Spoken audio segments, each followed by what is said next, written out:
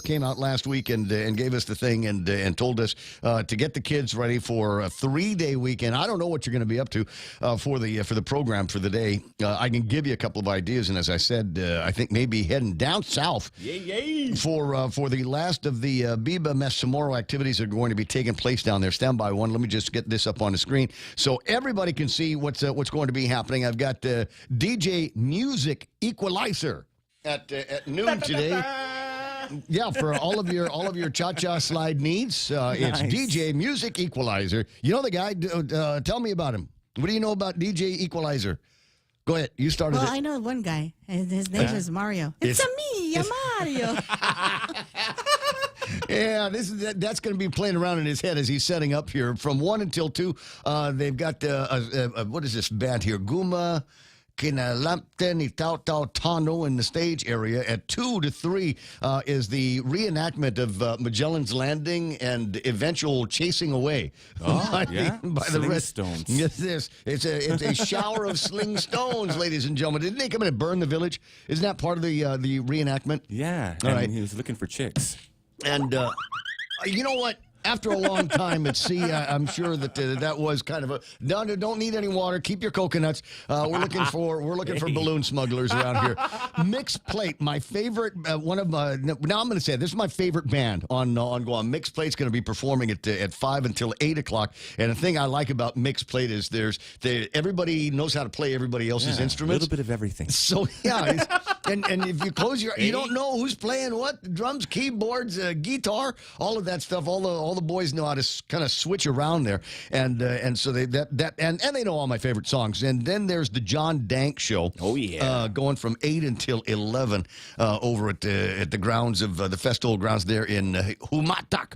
If you want to say it that way, if you want to pronounce it like the guys that actually live there, Matic is where we headed. Matic, that's what we're doing. So that's what the big deal is going to be here for today. I didn't get a chance to get down there.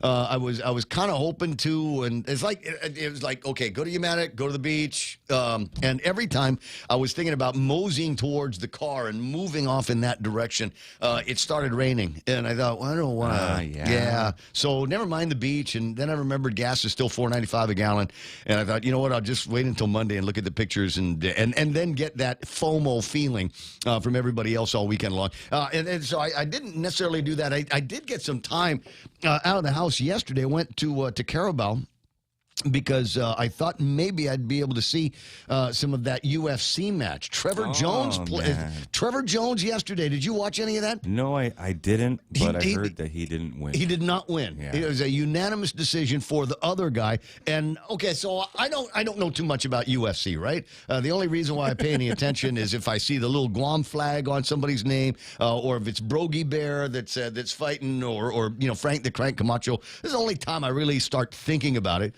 But I'm watching this fight yesterday, and I'm going, are they ever going to actually get into fighting? Because they're like a couple of kicking things. Yeah. And it was like they were trying to get inside, but once they got inside, they'd kind of break away. And the white guy it was like a dance. What do you mean the white guy, Ray? The one that wasn't Trevor Jones. The white guy with a lot of tattoos. Yeah, Cody. Yeah, him. No love. He just kind of, and every once in a while he'd do this kind of, what do you call it? Muhammad Ali. Oh, the shuffle. Yeah, the shuffle thing. Yeah, it's a no-love shuffle, Ray. There's actually a name for it. Yeah. And so I'm watching this thing going, dude, you better be able to fight like Ali or Sugar Ray or any of those guys from back in the day, because otherwise, that's the kind of moves. It's why I don't buy super yellow or red running shoes. Because you buy those shoes, you better come in first place. You do that little shuffling thing. Yeah, you better win. He won, but it's like if I was one of the judges in that match, I would have just said, okay, neither one of you, go home. You're not getting paid. Walk home. Exactly. Because me and Jim Bonanno sitting there watching the fight. Going, okay, there's one round, and it's all 5 minutes of each round. It's not like there was anything going on. Cautious. So I don't know. Fortunately, there was beer, and that was able to blunt the pain. Anyway, 6:22 in the morning. Lots going on. Donna D with a big weekend full of the Tumban Bay Music Festival that has been going on, and so you got calluses on her fingers from where she was playing the piano. Yeah. Oh, poor. No, you get that right. This the guitar She's got players. gout in her hand. Oh, you know Kansas? what I do? Like if I'm about to play, and I don't, because I don't play often enough to build calluses, I put crazy glue on my fingertips to make for your like own guitar. calluses. Yeah. Oh, I see what you're saying. Yeah. Okay. I thought No you were fingerprints, See, I was right? joking. I was talking about the piano here. Do you build up calluses on your fingertips from playing the piano? No. It's I can't feel anything if I have calluses on my fingertips. 6:22 in the morning. All right, she's going to take care of news and headlines and all kinds of other stuff around here. And already the 6 o'clock news was already kind of amusing when moving through a couple of those stories. Like we're making progress on the swimming pools. Yay! There's been water in the swimming pool up in Day-to-Do for some time now, but they won't let any of the kids in. You know what? There's a part of me that says, okay, go through the process, get yourself inspected, and, make sure that the pumps are in good working order, and we can, whenever we need to, we get the chlorine and the shock, all of that kind of thing. Shock. Yeah. Why don't you just hire somebody that does the swimming pools for any hotel or condo on Guam, because they know what they're doing. Just hire those guys. And have them maintain the swimming. Well, I don't know why it seems like we reinvent the wheel per Gov Guam instructions all the time. And then they said, oh well, we're moving forward with the Agana project. And Am Orient says it can be saved. Well, when we gonna save that? Dave Lotz last week was writing about how Agana has another eyesore. But I'm here to tell you, when he first, I didn't read the article. And until I had read the article, I was trying to figure out what he meant by eyesore. What's the problem in the downtown Agana area? Why is there an eyesore? And I was you know what I was thinking? I was thinking about the homeless vagrants that hang out over at the Plaza de España. No. I thought that's where he was going with that. Yeah, because every time I'd pass by, you see these guys and they kind of look sketchy, and you've got the Koreans trying to, the tourists trying to orbit. We want to be there, but we don't want to be too close. Yeah. So Spread it out. Yeah, when they start coming over, the Koreans start moving around. Anyway, so I was delighted when I passed by there yesterday. I saw the yellow shirts at the Plaza de España, which I thought was great. Yeah, adult supervision down there, somebody to make sure that the vagrants aren't getting kind of crazy or making too much noise, or just being scary looking in the downtown Agana area. And I'd asked Uncle Carl about that before. He says, well, they got to reprioritize some money, and apparently they reorganized and reappropriated some funds so that now that part, the downtown Agana area, the jewel, one of the major jewels in our hospitality and our tourism and our cultural crown, now has people, in the very least, protecting the tourists that go by there. And you can tell that they actually had something to do, something to observe. There were a bunch of tourists down there, boys, girls. No Korean hot pants that I was able to see. But a bunch of them down there, no doubt enjoying the time, maybe feeling a lot safer knowing that there are these ambassadors behind them. Anyway, 6:25, lots and lots to get to this morning. 888-8255, 888-TALK is the telephone number. Meme Machine, definitely online. So if you've got something that you want to share, and that is now, believe it or not, a new love language. I saw this meme over the weekend, and I stole it. The 5 love languages, now there are 6. Words of affirmation, acts of service, receiving gifts, quality time, physical touch. You know which one is mine. And a new one. It's called sharing memes. So that will be our Ray Gibson Show love language. If you've got some interesting pictures or cool memes that you've stolen off the internet, we'd like to see them. 797-8255 is the telephone number for the Meme Machine. Please don't call it because we're not going to answer it, and it just annoys me when it goes off. So 797-8255 just for videos and photos and things like that. There's some incredible video of a couple of fires over the weekend. I'll get around to doing that. But first, let's greet these people who are so hot they're on fire. Sometimes you wanna go where everybody knows your name, and they're always glad you came. You wanna be where you can see our troubles are all the same. You wanna be where everybody knows your name. Yes, cheers it up. Come on, come You fight. wanna go where people know people are all the same. You wanna go where everybody knows your name. And we kick it off here this morning with big man Henry Menglotnya saying, good morning, Ray, Donna D, Joe, Jerry, and the Point Familia. Good to have you on there, Henry. Other big man, Rico B, checking in, saying, hoi kaffa, Tim Zedeker and MT Fair. And I got Gemma Bustamante saying, Biba Mest tomorrow Monday, post canteen. With maybe the most important news to share with you here this morning, there was no winner Friday night for the Queen of Hearts drawing up at VFW. So the new jackpot starts at $1,070. Almost $2,000. In that suite, Felix Bumba, Manny and Ning Rages. I got Ismail Velez. China has raised their military budget to $230 billion. In preparation for a Taiwan invasion, while Brandon's most difficult decision is whether it's mint chocolate chip or strawberry ice cream, which one of those two is best. I'm also in receipt of a couple of stories in my email. I haven't clicked on it yet, but apparently they're hoarding food in China as well, maybe bracing themselves for kind of a protracted military action. However, Ron Castro, our favorite guy artist out there, I got Brad Wood. Good morning, Wood. Back at it this week for Lucia Fleming, Wood, and I. It's good. Everybody go back to work and raise some money for your next round of vacation time. Mark Anthony is there. Nadine Gokwe Palomo. I got Keena McCausland. Jason from Military Auto Source is there. Keena says gray skies in Vancouver, Washington. Did the mountain didn't blow up again, did it? No. We did not have a volcanic eruption? No. There any other kind Chemical of eruption? spill. Were there? Okay. Train derailment. But it's okay. We had 1,000 train derailments last year. Yeah. I love that guy, Buttigieg. I was like, oh, then it's okay. We had another one, and everything burned, and now we've got chemicals on every living thing in Palestine, Ohio. But it's okay because we had 1,000 of those last year. And have you noticed now the media is actually starting to pay a little bit more attention. So since that one in Palestine, would there have been another dozen or so of these train crashes across the country? I don't trust nobody, Ray. I don't trust anybody anymore. Just us around here and my cousin Troy from over at the Candid. And you might have gotten, I did not get an alert, so I'm not sure if it happened, but apparently they had done one of these Candid talk about the homily things on the show last night, and it might have triggered a feed to Facebook. Because we share resources, and we did the debates together and everything last year, and it is possible that they did not unclick the thing on that particular feed, and if it did, so what? Cousin Troy online, and so he called last night to yak about that, and I said, hey, kind of interesting this idea that Jimmy Moylan has got. It's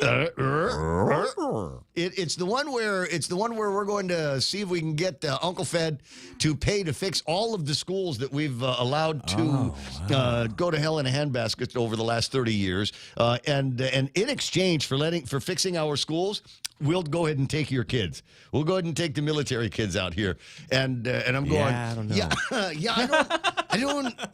Sometimes when you and Bobby are drinking, you shouldn't act on everything that comes up. I can see the two of them, just going, okay. How about we close the Dodea schools, and we'll have all of the Dodea kids go to school in Guam schools, and I'm going, okay, so somebody needs to point out what Dr. Alina Machida is writing about in this morning's PDN, what Chris Barnett has been talking about, what everybody has been talking about with regards to the Department of Education. It's a shambles. There ought to be an emergency declared for all of that, so that we can move like they did with COVID-19, all of the resources of the government of Guam in there to get things done and fix the schools. I'm sure. Can you hear one of these guys? He's got his Navy guy, and he's got his Navy wife, and they got their little Navy kids, and they're trying to figure out where they want to send, where we want to go, where do we want to get deployed to? I'd like to get out of the continental United States. So let's go get deployed, forward. Let's go to Guam. What do you say, Guam? And then they say, well, where's our kids going to go to school? Oh, we're going to put them in if they're Navy guys, where are they going to end up at? Southern High. Yeah. Or the middle school, Ocean View Middle School down there. Just have your friends drive by and take a picture and send that off to everybody. Don't forget the black mold and their frog infested swimming pool down there. Got to get everything in the shot. We will never have families deployed to Guam again. Not only no, but hell no. But the Air Force families, they'll send their kids to Simon Sanchez, right? Oh, yeah. Yeah, what a treat that's going to be. The Jewel of the North. And now there's, in addition to that, I'll get back to the names in a second. But in addition to that, there was another reason why they chose to put together their own school system for Guam. Kind of unprecedented, in an English-speaking zone. They put it together because their kids weren't learning anything in the Department of Education. And in fact, many of them were forced to take, and I'm not saying bad or good, well, considering they wouldn't ever need it again at any other time. But these kids had to take their Chamorro languages like all of the rest of the kids in this school. And naturally, none of them were able to wrap their heads around it. And so you get 4.0 kids that couldn't make a dent in their Chamorro language studies. All of a sudden, they're like 2.4, 2.5, and dashed their chances to go to the West Point. It's a sacrifice. There it is, a colonizer sacrifice. I don't know. I think it'd be an interesting conversation if they're able to get over some of the initial criticism of it. Who else is online? Susan Topazda Bajkusa says, we just had a sprinkle of snow, only enough to see, but not enough to play with in the Southern California area where I am at. That's amazing. Jerome McDonald, Rudy Rodolfo, the original Burger King, Greg Baz Knight, half a day to you. Let me see, Mike Grace Bloss was quoting Mike Tyson saying, no mercy, no mercy. Rambo kicked his butt, too. Francis Duffy online. Sorry about the accidental live through the point last night. Don't worry about it, cuz. Rico B, Donna D, you left us hanging, though. Sorry about the... you left us hanging. Tony and Annette and Pinko Anna saying good morning. Let me see. Cousin Troy, no YouTube today. Should be YouTube on. I got to it late. Sorry about that. It was one of those things. Monday. That's what it is. Gerald Young, Dan Rasal, Lonnie Salas, Buenos and Afade to Bunker Mano, MT Farron, Sarita Garin, Magandan Umaga, the Point Familia. Maganda. What will you, Sarita, be doing with the children today? Because I know that they ain't going to school. Yeah. Hope you planned for it. B-Man Dennis Larson online saying Afade Ray, RJC, and Double D. EOD Kaboom. EOD guys. Hot wives. Yes, yeah, absolutely hot wife.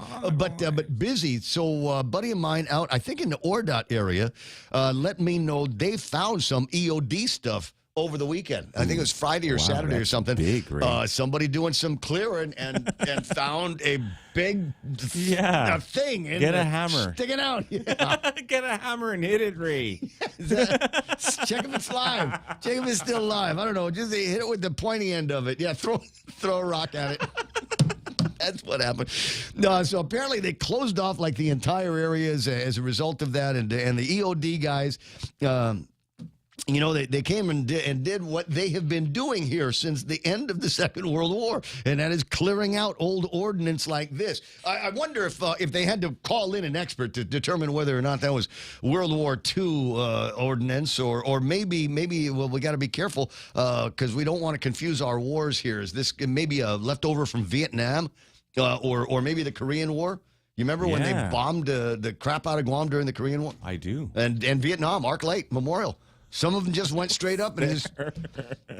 Well, all right. Maybe that didn't actually happen the way that I'm explaining it. But at any rate, so thanks very much to the EOD guys for going out there and rendering that safe. I think they took that to Sabine Paris's place. Oh, nice. Just drop it off in the front yard. Here you go. Thank you, Senator. Francie Solis is online. Valerie S.A. Talon. Half a day to Dale Audette. Half a day, Jerome McDonald weather report for California. Brace for more heavy rain, snow, and gusty winds. Right now, 54 degrees. Tonight, temps will be as low as 46 degrees. Humidity about 66%. That's good. Mint chocolate chips, says Sarita. If you're the president and haven't decided what it is that you want. Alex Afflegly is there. Susan says, bring back the sun, missing the warmth. No likey the cold out in California.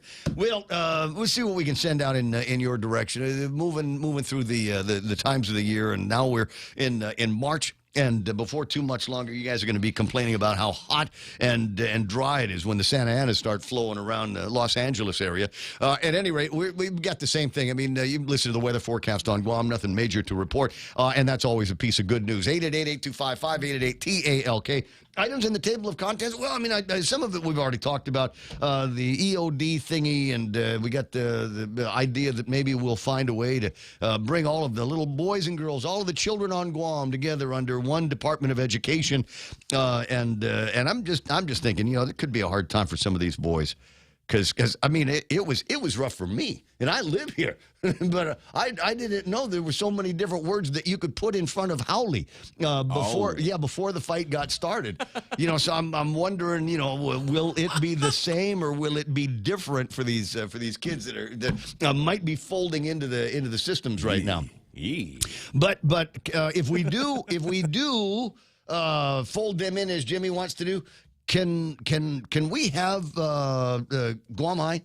Oh, yeah. They got a nice track up there, bro. They do. And a nice view. It's cork, Ray. Is it made out of cork? Sweet. It's made from the cork from a million military wives drinking their wines on Thirsty Thursday with Sarita Garin. Sorry, but I digress. 6:38. Quite a lot to get to on a Monday because we've got 3 or 4 days worth of newspapers to go over and a bunch of different stories, including. Okay, so what happened at the legislature on Friday? First session of the 37th Guam legislature. First non-emergency session of the 37th Guam legislature. And I think Chris Barnett comes away with the wildest quote. I'll give it to you as soon as Donna D is done taking care of news and headlines. Are you ready to go, Donna?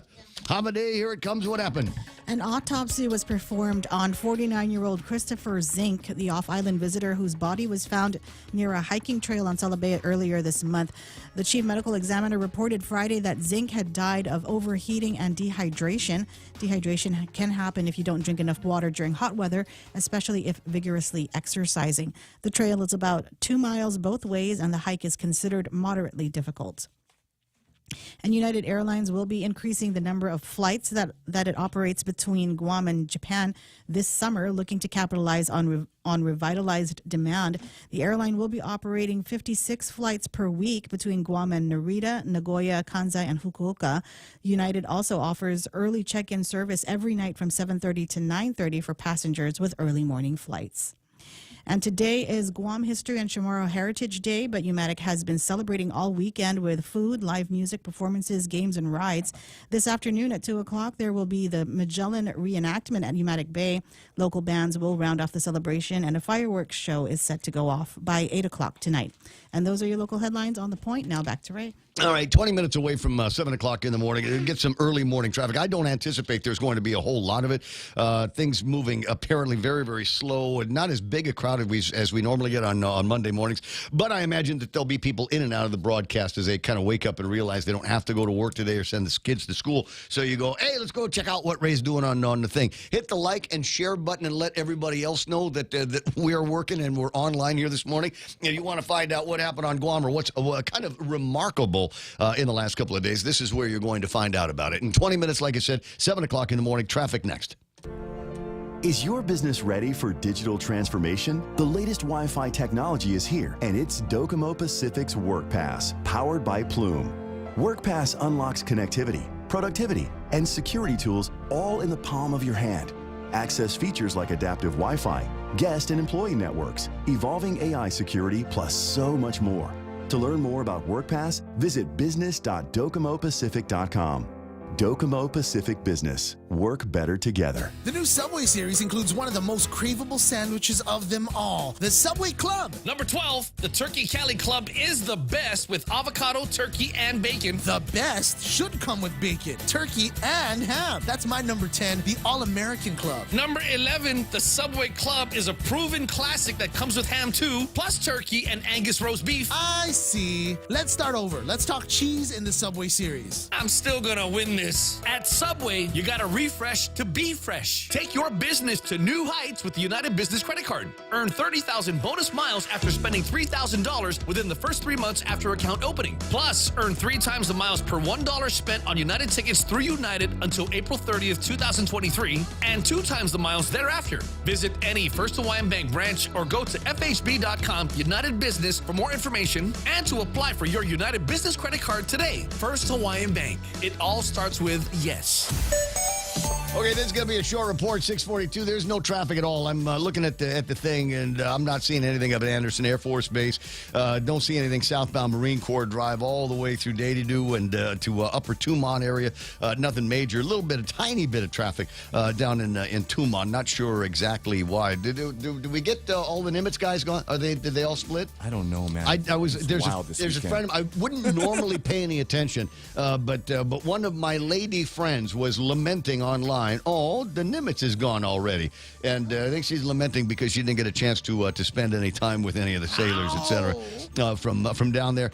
Tiny bit of traffic on Route 4 heading into town. Tiny bit of traffic on Route 8 in front of the usual stops. There is people are trying to make their way into the central downtown Agutnia area. You won't see too much traffic down there, and maybe a little bit of traffic over at Big Navy and Sumai. 642. There it is right now. Traffic into Point. Guam Regional Medical City was awarded Advanced Primary Stroke Center certification from the Joint Commission. What does this mean? It means our neuroscience team is equipped with the latest technology and a team of the finest neurological doctors to treat stroke, which is one of the leading causes of death on Guam. GRMC, reflecting our commitment to providing safe and quality patient care. For more information about GRMC, visit us at grmc.gu or to make an appointment, call 671-633-GRMC. It's March Madness month on GTA. That means big discounts and awesome giveaways. Come into GTA today and get the all-new Samsung Galaxy S23 Ultra with a 200-megapixel camera and advanced photography. Your selfies will look amazing day or night. Purchase a Samsung Galaxy S23 series smartphone and get on our best unlimited plan for as low as $65 a month. Plus get a free $200 Payless gift card when you open a new line. Terms and conditions apply. Offer good while supplies last. Smartphone month at GTA. We start with you. Yeah, 644. That's what I'm saying. It's a 644 Ray Gibson Show. Portions brought to you by, let me see here, NissanGuam.com on the World Wide Web. You want to show off on your way down to Maddock today? Swing by Nissan and buy yourself a Frontier. They've got them. Frontier season happening right now. A great opportunity to win cash and prizes. You don't have to buy the thing. All they want you to do is test drive. Because I think once you test drive this Frontier, you're going to go, oh, I need this in my garage as well. And you can win up to $1,000 in cash. Free grills, coolers. They got canopies that they want to give away. Grab that test drive, enter, and win today. And enjoy no money down. When it comes time to actually put your name on the car, zero money down. No payments for the first 3 months. Nissan will take care of that for you. Plus, incredible gifts with a purchase. Case of Spam. I got a bag of rice. 25 pounds bag of rice here when you pick up this Nissan Frontier. A lot of reasons to love this car. I've got one, and I find a new one every single day. You do too. Over at NissanGuam.com. It's the Ray Gibson Show. Call now. 888-TALK. That's 888-8255.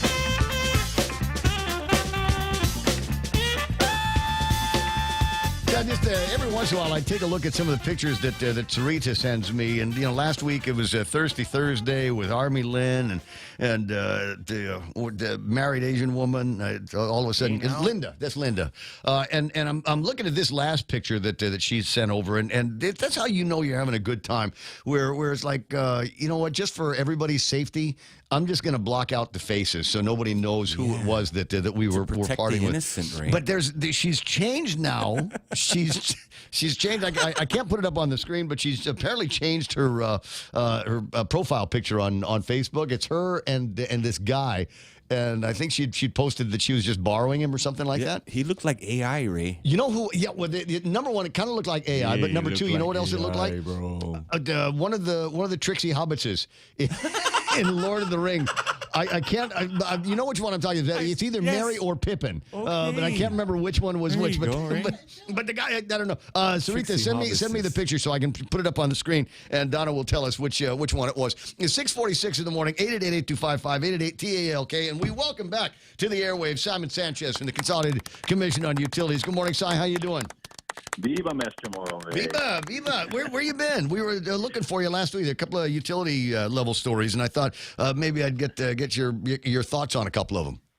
Well, for the first time, I was able to go back to the Philippines in 3 years. And do you recall? I'm sure you do. Attorney Larry Tucker, right? Yeah. And he had moved to the Philippines after very successful career here, and his son Sam is still here practicing law. But he had set up an annual golf tournament, and he had just passed, and Yes. this actually became the first memorial golf tournament. And so I was fortunate enough to be allowed to play in 2020. It was funny. The last before COVID, although I think they did a mini one last year when he was still there, but the last big one before COVID. And we returned February 28th, March 1st, something like that.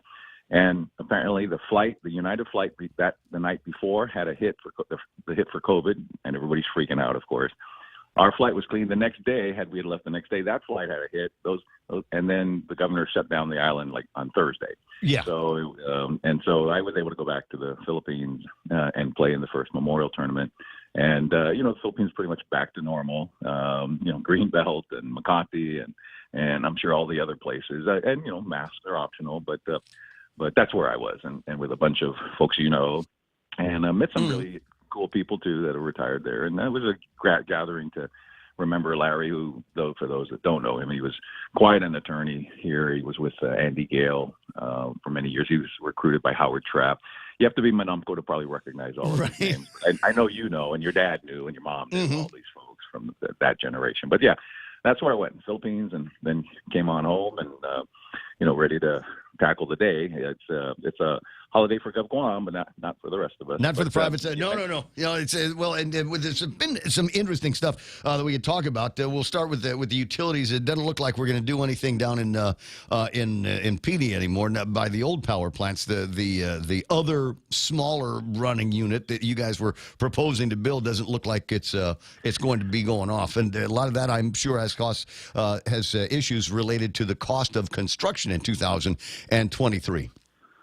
That too, but the unfortunate part was the delay in the approval by the legislature, and we had been asking for over a year for this opportunity to to get that. Remember, we couldn't have a plant closer to PD Elementary, even though we had the old Cabris units. They were going to get a waiver, and unfortunately, our prior chairman delayed and dragged his feet, and similar to the other issue with the solar. Or the refinancing GPA cost ratepayers an opportunity to save money. But the blessing is, okay, we still have the authority, and we have other units that we're going to relocate down there that we already own. But the additional units that we could have gotten at a really good price, as you just described, the pricing came in too late. Yeah. The approval came in too late. The pricing then went up, and we said, for that amount of money, it's not worth doing it for ratepayers. Let's reshuffle the deck a little bit differently. And if you recall, during one of the super typhoons, we brought in 41 megawatt generators that are all concentrated right now to the north. Well, we're going to pick up about 6 or 7 of them and move them to that location down in PD, so we can always power the south through directly through a typhoon and have better reliability for the south. And so we'll still take advantage of that. But we lost an opportunity for more fuel-efficient generation that could have been down there just because we couldn't get the legislative approval on. Unfortunately, we're closing down more fuel-consuming generators that spew more, dirty air, and we had a chance to have less fuel-generating generators that were with cleaner air down there, and we lost that opportunity. But the new plant, thank you for covering it. It's moving up there. It's getting up there. Solar farms are online, and there's tremendous interest in the future solar farms. As I talk to the private sector players, there's people willing to bid on the next 400 megs of solar energy. I'm assuming almost all the bids will be solar. I don't think we'll see wind. I don't think we'll see small nuclear. Maybe someday. Maybe our grandchildren will finally get to do that. It's my dream. What about waste energy? Let's do waste energy. Can we do one of those? Yeah, I mean, again, we have to get approval from people above our pay scale, and they got to change the whole law. Right now, there's a law that says you can't do it, right? And the technology is there. Most island communities, Taiwan, Honolulu, Japan, it's a tool you use, and and it would be base load, and the fuel source is us, right? The solid waste that Well, we can create. you? I mean, you get to negotiate what it's worth, though. We're not buying black oil anymore, and we're just taking the trash and buying that for a decent amount of money from Guam Solid Waste Authority. They can take that and buy themselves some new trucks and some more guys and some more of these toter carts instead of this alternative world that they're living in, where they've got these not necessarily manpower issues, but vehicle issues. I'm waiting for before too much longer. They're going to need to call Phil and talk about running some rubbish man units so that they can continue to pick up the trash. Well, and another good point, and I had spent some time with Andrew Gale, and he's very aware of the situation. He's chairman of the GSWA. Yeah. And, it's an issue. Waste to energy, to me, is something that we should do, because the cost of digging holes down there in the south at Luzon, and the fact that Luzon's pretty soon runs out of places to dig holes in, it's waste energy would fit into the profile of saying, hey, this is using a renewable and solving another problem, or pushing way back another problem of how do we handle our solid waste. But we need either 8 to 10 senators and or the governor to agree that it makes sense and change the law, and that's not what's happening at this point. And Dave Sabla, another dear friend, still working on it. Well, he's listening. But some of the, he's typing in now. Some of the players that are still opposed it are still in serving the public. So, that's the art of the game of politics and public policy. So we'll have to see how that works out. But if we were asked, we would raise our hand and say we think it's a viable alternative for energy, and it's a very good solution for solid waste. We just have to convince the elected leadership to above our pay scale.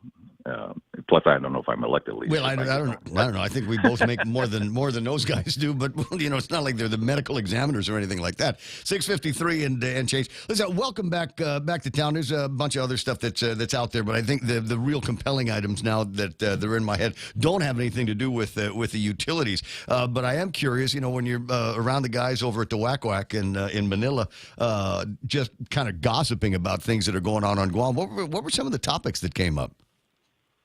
I hope this putt goes in, because it's worth 10 pesos. That's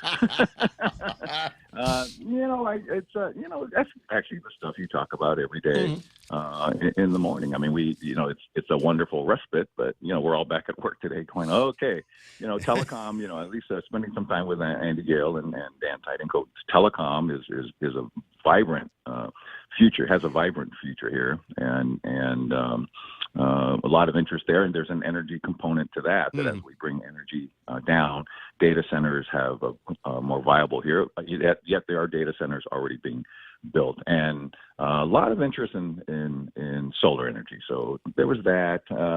The general lamentations about how our government could do better, and business is still tough. Dave Tidenko, tourism. We're hoping, we're hearing some positive feedback from the governor of the legislature. Well, they've introduced a measure now for another round of the LEAP. It's that was introduced over the weekend. Yeah, and there's 3 measures we heard, and at least their reception at the legislature. We met with Senator Shelton. We talked with Senator Bloss. There was another, I think Senator Barnett. I spoke with him privately. He had a bill as well. So there's a consolidation of thought that says that this is a good thing, because if you're tied to tourism, it's still really a challenge. The governor sent positive feedback to Gita and Mel Mendiola and David John. They're doing great work in trying to think of how to more target the program for tourism. So we hope collectively that's probably what that's what Dave Tidenko and I will turn our attention to continue to help small businesses and medium-sized businesses, or any business tied to tourism, get through this gap. Because with JAL announcing more flights, United has announced more flights as well. I think United had maintained their flights, and then listening to your show, Mark Valdiga made an interesting comment right before I left that I talked about with all the boys. You heard was that the yen and the cost of airline tickets due to fuel has not discouraged the Japanese outbound to go to the United States or to Hawaii, but they're not coming to Guam, and our market share is down. And that's what we really have to work hard in, cleaning up, getting ready, and attracting our fair share of the Japanese visitor to come back to Guam, because it's still a great place. But some of these places that they would like to go to once they arrive, restaurants, optional tours, that experience those are the kinds of companies that need help, so that there's something to do when you get here. Even with all the military that have been visiting here, amen for that. Recently, that's the common comment. You walk down Tumon Bay and this is closed, this restaurant closed, this is closed, and it gives an impression of mustn't be so good to visit here, right? And we know that's not true, but companies tied to tourism couldn't stay open. So with your help and the help of your listenership and ourselves, hopefully we can convince our leadership to, hey, keep helping these companies get back on their feet. There's money. Look in the front page of today's PDN. I mean, it's just one of those things where it just makes you want to scratch your head. We've got a $1.1 billion GovGuam budget that's been tossed in there with a 5% business privilege tax remaining. And then there's the other story in the bottom of the fold from Haiti that says $10.8 million monthly excess revenue. And that you know where that sends me. That sends me into the realm of tax rebates. And we've got money that we can spend to help shore up some of these small businesses, give them another quarter or two worth of breathing room, and maybe that's what it's going to take to help get the hospitality industry, specifically with Japanese tourists, back on track. Absolutely correct. I mean, this is the strongest years of financial strength of the general fund in our lifetime, right? Yes. You and I usually cover deficits, right? We've got money. It's available. Let's fix the schools. Let's fix the pool, because I'm about to go swimming at a very small pool. And let's fix ourselves, whether it's tourism or infrastructure for the public, our roads. Now is the time to do it. I believe, and don't overpay for my 2 cents, that the next decade with the federal spend on Guam will be extremely strong. And then you add tourism recovery. When things are good, fix the house. Sell the old car, buy a new car. Take care of your home. Take care of your island. Let's do it. And fix all the pieces so that we hand off to your daughter and my grandkids and my daughter and son. Let's fix the things for the future. It'll help improve the quality of life. It can help bring down the cost of living when things are more efficient and things are nicer. It creates job opportunities. I mean, we have it in front of us.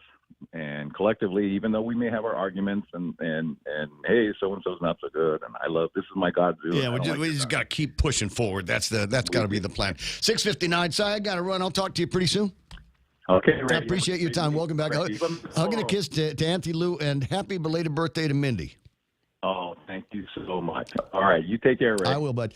Closing in on 7 o'clock in the morning. What's that, Dave Sablon? He's typing in things about waste energy. But happy, I'm sure that I brought it up. Fix waste disposal and collection. And then whatever we collect, we put into the maw of this gigantic electricity-producing beast that we might be able to feed for darn near free, considering how much junk we're throwing out. And that's a conversation that we got to have maybe in the next hour, a little bit more about what's going on over at GSWA. There's some great printed material on this in the newspapers, and you need to be paying attention to it because it looks like a recovery plan that they are discussing now could equal less trash pickup for you. Stand by now, 7 o'clock. Here's Fox News.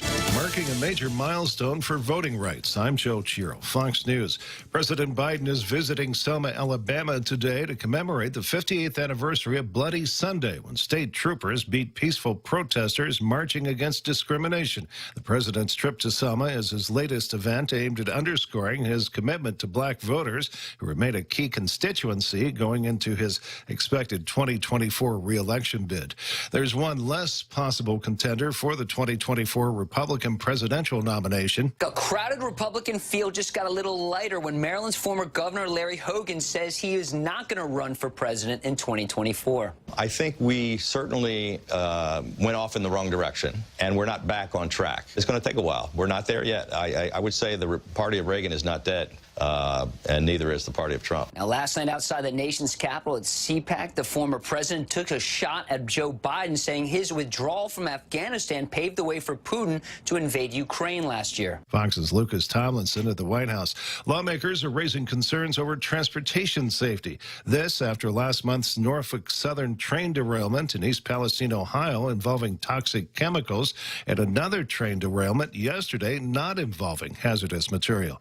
Alaska Republican Senator Dan Sullivan talked about it on ABC's This Week. The key issue from my perspective, not just on trains, but certainly on aviation, is I agree with Senator Brown on it shouldn't take a disaster to have good oversight legislation to make sure that we have a safe rail system, but really importantly that I've been focused on, George, is a safe aviation system. A bipartisan proposed safety bill looks to include more safety requirements for trains carrying hazardous materials, along with higher fees for safety violations. America is listening to Fox News.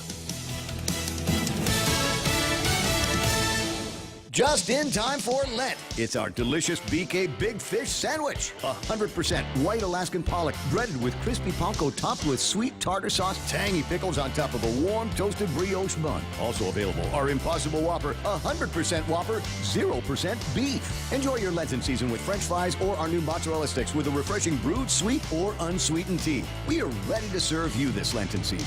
Now available at BK Hagåtña, Tubon Bay, Micronesia Mall, and the airport. Have an amazing day. You rule.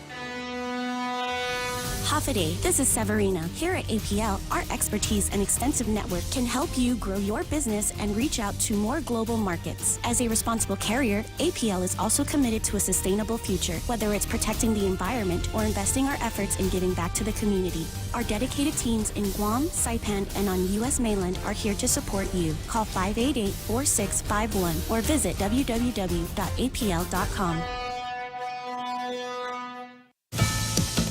Another round of layoffs began for workers at FedEx Freight. Fox's Jeff Manasso with the story. FedEx Freight enacting another round of what it calls temporary furloughs in some U.S. markets today through the end of May. The shipping giant says to align its workforce with operational requirements. Some employees will be offered transfers to other markets, and we're told that furlough workers will continue to receive benefits and incentives.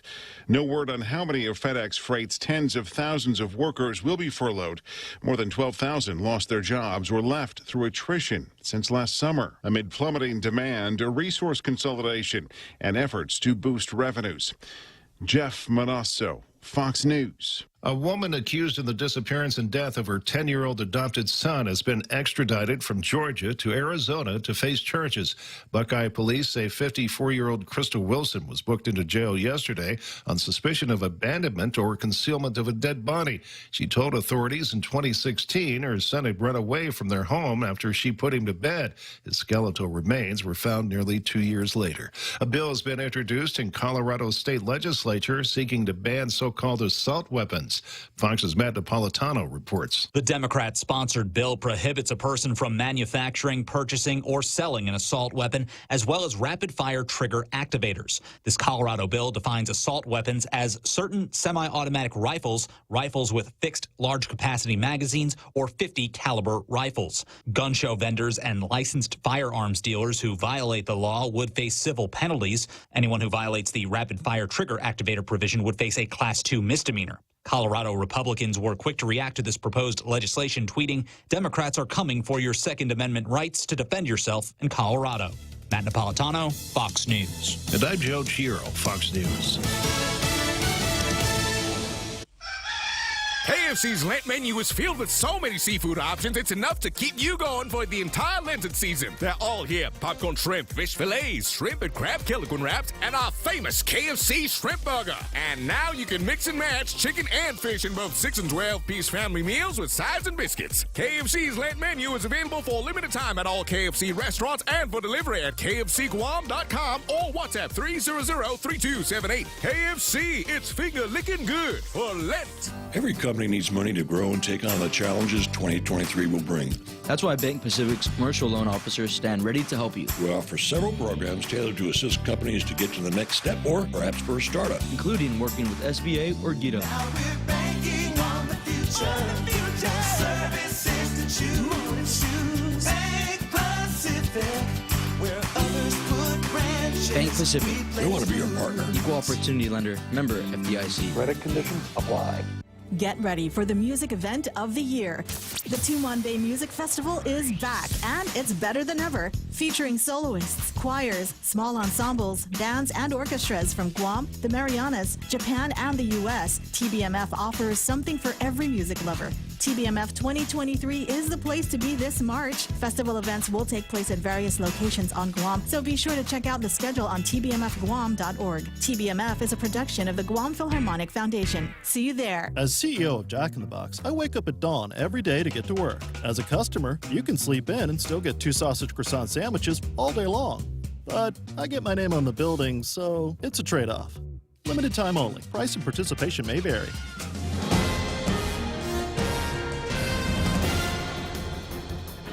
Off a day at 7:06. I'm Donna DeJesus. Here's a look at your local news on The Point. Sherry Antoinette Nauta admitted to her part in abusing 2 teenage boys. The boys, who were 13 and 16 at the time, were tied up repeatedly over the years, brutally beaten, and left to starve.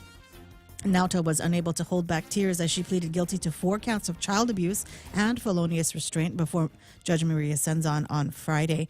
Nauta's plea deal also calls for her to register as a sex offender for the felonious restraint charge. She faces up to 5 years in prison and will learn her fate next month. Co-actor David Michael Kinata pleaded guilty to similar charges last December. He faces up to 6 years in prison and will be sentenced next month. Both Nauta and Kinata remain out of prison until sentencing. Meanwhile, Javen Lance Beneventi got 8 years in the slammer for raping a 13-year-old girl in 2018. Court documents state that the victim said she was raped on 2 separate occasions.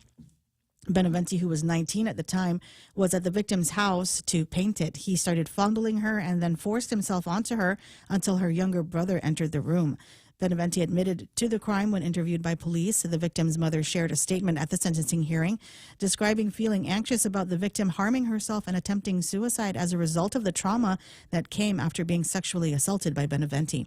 The mother asked that he be sentenced to the most prison time allowed by law. Senzon sentenced Beneventi to 10 years, with all but 8 suspended, with credit for time served. Beneventi will also be on parole for 3 years and have to register as a level 1 sex offender upon his release from DOC. Since Beneventi took a plea deal, he will not be able to appeal his conviction or his sentencing. More news after this. For all your real estate needs, call the professionals at Hoffaday Realty. Jody, Saran, Libby, and Lolita, and they'll take care of you on every step of the real estate process. No worries. Just contact Hoffaday Realty at 588-4232 or 588-HOFFA, or email them at hoffadayrealty@gmail.com. They're at 426 Chell in San Antonio, Suite 204 in Tamuning. Open Monday through Friday, 10 to 4. Hoffaday Realty for all your real estate needs.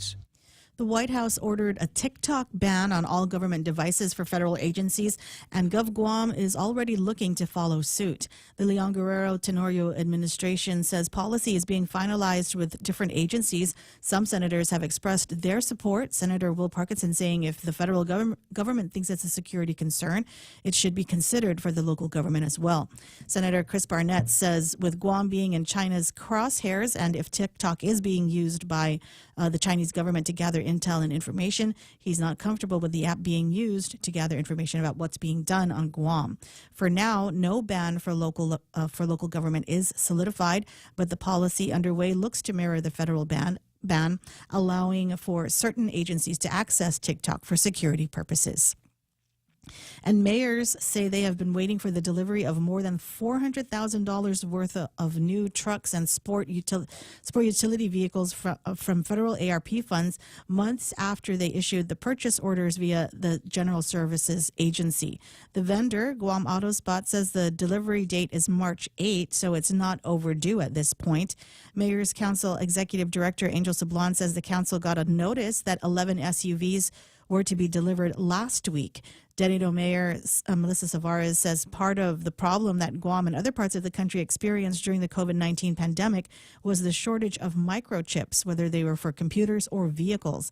With the chip shortage, automotive plants had to stop production because they couldn't get their hands on the needed chips. Sablon says the Mayor's Council will follow up with GSA and ask Adelup for help. And those were your top stories. Back to Ray with weather. Well, maybe there might be other vendors that have the kind of vehicles that they're looking for. Because my understanding is that they've just gone to one vendor, AutoSpot, that has got this indefinite quantity, indefinite delivery IDIQ deal that they've got with the government of Guam. But it is possible that Nissan might have some of the vehicles or vehicles like the ones that they're looking for. AK Toyota, Cars Plus, might be some other vendor. I saw that. I didn't really understand understand what that meant. Does that mean like they didn't get to choose? That GSA was the one who chose? I think that, yeah, GSA says, okay, we're only going to get the trucks and the sedans from here because this is the vendor that we had been going to for all of these indefinite whatevers that are coming through. So I don't know, a lot of questions, and I'm wondering if maybe they could have gotten a better deal from someplace else that's doing no down payment. We'll take care of the first 3 payments for you. I don't know, just thinking out loud here. 7:11 in the morning on the Ray Gibson Show. Maybe some weather for us today. Partly sunny. Highs near 85 degrees today. East northeast winds 11 to 15 miles an hour. Yes, that's how it's pronounced here. Scattered showers, thunderstorms tonight, mostly cloudy, and overnight low should be about 78 degrees. So if you're headed down to Maddox for the Discovery Day activities, first of all, I don't think we're doing the reenactment until, 2 o'clock this afternoon. So you got time. Make sure that you pack a lunch. Swing by that one last store in Agate before you make your way down there. That's what we always used to do when we were driving down here, right? Last stop down in Agate, and then up and down the roadway until you get into Maddox. Scattered showers and thunderstorms again tonight. Mostly sunny, returning to the forecast tomorrow. Highs near 85 degrees. East winds about 6 to 9 miles per hour. And then the scattered showers and thunderstorms come back tomorrow night. It's weird. Wednesday, they say partly sunny. Highs near 85 degrees. Just be on the lookout because we got this on and off weather pattern that I'm looking at these days, which I'll see if I can stick it up on the screen. So if you're watching on Facebook or YouTube, you can see what we're looking at. There's Guam in the picture, and off to the east of us, we got all this weird weather, and it doesn't look like it knows yet what it's going to be doing over the next couple of days. So that means you got to be prepared one way or the other for everything. Heat index today, 92. Rip current warnings are in effect and will sunset tonight at 6:30 p.m. Hashtag tell the others. There it is. News and weather together here on The Point. The new Subway series includes one of the most craveable sandwiches of them all, the Subway Club. Number 12, the Turkey Cali Club is the best with avocado, turkey, and bacon. The best should come with bacon, turkey, and ham. That's my number 10, the All-American Club. Number 11, the Subway Club is a proven classic that comes with ham too, plus turkey and Angus roast beef. I see. Let's start over. Let's talk cheese in the Subway series. I'm still gonna win this. At Subway, you gotta refresh to be fresh. Since 1997, Island Eye Institute has been committed to your family's eye care needs. From its beginnings, Island Eye Institute has recognized the value in incorporating state-of-the-art technology into personalized care and a commitment to excellence. As Guam's complete eye center, our specialists offer their expertise in glaucoma, retina, cornea, LASIK, cataract, and diabetic eye disease. Island Eye accepts Select Care, Net Care, Take Care, and Stay Well. Call us at 637-2020 to schedule your appointment today. We're located on the second floor of the Baltej Pavilion in Toomuning. I got you. Ray Gibson Show brought to you by the guys over at APL, American President Lines, global presence with a local home. Also being brought to you by the team over at Security Title, led by Kim and Ron, in that order. You got real estate transactions, and you need somebody to take a second look over the deeds and the title and all that. That's what they're good at, and they'll let you know what the risks are going to be. And generally, clean report, but nice to have somebody, like I said, looking over your shoulder in what could be the biggest transactions that you're ever going to make in your life. It's 7:14. Be right back. The Ray Gibson Show, bringing you closer to the action. This is The Point, Guam's FM News Talk Superstation. 8 degrees centigrade in Tsugi, Japan. And the translation on that is, oh, it's cold. Oh, a little nippy out there. Why are you going to use the centigrade, man? Well, that's what Kitsutsu in Japan. He's doing that online. MPO goes there as well. Kitsutsu in Japan reporting that the dollar will get you 143 yen at the DOD Community Bank, 46 degrees Fahrenheit in Yokosuka, for those of you that are deeply into it. Now, a buddy of mine that I was communicating with over the weekend, who was dying to get me into Japan. I said, when's a good time to come? He says, end of March. End of March, and because it's kind of a little transitional, seasonal time, you'll be able to get in there. It'll still be cool enough. Crispy. So yeah. So you can wear your groovy leathers, maybe even some assassin style gloves in your hands, but not like freezing cold. So I mean, it's that kind of comfortable, cool. Ooh, I'm going to add another layer and look like Silver Fox while I'm running around in Tokyo. And then he says also cherry blossoms and things like that. So it's a really, really good time to be down there. And the other thing he'd also mentioned the transition between women that are all bundled up because it's so bloody cold out there, and they apparently go from 14 layers to mini skirts. Like in one day. So you just gotta pick and choose which one day it's going to be. Now, last hour in the program, I'm sure that there's other things that are maybe of more vital consequences. But earlier, I was talking about, beautiful Sarita Garan hanging out with the other balloon smugglers over at Tower of London. And she changed her profile picture to include, and I know a bunch of guys that are just unbelievably jealous going, who's that? Who's that? Who's that owly guy in the picture with you? Oddsy. And the answer... according to beautiful Sarita, is the guy's name is Gavin. No, that guy's not real, dude. That's total AI right there. It's AI, or we're using the filter up to 10. Where's the charging port for that dude, man? I don't know where it is. But she says the guy's name is Gavin. And what was the name of the show that I said that he was? Gossip Girl on HBO? Yeah, he apparently was auditioned for Gossip Girl or something like that. Oh, he auditioned. Well, I don't know. He didn't get the part. I don't know. I'm probably paraphrasing incorrectly. Which I'm capable of doing from time to time. For it. Okay, so no, he was cast. Oh, he was cast in the Gossip Girl HBO TV series. Then what's he doing here? I don't know what's he doing.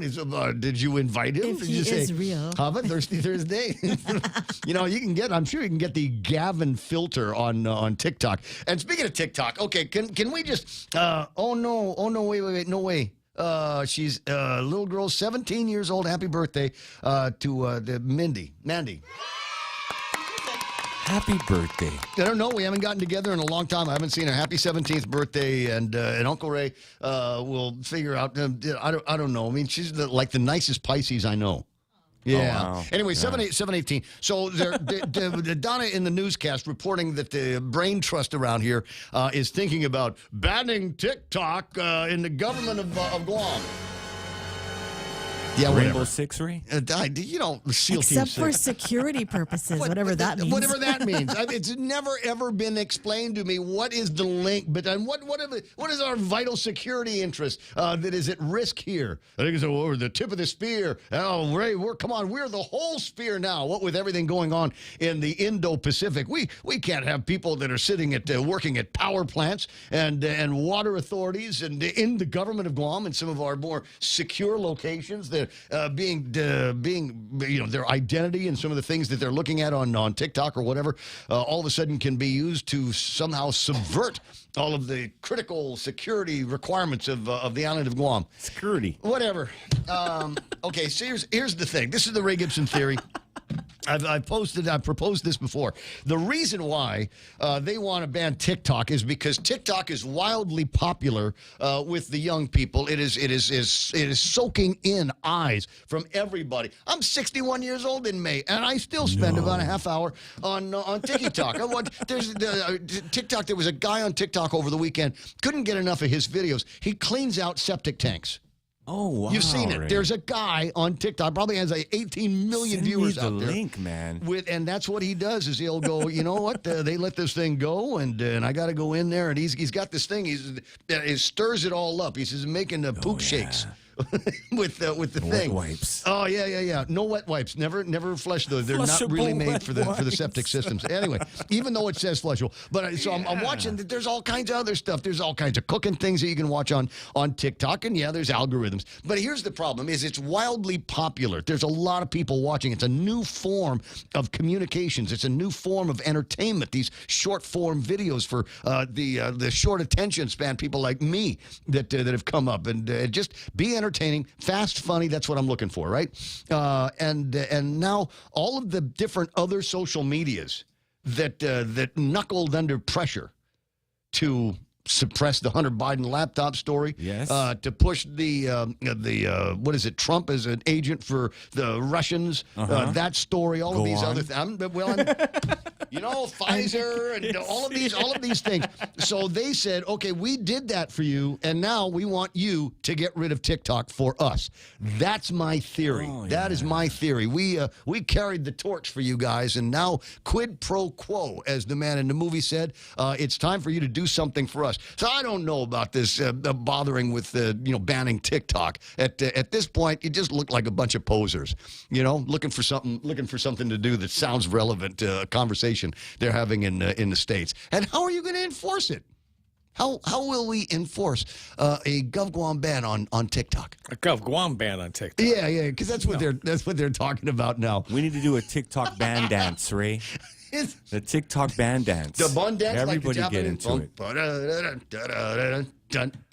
Well, maybe GovGuam can. I mean, GovGuam has a great track record of doing stuff like, maintenance. How about we fix the schools and then ban TikTok? Can we do that? How about we take care of the crystal meth problem on here, and then we'll ban the TikTok. Let's take care of all of the other things that, fix the Agana pool. When the Agana pool is all fixed, then we'll ban TikTok. You're just a troublemaker, aren't you? Yeah, I know. 7:21. Practice. I'm going to do the same bit tomorrow because everybody's got the day off except us. Oh, is that right? Yeah, it's Discovery Day or the day. I don't know. We don't call it Discovery Day anymore, right?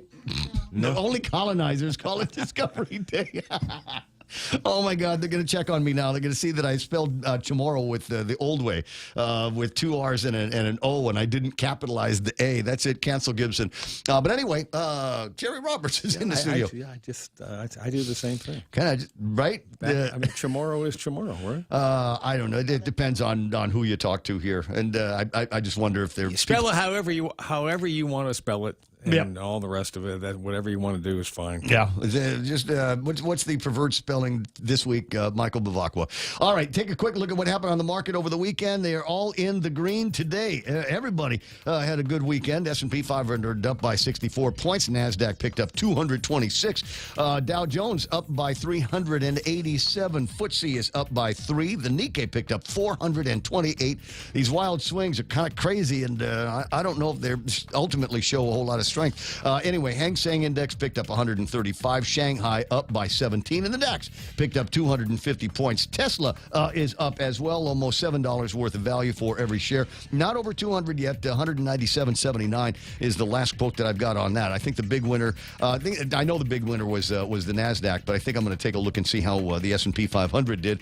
Cooper Company, Illumina, Align Technologies, Meta, and First Solar Inc. round out the top 5. Bottom 5, Hormel Foods. Hormel. They're the makers of Spam, is it not? Hormel is... That's my chili, Ray. Exactly. The chili beans, chili no beans. Do you like the chili with the Tabasco in it as well? They got a spicy one. You got a spicy one. You know what? I saw a whole bunch of... I got to tell you the story here. My cat has been meowing louder because I have not yet... I had not, up until Saturday morning, found someplace to go and buy kitty litter. I usually get it over at Cost You Less, but they've been out for a while. And somebody said, well... if you really want kitty litter, you got to go to Kmart. They got like a wall of different versions of kitty litter. So naturally, I bought the most expensive kind. But the real big part of the story is, oh my God, Ray Gibson went to Kmart. What? Never go to Kmart. Never go to Kmart. I very rarely ever go to Kmart because I always get behind those 4 ladies that are walking side by side. They're walking slower than I am trying to go in the store, and it doesn't matter how strategic I am with my purchases. Yes, that. It doesn't matter how strategic I am with my purchases. I always get behind the guy that has got an item that doesn't have the sticker on it. You know what I mean? Don't you hate that? Oh, my God, could you please check for a QR code before you get to the... And I'm always behind that guy. And they've got to send somebody out to the back corner of Kmart to go and get a duplicate of it so that they can scan the QR code. Yeah. I just needed to get that out of my system. My God. Hold me. All right. Well, maybe we can have Kmart cancel TikTok. Would that work out better? Yeah, well, maybe to help with the customers on making sure that you've got the QR code on the gizmo. I tell you what, it ought to be a thing. I'm sorry, we don't have a QR code on this. We can't sell it to you, sir. and you can come back next week and buy it when we'll have a QR code on it for you guys next time. Trading in oil is moving up here, almost $80 for a barrel of West Texas crude right now. Let me see here, $79.68. TAP is not much better. It's trading trading. It's a narrow spot. It's been between like 83 at the low and about 85 and almost $86. Today, 85.41 for a barrel of Tapis crude. It might be frozen there for a couple of days. I'll keep an eye on it. 135 yen to the U.S. dollar, almost 136. Philippine peso 55.5, and the won is at 12.95. Did you see all the Korean tourists out there over the weekend? Everywhere. You have not? Well, I don't know. I saw a bunch, and I took pictures of it because I was so happy to note that there is some security folks that are hanging out over at, where's this place at? Hold on a second. I got to get this up on the screen. We've got the ambassadors, the Goodwill ambassadors, hanging out over at Plaza de España right now, keeping the sketchy homeless vagrants away from the actual tourists that are going down there to take pictures and do selfies and make sure that they've got that GUAM in the shot, that big GUAM across the street from the what is that, the museum? Yes, sir. Yeah, so beautiful. The Carl says they're going to put more. Is the fleet still in? I think the fleet is out, sir. They're out. Yeah, I think they split. Well, I don't know. It's kind of hard to say because where I've been over the weekend, there's all these white people. I don't know. Packed, yeah. We got cruise ships too, Ray, right? And the cruise ship. We got the cruise ship, the Yeah. Diamond Princess. Yeah. And I'm going to make the pitch again just because, 727. I'm going to make the pitch again because it's the craziest thing, but it could work. I'd like them to trench that whole area over by the Ganya solid waste the treatment plant out there and use that to birth these gigantic ships. I told you before. I've told you the Bermuda story.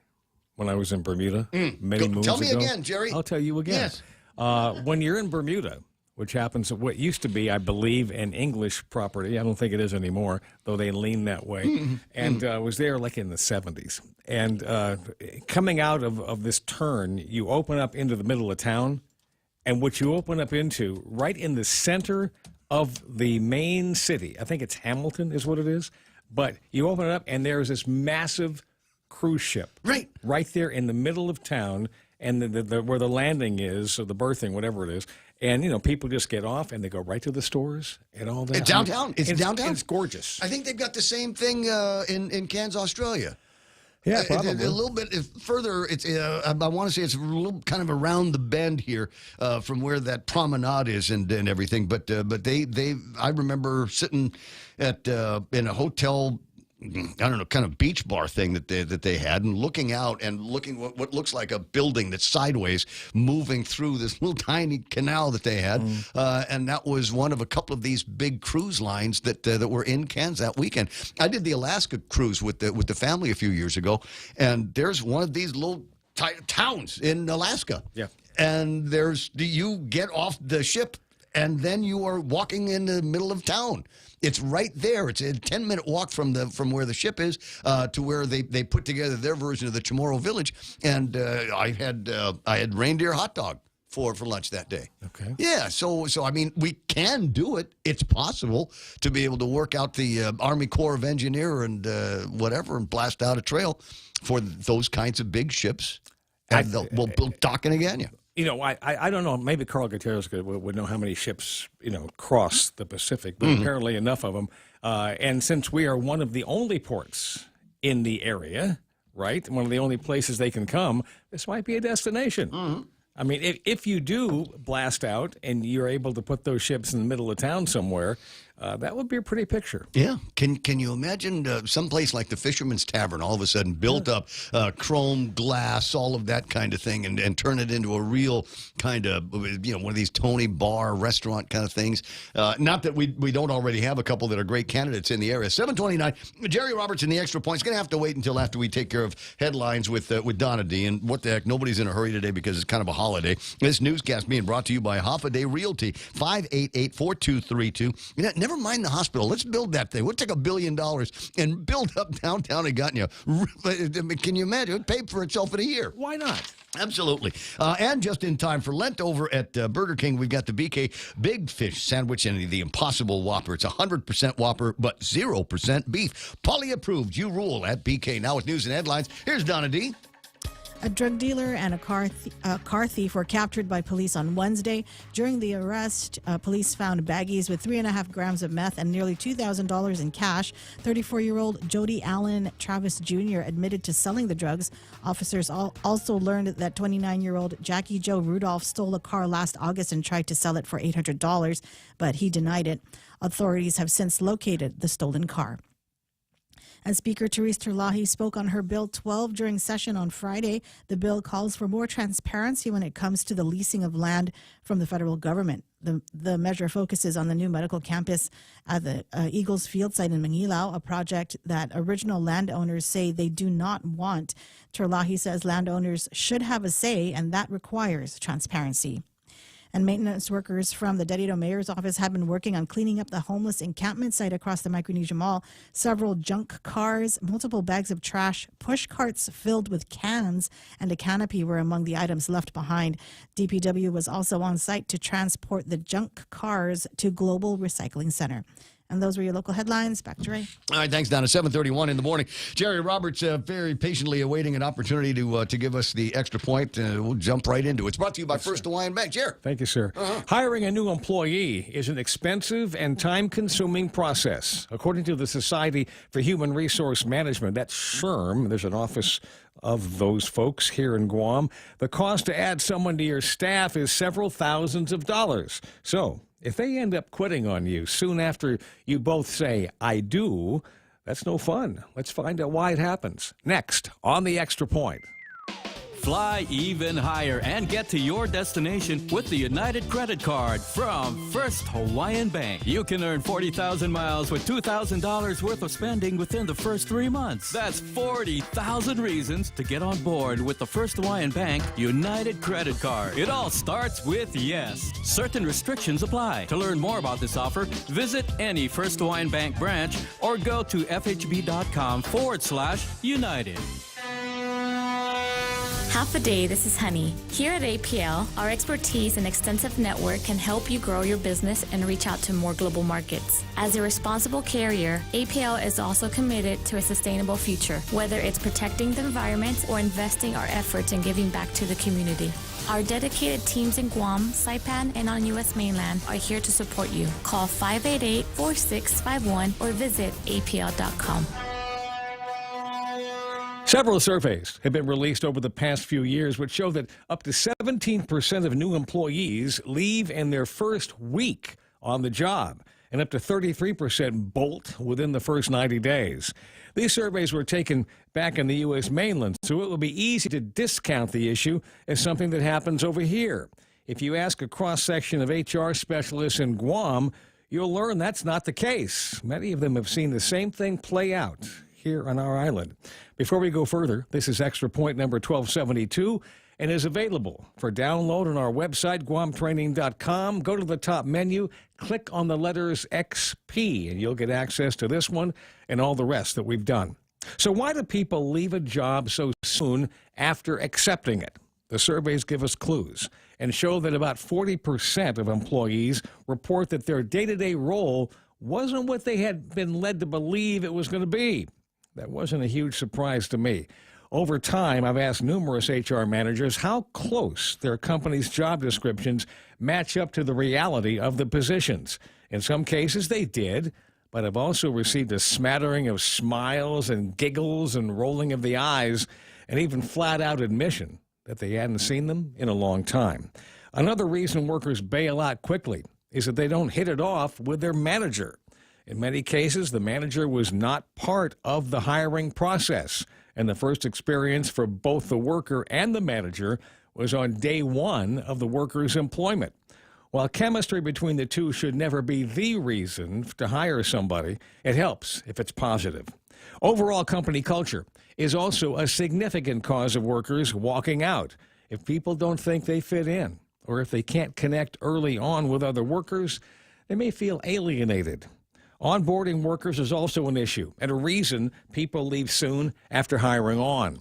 In most medium and large-size employers, the process to bring workers in helps the employee get comfortable, meet coworkers, and learn about the organization and ease into the position.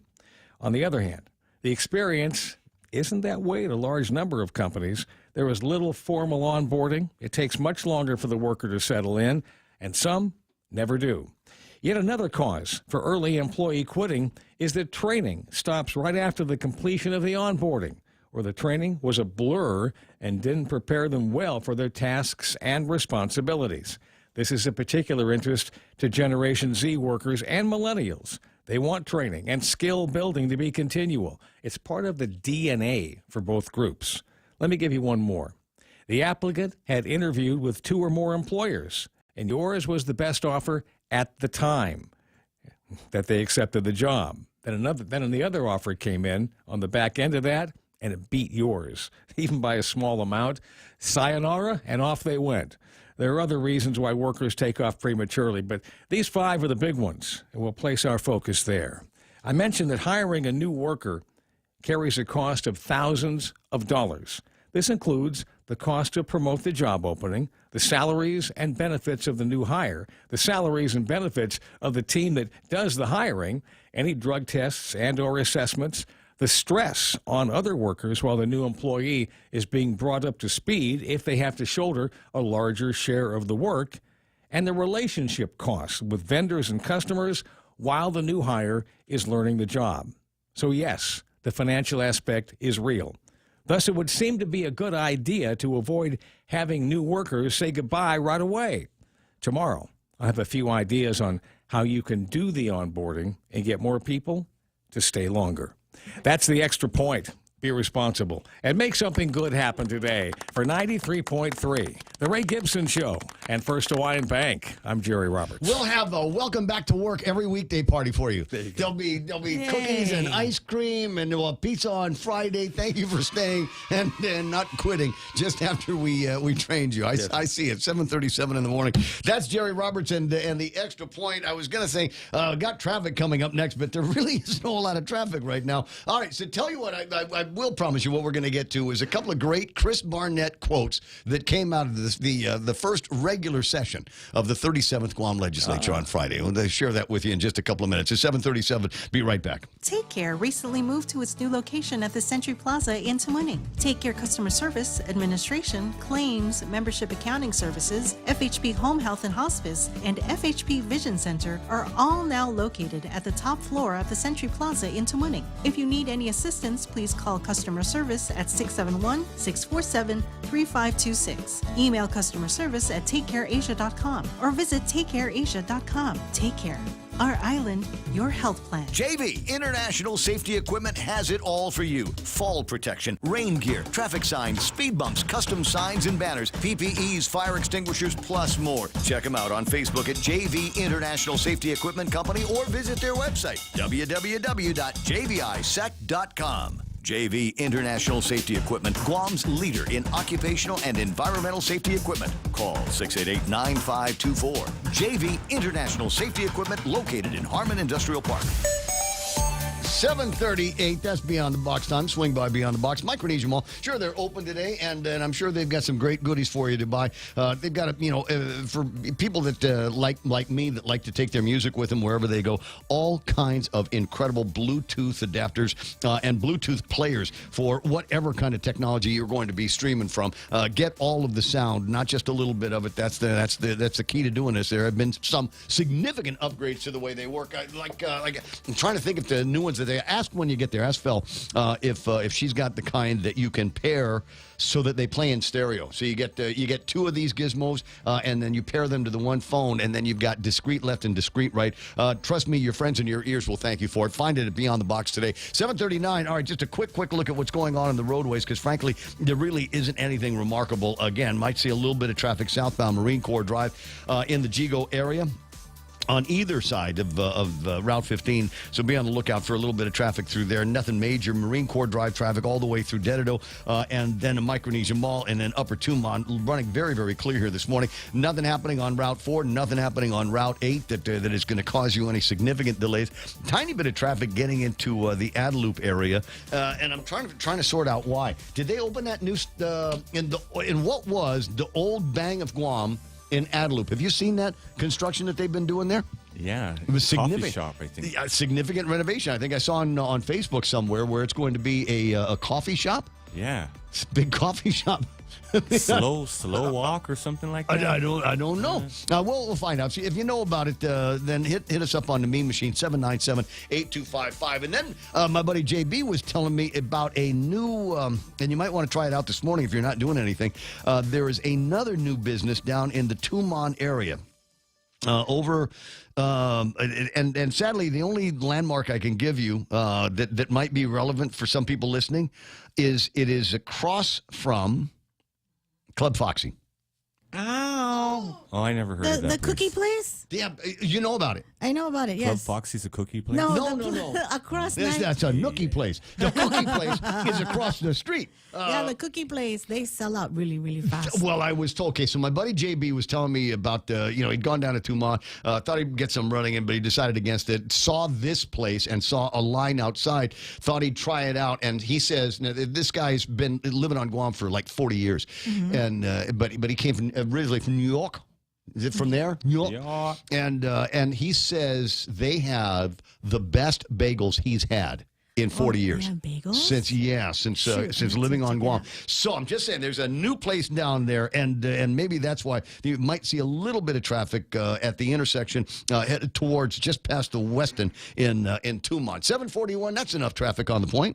Join us at Mezcla Chamorro Fusion Bistro and see why they've been crowned Guam's best Chamorro food restaurant for 9 consecutive years. Experience Chef Peter's candied salmon over scallion coconut rice, octopus tinactac, Chamorro platter, and their award-winning gourmet burgers. Or if you're looking for something healthy, try their keto-friendly menu. Come and enjoy Mezcla's half-a-day service at their Hagåtña location from 11 a.m. to 2 p.m. for lunch, 5:30 p.m. to 9 p.m. for dinner, or 10 a.m. to 2:30 p.m. for their famous Sunday brunch. Half a day. This is Jade Uggan from Security Title, and in celebration of Chamorro Month, here is a tip on dealing with your land. You might be thinking of giving part of your property to your child or another family member. Once you have subdivided the property and recorded the map, you will also need to record the deed transferring the title. Just drawing the map is not enough to make sure they actually own the land. Protehi I Tanonmu. When it comes to your family land, call the professionals at Security Title. We are here to help. Okay, so they're roasting in there as well. Slow Walk is the name of the place. It's not Chinese, different kind of walk. W-A-L-K as opposed to W-O-K. Slow Walk is the name of the place, and there's a little bit of history behind that building. Like I said, it used to be a branch of the Bank of Guam many, many years ago, and nothing been happening in it for a long time. And recently, I've been watching some construction in the area, and now we've got a sign up in front and a sign on the building, and before too much longer, the under-caffeinated on Guam. I don't know who you are. We'll have another place to go and grab some coffee. So you've got that place right there. There's a drive-through There's there. a drive. Well, I don't. In the Slow Walk or the other one? Around the back of the Slow Walk there. It looks like, Yeah, because there used to be a drive-through. Wait, what building is that? It looks familiar. It's across from Adeloop. It's right there at the corner. So you got the gas station on one side, right across the way. Okay. Is where this is. But the other side of the gas station is likewise also a coffee place. They got what's the Slingstone? I think there's a Slingstone coffee in the area. I didn't realize There's there enough coffee to go around. There's plenty of coffee these days. Says the guy that was at the inauguration of about 17 of the 25 or so infusions that we've got here. 744-888-8255, 888-TALK. What was I supposed to do? Subway. Oh, Eat Fresh. Yes. Try the number 10. It's a classic, right? Club sandwich, American club sandwich over at Subway. That's how you order it. Either the name, if you can remember it, or just the number. And you can stop paying attention there. They will take it from the bread all the way to putting it inside the bag. But if you want, because it's Subway, if you want to mix it up a little bit on what kind of bread they're going to be using, what kind of finishing you want on it, then by all means get involved. You can do this on Guam and in Saipan. If you've got ideas on how to do your favorite Subway sandwich, then go find one at one of about 14 or 15 Subways that we've got here on Guam. Rediscover Talk Radio here. Your FM News Talk Superstation. This is The Point. won't be putting the audio up, but I will be putting some visuals that I've got of a massive fire in the Barragata Heights area. If you're watching on Facebook or YouTube or ThePOINT.gu, that's what we're focused on in this particular video. Got word from the police department yesterday that the fire department were working on this blaze, and unfortunately it has engulfed virtually the entire house in that area. Don't recall the family that lives back there. There's a story in the newspaper about them, and they're in need right now. An entire family, 7 folks in need. Word I'm getting. Who's on the phone? Senator Will Parkinson. Okay, we'll get to him in a second. But Junie Bloss, the mayor, is appealing to the public, not just folks in Barragata, to help that family. Lost their home to a fire Saturday night. She writes, "Good evening, everyone. We had a fire in Lower Barragata Heights. The home was totally destroyed. There are a family of 7. We ask your donations of clothing. They need women's, size small, medium, extra large. Pant size is 1, 17, and extra large. They need shoes 4, 8, 10, and 11. Men's shirts, medium, large, extra large. Shoe size is 10, 11, and 13. A variety of household goods, appliances, canned goods, bedding, blankets, towels, etc. Virtually everything lost in this fire. So if you can help out, by all means help out. I was just thinking about that yesterday, looking at a couple of closets that have clothes that I don't look good in them anymore. So I was thinking maybe I bundle some of this stuff and take it over to Catholic Social Services. The Barry Manilow stuff. But actually, the honest to God truth is mayor's office is closer. So I think I'm going to drop it off there. 7:46 in the morning. Not the only fire that was taking place. I got another video of fire. Don't know exactly where this was. It was not Barragata Heights. It was out somewhere else. Looks like a grass fire. Might have been another house fire. Maybe an abandoned house or something like that. But good footage that we're getting from all over the place. That's why I love the meme machine. 7:47 on the Ray Gibson Show, and my very close, very dear personal friend, also neighbor, Will Parkinson's on the line. Good morning, Will. How you doing? Good morning, Guam, and good morning, Ray. How you guys doing? You know what? Off from an incredible weekend. I got a lot of relaxed time in there. Got to watch Trevor Jones get beat yesterday in the UFC, and it really upset me because I thought that he was in control of the fight virtually all the way through. So I'm kind of down on mixed martial arts today. Yeah, you know what? I'm with you there, Ray. But you know what? The best thing any athlete could do is not put it in the zebra's control. Do not put it in the zebra's control. You're referring to the referees? Yeah. Yeah. Every once in a while you see something like that. Didn't we have that conversation after the Super Bowl?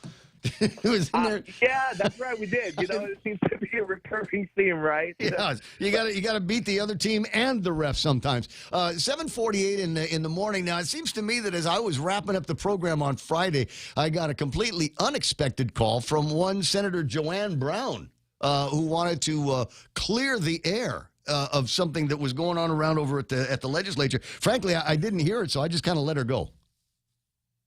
Yeah, frankly, I was surprised about that as well because I didn't think I said anything controversial. I just basically quoted her own words. But I think she felt that, like she was misquoted. I don't want to get into a long kind of he said, she said thing. Could you back up the story a little bit more? And what was it in relation to? What was the big deal that you guys were talking about on Thursday that got me a phone call on Friday? Well, we were talking about lifting the ban, or we were talking about banning pre-employment cannabis testing, and you know, and she was mentioning that you know that cannabis and hard drugs is going to lead to the elderly being beat, and you know, and as a caretaker, I do not appreciate lumping cannabis with hard drugs and saying it's going to lead to the beating of our elderly. And also just this idea that people take cannabis just to party. Come on. Let's have a little bit more compassion and empathy for how people practice and exercise their version of self-care. Yes, medicinal marijuana is A-OK in this town, and I know many people that are self-medicating with marijuana and derivatives of the thing. I think, you know, as part of the larger context of the conversation, I'm glad that there was a public hearing on it, and I note that there were people obviously from both sides on this. There are still a number of businesses for whom there is a federal ticket and a requirement to have drug-free policy in place, and a drug-free policy that jives with the federal rules and regulations. Will you be making any adjustments to your bill moving forward? There will be some adjustments being made moving forward, but not necessarily for the federal stuff, because that is already in there. And that was another thing I really took umbrage with some of the testimony is they keep saying things like, "Oh, what about the children on DPW, and what about these test-appointed positions?" I mean, if anybody had taken the time to read that one-page bill, they would see that there is an exception for federal testing. There you go. Well, doesn't sound like there's much left to argue about. And now, do you have any idea when it might appear on the session floor? You know what? That's a good question. I'm not sure when it will appear on the session floor, but for me, I'd rather get things on sooner rather than later. And I imagine that we probably can get it on the next session floor. But you know what? We'll see if the other side wants to cook adobo and kills it in committee. We'll see what happens. And that's always always the option is to just take something we don't want to touch and let it die in committee. Yeah, that's right. That's right. And before there was always a big game of we should always just let things get to the floor and see what happens. Well, let's see. Let's see if we want to still move with that kind of energy now that the shoe's on the other foot. 7:51 in the morning. Talking to Senator Will Parkinson, 37th Guam Legislature. First big session was last Friday, and they say fairly important bills, and among them number 12 and number 13, which would put the legislature squarely in front of any conversation, negotiations, or leases for this hospital and other massive expenditures that are being undertaken by the administration. How did that go in your mind? I've got Senator Barnett's comments, but I want to get yours as well. You know what? I'm going to go ahead and vote yes on this. I do not believe that this is going to lead to people getting their land back. I think it's just going to lead to a missile defense base. However, if I'm being told this is what we need to do to get people their land back, then by God, I think we're going to try, and I'm not going to stand in the way. So here's a concept, and I'll a little bit of a history lesson. When we got Naval Air Station returned to the government of Guam, and before Felix Camacho gave everybody these deeds, they're hard to perform on because they've got the reversionary clauses on them. At any rate, former Governor Carl T.C. Gutierrez and others had formulated an idea that would have created a trust for all of these families that would be affected. That maybe they weren't going to get their land back, and if they had an airport built on it, they certainly weren't going to get their land back. And so we'll take all these people, put them in a trust. We'll find somebody to manage this windfall of returned land and make money on it, and send all these original landowners a check every month. Here's your interest. Here's your holding fee. Government of Guam is investing this property, and you are going to be the beneficiaries of it. Now, it didn't work. Seems to be a hostile legislature decided that wasn't going to be a good idea, and unfortunately, there's still a lot of people there and in many other places whose land is either they're never going to get it back, or we've built infrastructure on top of it. So maybe an idea where we could put together a whole trust where we can take some of these properties and lease them out that we've got one way or the other, and take some of that and give it to these original landowners. I know that there was an attempt to do that by Benny Crawford, but it was actually subverted by a number of other people who were upside down on that property. And so he was not able to move forward on it. Why don't you give that a few brain waves and cycles and see what happens? Well, you know what? I've actually thought about this because the governor has introduced a kind of land bank legislation so that we can fund the land bank that we could use to pay out original owners that aren't going to get their land back. But you know what, though? As I've been listening to testimony and I've been listening to floor speeches and whatnot, I seem to be under the impression that No amount of other land or no amount of money is going to satisfy these original landowners, and the only thing that will satisfy them is their original land. Get the land back. And if that's the case, there is no point in having a land bank and paying these owners out if the only thing that is going to satisfy them is the original land. There's just no point. Right. And what's gotten very, very clear here is the land that the hospital is being proposed for is probably not going to go back in their hands. If the government gets the lease, 50 years before anybody can do anything anyway, and if the government doesn't get the lease, then your land will be the host site for missile defense systems or whatever the other critical needs are of the Department of Defense. Yeah. 755. And I'm a utilitarian, but you know what? I recognize that land is a very sensitive issue. And if the people are telling me that the only thing they will accept is the land back, then actually I don't think we should have a land bank if the only thing they will accept is the land. Because then what's the point of setting aside this money? Well, let them opt out, but give the choice to other people, like the Crawford family. They built an airport on top of his land. You know what? Maybe you're right. Maybe we could consider something like this and let them opt out. But you know what? Like I said, I am not Chamorro, so I am going to defer to the Chamorro people on this, on what's best to do with what they want to do with their land. You know, I don't want to be coming in here trying to tell them what to do. I just want there my people go, therefore I follow. Good man. I'll talk to you pretty soon, Will Parkinson. You have a great morning. You as well, Ray. Yes, sir. Viva Guam. Viva. Get down to Umatic, 756, and you can become Chamorro by association, like that. Or just call yourself Guamanian like I do. 756 and change. All right, so Chris Barnett had some interesting things to say, both in the Pacific Daily News and the Saturday Post. I'll read you first a reading from the PDN today. Excuse me. Of course, do we support the hospital? There's a pineapple juice. I woke up early in the morning and drank some pineapple juice. Of course we support the hospital, but when the governor's people came to this building less than a year ago and testified on the billion-dollar healthcare complex and the location of it, we learned that Eagles Field wasn't even the top choice to build a new hospital. It was down the list, so it boggles my mind, and it angers me that we continue to go down this path, he said. No lawmaker opposed Bill 12's placement onto the voting file. Lawmakers are recessed until 10 o'clock tomorrow morning.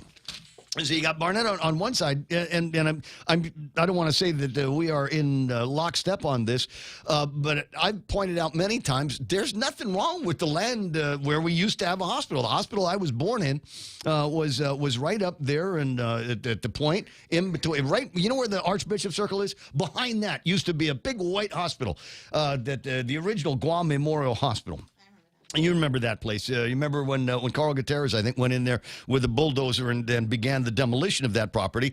And in my mind, the idea was we were going to build something up there to replace that hospital facility, something associated with medicine and healthcare and that kind of thing.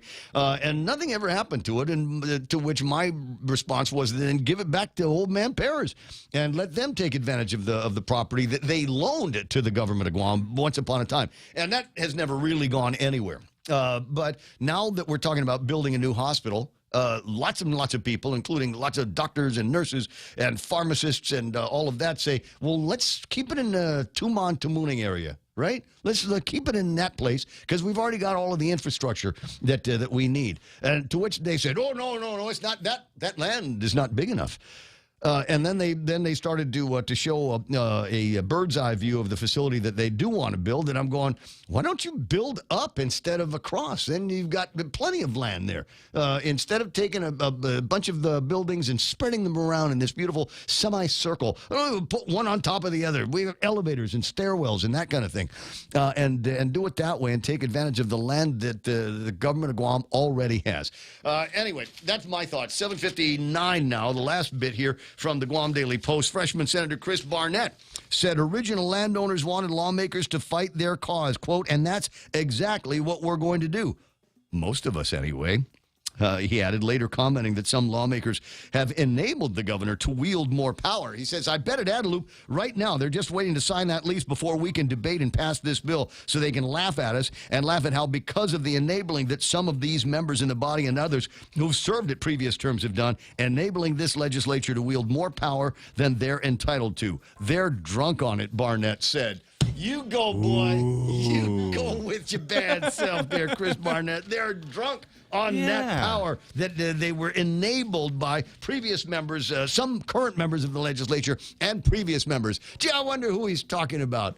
Chris, give me names. It's 8 o'clock in the morning. Let me drop this name on you. Fox News Live. That's coming up next. Donna D with news and headlines from around here after that. Stand by. Remembering Bloody Sunday, I'm Joe Chiro, Fox News. President Biden in Selma, Alabama for the 58th anniversary of the Civil Rights March across the Edmund Pettus Bridge. The peaceful protesters were beaten by state troopers after refusing to disperse. 600 believers put faith in action to march across that bridge, named after the Grand Dragon of the KKK. They're on their way to the state capital of Montgomery to claim their fundamental right to vote, laid in the bedrock of our Constitution. Just 5 months later, Congress passed the Voting Rights Act of 1965. Former Maryland Republican Governor Larry Hogan will not be running for the White House. The former governor explained his decision to CBS's Face the Nation. I was struggling because my heart was telling me to run. My head was telling me no, that this does not make sense for a whole host of reasons. And my gut was flipping back and forth. So it really came down to if I wasn't 100% convinced that I shouldn't do it. The Republican tweeted a statement saying that after 8 years of serving the people of Maryland, he has no desire to put his family through another grueling campaign. Bipartisan lawmakers are now questioning how it all began and want more information from the Biden administration on COVID-19.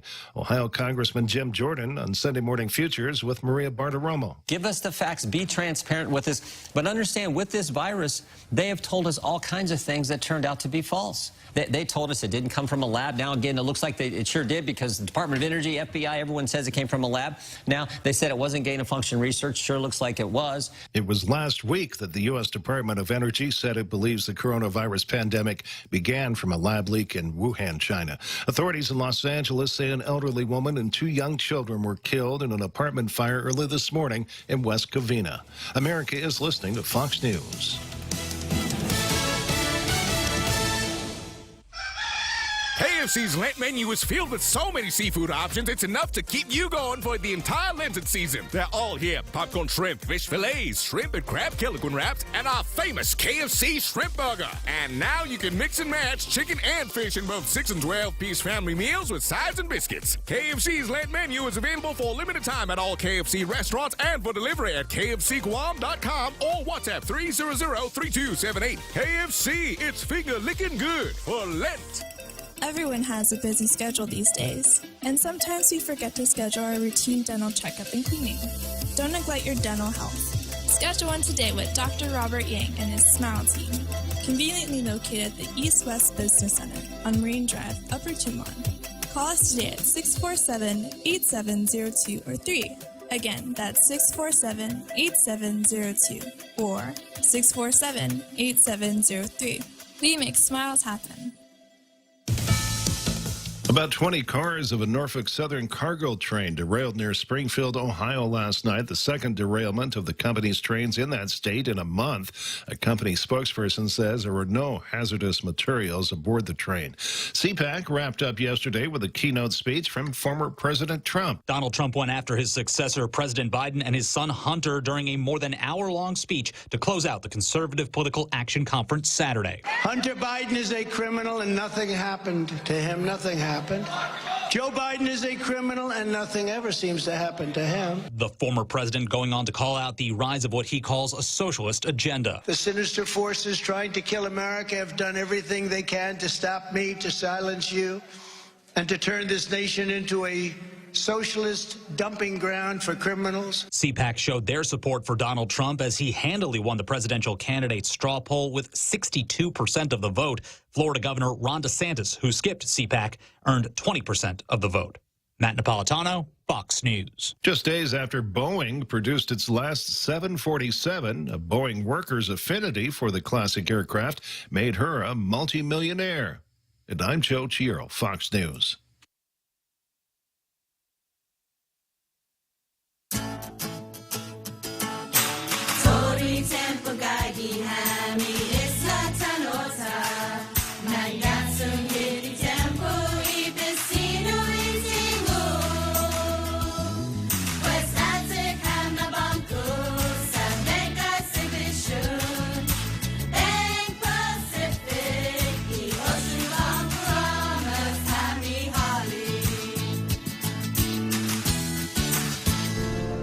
Is your business ready for digital transformation? The latest Wi-Fi technology is here, and it's Docomo Pacific's WorkPass, powered by Plume. WorkPass unlocks connectivity, productivity, and security tools all in the palm of your hand. Access features like adaptive Wi-Fi, guest and employee networks, evolving AI security, plus so much more. To learn more about WorkPass, visit business.docomopacific.com. Docomo Pacific Business. Work better together. Get ready for the music event of the year. The Tumon Bay Music Festival is back, and it's better than ever. Featuring soloists, choirs, small ensembles, bands, and orchestras from Guam, the Marianas, Japan, and the U.S., TBMF offers something for every music lover. TBMF 2023 is the place to be this March. Festival events will take place at various locations on Guam, so be sure to check out the schedule on tbmfguam.org. TBMF is a production of the Guam Philharmonic Foundation. See you there. Your local news is brought to you by Nambo Insurance. Skip the line, pay online. It's fast, easy, and secure. Visit nambo.com for more information.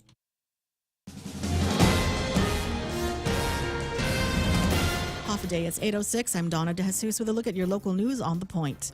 A government prosecutor requested the trial of Nikita Ugin, who stands accused of crashing a Jeep into Jerry Kitchen, be reassigned to another judge, with the trial having to be stopped and delayed in part due to the availability of jurors and counsel, along with Judge Alberto Tolentino's absence due to medical issues before the start of the new year. Assistant AG Grant Olin filed a motion to reassign the case to another judge and start where they left off. Witness Tracy Matanani, one of the passengers in the red Jeep, was the last witness to take the stand before the lengthy pause in the trial.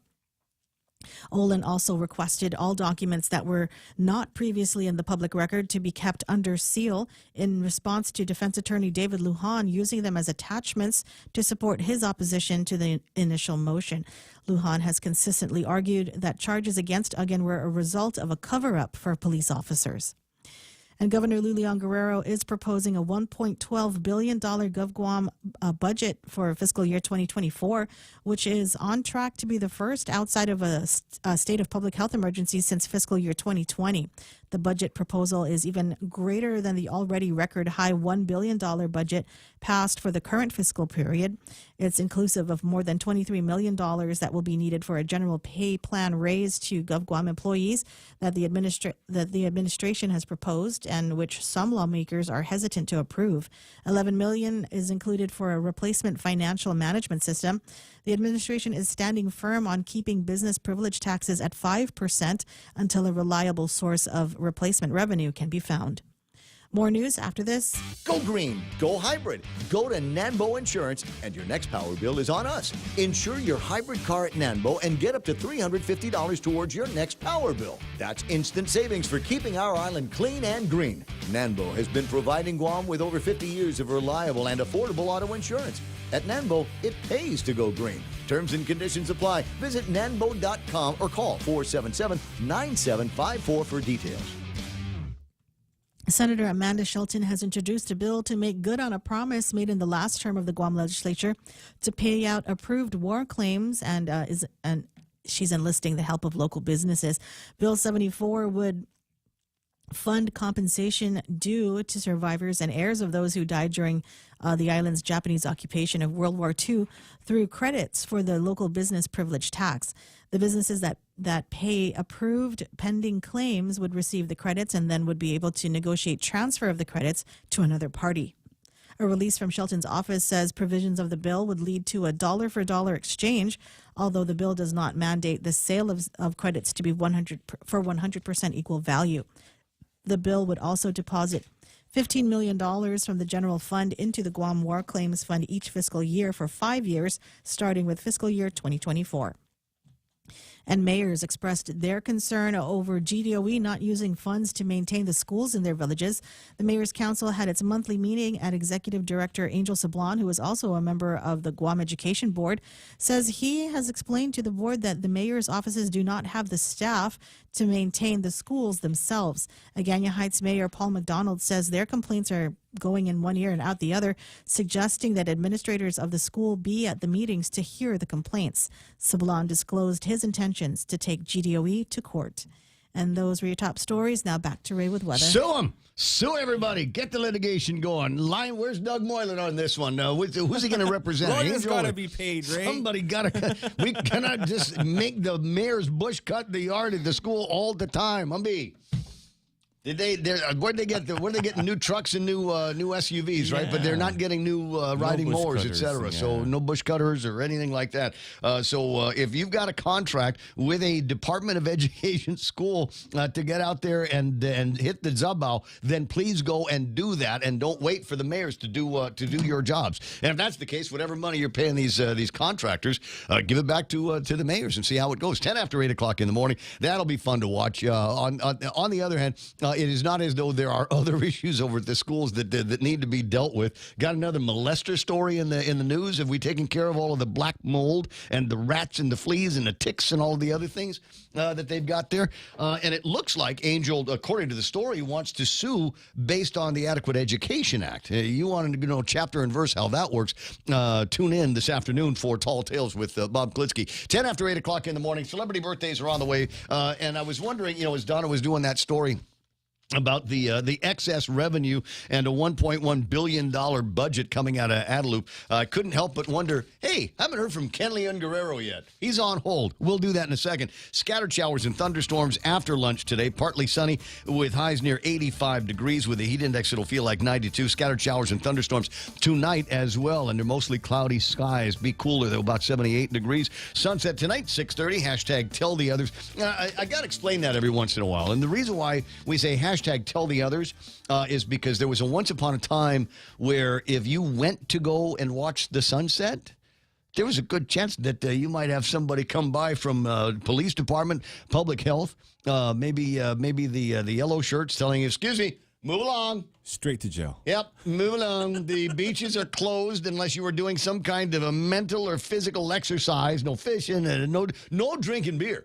No drinking beer. And so a lot of us would go find a secret location, and we would message each other. And if the message was hashtag tell the others that were going to be openly defying all of the idiotic governmental regulations like no hanging out on the beach. For heaven's sakes, don't go outside. You might catch vitamin D. 8:12 in the morning. That's enough news and weather together. I'll be right back with Ken in a sec. It's March Madness month on GTA. That means big discounts and awesome giveaways. Come into GTA today and get the all-new Samsung Galaxy S23 Ultra with a 200-megapixel camera and advanced nighttography. Your selfies will look amazing day or night. Purchase a Samsung Galaxy S23 series smartphone and get on our best unlimited plan for as low as $65 a month. Plus get a free $200 Payless gift card when you open a new line. Terms and conditions apply. Offer good while supplies last. Smartphone month at GTA. We start with you.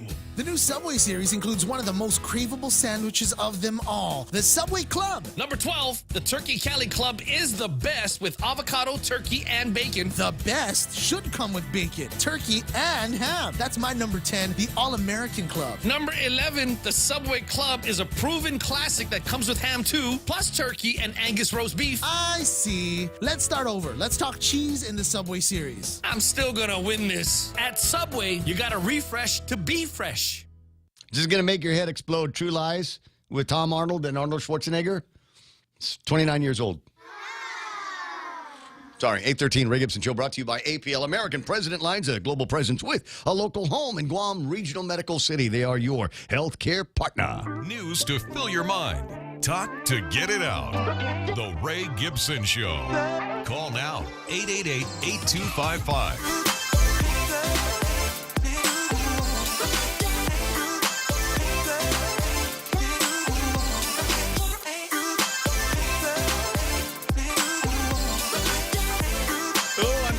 I'm getting kudos on my Strava, Real Joe. I'm getting. You know which one I'm getting kudos for is the one where I showed up late and I had to use the mumps machine. That's what I call it, the mumps machine. Why do we have duct tape holding this thing together? not sure. This doesn't feel It's been safe. through a lot, Ray. It must have been. Oh boy, oh boy, oh boy. And as I said, the upside on that is showing up late is there's a whole kind of different crowd that goes in after 4 o'clock. They kick out all the old farts, and by which I define anybody my age or older. They kick them out, and then they turn the hippity hop music up to like 17 on the scale. But there's more eye candy. There's more stretchy shorts going on in the later hours. So you just got to pick a good time. 8:15 in the morning, 888-8255, 888-TALK. The other Governor Leon Guerrero, ladies and gentlemen, joining me now. And as I said, I looked over the front page of the PDN and said, this is a Ken day. Both stories in the top of the fold, 1.1 billion Gov Guam budget, including the 5% business privilege tax to remain. And then underneath that, a story about how the government of Guam is making $10.8 million in excess revenue a month. And I'm going, are we the only two people that see the connections there? The government of Guam literally is getting fatter and fatter and fatter money-wise because there's a 5% business privilege tax in there. And I'm going, they don't need it. They're over-collecting. Give me my money back. Yep, it goes back to the fact that the governor is, the other governor, blind as a bat. If she can't see, she's already got her revenue source that she keeps talking about, that she's not going to reduce the business privilege tax until she identifies another dependable source. She's got one. It's called inflation. We're looking at 15 to 20% inflation a year here on Guam, maybe 30%. And we're looking at the government. Now, remember, the government of Guam doesn't make anything. So they don't have to import raw materials. They don't have to build, well, that's another story. They don't have to build a hotel. They don't have to import buses to cart tourists around. They don't have to pay people to do things so that they can collect the revenue to pay their taxes with from tourists. So that 15 to 30% annual inflation rate we're suffering here on Guam, that's the rate. That's the budget increase for the government. Ever since we started having inflation, we've had record-busting revenue collections month after month after month. Correct. It's all coming out of our pockets. Right, And but I'm amazed that we seem to be like the only ones that recognize that that's where it's coming from. They're all like, no, we're making all this extra money here, and the government of Guam is just very efficient, yada yada yada. No, it's coming in from all of those different sources, all of the other, and for me the proof is in the pudding, in all of the different funds that we get that are upside down right now. So if it ain't coming in from the grocery store, everything else that we're buying at 5% interest rate, then there are parts of the government that are upside down on this because they don't have the customer base to support the funds and the life of the funds. What was it like GVB? They make their money off the tourist attraction fund, and that's based on room taxes in Tumon. And we know that we have not gotten the gangbuster days like we had before COVID. Yeah, and then the museum bonds, that's coming out of the general fund because the museum doesn't collect anywhere near enough money to cover the bonds, and then we have University of Guam, their bonds are coming out of the fuel taxes, so because they're not collecting enough money. In a bizarre version of the government of Guam, where they thought, let's take the money that I pay for to take care of roads and streetlights, et cetera, and give that to the University of Guam. Because that has everything to do with transportation. But we've been complaining about that for years. But I don't know that there's anybody going to eventually do something about it. Because if who wants to be the senator that tells the University of Guam that you're going to have to make do on your own? Well, we're going to come to a point very soon where they're not going to have any choice. Because when you look at the number of states, cities, and counties that are going under because their federal stimulus money has run out. We're close behind, that $160 million the governor's sitting on, she's parceling it out in penny packets, a pay raise here, a pay raise there, on the let's see, what is it? The exclusion. Pardon my French. The excluded employees, Yeah. And the executive directors, and then travel up the wazoo, and they don't travel coach like they're supposed to, and they don't turn their miles over like they're supposed to. So basically what we're looking at here is at some point in time, we have kicked the can so far down the road that the only thing that prevented Biden or Trump from issuing a federal control board like Puerto Rico was the pandemic, because the first 6 months of the Leon Guerrero Tenorio administration, everything was upside down and in the red, So now that we're just about exhausted those funds, and the federal government is now looking at reducing, because guess what? The debt service on the federal government is now greater than the Defense Department budget. Well, you know what? We put the wrong people in charge. 8:20 in the morning. One last thought before I get to next caller, which is Junie. Junie's on the phone, right, from Barragata? All right, great. More on that in just a second. I did kind of want to get some thoughts in here about Guam Solid Waste Authority and the current predicament that they are in, where they find that they might have to go to biweekly services as opposed to weekly service that we got right now. And my answer is, if that's what you got to do to keep things going, keep the lights on, then absolutely you do that. But I want my bill cut in half. Absolutely. I agree with you on that. I mean, there have been many times over the years, I know the federal receiver did a really good job, but government of Guam hasn't capitalized on the work started by Dave Manning and his crew. I mean, when Dave Manning came in, I think he cut the labor force by 60% and dramatically increased the collection rate just in their first couple of months. So the problem that we have here is now that the federal receiver has been taking off daily operations and now just overseeing the closure of WARDOT, now we're seeing bad habits come back. And right off the bat, we're hearing that, we're going to charge the same rate for half the service. No, that's a 100% increase, as my friend Dave has pointed out here this morning.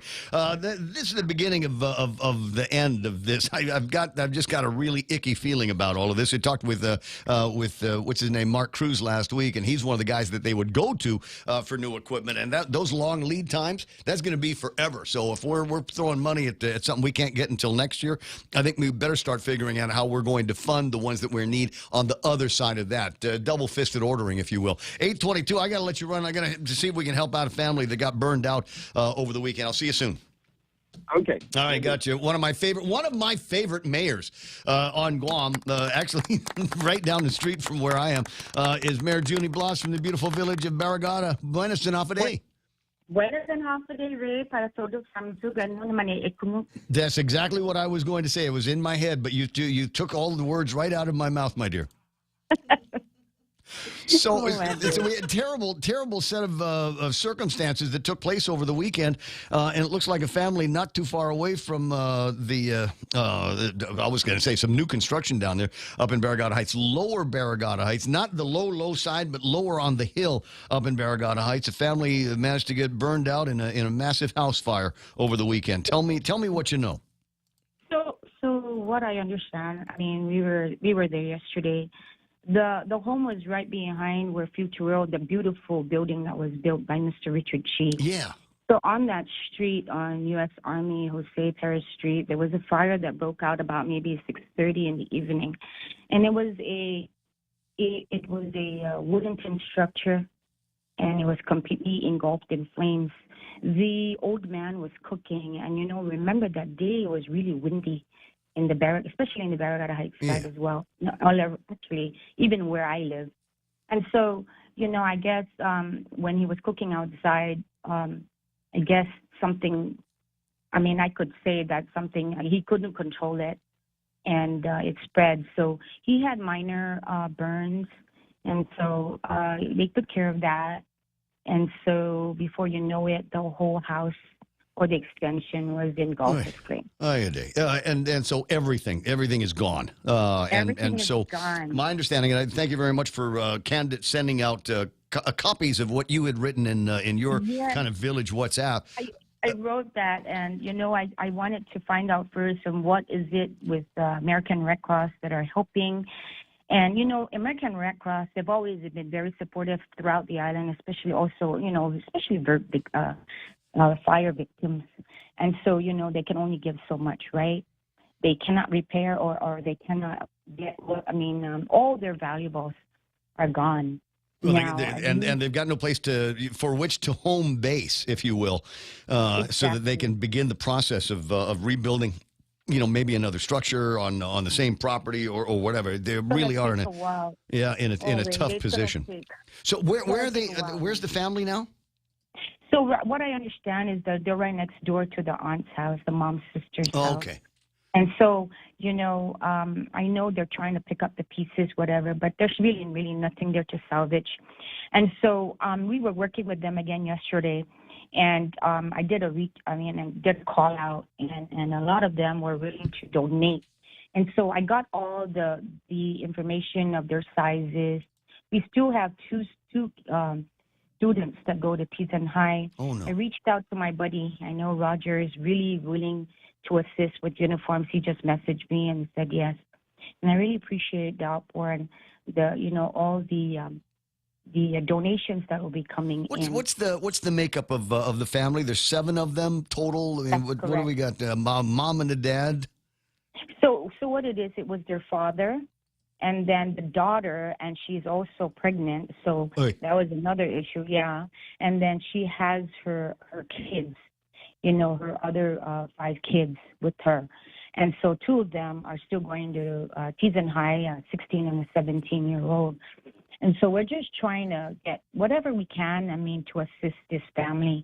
I know I told them that we will do our best and, try to, pick up from there and, restore their lives. How are they doing with technology here? You know, especially the teenagers. They need that for school. They need that to communicate. Dad will need one as well as the mother. I mean, do they have cell phones? Yeah. They got access to the internet, some way that they can connect themselves up with all the different services that are coming through, yourself included? Yeah, so maybe, because I know they have cell phones. You know, everybody seems to be very tech savvy, right? They have their own. But a whole is really a problem right now is trying to place them. And they're right, their aunt is making them stay at their house at this time. But their father, the 66 or 68-year-old, is the one that will be, we also need to care for him. So, getting information and whatever we need, we can just help them with. Yeah, it'd be nice if, I don't know, some of the hotels that might have a little bit of room over the next couple of weeks, give them some place to be able to squat and just get a decent meal and someplace safe to sleep at night until they get back on their feet. I know that there are a variety of government services that are out and available for them, but some of those things take time to get into and build. I mean, all of a sudden you have the identification that you had on you, and then if it got burned up in the fire, all of a sudden everything needs to get replaced. As I said, there are wheels that will turn, but it takes a while to get them turning. So if you have, and just imagine if you needed to reset up an entire household worth of stuff that you need, put some of that stuff together. If you've got spares of anything at your place, stick it in a box, drop it off at Mayor Junie's office, and she'll make sure that it gets into the right hands. That's correct. We were always willing to assist. They'll drop it off, and then we'll make arrangements also with the family because we want to make sure that when we give it to them that they're not overloaded where they have no place to put it. So, well, I mean, obviously toiletries and a few days worth of clothes and clean underwear. Yes. Clothing was another one, and I am very fortunate. I mean, that, of course, American Red Cross is always there for the fire victims, and so we also have an outpour already, people calling me in. And actually, I'm heading to my office to also receive some of those donations for the family, to at least give them, like what you said, toiletries and some clothing and so on and so forth. Right. Everything is spelled out. Imagine what you might need. I think the sizes go from large to extra large in a bunch of different categories and various sizes of shoes for the ladies and the gentlemen. So whatever you've got that you can spare, I'm sure there's a way that it can be managed. Junie will take care of it. Best way to get a hold of you, just swing by the mayor's office? That's correct. You can swing by the office. Jess? And just let them know that it was for the 5 victims, and we have a place where we're going to go ahead and place it, especially for them. All right. I'll talk to you pretty soon. I hope I get a chance to see you soon. Tell Jess I said, yo, what's up? Yes, I will. Okay, you have a good day. I will, Nan. Thanks. Tomorrow. Viva. 8:29 in the morning. Mayor Junie Blas from the beautiful village of Barragata, right next to ours. And like I said, it literally, I could make a big deal like, oh man, I'll have to go all the way to Barragata, but it's like a 3-minute drive from where my place is. So I'm probably going to spend some time today putting together a little bit of a help box for some folks, and maybe some toiletries that I've got, maybe some clothes, etc. You want to do the same thing? Take a look at it, and even if it's too much for them, trust me, Junie knows who needs in the village, and she'll spread that stuff around. 8:29 in the morning. Coming up, our last big look at news and headlines with Donna D. Celebrity birthdays are on the way. Oh my God, this is the part everybody listens for, isn't it? Well, it kills a couple of minutes. That's coming up next. For your safety and convenience, please listen to this message. Heavy haul transports for the new Ukadu power plant are occurring almost daily and will continue for the next few months. We encourage you to use alternate routes to avoid traffic delays. Alternate routes, project information, and live tracking are available at poweronthemove.org. Follow us on Facebook and Instagram and subscribe to receive Guam PDN text alerts. Doosan Ukadu Power and Doosan Enerbility, thank you for your patience and support. KFC's Lent menu is filled with so many seafood options, it's enough to keep you going for the entire Lenten season. They're all here. Popcorn shrimp, fish fillets, shrimp and crab Kilikun wraps, and our famous KFC shrimp burger. And now you can mix and match chicken and fish in both 6 and 12-piece family meals with sides and biscuits. KFC's Lent menu is available for a limited time at all KFC restaurants and for delivery at kfcguam.com or WhatsApp 300-3278. KFC, it's finger-licking good for Lent. 831 888 TALK. This one was a success last year, and they're doing it again. It is the Autism Awareness Group here on Guam, the 2K, 5K Run Walk for Autism. It'll take place on Sunday, April 2nd at 4 o'clock in the afternoon. A good time had by everybody last year. Great T-shirt and all kinds of fantastic swag. Chamorro Village, and it is one of the kind of infrequent races that they have. We have Sunday races from time to time, but it's not very often that you get a Sunday afternoon race. Showtime for everybody, 3 o'clock in the afternoon. 5K hits the street at 4. 10 minutes later, the 2Ks are going to get back in there. And just a note, I'd try to run it this way, so you get as much done as early as you can, because I need you to fly on the second half, because you need to get in front of the 2Kers. Because the slower 2Kers will slow down the faster 5Kers, if you know what I mean. But anyway, work on that and get it all together. Details are available at the usual spots. Register online at my.raceresult.com.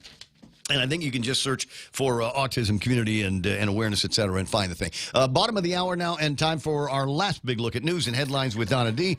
Donna, what happened? A structure fire in Lower Barragata Heights on Saturday left a family of 7 without a home. It started with the barbecue that got out of control. The Dellin family has called the wood and tin extension attached to a concrete home since 1985. The family may be able to move into a unit in the concrete structure that the extension was attached to, but will need the community's assistance to begin the path to recovery.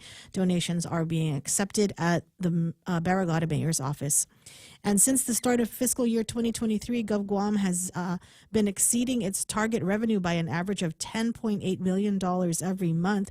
Whether that could help convince most senators to approve the $16 million appropriation to fund Governor Lulian Guerrero's plan to raise GovGuam salaries by 22% remains to be seen.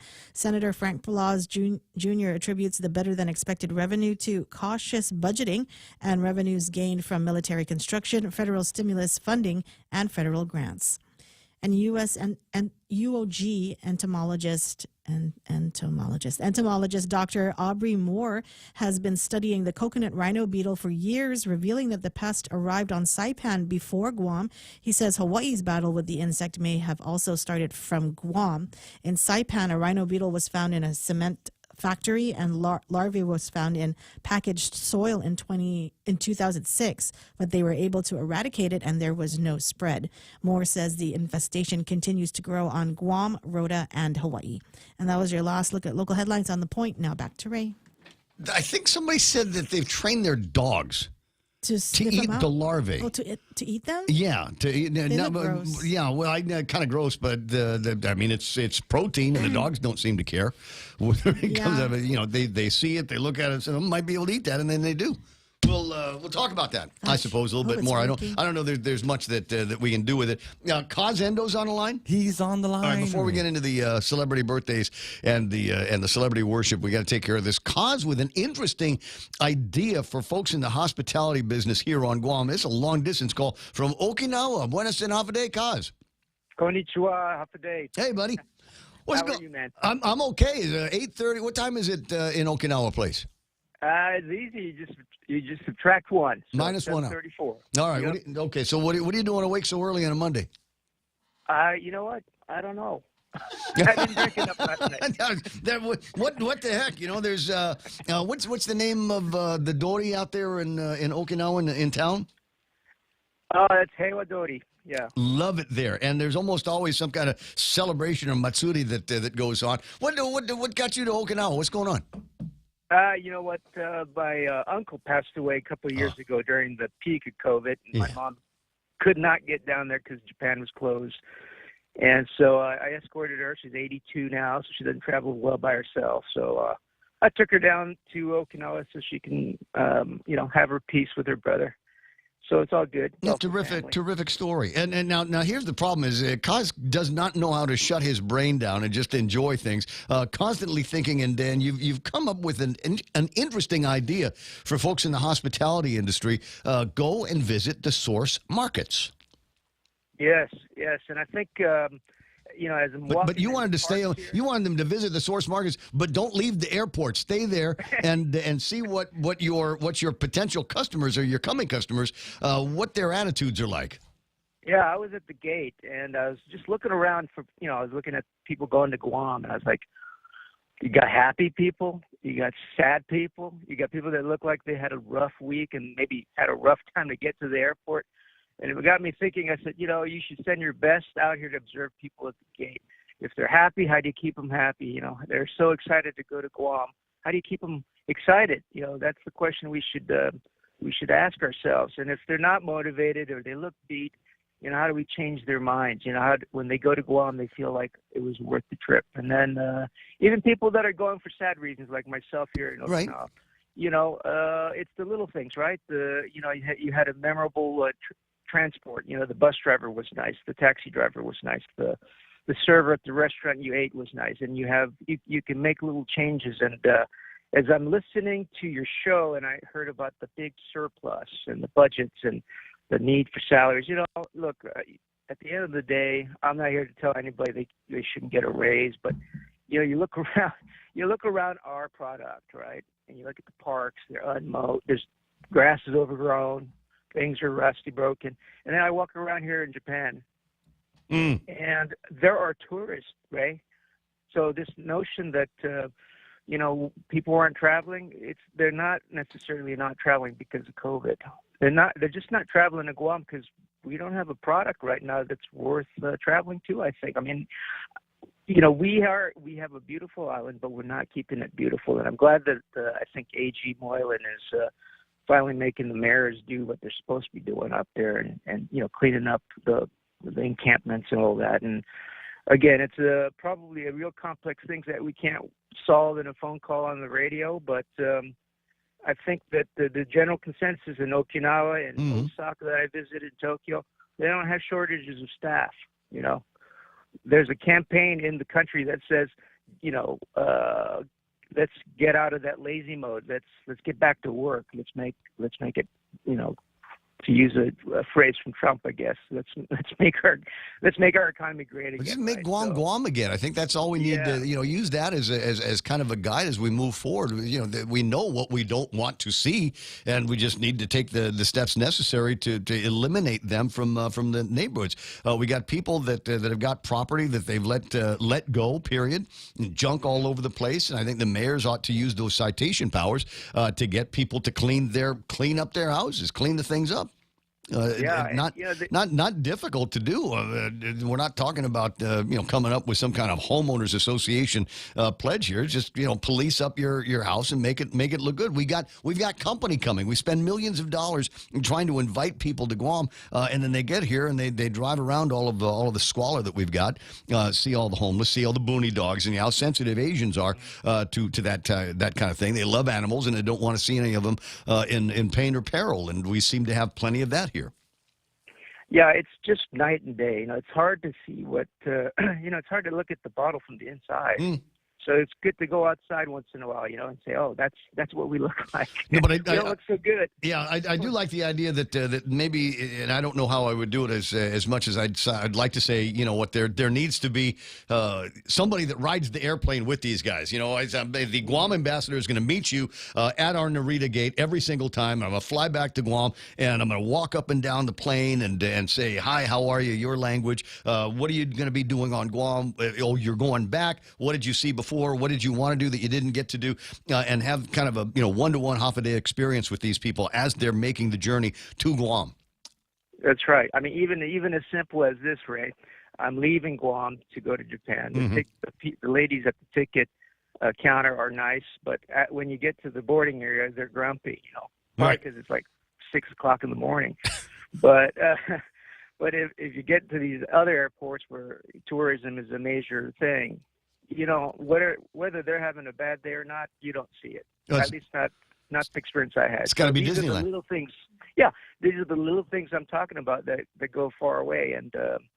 And yeah, I think we just need a little wake up call. I think COVID has dulled us to laziness on Guam, and because we got used to getting fed without working, and we got used to getting things done without doing anything. And I think it's time we have a wake-up call, and maybe if the governor's listening or leadership is listening out there, get a campaign out on Guam, motivate the citizens to get this island back to where it used to be even before, and make it better. High touch. We need.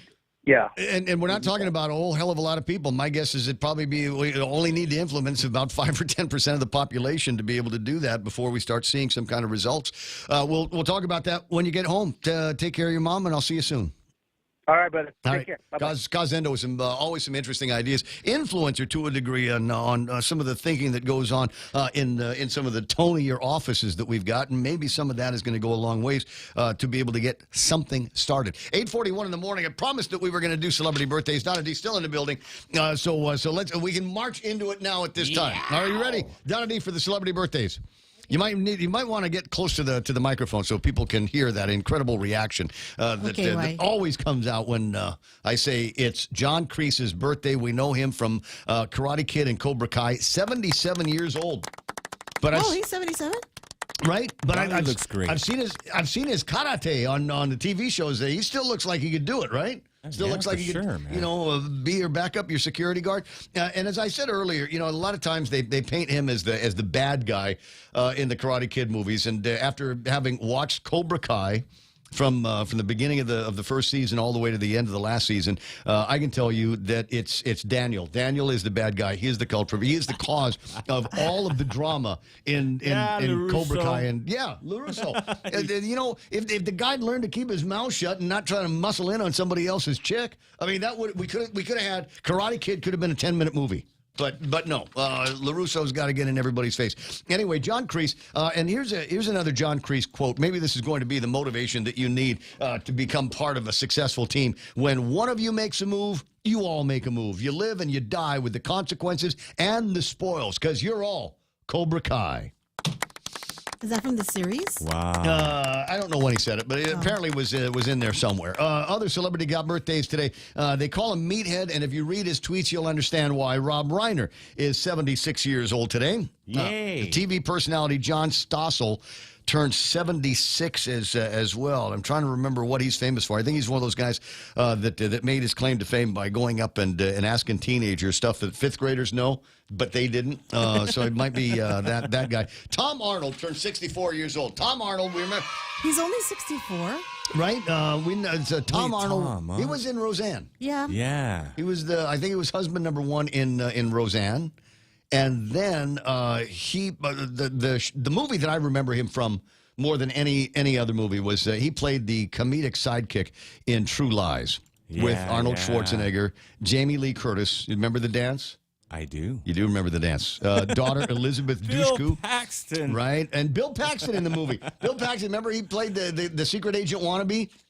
Yeah. And soiled himself in that movie. He was trying to hook up with the wife. But I got to tell you, the thing about it might be worth watching. You forget just how great an actor Bill Paxton was in all of the characters that he played. I mean, from there right into Titanic. And again, True Lies. You might be thinking, okay, it's like yesterday it was in the movie theaters. 1994, guys. It's that old. Other celebrities got birthdays today. There's a couple of names I'm not going to bother mentioning. And I'll leave you with this last one here. It is Shaquille O'Neal's 51st birthday. What? No. Wow, what? 51. The Shaq is Come 51 on, today. man. Right? You sure he's not like 60? Is he's still playing, right? No. Probably could still. Probably could. He could. It is Consumer Protection Week. Celebrate Your Name Week. Everybody's got a name, and everybody's got a definition behind that name. Donna, what does your name mean?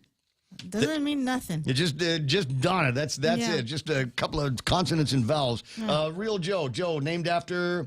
He who walks behind the rose. The Jesus's father was in construction. You remember? Man, carpenter guy. Dental Assistants Recognition Week.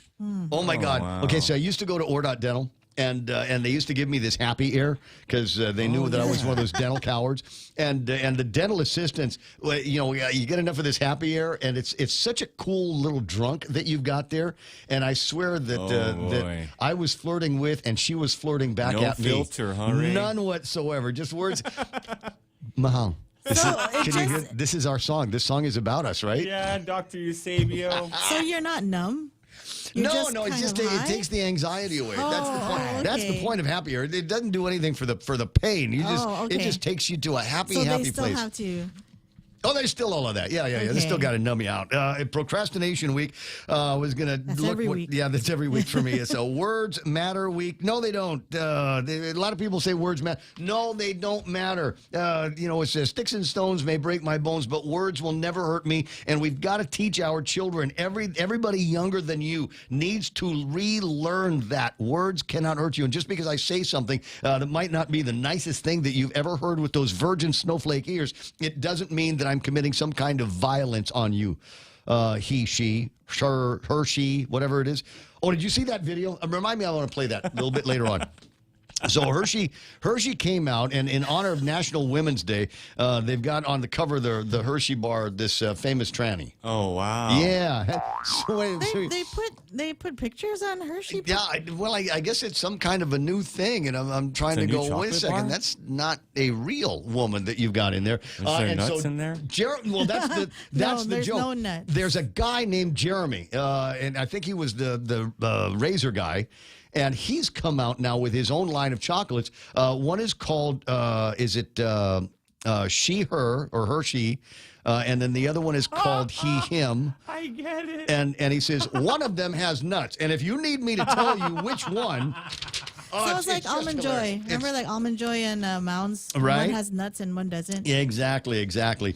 Taken to a bizarre version of the conversation of that old joke because this is the clown world that we live in. Save Your Vision Week, Termite Awareness Week, Women in Construction Week, and the women. Yeah. I don't know if you passed by on Saturday morning to see the girls getting ready for the beach cleanup over at Lupang. I did. Thank you very much, Nowick. Good to have you there. Women of Aviation Worldwide Week, and we've got a group of women out here that are celebrating themselves as pilots, as mechanics, as ground people, and all of that, finding a spot in the world of aviation. School Breakfast Week, Alamo Day, Dentist Day, Oreo Cookie Day, and White Chocolate Cheesecake Day. All right, so if you're looking for something to celebrate, an adequate number of things out there. 8:48 in the morning on the Ray Gibson Show. Is there more? Probably after these. Guam Regional Medical City was awarded Advanced Primary Stroke Center certification from the Joint Commission. What does this mean? It means our neuroscience team is equipped with the latest technology and a team of the finest neurological doctors to treat stroke, which is one of the leading causes of death on Guam. GRMC, reflecting our commitment to providing safe and quality patient care. For more information about GRMC, visit us at grmc.gu or to make an appointment, call 671-633-GRMC. Family Finance has been serving the people of Guam since 1959, and they will continue to be there for you in the years to come. Whether you're looking to get a personal loan for that summer vacation or paying off those long overdue bills, Family Finance has got you covered. Apply for a personal loan from $1,000 up to $4,100 by calling Family Finance in Hagåtña at 671-475-4545, Upper Tumon 671-647-5626, or in Dededo 671-633-4473.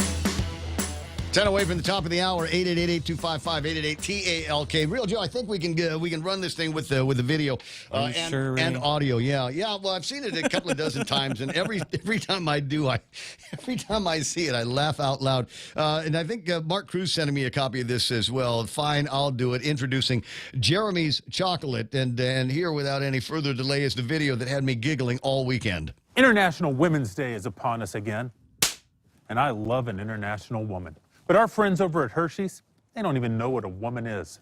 They've hired a biological male to be the spokesperson for their Women's Day campaign.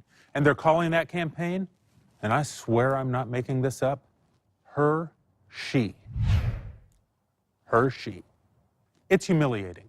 And it's the reason that I'm launching Jeremy's Chocolate. We have two kinds, she-her and he-him. One of them's got nuts. If you need me to tell you which one it is, keep giving your money to Hershey's. But if you're tired of giving your money to woke corporations that hate you, and you're looking for a delicious chocolate bar from a company that actually wants your business, head over to IHateHersheys.com and order Jeremy's Chocolate today. Ding, ding, ding, ding, ding. Like I said, just had me giggling all weekend long. That is so money, I tell you what. And you can, I got that video off the actual website, and you can go and make an order now, 4-pack, 10-pack, 24-pack. How much of this? 1.5-ounce bars, milk chocolate, half he, him, and half she, her bars. And let me see, what's the lead time on this? Better than a month before you get it out here. What's it got in it? He, him ingredients: liquor, cocoa butter, cane sugar, milk, and almonds. And the she, her has the liquor, cocoa butter, cane sugar, and milk. No nuts in that. And I love this allergen disclosure. Contains milk. He, him contains nuts, both processed in a facility that also processes nuts. So you're going to have to figure it out. But what's the win here for me? What is the win here? Cane sugar. Cane sugar. Dwayne Cane sugar on this. And why is that a big deal? Because it seems to me most of the other manufacturers are using that robot, that Frankenstein sugar, high fructose corn syrup, and I think that's what makes our kids fat and lazy. As opposed to cane sugar, which just gets them, buzzing and keeps their, what do you call it up? I could be wrong. I'm not a doctor or a dietitian. It just seems to me that everybody was skinny until we started putting so much high fructose corn syrup in virtually every product that is made anymore. So that's one of the things I look out for. I want cane sugar as opposed to the Frankenstein stuff in my deal. Anyway, 8:52. There is more like that on the way, or is there? I don't know. I got a bunch of stuff in my head. Some of it we've talked about already, and some of it I'm just kind of waiting until I got a couple of minutes free to do some of the riffing on things that desperately need riffing on here. What's that? John Stossel got famous for asking a pro wrestler if it was fake, and then he got slapped for real. Oh, is that that's the guy? Okay. I don't know why Anna Delgado is saying it, but Saint Joseph is my favorite male saint. Oh, because we were talking about names, days. Yeah. Okay, so I've got two names. One is William, and that's the bank name. And if somebody calls and says, "Is William there?" Then I say, "He died." I'm sorry, because it usually means somebody's trying to collect something from me. And then the other one is Raymond, and I'm named after my grandfather. That's the way it is. Turn the other cheek, combo punch. What's that? Those who say words hurt have never been smacked in the face, says Chris Rock. What was the thing? There's a meme that's out here this morning. I showed it to Donna, and I started giggling. And she says, "What are you giggling about?" And there's a thing on Twitter, I think it was. where it's Chris Rock saying he's watching that Emancipation movie so we can see Will Smith get whipped. Right? No, I think he really did. He really, I think he really did. But there's another thing on Twitter. I'm sorry. Now, this is the problem that I've got on, especially Mondays, I think, when I spend too much time in my own head over the weekend and there's too much stuff that needs to get out. There's something else I saw on Facebook or Twitter over the weekend. This goes back to about 2020 when the health minister in the United Kingdom tweeted out that... We need to frighten the pants of everyone with the new strain. Matt Hancock is the health secretary's name, and there was a WhatsApp conversation that he was in with Damon Poole, with the Department of Health media special advisor. And Hancock said, we need to frighten the pants of everybody with the new strain, but the complication with that Brexit is taking the top line. Yep, says Damon Poole, that's what will get proper behavior change. Matt Hancock writes back, when do we deploy the new variant? Wow. Wow is right. Nice. December of 2020. Go. So, yeah, behavior modification. I mean, all the things that they wanted. Shame people to wear everyone. masks. Yeah, and shame people if they didn't get the vaccine. I spent some... Screw your freedom. Oh, yeah. Why don't you care about everybody else? And there's a certain narcissistic attitude that applies to, where I'm going to get to be holier than thou because I'm 6 foot distancing. I'm wearing my mask because I care, and I want to show everybody in the world that I care more than anybody else does. So you know what? Double mask. I'm going to double mask, and I'm going to put the plastic thing in front of me. That's what I'm going to do because I'm so deep into looking like I care more than anybody else, and that's exactly the kind of psychology that went into all of this. 8:55. One other thing, and wait, don't do it now. Don't look it up now. Wait until after I'm off the air.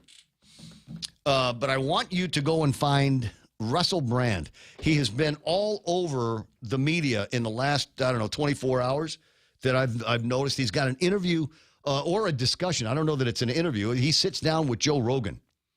And it's in, just the snippets that I've seen online are incredible. And then he was on with Bill Maher. Oh, I saw him go off on that NBC dude. Yeah. You know exactly what I was talking about. Okay, so you and I were parallel tweet research. Every word. Every single word that he was saying. And unfortunately, we can't use that one on the air because, number one, we don't own the rights to it. Number two, there are a couple of 4-letter words because it's Maher, it's a cable show, and they can get away with that kind of thing. But it was just incredible how he was given an opportunity and then took it to show just how corrupt and to what degree the media and the drug companies and the government are all complicit in what was all of that. The other guy was like, no, I can't hear you. I can't hear you. No. Branch Covidian. Rumble, nothing. What, is censoring Russell Brand? For what? Not surprised. Wow. Okay. Yeah, I didn't make too much of an investment in that either. I don't know why. Jose is saying that Rumble is censoring Russell Brand. So much for that platform. What are they censoring him for? What specifically are they going after him for? 8:57 and change. 888-8255-888-TALK. Couple of little short blasty things I can show for you. If you are a man, period, go get yourself checked. Go and get yourself checked. The majority of men, 55%, I'm in there, don't get regular health screenings. Dodging doctor visits can have serious consequences for men as we age. Men are dying younger than women. Two of their leading causes of death are heart disease and diabetes, both conditions that doctors check for during routine visits. When was the last time you went on a routine visit? I was already saying, I know, it's the real Joe's hiding. What? Nothing. And I'm, here's the thing though, right? Like I said, 60, be 61 in May. And I'm sitting there going, every day I've got some new ache or pain out there somewhere.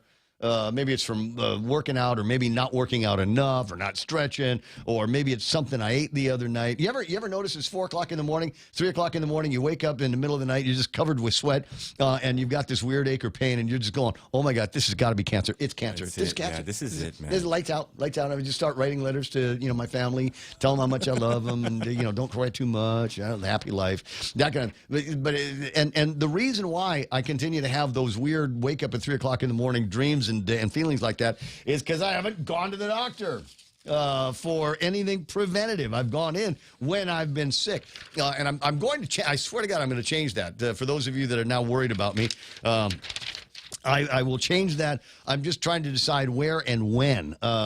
Maybe it'll be in the Philippines, maybe Japan. They've got a St. Luke's in Japan. Did you know that? They do? Yeah. Well, I don't speak Japanese, but that's where I want to go. Maybe towards the end of March when it's the Cherry Blossom Festival and when the women go from wearing 17 layers to mini skirts. Let me know what day that is, and that's the day I'm not going to schedule the doctor visit. All right, so we'll work on a couple of other things into the next hour of the program Monday morning. Don't have any guests coming in, right? It's just us? Not today. All right. So groovy. So we'll get into the Miss Tomorrow small talk portion of the Ray Gibson Show on the other side of Fox News. That's going to be making its way on. And one other thing before we get to the end. Do you still have the Bitcoin number? Yeah. I recall I did not ask you what that was. I think I maybe. We'll find out on the other side. 23,342. Okay, so down That's from it. where it was last week. All right, gotcha. 8:59 and change. Ray Gibson Show on the other side of Fox News. We'll let the music play on to the theme. Go.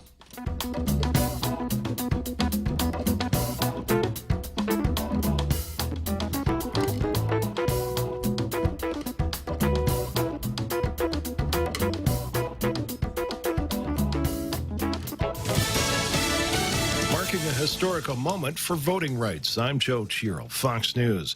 President Biden in Selma, Alabama, joining thousands for the annual commemoration of Bloody Sunday, the moment in the civil rights movement in 1965 when peaceful protesters tried crossing the Edmund Pettus Bridge and were beaten by troopers for failing to disperse. They marched to Montgomery with Dr. King, an even bigger coalition of people from different races and faiths.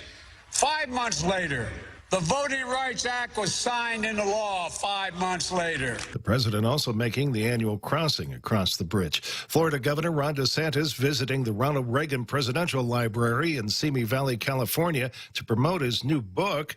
He talked about why some states are losing population.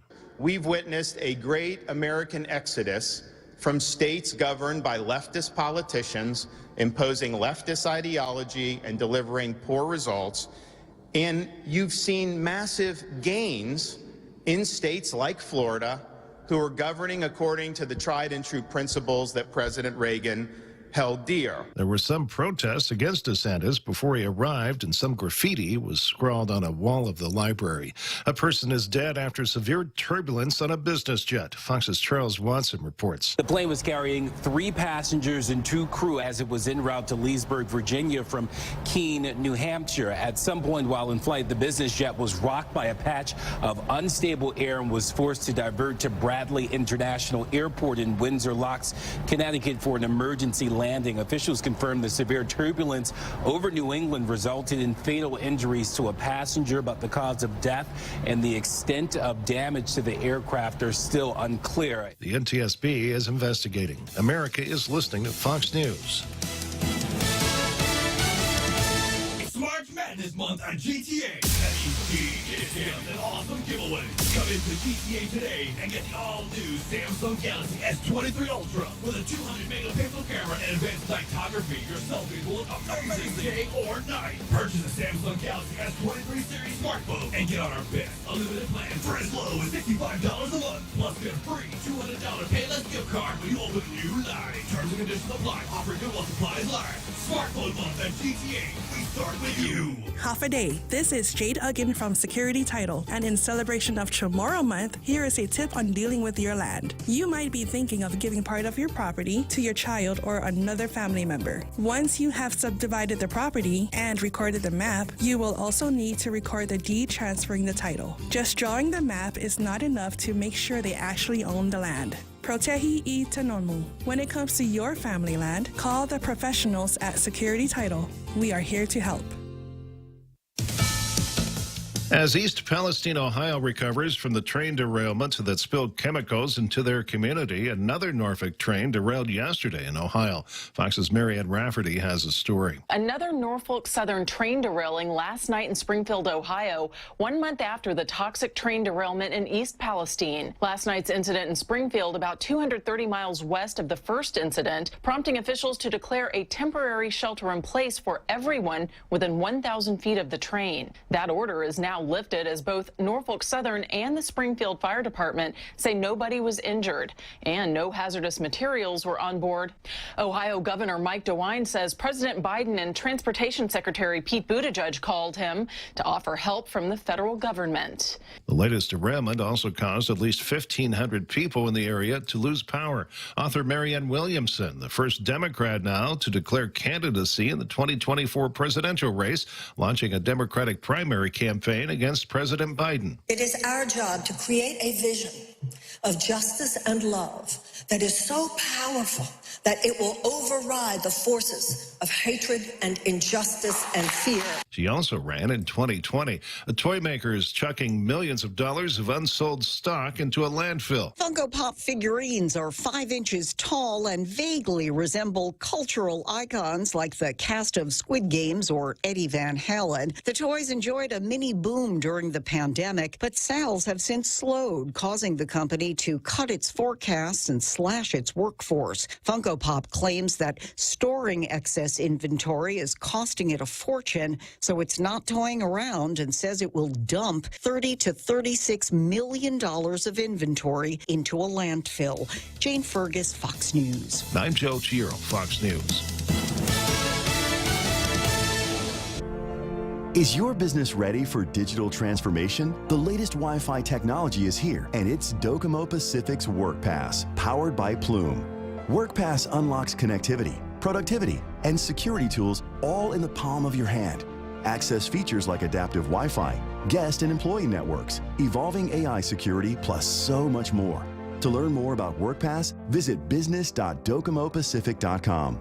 Docomo Pacific Business. Work better together. This spring, shop on over to the Micronesia Mall and enter to win. Redeem receipts totaling $10 or more. Scratch for a chance at instant prizes from Burger King or Foot Locker. Or receive a grand prize entry form for our drawing on May 6th for a chance to win a new Toyota Tacoma 4x4 SR5 off-road package with lift kit from Atkins Scroll Toyota. 10 lucky runners-up will get $250 gift certificates from Goodwin Travel and Tour for tickets to Philippine Airlines. Shop more, win more at the Micronesia Mall. Follow us on Facebook and Instagram for more. Always here to help you. This island is our home. Through the years, we've been a friend to the neighbors we have known. Now we're banking on the future. More services to choose. Bank Pacific, where others put branches, we place roots. Okay, got it. 6 after 9 o'clock in the morning. Ray Gibson Show is brought to you by APL, American President Lines, a global presence with a local home. And if you need to be driving around in your local home, then swing by NissanGuam.com of the World Wide Web and ask about an incredible deal that they can put together on all kinds of great rides. Used cars, they got plenty of those. But can you always use some more? So if you've got one in your house, maybe, you know, it's like the wife left and she's not coming back, just take that car over to Nissan. Why you got to look at that every day? Just bring back those memories. Drop it off over at Nissan, and their guys will take a look at it and give you absolute top dollar for it. But if you're in the market for a new car, you know, for the 25-year-old, then by all means, swing by there and take a look at some of the new rides that they've got there, including the Kicks and the Rogue and the Versa and the Sentra, and my favorite, it's the Frontier. All new for 2022-23, up to $1,000 in cash. You can win that just by going on a test drive. You know, that's almost as much as they're giving away in the Queen of Hearts drawing, right, over at VFW. Anyway, so we've got that. Can win some grills and coolers and canopies and plenty more. Plus, how's this? You don't have to pay hardly anything. I mean, no down payment. You don't have to stick it down on this. Bank doesn't care whether you got 20% or not, and they'll take care of the first 3 payments for you. What an incredible deal. Wait, you want more. You want more. Okay, how about this? Case of Spam? 25-pound bags of rice. Good stuff, too, right? The stuff that you can keep in there for like 3 or 4 days before it goes yellow. Try it out. Win it today at NissanGuam.com. Rediscover Talk Radio here. Your FM News Talk Superstation. This is The Point. Can you hear my stomach from in there? I mean, it's gurgling noises. It's cancer. It's cancer. It's AIDS. It's what I get for not visiting the Blame doctor. gas, Ray. I always do. What's that? It's just gas. But it ain't going anywhere. It's like in the center of my chest. I can hear it just making these bubbly noises, these gurgling sounds. Ask Donna. Donna knows what I'm talking about. Maybe the next time I feel it coming on, maybe I'll just move the microphone a little bit closer. You can hear exactly the gastric distress that I'm in. Doesn't hurt or anything. Kind of tickles, actually, but still in all. 888-825-888-TALK. That's the telephone number on the Ray Gibson Show. I got this meme from Elon Musk. Elon Musk, we would be best friends. I mean, if he ever came to Guam and just wanted to hang out, talk to somebody who knows what's going on around here. Where's the good beer? Where's their good eye candy or whatever? It's hey, Elon, come on, sang, buddy. And we'll go eat at that new place, that Animus place that Mark Baldiga opened last week. Yeah. And he and I we'd be up leaning against the rail upstairs at the Zoe. Taking notes, checking out the wildlife. 9 after 9. And anyway, so he's posted this up, and he said he was kind of a Luigi character. And for those of you that don't know what I'm talking about, it's a meme, and it's one of those little 4-way deals, right? So it starts evil and good. Is the vertical part. Horizontal is mischievous and heroic. And you're supposed to determine which one of these Mario characters you are based on where they are in the grid. So I'm sure Real Joe, who is a goody-goody, would be goody and heroic at the same time. So he would be Mario. And I'm thinking, well, I'm good, but I'm mischievous, and I would end up being Luigi. On the other hand, I know how I am. And maybe there needs to be another version of this, like a post-beer version. Yeah. Yeah, because then if it's pre-beer, I'm Luigi. Post-beer, and I'm mischievous and evil. But I don't know. Who's that character? I don't know those other guys. Well, I think their bosses are just the bad guys for whatever. I don't know. I guess we got to watch the movie. I don't want to go, though. I don't want to watch that movie. Because I guarantee there's going to be a certain amount of woke. So go ahead and ruin among my favorite video games of all time. 10 after 9 o'clock in the morning. And you might be wondering, okay, how's he going to kill another 49 minutes? And the answer is, I don't know. I have no idea what's going to happen here. And usually in the last hour of the show, we'll see. Yes. Okay, Dee Bird is hitting me up on who those guys are. So, Wario and Waluigi. Okay, but which is which? Oh, wow. Wait. Even Vince Duenas is chiming in. She sounds smart. Right? Maybe. Jose Martinez says, that's Wario. Okay, so I would be the Wario, or is the Wario the guy with the yellow cab hat? Come on, guys, gotta help me out here. Come on, don't give up on me now. 888. You got the telephone number. Use it or don't use it. Jose coming back says, I read the headline wrong. Russell Brand is now on Rumble because of YouTube censorship. Okay, gotcha. Jose Martinez says Wario is the fat one, so Waluigi would be the one that I would. I feel that I identify with Waluigi more than I do the other three characters. Mischievous and capable of certain amount of I don't know, sinister thought. Vince Duenas says Wario is the alter ego of Mario. Okay. You guys don't have any other lives, do you? I'm sorry. No, I'm just playing around. I appreciate that. Tattoo Shauna says, I'm Yoshi.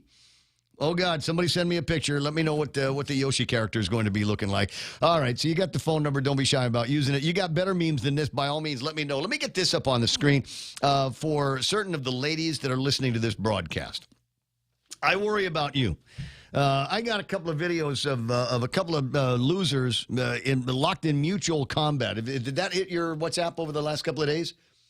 No. It did not. What? Oh my God. Okay. But let me finich this, and then I'll throw the videos up on the screen. We can't use the audio, and it's as dumb as you think it is. But anyway, so Girls Night Out. This is a group that I've got kind of a loose association with. I promised that I would promote everything that they do because I like what they're up to. The idea is that ladies, women in this town are at peril. There are so many weirdos out there. And the sad thing is you might be married to one or dating one, and you need to learn how to protect yourself. You need to learn how to protect the kids. So Sunday, the 19th, from 3 to 5, they're going to have a girls' night out. It's not the first time they've done this, but it's fun. And it is an opportunity to get in there and learn about weapons and how to safely deploy them, safely store them. Learn to use them, learn to keep them clean. Pistol gun parts and gun cleaning class for ladies. Knowing your gun parts and knowing how to clean your firearms are the first steps to getting comfortable about owning one. Again, $30 a person, and it's for the ladies only. If you want information, go find Deborah. Her number is 898-8914. That's 898-8914. So bring with you your owner's manual, your firearm, and your magazine. It's one of those things where, you owe it to our forefathers. You owe it for the people that continue to fight for your Second Amendment rights to be comfortable and capable with your firearm, and safe, obviously. Safety is first, second, and third. And it's a great opportunity to, excuse me, goof off and hang out with like-minded women. What do we like? Guns. What kind of guns? All of them. There's no bad gun for a lady. You can get a pink Glock if you want to, if you can get it away from your boyfriend. I'm just kidding. Not really. Yeah, but where are we? 9:14 in the morning. So there was that, and like I said, we just seemed to have a whole bunch of just surrounded, as it were, by losers. Not that guy. That's my buddy Dave. Ran into him over at Carabao the other day, and was talking about he doesn't live here anymore. But he came back, recognized me, and then started telling me about jokes I used to do back in the 1980s on the radio. Thanks very much. Appreciate the memories, and thank you for remembering. So I've got this video here in particular, and I can't run the audio. Although I think if I did, it would be somewhat hilarious. It's a couple of guys out there in the boondocks. Look at that bladed stance, bro. Bladed stance, and calling the other guy. Oh yeah, there you go. To a fight. That was a double punch. It was, right? To the chest. Wing Chun. How dare you? He might be hurt or might not be. So coming back for revenge. And we got the cars passing by, going slow because this just looks crazy entertaining. Forget the USC. Just it's just fun when the boys in the village have a little bit too much to drink and start fighting with each other. And he still calling the guy over and oh look, it's a swing. Is he going down? No. There you go, haymakers, Ray. Yeah, this has got the look like on the chin. And he goes down. Too much to drink. Too much to drink, but it looked like the most unorganized fight ever in the history of bum fights. So there we go. Happening in your village right now. There's another one. I'm not sure if I sent it to myself here on the meme machine, but I've got another one that I might have and just play of a couple of guys on the beach going after it. No, I didn't send it. I might do that a little bit later on. But it's just the incredible amount of crazy that is going on out there, and I want everybody to be able to be comfortable protecting themselves and their families from these guys. That obviously could have gone off in a whole other direction. You got the meme machine number 7978255. Go ahead and put that to work. We've got a couple of other things that are in my head as I'm talking. In the stream of consciousness portion of the program. I want to do shouts to at least one Guam runner that made it to the Tokyo Marathon. My friend Rene Pedernal. Oh, yeah. He was in the marathon. I think the time that I'm looking for is if I'm reading it right, he was able to finish that marathon in 4 hours and 8 minutes. Not bad at all. And Renee's one of those guys who've been training. A bunch of people that are heading off to marathons, and you got my respect, and you got your propers out there. Congratulations to you. Not easy getting into the Tokyo Marathon. It's one of those things where they will open registration it's like tight, right? Yes. They will open registration and then almost immediately get everybody that they need signed up. So it's a very, very narrow window that you get. And one of a handful of actual big races that are going to be taking place. I was thinking about Okinawa Marathon, but I think for the third or fourth time, they just ain't doing it. So congratulations to you. Get that travel itch out of your system. What's this story?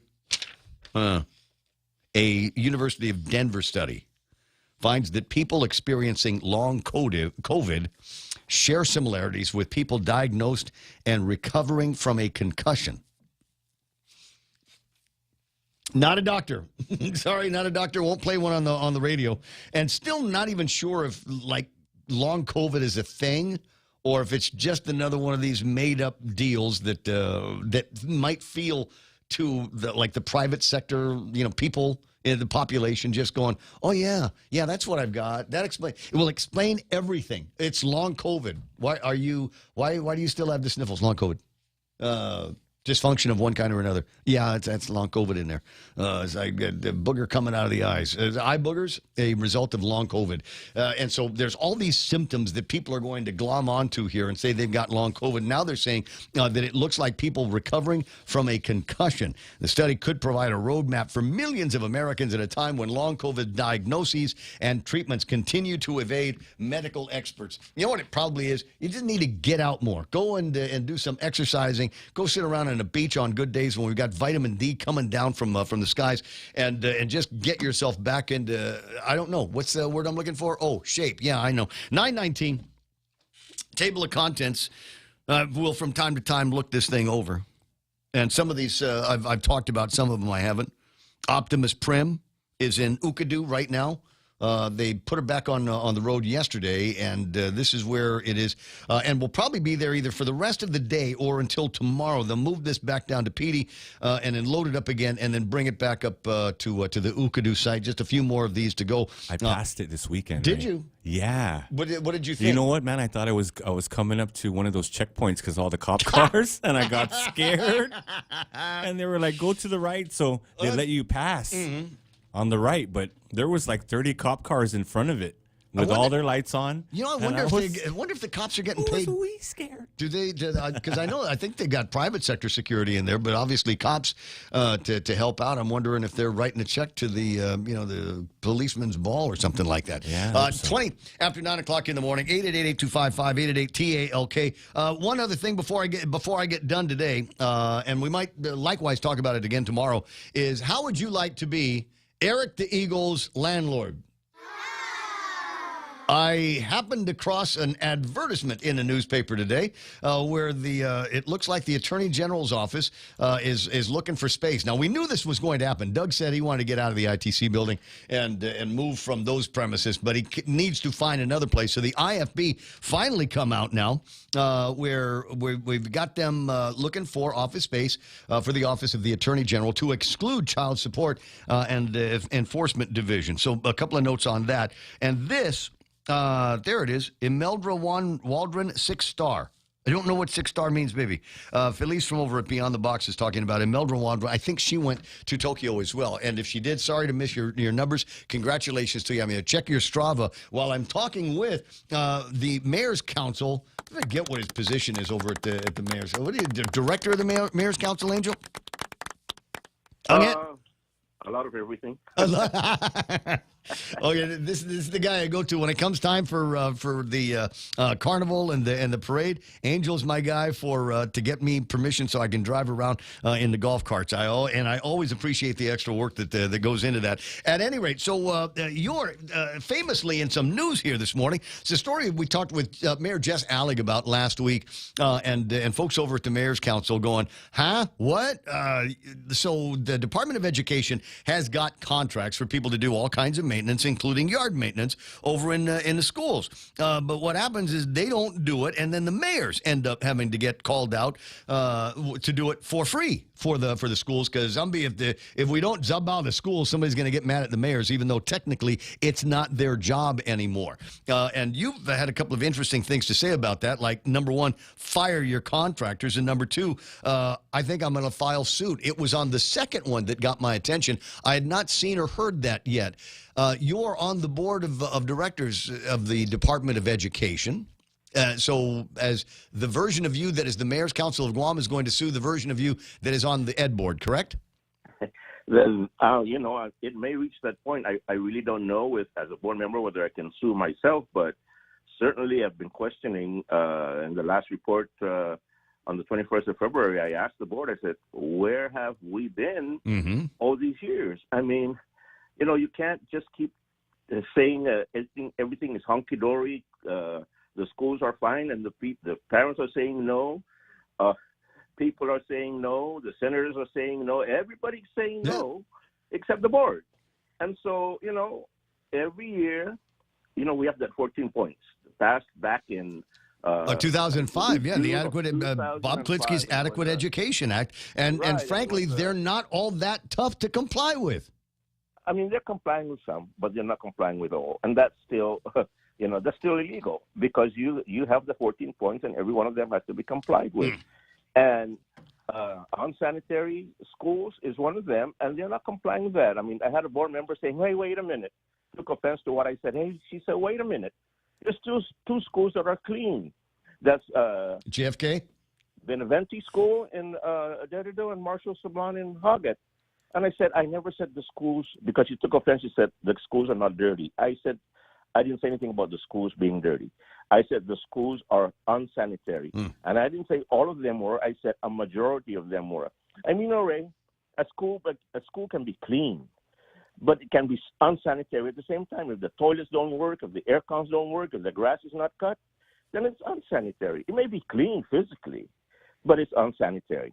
And so I gave examples, and I told them it's beyond looking, it's beyond discussing. We've got to do something about it. And this year, we just certified a budget for 2024 for GDOE. And in that certification, it says that this budget, 2024, is adequate to comply with the 14 points of the Adequate Education Act. Which is where the board normally begins as they put together their budget. My understanding from the way that Mark was doing it over the years was we begin with the Adequate Education Act, make sure that we can fund that, and if there's money left over, that's where the extra ends up going. So I'm familiar with the steps that you take. Unfortunately, I'm also familiar with the way they put together the budget for this year, counting on all kinds of ARP monies that were specific for the schools and specific for the maintenance of the schools as well, and they use that to fund operations for 2023. And I'm going, wait. That's not what was supposed to happen with that money. But sometimes over at the legislature, kind of moschino with the money, and they said you've already got that money. Yeah, and Dr. Wampa is actually working on mitigating a lot of this stuff. And I did say, if the contractors for the grass cutting aren't doing their job, by all means, fire them. Hold them accountable. Nobody's holding them accountable. And then you come to the mayor and say, please come cut my grass because, it's 2 feet high. Look at the scoreboard, Ray, at Southern High School. The Tangan is taller than the scoreboard. You can't even see the scoreboard because of the Tangan around it. Well, I mean, you want to talk about, I want to say that's the poster child for our inability to maintain anything.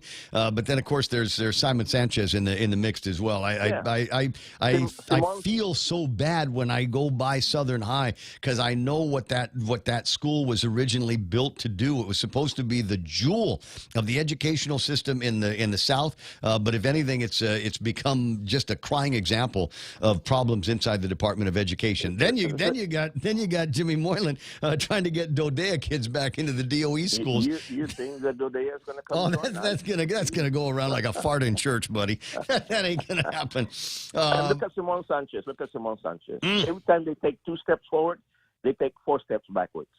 Because everybody is always a stumbling block as to how to move forward. And when are you going to dig the ground? Where are you going to turn the ground so that you can get that school started? Right. Every year they say this year. Every year they say this year.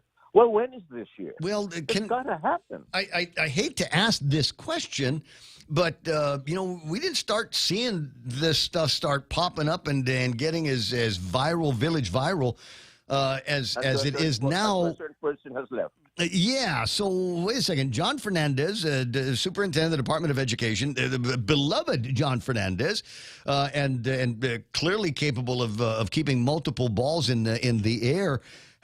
Was obviously all of this stuff was going on during his tenure as the superintendent of the Department of Education. Why was there? Very obvious.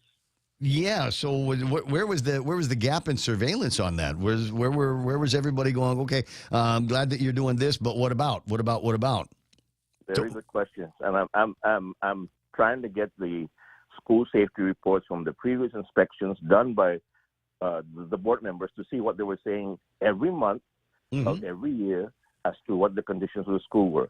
I mean, like you said, that these conditions didn't just pop up overnight. It didn't come up last week. I mean, Jesus Christ. March 28th, we have another board meeting. And in that assessment, I'm going to ask Dr. Wampa, well, from last meeting to this meeting, what has been done? Right. Because she told us that she's going to have a timetable as to how things are moving forward. And then that's when I'll make my decision. Either do we go and force the board into court action, or what else do we do? I even went as far in my report saying, if this board is only to hire a superintendent, approve above-step recruitment, and to travel, then we might as well disband it. Because if it's just for policy, the legislature can do policy. If it's for funding, the governor can do that. And by the Organic Act, the governor is responsible for education. So if we're not doing anything, let them take it. Yeah, I'm not 1,000% sure of that. I want to say that Felix Camacho back in the day got into a scrap with the board, and the board at the time, I believe, through the courts, were where the responsibility for education on Guam lay. Okay. Well, if that's the case, then they have to take more responsibility. Well, absolutely. And I've said this a dozen times, Anghet, what it looks like is we've set up a system where everybody is responsible, but nobody is accountable. Like abandoned vehicles and stray dogs out there. Who is going to be the ultimate authority to get the abandoned vehicles off the road? Some would say that it should be the police department. Some would say that it should be the Department of Public Works. But at the end of this all, it comes down to the mayors in the individual villages, on the individual streets, when they've got the money to be able to do this. And I'm going, there should not have to be so much of these crazy kind of Polish firing squads to figure out who it is that should be in charge. 48 hours, and there's a vehicle, an abandoned vehicle on the roadway. The public safety needs to put a citation on it, and then DPW needs to come by and remove it from the road. Those are their roads, not yours. Well, we're headed in that direction. I think Senator Santa Claus, Nicholas, is proposing some legislation to do just that. But back to the school. And then you tell the mayors, if they're not going to use those citation books, give them to somebody else. We'll appoint some other justice of the peace somewhere and see if we can get them to issue the citations. Because I think as we're trying to get back into the tourism groove, it'd be nice if the secondary and tertiary streets and the homes that were on them were a little bit more presentable for everybody, not just the tourists. But I've said too much already. So maybe we're going to lawsuit these guys. So you said the 28th is the next meeting. We'll make a date. If it's not a weekend, the following work day. It's never a weekend. It's always a Tuesday. Okay, so the following Wednesday, I'll get you on the air so we can talk about what it is that you've learned at the Department of Education. Or discovered. The discovery. So interesting conversations that are floating around here. All kinds of mayoral stuff that is in the mix these days, up to and including what's going to be happening with the carnival and the parade. I'll back you if you want to get a conversation going about the casino gambling at the carnival. I'm your man. Okay. Well, Mayor McDonald's in charge of that, so you'll probably be hearing from him. Okay, because if it does happen. Well, I mean, we're going to continue to hide behind this notion that nobody likes gambling here on Guam, even though every village has more than their share of game rooms here, and I don't know anybody that didn't put some kind of dough on the Super Bowl. Let's figure out a way that we might be able to give people something to look forward to, and you and I both know that there is a healthy gambling community here on Guam. Let's stop frustrating them. Let's get them to come out. Let's get them to bring their families so that they can go in the casino and the kids can go roam around at the carnival, just like we did it when you and I were boys. Right. Paying beto and pay red, pay yellow, whatever those. Yeah, well, it just made me crazy. I've got all these do-gooders and holier-than-thous out there trying to tell us how we can recreate. For heaven's sakes, we're not talking about building a casino at the beach. We're talking about a little, it's a tiny building, a 40 by 20 building out in the carnival grounds. Yeah. Well, the time is coming up, and you'll sure be hearing about it. Okay, so what kind of car did you get from Auto Spot? It's supposed to be the Acadia or the Outrigger. We're riding on somebody else's bid, so it's called an IDIQ bid. Right. Where it's already there. You just put out your money and you get it if the cars are available. Did the other car dealerships have an opportunity to bid on that? I don't know. We didn't handle the bid. That bid, like I said, we're riding on somebody else's bid. I think it's public health or fire department or things like that. So it's their bid that we're riding on. But it's going. The beneficiaries are the mayor's offices. Excuse me. The beneficiaries are the mayor's offices. Yeah, yes, for this ARPA funding, they're the beneficiaries. Yes. They, wait a second. Wait, hold on. So wait, what? So we're taking money from one department or agency, and we're using that to buy the mayor's vehicles. Now, I'm not going to decry. No. What? These are funds already allocated to the mayors. They're just providing the funds to that agency or that bid to purchase those vehicles. We're not taking money away from them. Well, it sounds like there's a shell game going on, bro. That's GSA procurement. We're not, anything over 50,000, GSA handles it. Right. We just follow their instructions. Okay, because I'm curious as to know, could we have gotten a better deal if the thing went out to bid to all of the different car dealerships that we have here? Yeah, I'm sure all the car dealerships put in a bid, but like I said, GSA handles that. For whatever that global contract was. But, does that mean that the government is going to be solely procuring vehicles, et cetera, from that one dealer because they won once upon a time an IDIQ? Yeah, or maybe you can call somebody at GSA to explain what's an IDIQ type of bid, because I understand that's indefinite date, indefinite quantity. Right. So that's the way that goes, in view of actually putting out another bid. Right, because, it's an emergency still. Okay, Angit, I'm giving you a hard time. But we haven't seen each other in a while, but I think we're having some kind of dinner on Wednesday, but we'll let you know. Okay, I'll be on the lookout. I'll check my WhatsApp. Okay, Miguel. 9:35. Hey, wait, hold on 1 minute. What's that? Can you send out? I'm going to make a shout out for the class of '73 for the Dueñas. We're celebrating our 50th anniversary this week. And so we started out with Mass yesterday at the Cathedral. We have some things planned throughout the week. Today we're going to be up at the reenactment at Pomatak. Right. Class of '73. Shout out to them, Father Dueñas. All right, way to go. Of course, I'm class of '80, so I get to say, my God, thank God you guys are doing that. I'm not the oldest one here. Great. Okay. All right, Migo, I'll check you for the next China Cabinet get together, and then maybe I'll find out a few more answers on all of that stuff. So is that like the government of Guam has just gotten like their own dealership? Is that what's happening? Maybe that's just the way it looks to me. I don't know. John Destais, what can I say? 9:35 on the program. Might be more of that conversation, et cetera, et cetera. You got the numbers for everything? Okay, tell you what, I'm just going to catch my breath real quick, and we're going to figure out how we're going to kill the next 25 minutes. Take Care recently moved to its new location at the Century Plaza in Tamuning. Take Care customer service, administration, claims, membership accounting services, FHP Home Health and Hospice, and FHP Vision Center are all now located at the top floor of the Century Plaza in Tamuning. If you need any assistance, please call customer service at 671-647-3526. Email customer service at takecareasia.com or visit takecareasia.com. Take Care. Our island, your health plan. Join us at Mezcla Chamorro Fusion Bistro and see why they've been crowned Guam's best Chamorro food restaurant for 9 consecutive years. Experience Chef Peter's candied salmon over scallion coconut rice, octopus tinactac, Chamorro platter, and their award-winning gourmet burgers. Or if you're looking for something healthy, try their keto-friendly menu. Come and enjoy Mezcla's half-a-day service at their Hagåtña location from 11 a.m. to 2 p.m. for lunch, 5:30 p.m. to 9 p.m. for dinner, or 10 a.m. to 2:30 p.m. p.m. for their famous Sunday brunch. For all your real estate needs, call the professionals at Hoffaday Realty. Jody, Saran, Libby, and Lolita, and they'll take care of you on every step of the real estate process. No worries. Just contact Hoffaday Realty at 588-4232 or 588-HOFFA or email them at hoffadayrealty@gmail.com. They're at 426 Challenge San Antonio, Suite 204 in Tamuning. Open Monday through Friday, 10 to 4. Hoffaday Realty for all your real estate needs.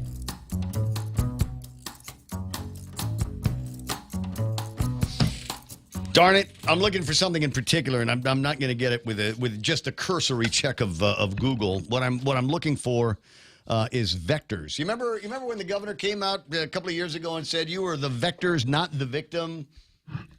No, I forgave her.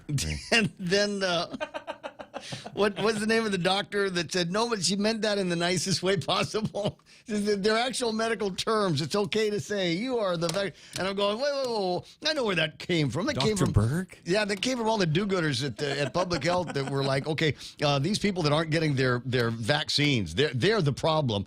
These are the people that aren't wearing their mask or social distancing, or they pick their nose without washing their hands and all of that. We're still the problem. We apparently still are. I don't know. They okay. So what I wanted to find was an interesting picture of a vector. You know, maybe like some kind of a bug with a runny nose, or it's just kind of pig penish looking. And unfortunately, vector is actually a kind of art. That kind of a tool that you use in creating graphics on a computer. They got rasters and you got vectors. So I'm getting some interesting pictures, but none of them are obviously what I'm looking at. Although there's a couple in here that I think might make some interesting tattoos, like that one there. Does that remind you of anybody? Yeah, Katy Perry. There you go. 9:39. So I'm looking. That's what's in my head because is it today's Daily Post? No, it's not today. Hold on. Sunday. You guys read the newspapers on Sunday? Is it like Yes. if it's there, you do, right? Of course. But yeah. it's not like you go and buy a newspaper on Sunday morning to read what's going on. Like if you go to the restaurant and they've got one there and it's there free, it is. that's the way I read. Or if the previous customer bought it and left it there, I will go through that. So Sunday's Guam Daily Post. A couple of interesting headlines on them. One of them is Moylan dissolved the Dodea schools and let the students of the Dodea schools be absorbed into the Department of Education. Wow. Okay. This one needed to stay in the oven a little bit longer because I don't know that it is completely baked through. I think I see, based on this article and another follow-up interview that they did with him, was the idea is that we would go to the Department of Defense and ask them for a blank ton of money so that we can finally fix and repair, maybe even build a couple of new schools, as opposed to them building more schools.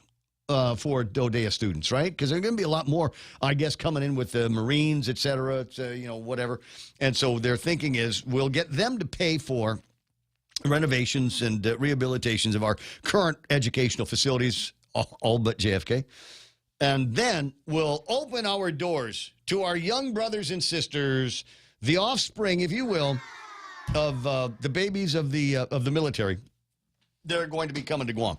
And so in my head, I'm going, wow, it's an interesting idea. It kind of like every once in a while, I'll get misty and say that, Guam and the CNMI should get together. We're all the same people, all from the same blood.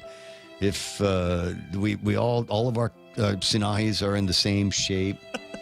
All of our women are in the same shape. Jesus is the same shape. Jesus and Spam, right? But they better have better curse words up there. You saw that video of the woman going after the lady that was apparently taking truck with her husband? No, I haven't heard that since I was 11.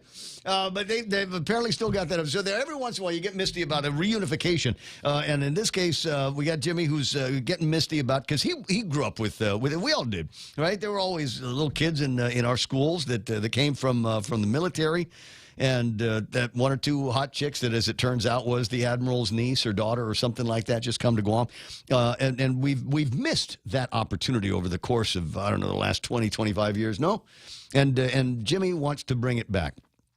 And it's not very often that I disagree with my buddy Jimmy Craig, but I think on this one, and Cousin Troy and I were giggling about it last night, and maybe Mike St. Nicholas did everything there was to do in D.C., and now they're kind of sitting around brainstorming, right?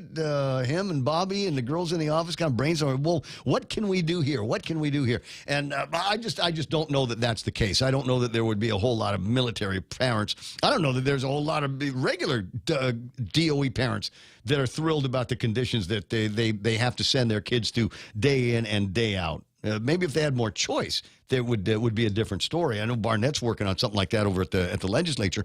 But the point here is that maybe there does need to be a separate system.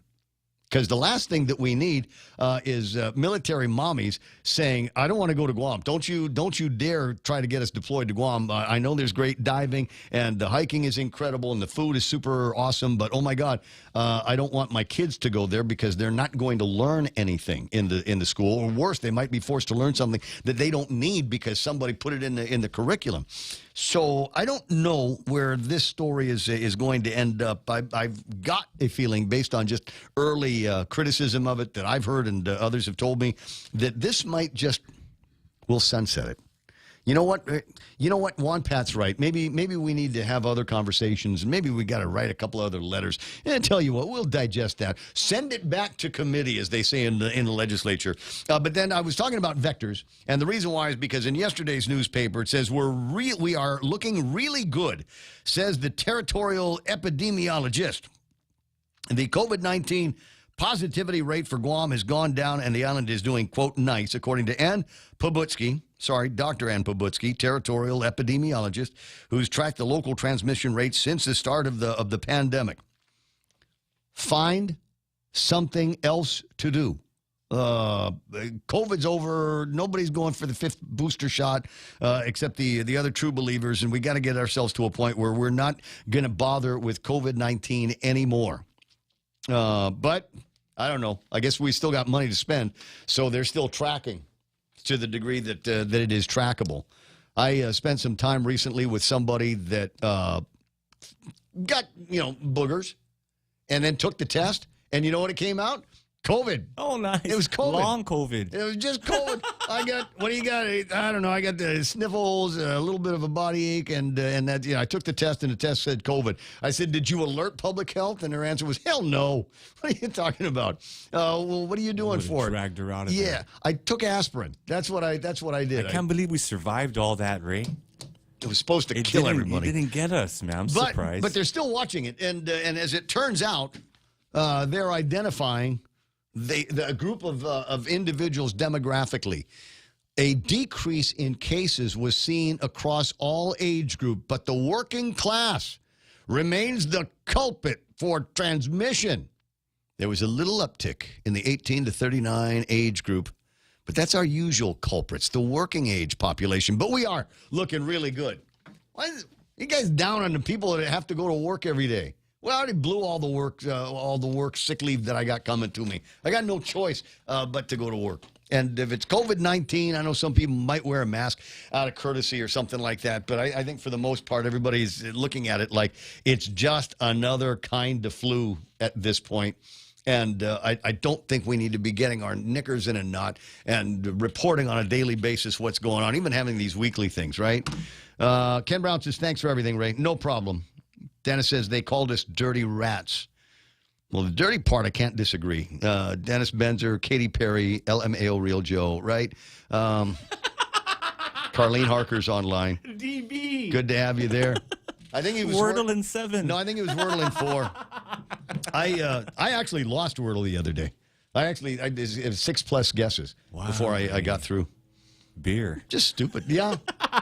I'm going to blame it on beer. Beer. 9:46. I could blame Jack. Good morning, sir. He'll take the rap. I'll take it on the shield. Do it. Hey, I just heard you talking about your buddy Moylan there, and that awful article that came out on Sunday. I guess he was referring to all those protests up there at Dodea saying, "We want less money. We want less." all the teachers and employees out there protesting, and the student says, "We don't need no toilet paper in our bathroom. That's right. We can bring our own." You know, this guy. I mean, Lord help us, man. Talk about falling while going up an escalator. That's your buddy Jim Moylan there. You know, where does he come up with these bonehead ideas? I don't know. Normally, I'm involved. When there's a bonehead idea, normally that's something that's come out of my mouth over at the venue. The problem with this idea, Raymond, is that he forgets who were the people that initiated the schools in Dodea. It was the parents. It was the parents. They were sick and tired of sending their children to the public schools and getting less education, less guidance, less everything. So they're the ones who banded together. It was the parents that initiated the Dodea system. And there's one thing that those parents have that Jim doesn't have. They have votes. They have votes from their representatives, and these people called senators with a capital S, not those small ones down there in Agana. This guy I have no idea how the heck does he surround his people with less thought. Yeah, well, as I say, I think this one is going to die a silent and undignified death. I think it's just going to go away, and he needs to. He will need to find something else to wrap himself, some other glory to wrap himself around. I'm not letting you off that easy. This story was not letting me off. That wasn't my idea. Wait a second. What, I'm supposed to hate Jimmy Moylan now because he's got one bad idea this week? It's not even 90 days in his office, man. He's just stumbling. This story was so bad. And there's a point. Wait a second, Raymond. This story was so bad, his own cousin wouldn't even run it under his own newspaper. That's how bad it was. He says, "No, I'm not going to trust me. You don't want me to run this." "Oh, come on, run it. No, you don't want me to run it." Probably later during the week, he's going to acquiescent to him and probably run something on it. It's in there. No, it's a page. Even page his own 3. cousin wouldn't run this No, Jackie, hold on. Jack, calm down. All right, breathe. It did not air over the weekend because they don't publish on Saturday and Sunday. It is in today's newspaper. PDN, page 3, Delegate James Moylan is asking the Secretary of Defense to consider a 5-year plan that would integrate students from the Department of Defense educational activity schools into Guam Department of Education. So, Kaleo did eventually end up running it. Okay. But this is such a dumb idea. You know, Judy Guthertz was in charge of the department, and your uncle was the delegate at the time. And if you remember, Matt Rector was in the legislature, and the figures came out. Man, the Department of Defense was spending $6,000 per child. Yes, correct. While Guam was only spending $3. So, you know. It's a bad idea. I was part. It wasn't called Dodea back then, but I did go to Far West and Beale Air Force Base. That's because we're so far away from the Unified District for California that we had our own school and base. It was a big base. Right. But, Peter Santos online saying Guam is the only jurisdiction where Dodea schools exist. No. I know they've got them in Japan, Okinawa, right? No, but they also at Beale Air Force Base. I think they have in Camp Pendleton. All those big bases, they have public schools in there. So, and they're not part of the Unified School District. So, I mean, not as far as 2020. I don't know what happened after that, but no, I went to Far West at Beale Air Force Base, and you could even probably ask Jose. Jose went to military. I mean, public school in the military base too. So, yeah, I don't understand what he's doing, man. I mean, maybe I give up, but you should pull him to the side and say, "Come on, just run something by us before." Yeah, but every once in a while, just don't send. You know what? Sometimes I do that, and I'll be all up in somebody's case on social media, and I'll write something. What is it? What Bob Klinsky calls my angry letter writing machine, and then I'll come up with a great idea that I think is great at the time, reread it, and then go, okay, maybe this doesn't need to see the light of day, and just delete all and start all over again with a thought process. I'm not disagreeing with you on this. I think it is not now is not the right time to be doing this conversation until we've actually fixed the schools, and we should fix them ourselves. I mean, the idea that we're going to the federal government and DODEA and the Department of Defense and try to bend them over a barrel because they're going to be building more schools here, and they need to be building more schools for everybody, not just the military kids. I think I don't think that's the right frame of mind with which to build this conversation. Yeah, and also I wanted to comment. I heard Kenzo called out earlier, and I think a real solid idea to do, and I mentioned this last year when Prime Minister Abe passed away, was assassinated. One thing we should do is we should get together with the Oban Society and send back some of the relics that we have here from World War II. Build a friendship, build some sort of bonding that we need to do to repatriate. Thank you. Repatriate all these stuff back to Japan. And I know we have some good luck flags still around. I know we'd have at least two. I think one at the T. Selman War, and I think we might have one at the Gerber. But these things are very, I wouldn't say sacred, but they're very personal. They're really looked upon as something that we could build and rebuild our tourism. And it was pretty sad that during when Prime Minister Abe passed away, that we didn't send anyone from Guam with significant status to attend that funeral. But here's a way that we could, rebuild that bond again, and hopefully this September we can do it. 9:53. The right people are always listening. We'll see what happens with it. Jack, it's called the Alban Society, and we need to start building our friendship again. I got you. Good points. 888-825-5888-TALK. Little spicy. Going after the more. But at the same time, Peter Santos. We knew this was going to happen. We saw how he was in the Guam legislature. He says, "Is it possible?" I mentioned, and I've got information now that will back it up. There are people going out and visiting some of these encampments. No. And saying, you don't have to do what Doug tells you. He's not a real cop. He's just the attorney general. And this is what you say when he and the police and the mayor show up. That's actually happening. And so I kind of let him know that I've got some smoking gun. And he says, well, haters going to hate. Thought, wow, sure well said. But apparently there's a name for it in the family. It's called Moylan derangement syndrome. And there is no cure. And the thing MDS. is, I thought it was just Doug. But apparently there's MDS like for all of the Moylans, right? Except the one that runs the costume shop. Everybody loves him. But like all of the rest, there's apparently some kind of Moylan derangement syndrome. I think there might even be a couple of Moylans that they're victims of Moylan derangement syndrome, but that's just me, just me, casual observer. What can I say? But I can't disagree because there's people for whom Doug can do no right. There are people for whom Jimmy can do no right. I try to be as balanced as possible when it comes to benefit of the doubt.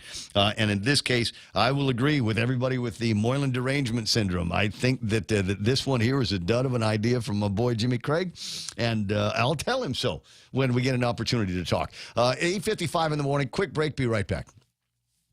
The new Subway series includes one of the most craveable sandwiches of them all, the Subway Club. Number 12, the Turkey Cali Club is the best with avocado, turkey, and bacon. The best should come with bacon, turkey, and ham. That's my number 10, the All-American Club. Number 11, the Subway Club is a proven classic that comes with ham too, plus turkey and Angus roast beef. I see. Let's start over. Let's talk cheese in the Subway series. I'm still gonna win this. At Subway, you gotta refresh to be fresh. It's March Madness month on GTA. That means big discounts and awesome giveaways. Come into GTA today and get the all-new Samsung Galaxy S23 Ultra with a 200 megapixel camera and advanced photography. Your selfies will look amazing day or night. Purchase a Samsung Galaxy S23 series smartphone and get on our best unlimited plan for as low as $65 a month. Plus get a free $200 Payless gift card when you open a new line. Terms and conditions apply. Offer good while supplies last. Smartphone month at GTA.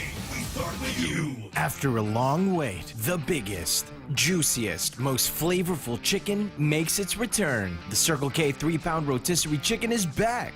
Get 3 whole pounds of perfectly seasoned chicken for all your family feasts. And for a limited time, pick up a rotisserie chicken and a Pepsi Family 2-liter soda, the perfect dinner combo, for only $19.95. Available at select Circle K stores. Swing by and take yours home today. Circle K, take it easy.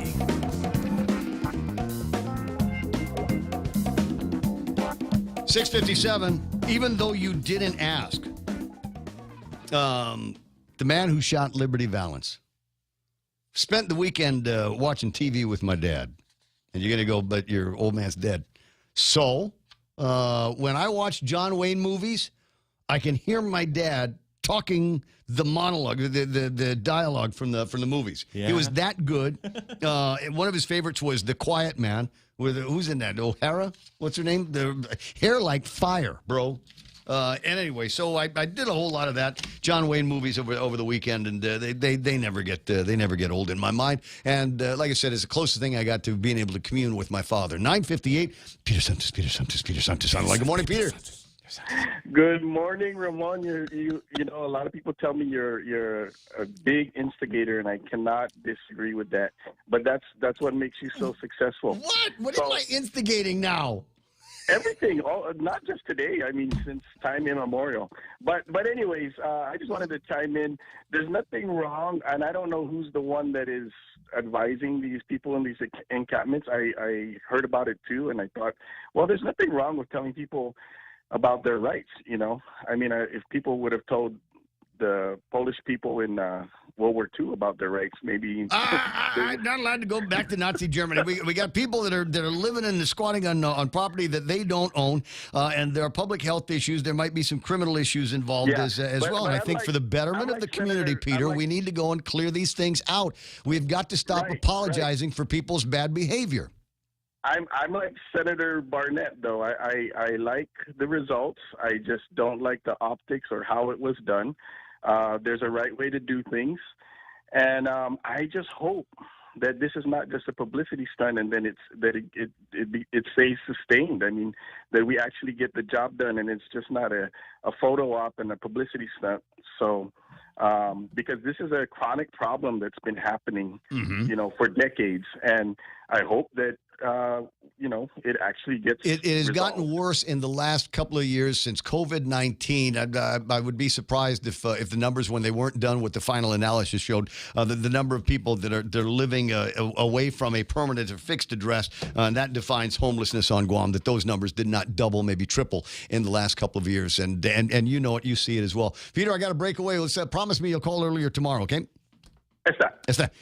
Here it comes, the Fox News on the point. 58 years from what has become known as Bloody Sunday. President Biden spoke with the Edmund Pettus Bridge behind him, assuring the legacy of marchers in 1965, including the late John Lewis, who fought for the right to vote. Laid in the bedrock of our Constitution, but stolen by hate harbored in too many hearts. The president says it's a fight America faces today as he seeks to pass a Voting Rights Advancement Act in Congress named for Lewis. Fox's Gernal Scott. Florida Governor Ron DeSantis making a stop at the Ronald Reagan Presidential Library in Simi Valley, California to promote his new book. He said many people are moving to Florida because of its conservative leadership and gave the state's approach to COVID-19 as an example. We refused to let our state descend into some type of Faucian dystopia where people's rights were curtailed and their livelihoods were destroyed. DeSantis told the crowd that the reason some states like California are losing population are because of Democratic governors. Congressional hearings are scheduled this week to assess worldwide threats.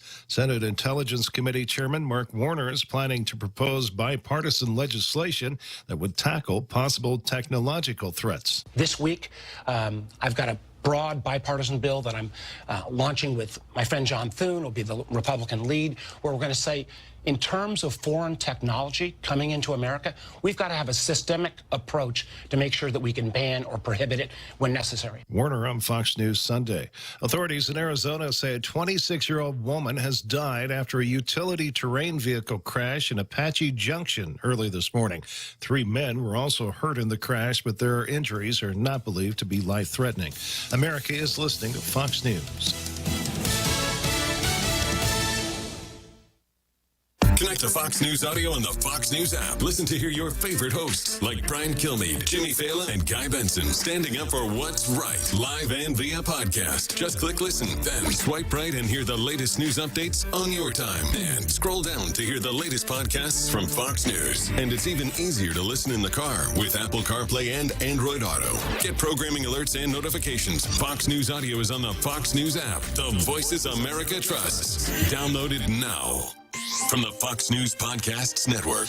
I'm Ben Domenech, Fox News contributor and editor of the Transom.com daily newsletter, and I'm inviting you to join a conversation every week with the smartest thinkers out there about the issues Americans face and where we're going as a nation. This show will feature deep dive interviews with newsmakers and some of your favorite Fox News analysts. I hope you'll join me as we dive into the fray. It's the Ben Domenech Podcast. Subscribe and listen now by going to foxnewspodcasts.com or wherever you download podcasts.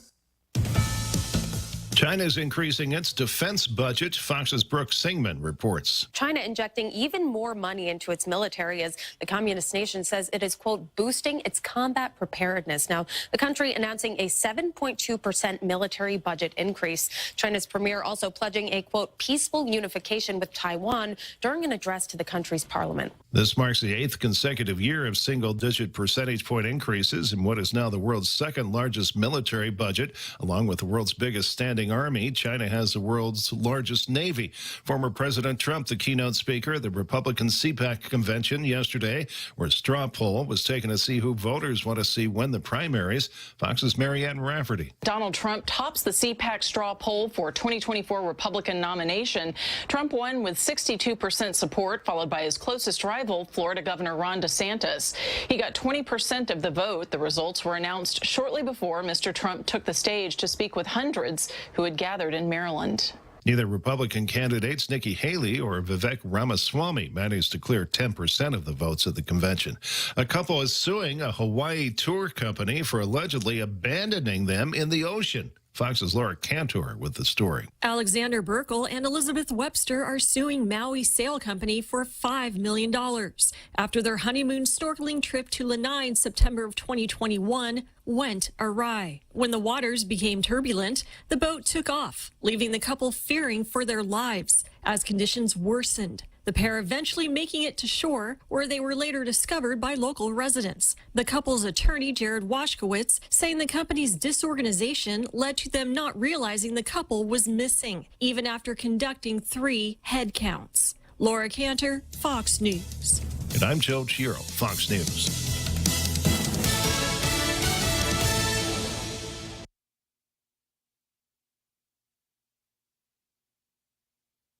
Securing America. Saturday, Secretary of State Antony Blinken met with China's top diplomat in Munich, the first face-to-face meeting of high-ranking officials from each country since the Chinese spy balloon was shot down off of South Carolina. I told Wang Yi, my Chinese counterpart, that action was unacceptable and must never happen again. Blinken on ABC's This Week. He added he also conveyed U.S. concerns that China may provide Russia weapons to aid in its invasion of Ukraine. And I made clear, as President Biden has, almost from day one with President Xi, that would have serious consequences in our own relationship. National Security Council spokesman John Kirby adding on Fox News Sunday that the meeting served another important purpose. You have lines of communication that are open with China that are important to keep open, because at times like this, when the tensions are high, you want to be able to avoid miscalculation and misunderstanding. Secretary Blinken was able to deliver that strong message.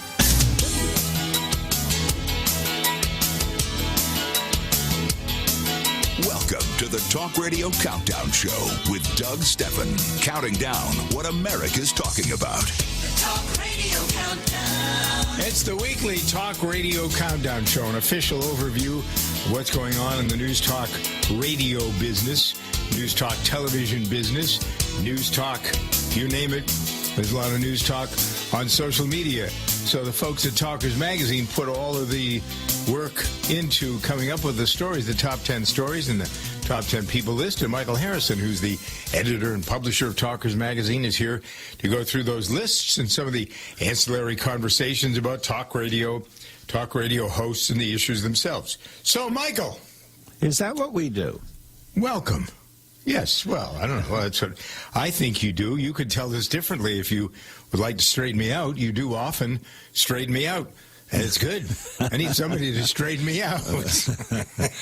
I'm the straightener. Yes. All right, well, here are the 10 stories that got lots of tongue wagging on the airwaves of News Talk Radio and radio stations just like the one that's carrying this conversation. At number 10, we have the cancellation of the comic strip Dilbert. And we have it tied at number 10, severe weather. At number 9, the Dominion Fox News lawsuit. At number 8, Lightfoot loses in Chicago. At number 7, the 2024 GOP race, and that's tied with a whole bunch of stories that come under the umbrella of DeSantis versus wokeness. At number 6, the Garland Senate testimony. At number 5, the Trump legal battles, and that's tied with the January 6 video controversy. And that ties back to Tucker Carlson and Fox. And we'll talk about that, I'm sure. At number 4, the Supreme Court of the United States student debt relief arguments. The COVID lab leak theory is at 3, U.S.-China relations at 2, and number 1 is the Russia-Ukraine war, back at the top of the heap. The people on the survey, Scott Adams at 10, he's the Dilbert guy. At number 9, Rupert Murdoch, he's the Fox guy. Number 8, Lori Lightfoot, she's the Chicago guy. At number 7, Ron DeSantis and Nikki Haley, they're the GOP guys. Merrick Garland at 6, Kevin McCarthy and Tucker Carlson at number 5 with their little deal. Number 4 is Donald Trump. You've heard of him. Number 3 is Dr. Tony Fauci. Vladimir Putin is 2, and Joe Biden's 1, and there's a pile of stuff. A pile of stuff. Okay, so there are any number of directions we can go in here. I was just DeSantis has come up with a definition or a new meaning. He's taken WOKE and come up with something new. His crusade, as his aides, they say it's a crusade against wokeness. Do you feel like you know, and others that you know who work with you, who are maybe your age, my age, know what it is to be woke? Well, I mean, the term has a long history of, being the opposite of being asleep. Mm-hmm. I mean, so... Yes, I'm awake. We woke you up. Yes. What is your political position? I'm woke. Oh, okay. Yeah. Right. So, I mean, if you ask me if I know anything about the word woke, it has a long history, but its present usage is somebody, I guess, who is hyper liberal and wants to change the world so that nobody is ever unhappy or offended. The general belief is that it is supposed to straighten out systemic injustices in our country. That's a very good definition of the way it is being played out. Others think it's progressive activism. I think, was it last week you and I talked about the real meaning of the word conservative and liberal, and how they don't really apply at all. Yeah, we touched upon that. Yeah, to the parties. But and I said progressivism is more, and from my point of view, the more left term, and I don't really know what I just say right. It's all relative to the times. I mean, for example, progressive now is associated with Democrats and liberalism. 100 years ago, progressivism was associated with Teddy Roosevelt. Right. And what he did then would be considered in many ways to be conservative by today's standards, although he was an environmentalist. Yeah. Quite often, positions that aren't inherently political but are temporarily political take on titles in different eras that are the opposite of what they once were. For example, the Republicans today, their problems are in terms of their position on civil rights. If the Republicans back in the day were the party that freed the slaves, there's Teddy Roosevelt, as I mentioned, stood for something that the title then doesn't mean the same as now. So you got to really be aware of history, and you can't take these labels too seriously because they're very fluid. Well, they're political and they're used to get to a political end, I think, more than anything else. Don't you? Isn't that kind of what comes out of these discussions? Absolutely. Yeah.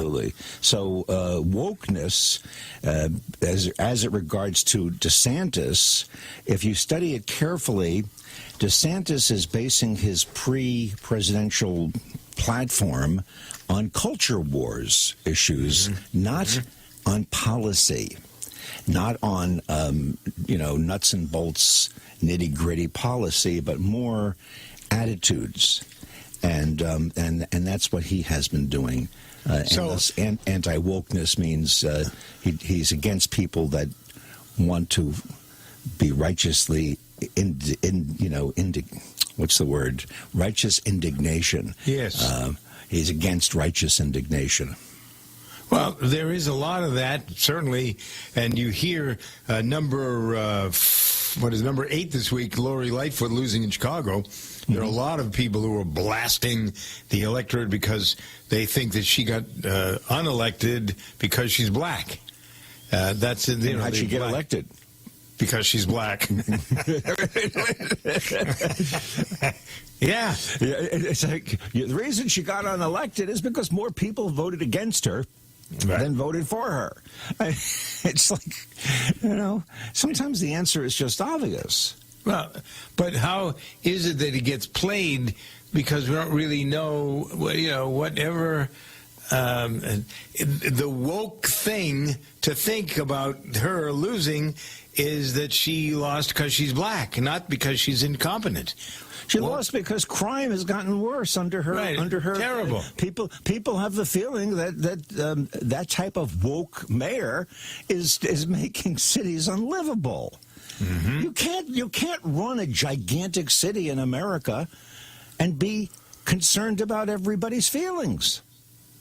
No, you got to be concerned about the people who need help more than it is the people. You've got to be concerned about the good citizens that need protection. That's another way of putting it. You open yourself up with, when you say need help, well, who are we helping? You got to help the people that deserve protection. The purpose of the government is to protect property.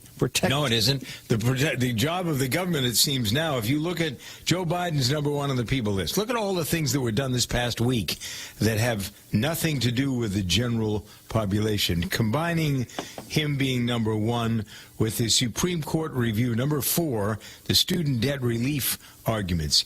And then there's a proposal that surfaced at the end of the week for the government to pay, if we're going to have the chip manufacturers open up here in America, there are a lot of husbands and wives who are working, and in order for us to be successful in countering the Chinese chip market, we have to have child care for the people that are working in the chip business. So there's a new bill that has been floated, suggestion from the Biden administration, that we provide child care for all the people that are going to be working in this new chip business. So what's next after that? If you're a truck driver, you and your wife are on the road and the kids are at home, we better have child care for them. Actually, So the answer is it shouldn't be related to any industry. We need to have better child care in America and better. But is it my responsibility to take care of your child? It's not your responsibility, but it is your concern. I am concerned about it, but I'm also being taxed to provide those services. And I don't know that if we look back at the... I see what you're saying. Well, no, it is not necessarily the taxpayer's burden to make every industry that's out of whack, underdeveloped, or non-existent to suddenly be there. There's no reason why to have affordable child care in America, we have to put the burden on taxpayers. No, why can't we just figure out a way to have that industry have an opportunity to serve people in a better way? The industry's out of whack with the law of supply and demand. There's a big demand for child care right now, but people can't afford the going rates. That's the problem. You and I both live in Massachusetts. There is we have a new governor, and the new governor has proposed the same kind of tax that Joe Biden did. Will get the millionaires, get those rich guys. And so there is a proposal that's called a Millionaire Plus Moneymaker Tax. And so what they're going to use that money for, they figure they're going to collect $1 billion in new tax revenue in the upcoming fiscal year. And what they're going to do with the tax money, this is, we've long been called Taxachusetts. This is a 4% surcharge on every dollar earned over $1 million. So for every dollar you make over $1 million, let's say you make $2 million, you pay $250,000 in taxes to the state so that they can improve the education system in the state and we can improve transportation in the state. Okay, I get that. I guess we've all agreed, have we? You and I agree, and does everybody else listening to this program agree that tax dollars should be spent on education?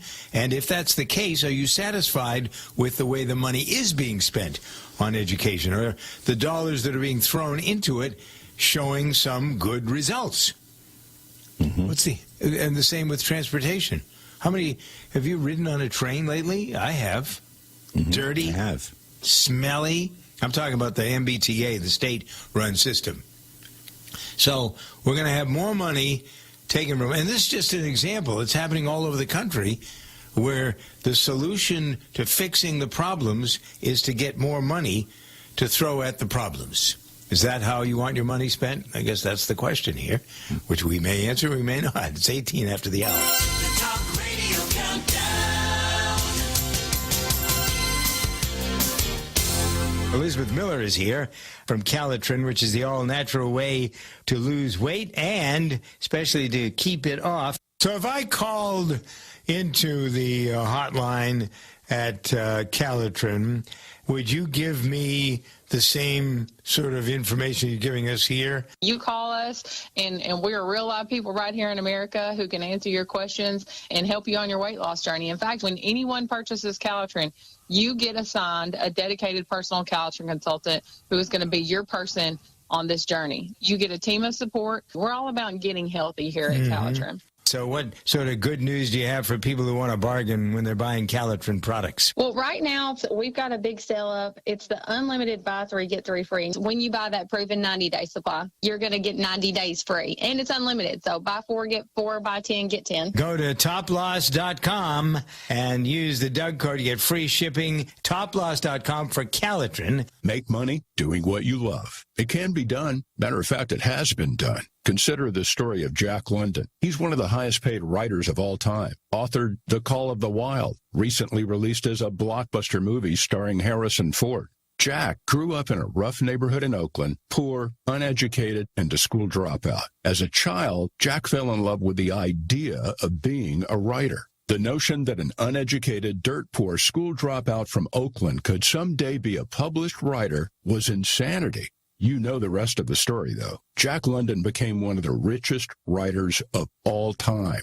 Discover Jack's secret that allows anyone of any income or educational level to make money doing what they love. Whatever it is you love more than anything else, let's make that your prosperous living. Go right now to discoveringjack.com. That's discoveringjack.com. His secret is free. Just go to discoveringjack.com. discoveringjack.com.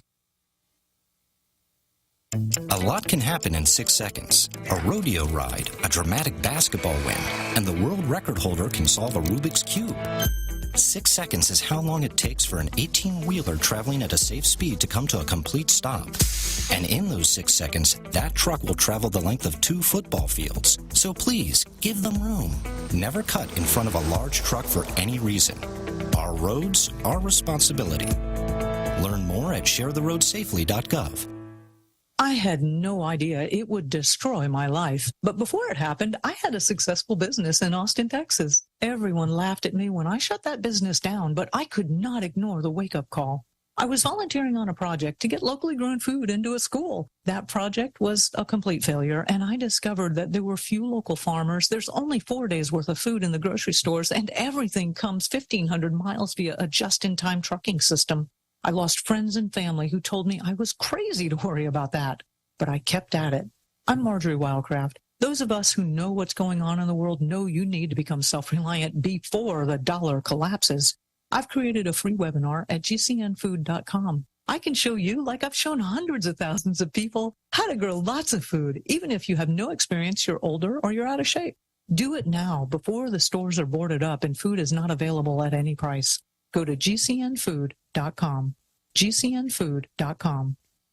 Complement your health with hemp-derived cannabinoid oil. We've always believed that the closer to Earth, the better it is for our bodies. Our hemp-derived cannabinoid oil is phytocannabinoid-rich, full-spectrum, and organically grown. Finally, hemp made easy, clean, and effective. GCNhemp.com or call 877-878-4203. That's right, we cut through the red tape. It's now available at GCNhemp.com or call 877-878-4203.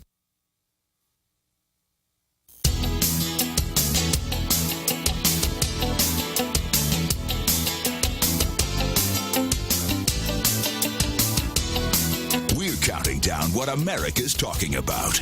The Talk Radio Countdown Show continues. The Talk Radio Countdown. Part of what we do here on the Talk Radio Countdown Show with Michael Harrison.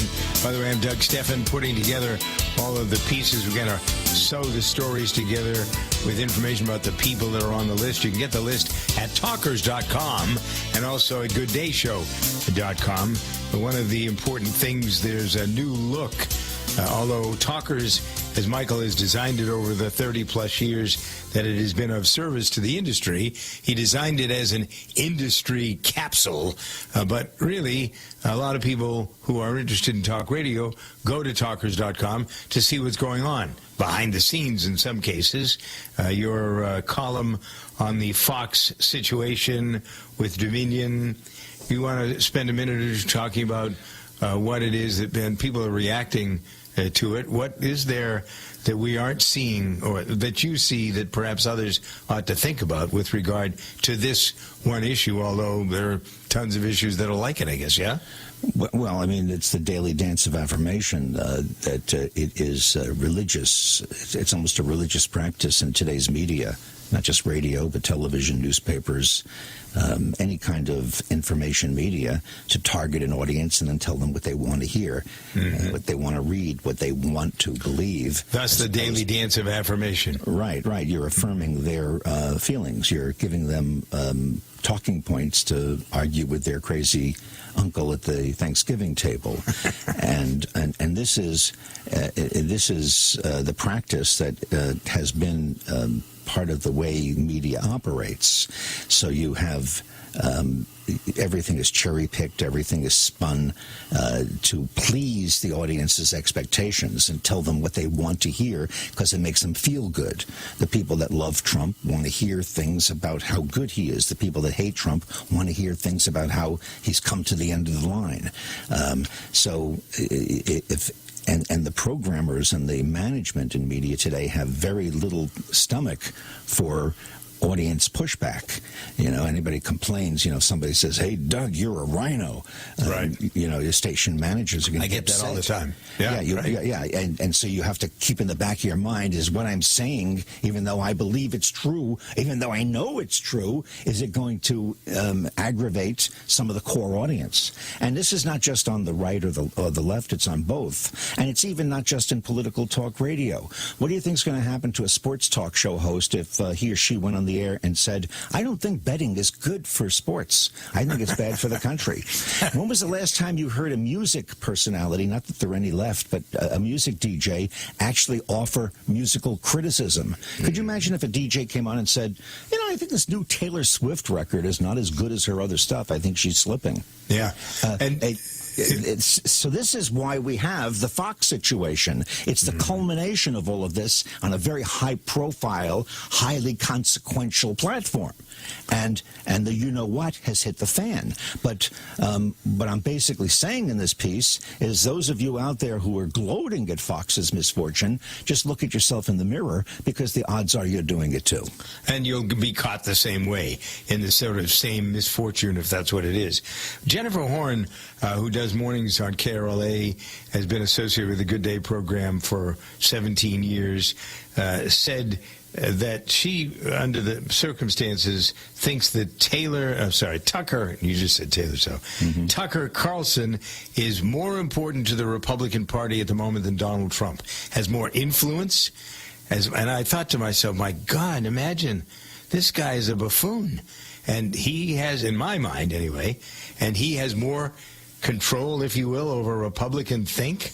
Do you, she's a prominent Republican host. Which buffoon are you talking about? Tucker Carlson. Or Trump? No. Okay. You got me there. All right. I wanted to carry this through, though, if you don't mind, in a few moments. Here as we continue here on the Talk Radio Countdown. The Talk Radio Countdown.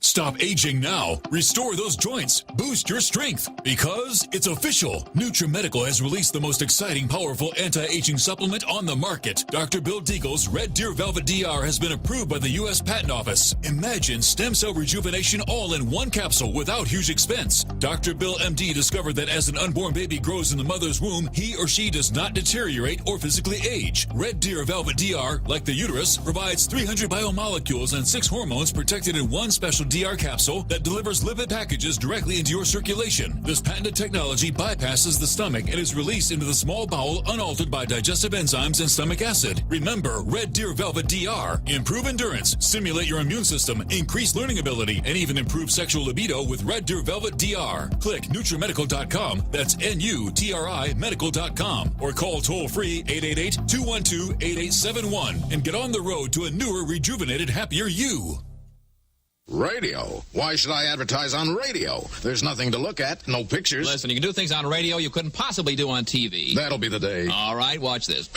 Okay, people, and now when I give you the cue, I want the 700-foot mountain of whipped cream to roll into Lake Michigan, which has been drained and filled with hot chocolate. Then the Royal Canadian Air Force will fly overhead towing a 10-ton maraschino cherry, which will be dropped into the whipped cream to the cheering of 25,000 extras. All right, cue the mountain.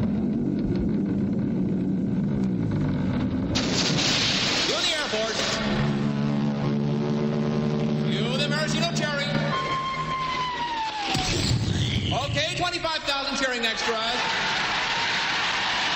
Now, you want to try that on television? Well... You see, radio is a very special medium because it stretches the imagination. Advertising your business with GCN is simple, effective, and more affordable than you might think. Visit advertise.gcnlive.com for more info. Take your business to the next level. Thank you for listening to GCN. Visit GCNlive.com today.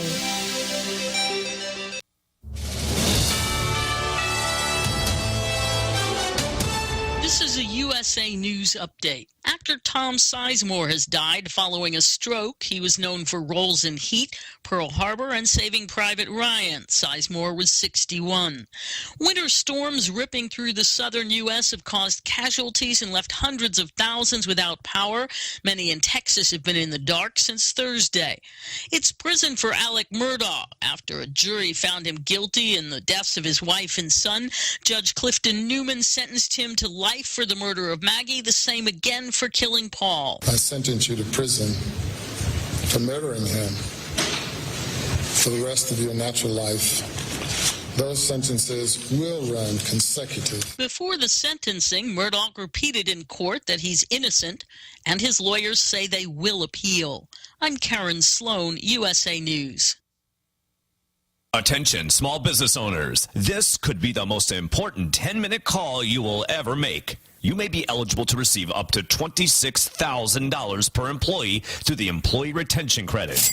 Call Omega Accounting Solutions to see if your business is eligible to recover payroll tax paid during the pandemic. All it takes is a quick, easy, free 10-minute consultation to determine your qualifications. Call Omega Accounting Solutions at 800-300-9ERC. Omega's knowledgeable staff will streamline the process of filing complicated paperwork. Omega is the small business champion with teams dedicated to maximizing tax credits. CPAs even turn to Omega for ERC guidance. Take advantage of this exclusive small business tax credit before it's too late. The 3-year sunset deadline is setting soon. So find out if you qualify today. Call 800-300-9ERC. That's 800-300-9ERC. Or visit OmegaTaxCredits.com.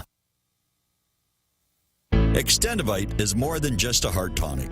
Most basic diseases are caused by yeast in the gut and metals in the liver, and we all have a bit of both. The garlic in Extendivite has a yeast-killing effect in the gut while also helping the sulfur enzyme in the liver get rid of the metals. Extendivite just may improve your overall health. Products like Extendivite are the only way we are going to get our society healthy.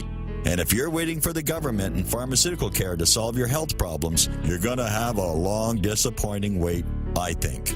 Extendivite is a complete formula for extended life in the new millennium. 80 can be the new 60. Extendivite is available in capsule or liquid form for just $69.95 for a 2-month supply. To get started, call 1-877-928-8822. That's 1-877-928-8822 or visit heartdrop.com. Extend your life with Extendovite.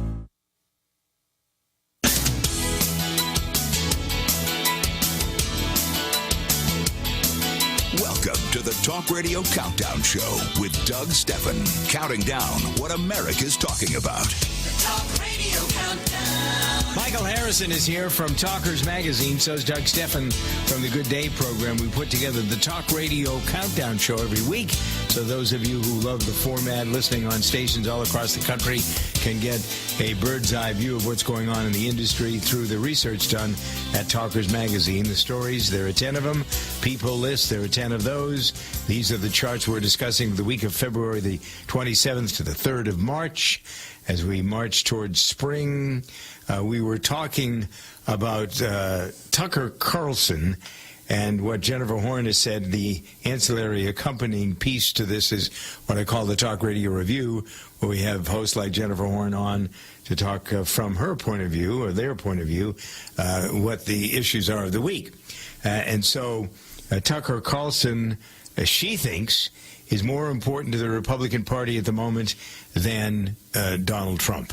And I quizzed her on that because I remember when Carlson was just starting, he could hardly tie his shoes.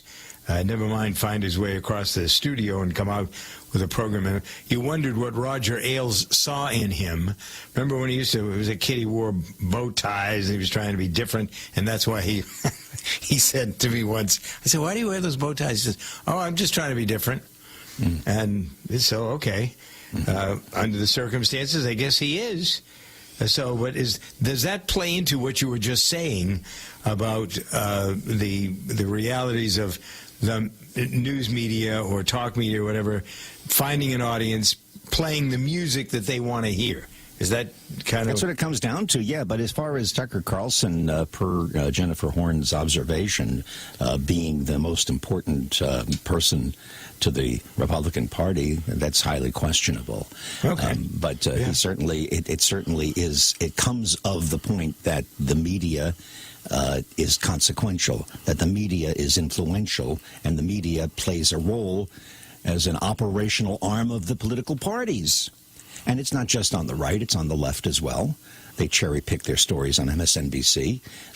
There is a consciousness at the Washington Post and the New York Times not to offend their liberal readers. And this is what goes on in the media.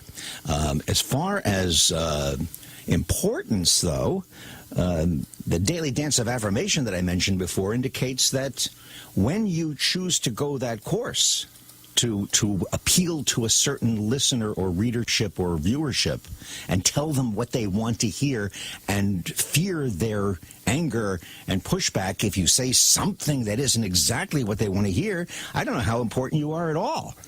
You become a slave to the core. Right.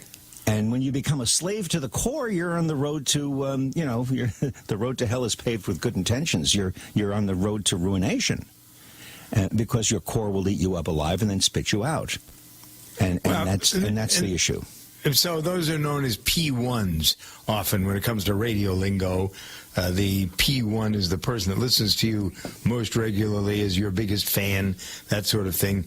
So if you desert what they think is important, then you're no longer a P1 to them. In essence, you're not when you only talk to the P1s and you don't think about the P2s and 3s and 4s, you will eventually have a smaller, very small audience. Yep, and you point that out in the article. Okay, so now let's talk about a couple of different hosts and the way this information coming from San Francisco about the missing radio host. I admit to, his name is Jeffrey Vandergrift. He's been missing this week. His wife says she doesn't believe that he'll ever return. And so when you look at that on the surface and think, okay, why is this on-air personality? Is this a stunt? Is he doing it because he wants to get attention? The media will focus on him and therefore more people will listen to him on the radio? And is that the case, or is this something? And I find it interesting that even the news media in San Francisco is taking this out of what would normally be a missing person sort of thing, because the guy's a radio personality. He's been diagnosed with Lyme disease, and he's had struggles that he's talked about on the air. His life has been miserable. His health has been miserable. And basically, I guess he said on the air at one point he just wanted to end it all.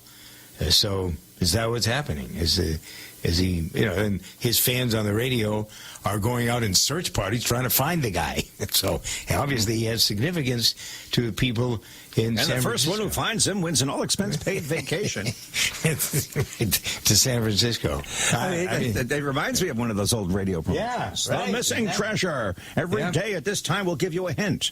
As to where it is. I don't know whether it's a stunt or not. It's an interesting story. Yeah. It is. So you also point out in Talkers this week that a talk radio host named Mark Kay is selling, this is part of the promotion of being an air personality. You don't just talk about stuff. Here's this guy that designed a notepad, to look like something that would be only on the president's desk and on people who are in charge of government in Washington. Top secret. Yeah, it's a novelty. Yeah, it's something to talk about, though, right? Well, it's also it's a tchotchke. It's a promotional item. I mean, radio broadcasters have been putting out promotional items since the beginning of radio, right? And it's a promotional item. It's a notepad. It's mock. There's nothing about it that you would believe it, and it's a Biden top secret notepad, right? and it reflects, of course, Mark Kay's partisanship. Right. That part of his entertainment and promotional shtick is to make fun of Biden. That's common practice, right. and it's true to the long tradition of radio personalities having T-shirts and hats and mugs and all kinds of things. Do those things really work? You've been a promoter, you've been a radio programmer, you've been in music business, talk business. This is something, you point out something that a lot of people have taken advantage of. At one point in time in my career, because I own my own program in the production company, so I decided to do some of that stuff. How do you measure whether it does any good or not? Well, it does work if it's part of a bigger, package of, X factor that makes a radio station or a kind of program or personality popular. It's not going to work in a vacuum.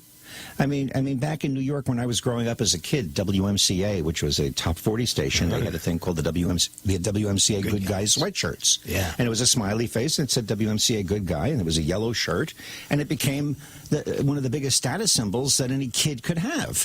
Right. And you'd win it, call in now and you'll get a WMCA Good Guy sweatshirt. These things are still, people hoard them 50 years later.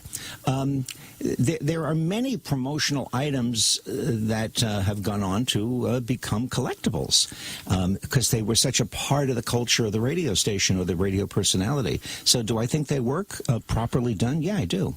Mm-hmm. Yeah, kind of fun, actually, the way you put it. I was actually a host on WMCA back in the 80s. Yeah, that was after it went no talk. longer music. Right. Yeah, it was no longer music. But the people that were on WMCA were the gurus when things got started, and then they all went over to WABC, I think, at one point, which is one of the other great things that happens. Now, let's talk a little from the inside perspective for a minute about talk hosts who work. Let's say a market has 2 talk radio stations in it.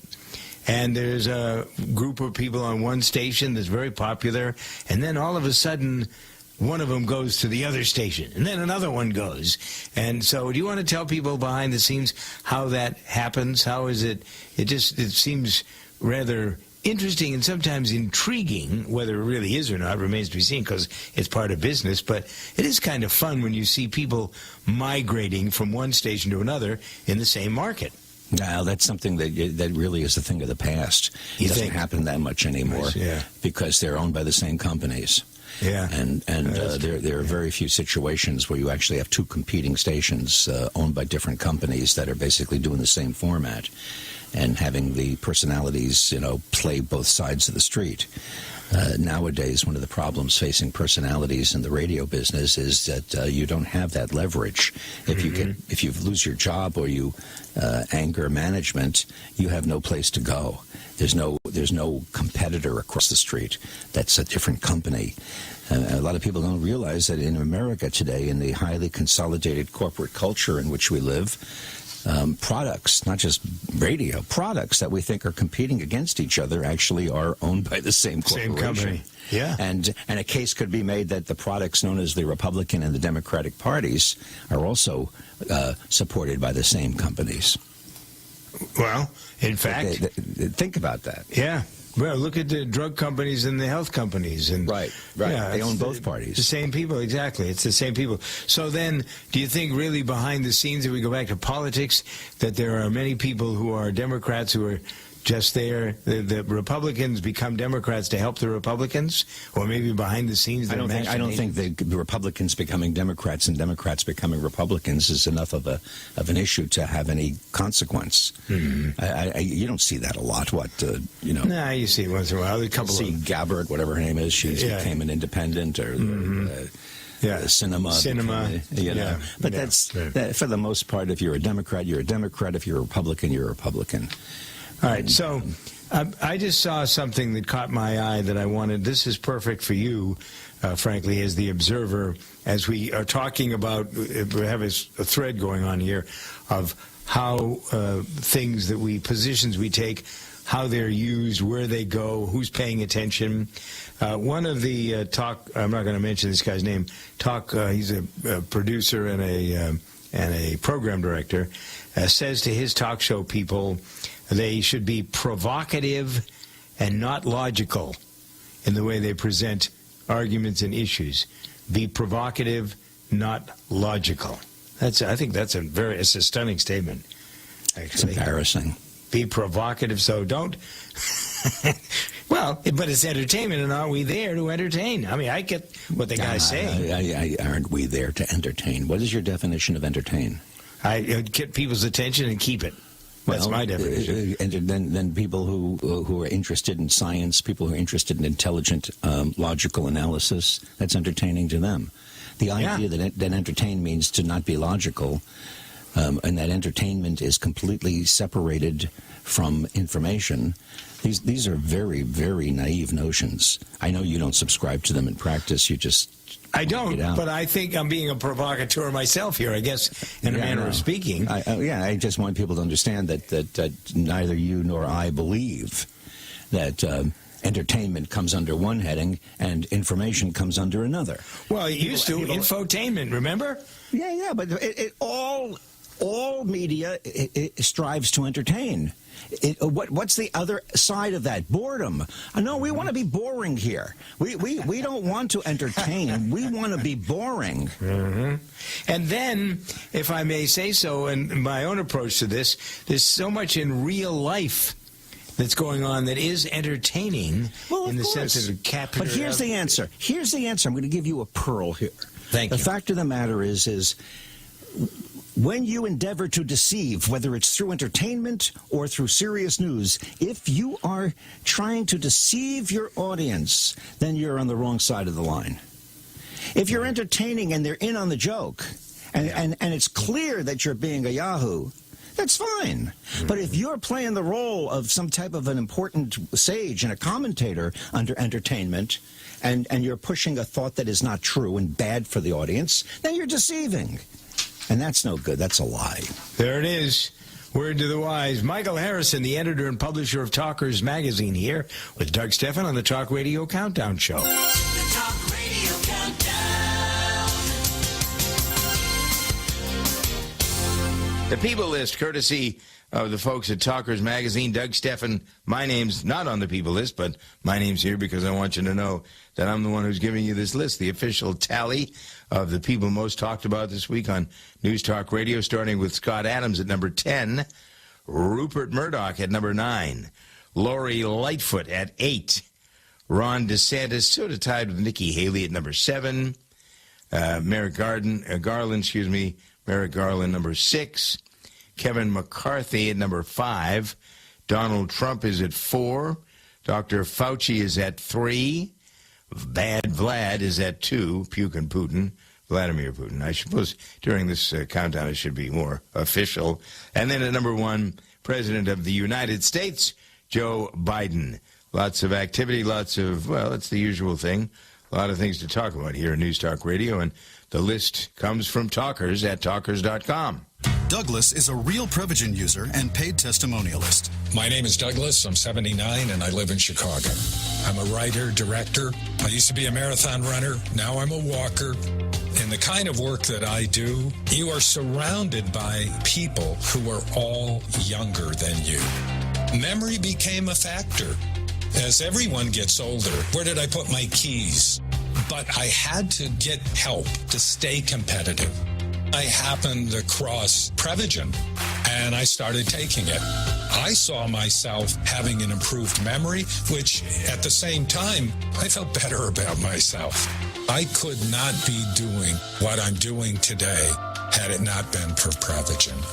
Prevagen, healthier brain, better life. Prevagen is available in stores everywhere. Based on a clinical study of subgroups of individuals who are cognitively normal or mildly impaired, this product is not intended to diagnose, treat, cure, or prevent any disease.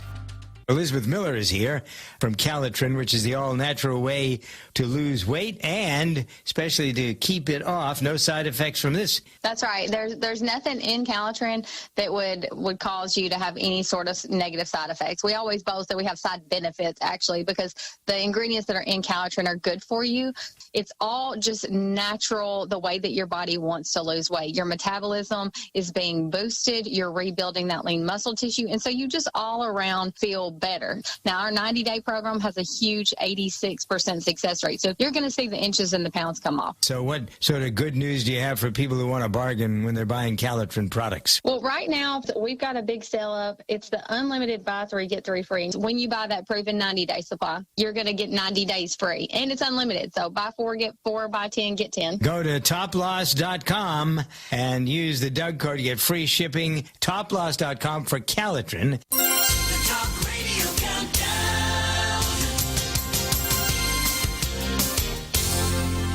So here's the story list. The charts for the week of February 27th to the 3rd of March. You can find these at talkers.com and gooddayshow.com. Number 10, the weather around the country once again becomes a dominant conversation. Number 9, a suit at Fox News. Number 8, the mayor of Chicago losing. Number 7, those who are running for president in the Republican Party. Number 6, testimony from Attorney General Garland. Number 5, Trump's legal battles, et cetera, et cetera, et cetera. Supreme Court discussing student debt. Number 4, the COVID theory that comes out of those studying what happened at the beginning of the COVID problem from the Chinese perspective.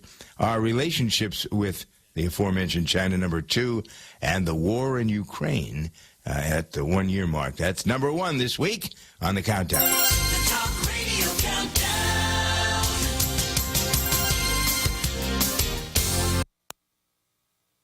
If you have an IRA or 401k, please listen closely. My name is Jason Hansen. I'm a former CIA officer and New York Times bestselling author. Throughout my career, let's just say I've been in some hairy situations. And I believe right now the biggest threat facing Americans is they need to protect their wealth, which is exactly what I'm doing for my wife and 6 kids. And I believe the ultimate safe haven is physical gold and silver. You can protect your hard-earned retirement assets with a tax-free loophole that allows you to convert your retirement into physical gold and silver. The folks I use are Advantage Gold, and believe me, I've investigated the heck out of all types of people. Advantage Gold is the nation's highest rated gold company. They have the best process, pricing, and service. If you want to get your free gold and silver investment kit, please contact Advantage Gold right now, and you'll see how easy it is to protect yourself with precious metals. Call 800-900-8000. That's 800-900-8000. 800-900-8000. Advantage Gold is not an investment advisor or a tax advisor. Consult with your financial advisor before investing. Call 800-900-8000.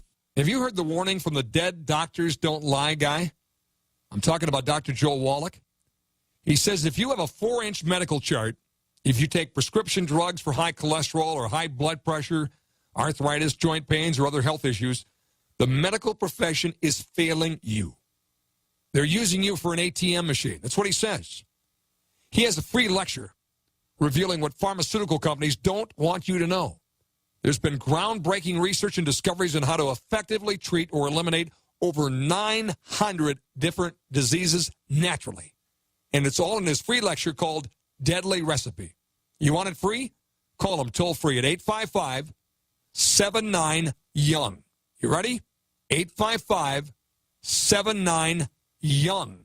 Dr. Joel Wallach, the dead doctors don't lie guy, says there's no reason why we shouldn't live to be at least 100 and have a great time getting there.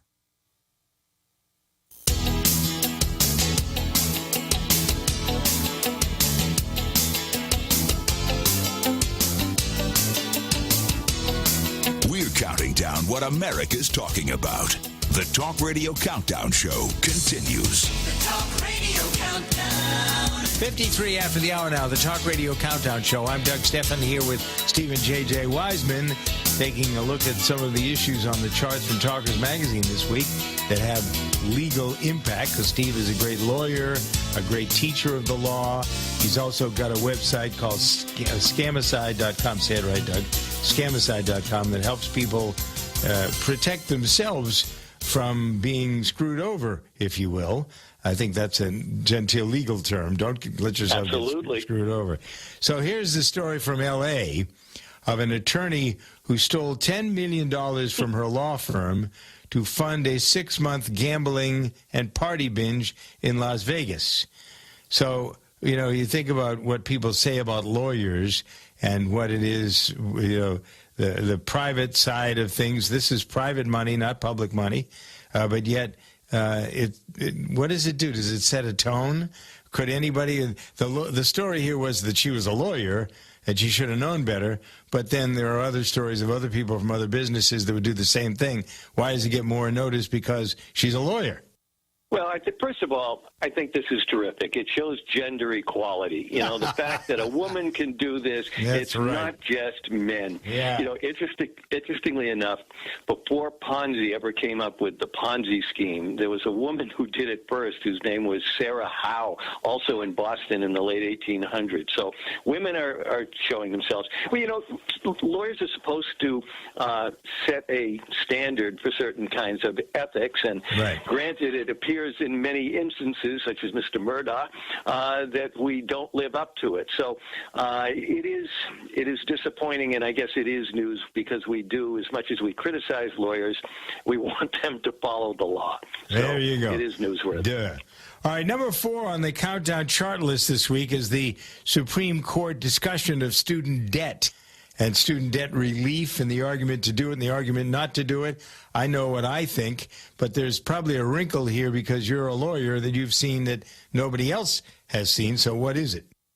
Well, you know, it's fascinating because I love watching and reading the analysis of legal cases in Supreme Court hearings, knowing that a lot of times these reporters miss what may be the biggest issue. So on one side, you do have people challenging the president's program, which was done through the pandemic relief, and that was the way that they got this through, saying that it's inappropriate, it's unfair, and it doesn't have the authority. That's the big thing to do it. On the other side, they're saying that really this kind of relief is necessary. It helps a segment of society, just like many laws will help a segment of society, and that it really is good for the economy. The biggest thing that I saw that didn't get discussed is this case was brought by the state of Nebraska's attorney general and a few other state attorney generals. And quietly, well, not so quietly, the Supreme Court justices asked if they had standing, because in order to challenge a law, you have to be affected by that law. And there really was no good response to the questioning by the judges, how is the state of Nebraska affected by this law? And my prediction is that the Supreme Court will take the easy way out on this. And I think what they're going to do is say that there's no standing, and therefore they're going to leave the case alone. So somebody else will go after him then in a different way. Yeah. Because this is pretty outrageous, frankly. All right, so let's go to number 6, the Merrick Garland testimony, and why that was such a hot potato. You know, it was Garland's been pretty candid, and he does come forward, and he was speaking to Congress, and it was generally not a friendly thing, but he responded. He said his Justice Department was not going to interfere with the Hunter Biden investigation going on in Delaware. He did indicate that the Justice Department is moving ahead in other areas, but by and large, including going after Ticketmaster, and we found out he was a big Taylor Swift fan. But I think the biggest thing with him is he's candid. He responds very properly to the questions that are asked him. He's very transparent, and that part, whether you agree or disagree with his positions, you know where he stands. Yep. All right, and we know where you stand, which is important as well. Stephen J.J. Wiseman, an important lawyer, legal figure here in Massachusetts, and a college prof at Bentley University here, to lend his thoughts to some of the issues that have real legal ramifications. The charts from Talkers Magazine at talkers.com and gooddayshow.com. I'm Doug Steffen at 59 past the hour. The Talk Radio Countdown Show is a production of Stefan Multimedia, produced by Bob K. Sound and Recording. You don't sit behind a desk every day to earn a living. You're out and about making it happen. And sometimes you get a little bit behind on your paperwork, like bookkeeping and paying your taxes. It's easy to get behind on paying your taxes. It happens to the best of us. And you know what happens next. The big, bad IRS comes knocking on your door. And when that happens, you need to call the good old boys at the Tax Doctor. Let them do what they do best. Deal and negotiate with the IRS so you pay the lowest you can in back taxes that the law allows. We are a 100% U.S. Listen to The Point anytime, anywhere on Odyssey. Odyssey is your new audio home for all the music, news, sports, and podcasts that matter to you. Find your favorite stations like The Point and discover more. Music stations, local and trusted news sources, sports talk and team coverage, plus today's biggest podcasts. Find it all on the Odyssey app. AUDACY. If you love them enough to turn off your music and pretend like their music is your music, This is Mommy's jam. then surely you'll check nhtsa.gov/the right seat to make sure they're in the right car seat. Let's play it again. Check today at nhtsa.gov/the right seat. Brought to you by the National Highway Traffic Safety Administration and the Ad Council. The Point is KUSG, Hagåtña, Guam, 93.3 FM and 104.3 HD3. Threshold of democracy. I'm Joe Chiro, Fox News. The words of President Biden speaking about voting rights as he visited Selma, Alabama to mark the upcoming 58th anniversary of the Bloody Sunday police attack on civil rights protesters trying to cross the Edmund Pettus Bridge. We should learn everything, the good, the bad, the truth of who we are as a nation. And everyone should know the truth of Selma. Congress passed the Voting Rights Act of 1965, 5 months after the march. More concern over rail safety after another derailment in Ohio. About 20 freight cars overturned last night near the town of Springfield, but authorities say it was not carrying toxic materials. Ohio Republican Congressman Mike Turner on NBC's Meet the Press. The fact that we're having derailment after derailment shows really the lack of investment, the disinvestment in our infrastructure, and that needs to change. It comes on the heels of last month's Norfolk Southern train derailment in East Palestine, Ohio, which did involve hazardous materials. The incidents prompting a group of lawmakers to propose a bipartisan rail safety bill. Meanwhile, in Greece, thousands of demonstrators took to the streets over a deadly train crash last month that killed more than 50 people and left dozens hurt. Thousands of protesters gathered in Athens today to show sympathy for the victims and calling on the government for better rail safety standards. Greek government officials say the crash was a result of human error.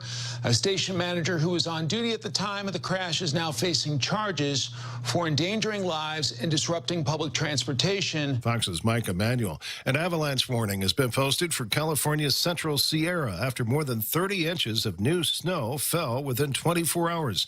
Mountain roads were closed again in Northern California, and 3 ski mountains in the Tahoe area were closed for safety. America is listening to Fox News.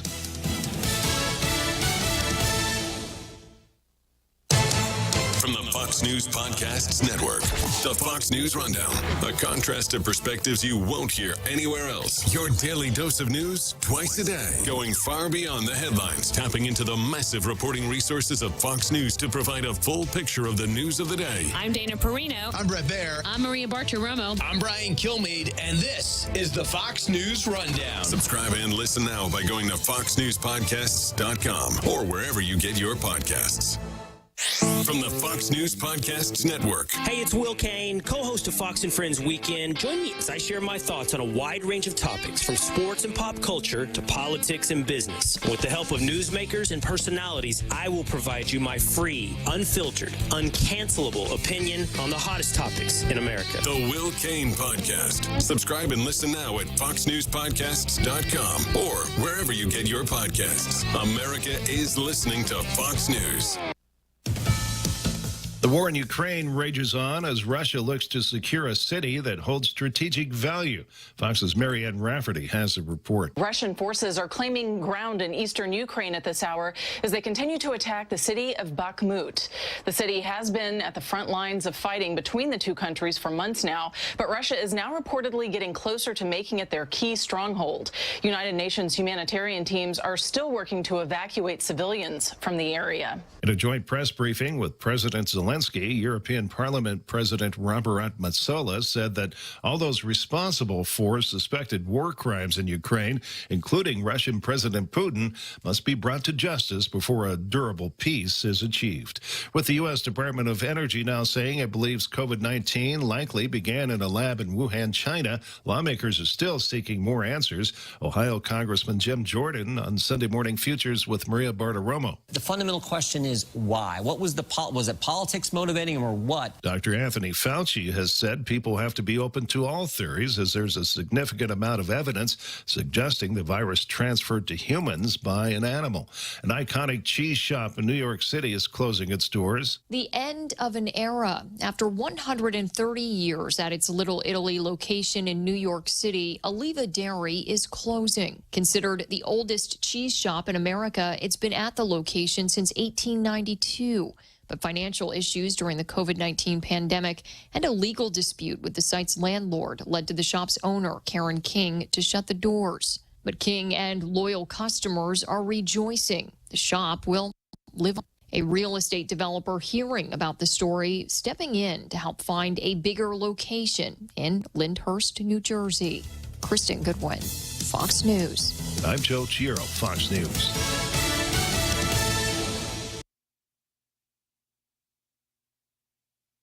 The Extra Point with Jerry Roberts of Guam Training. Hi, I'm Jerry Roberts, and every day on The Ray Gibson Show, I get to comment on the incredibly diverse, fun, challenging, sometimes frustrating, often exciting, but always interesting world of work. I hope you'll be there with us. You can find daily transcripts of The Extra Point at guamtraining.com. Tune in every weekday morning at 7:20 for The Extra Point with Jerry Roberts, brought to you by Guahan Insurance Services and First Hawaiian Bank on 93.3 The Point.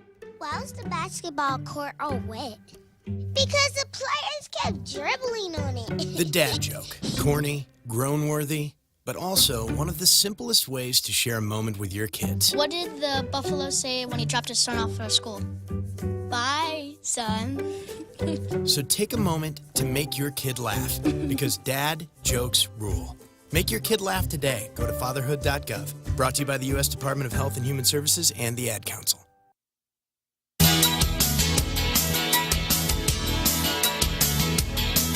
Welcome to the Talk Radio Countdown Show with Doug Steffen, counting down what America's talking about. The Talk Radio Countdown.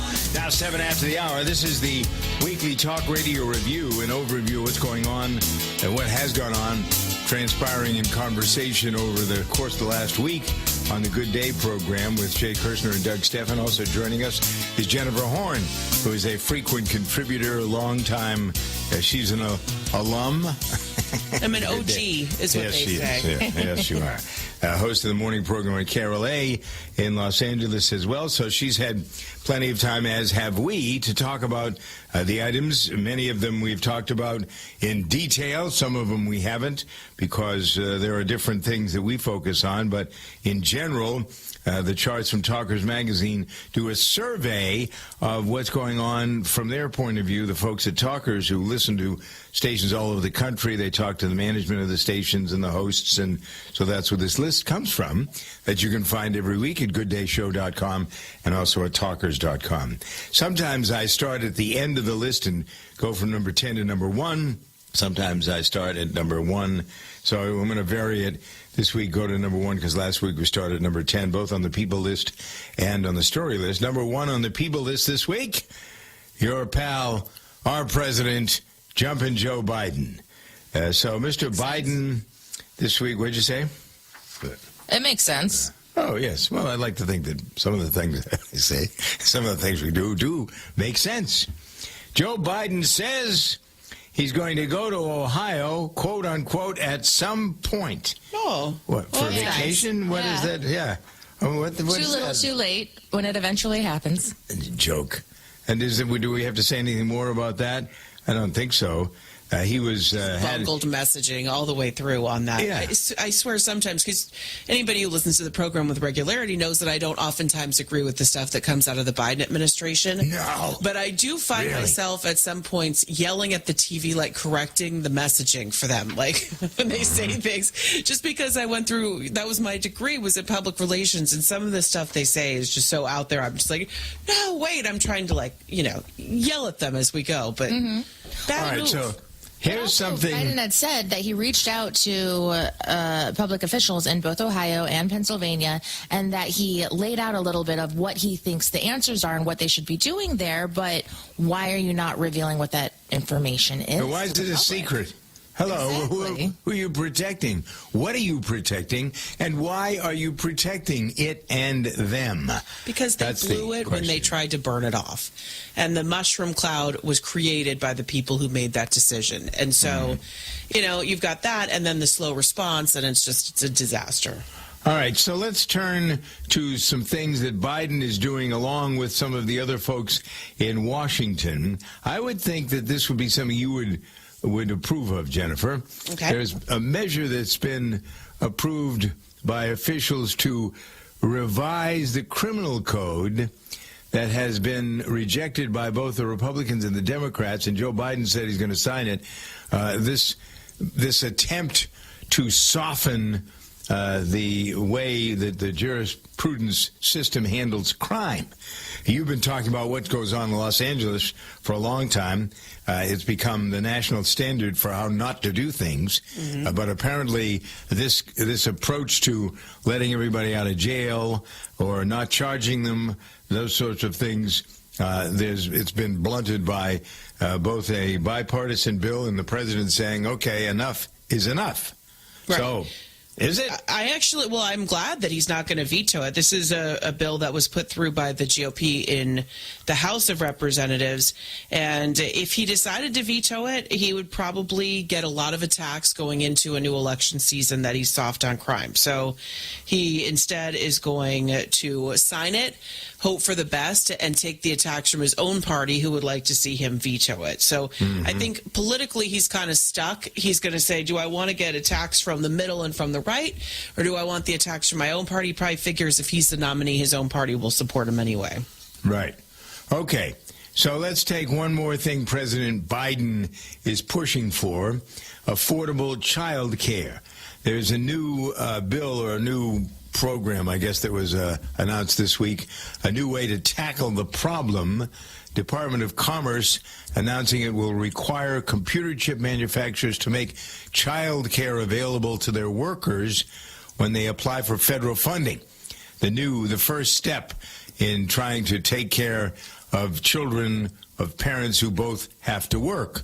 Why is that the federal government's responsibility? Well, that's the problem. It's and not the government's responsibility. Problem? No, unless you want the government to be your nanny. And that's not necessarily what I think is a great idea. So they got $40 billion set aside, Jennifer, for this. That comes from a law that Congress has passed already to boost production of semiconductors. So they just added this to it. Okay, we're trying to do this to compete with China. So now they're throwing a monkey wrench into it and making it more difficult for these companies to do what we want to bring back to America because of child care? I know. Huh? It's kind of unnerving because this is the kind of stuff that you would see from a socialist country. That sounds like a great idea on the outside. Of course people want child care. Of course people want affordable child care. Of course. But what does that do to our ability to compete? What does that do to our businesses who are going to be struggling to worry about that while they're also worrying about getting into the business of making semiconductors? It just it doesn't seem to make a lot of sense. The idea is to let the free market reign, make it easier for people to do business, not harder, and everything will filter itself out. But one of the reasons the Chinese want to take over Taiwan is because it's the biggest maker of advanced computer chips in the world. A lot of investment. Goldman Sachs has billions of dollars invested in several companies in Taiwan because that's where the computer chips are being made. Why do you think the Chinese want to get in there and control it? Good for their business as well as good for business around the world. So for the Biden administration to establish a law or try to get a law passed that will keep the chip company. They say it will help the chip companies keep workers. Mm-hmm. Will it? That's yet to be determined, right. I would think. But I don't see the government having that role unless we have, as Jennifer suggested, become more to the. So we're pushing towards socialism, at least with this bunch we are. You see it every day in pretty much everything that gets done. Why it is, well, I guess we know why it is, because it's a good way to get votes, much as anything else. Okay. You go on something else? Go ahead. No, I was going to, yeah, it just, it kind of throws us down another little rabbit hole, but it's had my attention this week that spending also is so ridiculous. Like, this one is what, $40 billion, you just said? Yep. That's nothing to them in the scheme of things. And so everybody's like, and this is Republicans too, this is not just a Democrat thing. The spending is so out of control. Well, we'll just do this for another few billion and just this for another couple $100 billion. And with but see, there's no consequence, Jennifer. You want to build semiconductors? We're handing ourselves over to the Chinese if we don't get our spending under control. Yeah. Well, either that or they just forget about it. I mean, I think there's some thinking in Washington. Okay, so what do we care about what the debt is? It's just going to evaporate. It'll go away. We'll revalue the dollar. Along with the value of the dollar. Yeah, right, exactly. So anyway, a lot of politics involved in that. From the City of Angels, LeBron James, one of your star players, apparently has a right foot injury. So what's the scuttlebutt? I always like to check in on Los Angeles scuttlebutt for a moment or two during our talk radio review. The fact that I know you're a big sports fan. I know you like hockey a lot, but I love baseball. I love hockey. I love football. Basketball is probably my least favorite, but it was a big story because the Lakers are kind of already out of the playoff hunt, and so losing LeBron James is not going to help them catch up. So that's been a big story. And then we had another injury that may not have made the list, but also pretty devastating. The Dodgers traded away a lot of their team this season. Really? And one of the places where they were really going to be kind of now short, where we used to be pretty rich, was that shortstop and second base, and Gavin Lux, who was going to have all the hopes of the Dodgers, kind of an up-and-coming player, just ripped his ACL during spring training. Yep. Yeah, so he's also out for the whole season, they believe. So two big injuries for two teams that don't need it happening right now in LA. There you go. All right, one of the other things that has been a part of the national landscape, the weather is number 10 on the countdown story list this week.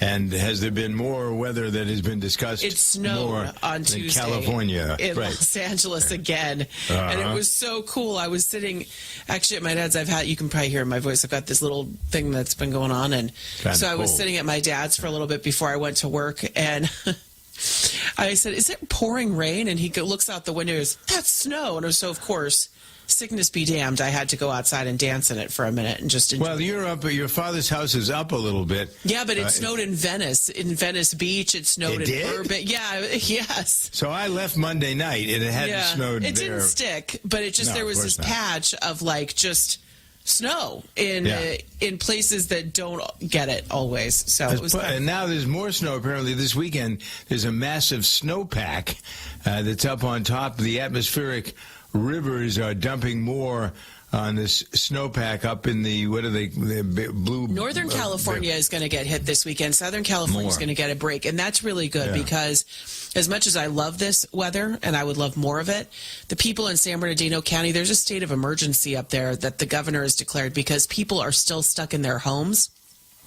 There's like grocery stores have had the roofs collapse up in Lake Arrowhead and the Big Bear area. These guys were not prepared for the amount of snow that has dumped on them, and it's been really, really dangerous. The roads are wiped out, and they're still trying to get people out. In one day, they made 100 rescues from the sheriff's department in San Bernardino County. So there's real trouble in Southern California because it was just a huge and massive storm that dumped so much water and snow on people.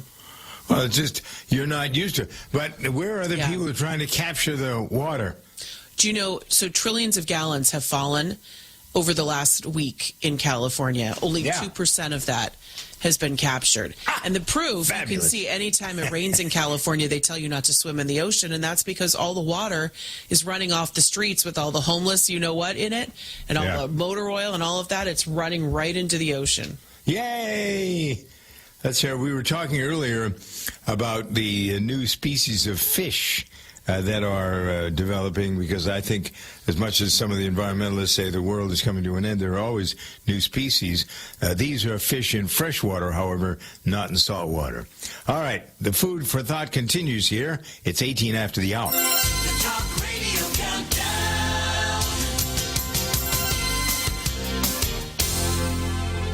Douglas is a real Prevagen user and paid testimonialist. My name is Douglas. I'm 79 and I live in Chicago. I'm a writer, director. I used to be a marathon runner. Now I'm a walker. In the kind of work that I do, you are surrounded by people who are all younger than you. Memory became a factor. As everyone gets older, where did I put my keys? But I had to get help to stay competitive. I happened across Prevagen, and I started taking it. I saw myself having an improved memory, which at the same time, I felt better about myself. I could not be doing what I'm doing today had it not been for Prevagen. Prevagen, healthier brain, better life. Prevagen is available in stores everywhere. Based on a clinical study of subgroups of individuals who were cognitively normal or mildly impaired, this product is not intended to diagnose, treat, cure, or prevent any disease. Elizabeth Miller is here from Calitrin, which is the all-natural way to lose weight and especially to keep it off. No side effects from this. That's right. There's nothing in Calitrin that would cause you to have any sort of negative side effects. We always boast that we have side benefits, actually, because the ingredients that are in Calitrin are good for you. It's all just natural, the way that your body wants to lose weight. Your metabolism is being boosted. You're rebuilding that lean muscle tissue. And so you just all around feel better. Now, our 90-day program has a huge 86% success rate. So you're going to see the inches and the pounds come off. So what sort of good news do you have for people who want to bargain when they're buying Calitrin products? Well, right now, we've got a big sale up. It's the unlimited buy 3, get 3 free. When you buy that proven 90-day supply, you're going to get 90 days free. And it's unlimited. So buy 4, get 4, buy 10, get 10. Go to toploss.com and use the Doug code to get free shipping. Toploss.com for Calitrin. What if you could cut your heating bills this winter with your existing wood-burning fireplace and not spend thousands doing it? You can with Great Wall of Fire fireplace grates. Our U.S. patented made-in-America Wall of Fire grates increase fireplace efficiency, eliminate fireplace smoke problems, and come with a 30-day money-back guarantee. See our grates in action and get free shipping from walloffire.com or call 800-274-7364. Fireplace heat without fireplace smoke. walloffire.com. Wellness and self-care doesn't have to be complicated. So keep it simple and take good care of yourself with Sunny Bay heating pads. Our heating pads soothe pains in the neck, back, and shoulders while relaxing muscles and increasing blood circulation. Sunny Bay heating pads have always been made in the USA and hand-filled to perfection with the highest quality materials. Sunny Bay heating pads are the perfect wellness gift for loved ones or yourself. See all of our high-quality products at sunny-bay.com, including heated body pads, neck pillows, heated neck and body wraps, and our stress-reducing lavender line. They're all affordable, durable, and in stock now and ready for immediate shipping direct from sunny-bay.com. Read our trusted, authentic, and real reviews at sunny-bay.com or just search for Sunny Bay Heating Pad. To your good health and wellness from Sunny Bay. No matter how large or small your digging project may be, no matter how urban or rural, you must always call 811 before any digging project. 811 is our national one-call number, alerting your local utility companies to come out and mark any lines they have near your dig site. So before you do this or this, make sure you do this. For digging projects big or small, make the call to 811, brought to you by Common Ground Alliance.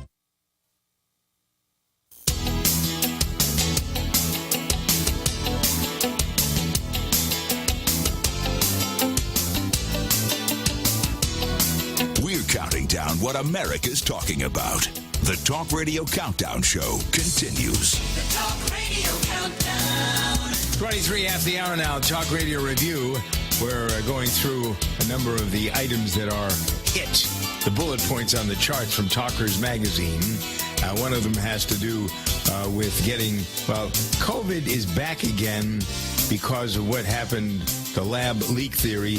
How many years after this started, they're now saying the same thing that I... Vindicated, feeling this way, I never was worried about my theory because I was in my heart, my soul, my gut, my head. I knew that that's what really happened. So number 3 this week is a focus on this theory.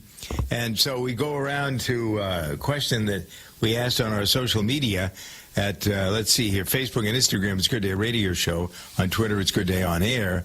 Did you regret getting the COVID vaccine? So, Jay, you want to bring us through some of the things that have been said by... Some of these are really heartbreaking. Yeah. Melissa Zimmer says, yes, I do regret it. I got blood cancer from the second Pfizer shot. Both my regular doctor and hematologist-oncologist said the second Pfizer shot could have caused it. I had my second shot at the end of March. I went for regular blood testing in October. They found my blood platelets were 667. Normal is between 150 and 450. She's now taking 325 milligrams of aspirin every day to prevent blood clots and 1,500 milligrams of a chemo pill. And the prior year when she had blood tests done, her platelets were normal. She says the disease is called essential thrombothemia. It's a rare blood cancer, and it's brought on by something that attacks the DNA, which is something that they have showed can do from the shots. She says, I'm going to have to live with this for the rest of her life, but her platelets, because of her medical prognosis, really, her platelets are back to normal, 215, and she does feel great. She walks a lot. That helps. Unfortunately, she does have to be on chemo the rest of her life. Right. Okay, let's talk about the news stories. That you just have to let that settle. You got to let it set in. It's a big one. Now, we asked, as we normally do, what news stories have you been following? So what do we have there, Jay? Mel Schoenwald says very little because right now I'm on a week-long educational tour through Cuba. That's an amazing place to visit. That's wait a minute. We're not supposed to be in Cuba because they're commies. Right? I thought that was all lifted. Wasn't that all lifted? Well, it was, and then Trump put it back. This is a black mark for Trump as far as I'm concerned. We ought to be doing business in Cuba. I don't know whether Joe has opened things up again or not, but we ought to be doing business in Cuba. If we're not going to do business with commies, then we should shut down all the things that we do with China. We're such a double... Well, that would be great, actually. Yeah, right. That's what we should be doing. Hypocritical, kind of. All right, what else? Patricia Sinclair was following the Alex Murdaugh trial in South Carolina. This guy must have been he looked like kind of a normal guy if you follow this a little bit, but what a bloodthirsty cur. Did you watch the Netflix special about this guy? No. Oh my gosh. Jay, did you get a chance to see it? No, I didn't. Okay, so I've been homesick watching these things, and the web of murder and death that he is connected to, it is no surprise that the juror took like 4 seconds to decide that this guy was guilty. I mean, from his own family members trying to throw him under the bus, and then he killed his maid and then sued himself for the money, telling his family he was going to give it to the family of the housekeeper, and the family of the housekeeper never even knew there was any money. He just kept it for himself. Great guy, huh? Allegedly killed the maid, by the way. He hasn't been convicted of that. All right, let's touch one more here, Jay. A couple people who are following the weather. It has been crazy weather with the snow and then tornado watches in Dallas. Now there's one in Middle Tennessee. And, of course, the lab leak in COVID is a big one, as well as the Chicago Mayor Lightfoot. Greg Donahoe says Chicago Mayor Lightfoot's embarrassing drubbing in the primary election. Yeah, she got what she deserved as far as I'm concerned. What a horror show in terms of how that city is run. So it'll be interesting to see where they go. The Talk Radio Countdown.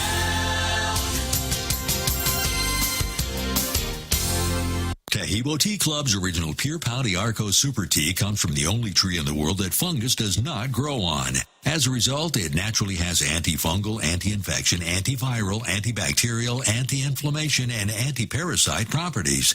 So the tea is great for healthy people because it helps build the immune system, and it can truly be miraculous for someone fighting a potentially life-threatening disease due to an infection, diabetes, or cancer. The tea is also organic and naturally caffeine-free. A 1-pound package of tea is $49.95, which includes shipping. To order, please visit shopsupertea.com. The first word is shop, spelled S-H-O-P, then the word super, and then the word tea. The complete website is shopsupertea.com or call us at 818-984-6100 Monday through Saturday, 9 a.m. to 5 p.m. California time. That's 818-984-6100. Shopsupertea.com.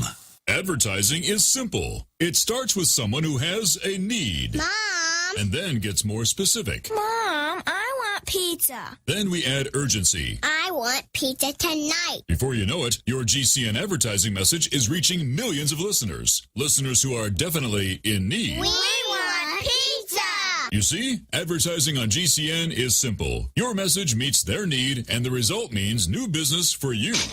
Tell us about your business. Then let our super creative department go to work to craft just the right message to feed those who have an urgent need. We want pizza tonight! GCN has the most affordable national radio advertising rates, period. And millions of people listen to GCN radio programs on over 1,000 AM and FM and XM stations and streaming audio live.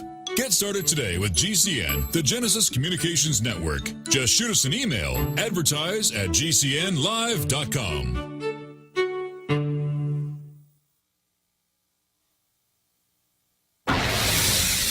You are listening to GCN.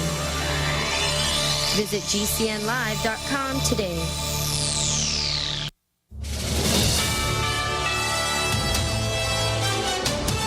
USA News Update. Convicted attorney Alex Murdaugh still maintaining his innocence despite being handed a life sentence for the murders of his wife and son. Craig Moyer, juror in the Alex Murdaugh murder case, speaking to WFTV Orlando about how he viewed Murdaugh and his testimony. Did you feel like he was a liar? He's a good liar, but not good enough. He also talked about the first vote when they first returned to the chamber. It was 2 not guilty, 1 not sure, and 9 guilty. What was your vote? Guilty. Murdaugh twice proclaimed in court that he would never hurt his loved ones. I'm Dave Collins. A shortage of albuterol used to treat people with breathing problems expected to get worse after a major supplier to U.S. hospitals shut down last week. Corey Myers, USA News. Mornings were made for better things than rheumatoid arthritis or RA. Xeljanz tofacitinib is a pill for adults with moderate to severe RA when tumor necrosis factor blockers did not work well or could not be tolerated.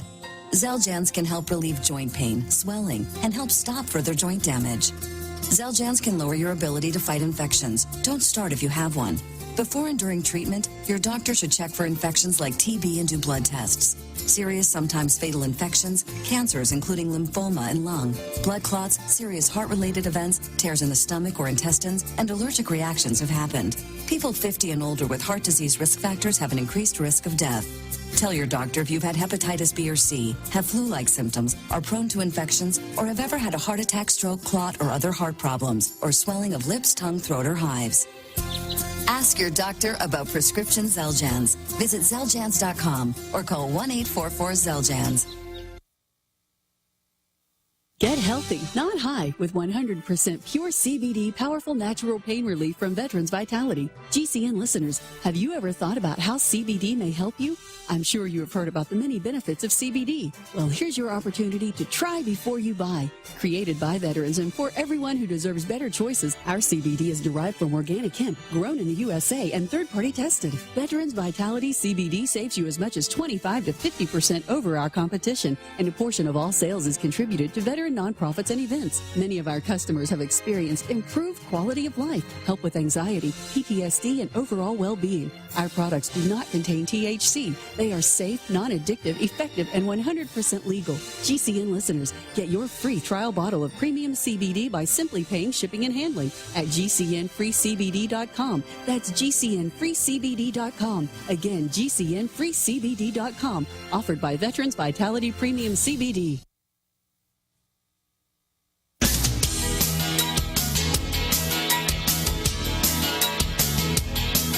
Welcome to the Talk Radio Countdown Show with Doug Steffen, counting down what America's talking about. The Talk Radio Countdown. Coming up on 35 after the hour, this is the Talk Radio Review. Doug Steffen with Jennifer Horn and Jay Kirshner. Jay from the Good Day program. Jennifer also from the Good Day program, and also KRLA in Los Angeles. We're going through, I said we'd start at number 1, and then I was trying to stick to the list. And then I went, there you go, sideways, zig and zag. Because that's the beauty of talk radio. The conversation go in any number of directions. The number 1 story this week is the war, the first anniversary of the Russian-Ukrainian war. I thought it was interesting that Secretary of State Blinken met with Russia's foreign minister for the first time in a year.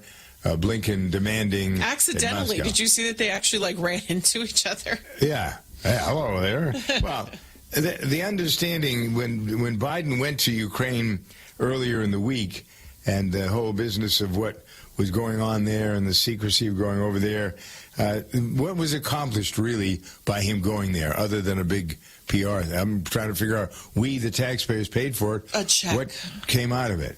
We gave them more money.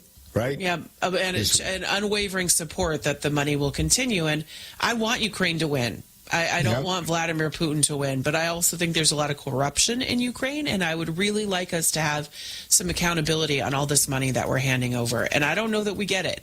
You know, I don't... When you start talking about paying the pensions of Ukrainian government workers and our own people are suffering here at home...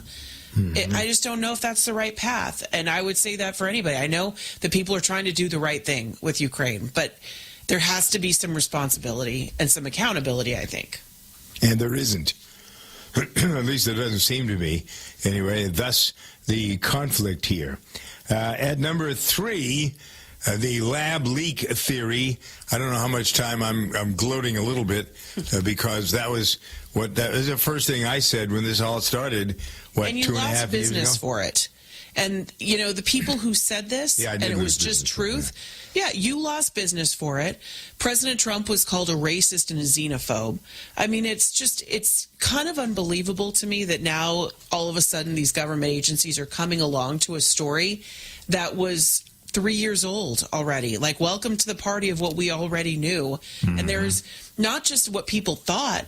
There is real reporting that's been done. I have a friend who did all the reporting with all of the receipts showing the money from Dr. Fauci at the National Institute of Health to the World Health Alliance and Peter Zarzak to the Wuhan Institute of Virology. Like, how hard is that to figure out? And then the government comes out this week and they say, well, we still don't have a consensus. This is just the Department of Energy. You know what this points to, Jennifer and Jay? This just points to the fact the government has too much money, too much control over our money, too many ways of getting money so that they can spend it as they wish. And that's why Fauci is number 3 on the people list this week, along with COVID and the lab leak theory. But I didn't, there was a focus on Fauci because of the things you just said, Jennifer. But what has he said this week? Nothing. Not a lot, I don't think. I haven't heard anything from him. Has he? Am I missing something here? Jay, have you seen anything or heard anything from Fauci's corner? No. I feel like I haven't even heard the name until you just mentioning it now. Yeah. Well, because the theory has surfaced, all roads point back to him. All the arrows point back to him and are being criticized because, you know, how do you say that about the Chinese? That's racist. And no, it's fact. That's what it is. F-A-C-T, fact. Okay. So I would like you, Jennifer, if you don't mind, because you're kind of in on the Republican side of things or on the right side of things, R-I-G-H-T. Oh, no, I like the R-I-G-H-T side. Go ahead. Yes, right. I don't. The voting company, the boxes, the company Dominion. that does it is Dominion, and they've sued Fox News, but I'm not sure that I understand why. Do you have? I'm sure you have a clear. Okay, so there was a theory that was going around after the election that was really being promoted by someone, you may remember the name, Sidney Powell and Lynn Wood. And they were out there, and in fact, I blame these guys for why Republicans lost that Senate seat in Georgia in 2020 as well, because they told Republicans, you can't trust these voting systems, don't come out and vote. And people didn't. And how ridiculous is that? I mean, it's the stupidest thing. So Dominion is one of the companies that run those voting tablets where you go and you vote electronically. And one of the working theories was that those vote totals were being changed and that they were being changed by Dominion. Well, Dominion comes out, and that was being floated by multiple people that we're talking about, these different outlets. Well, those outlets have all been sued now for saying that for disparaging the name of Dominion voting. They went after them with big lawsuits. And so one of the things that I question, however, and there's been a lot of testimony. Rupert Murdoch was under oath saying that a lot of his hosts thought that there was something fishy about this theory, didn't think that it was right, but still went to press with it. The news media is supposed to report the news. There are lots of things that have been reported from other outlets, like CNN, for instance, and the Russian collusion theory, which was not true about Donald Trump. They went to the news with that every single day. Even when it started to collapse, they still went to the news with that because their job is to report the news, right? So I think it's kind of strange that Fox is getting hit for this. Now, it's because Dominion has chosen to go in, and it was their name that was being disparaged, so they want to go in and correct the record, which I guess is fine. They have the right to do that. They'll probably win most of their lawsuits that they have out there because of it. But I do think it's odd that we go after one news outlet or a certain set of news outlets for reporting on things that didn't turn out to be true when other news outlets do that all the time. COVID's a perfect example. How many news outlets reported on COVID, things that were not true, that they're not being held accountable for right now? So is it the job of the news media to report the news? Or are we supposed to check all the facts? Now, if we are, that would be great. But who's really doing that? You know what I'm saying? Does that make sense? Yes. All right. Moving on to Lori Lightfoot losing in Chicago, number 8 on the story list. Of course, because we're talking about this in the negative, we're racists, because she only lost because she's black and all of the other stuff that's going along with this. Yeah, not the fact nonsense. That crime, murder, all these horrible. things have skyrocketed. Worst mayor in the history of Chicago, and the stats prove it. So the head of the Chicago Police Department has resigned, but he said he's leaving because he's 63, and that's the mandatory age for retirement of police officers. Okay. Then there is the U.S. Attorney for the Northern District of Illinois announcing resignation as well the day after the Chicago mayor loses her bid for re-election. I thought he was appointed by Donald Trump, so why would he be leaving, I guess would be the question. Or are they just, the news media is just trying to tie these together and there's no connection really to any of them? Yeah, I think that's the case. So isn't it interesting how they take all of these things and try to, but this is, we're all considered stupid by the news media, right? The news media thinks, okay, we can tell you anything. And maybe as much as we criticize social media, is there a balancing act going on here between what's coming out of the so-called official news media and quote-unquote real journalism and what's coming out of social media, people that are just hacking around, taking pictures of stuff, observing and posting it online? I think if you really want to be in the know, you just have to consume a lot. I spend a lot of time with CNN and MSNBC every day, in addition to Fox News. I spend a lot of time looking at different articles, a lot of time looking at social media. If you don't do that, unfortunately, you're never going to know the full story because no one's ever going to be honest and tell you straight down the middle what things are all about. Yeah. All right, Jay, earlier this week, we talked about the cancellation of Dilbert, the cartoon that is Dilbert. In... What? Poor Dilbert. It was a good cartoon. I liked him. No longer. It's gone. Now, is this wokeism? Is this politically correctism? The guy who is responsible for Dilbert, they've been doing this, 20 some odd, 30 years, 40 years? I don't know. It seems like Dilbert's always been decades around. on decades, yeah. And it's kind of like over the years, Dilbert was already being pulled from some newspapers. It used to be everywhere, and then it really wasn't, and now... Why? Was it just because it was old, or because they didn't like this guy because of other things? I never even knew. This is kind of one of those things where he had made other comments before. It just wasn't really mainstream news. But now in today's society where everything everybody says has a snapshot and is on social media and everything just lives on forever. Well, I actually think that this is crap. I don't know if that surprises you or not. No, I think the guy took, and for those people who don't know, he made some pretty rough comments about the black and white division, raw comments. Yeah. But he was driven by a Rasmussen survey, which was something about, like, they asked black Americans they liked white people or something like that? Or pretty much. Yeah. How many black people 56% of blacks said they liked white people, 35% said they didn't. No, I think the majority said they hated white people or something. That's what he was commenting on. Yeah. And so then he said, well, I had been part of this, identified as black, and I've been part of the black movement, but now they're a hate group, and I don't want to be part of a hate group. I think he was trying to call out the ridiculousness of that survey and the ridiculousness that people are stoking hatred between black and white Americans. It's so ridiculous. Where does that get us? Like the hatred between Republicans and Democrats or any group. What does it get us? Where does that get you? Yeah. So that's what I think he was trying to do. He took it really far, and I think that's where he got into insulting a lot of people, and probably why he's getting canceled. But that's what these people do, right? To make statements. Isn't that what they do in this business? Well, isn't that why Dave Chappelle says what he does and gets away with it, or the other people? Comedy is supposed to be biting. It's supposed to be harsh sometimes. Where are we when we're having polls about how much do you hate someone based on their skin tone? Give me a break. God, is that part of... Okay, let's go one step further.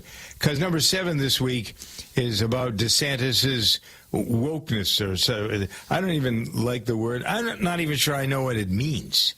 Wokeness is... He changed woke for an acronym, and I am completely blanking on what his acronym is. But I feel like this is something we've talked about all week.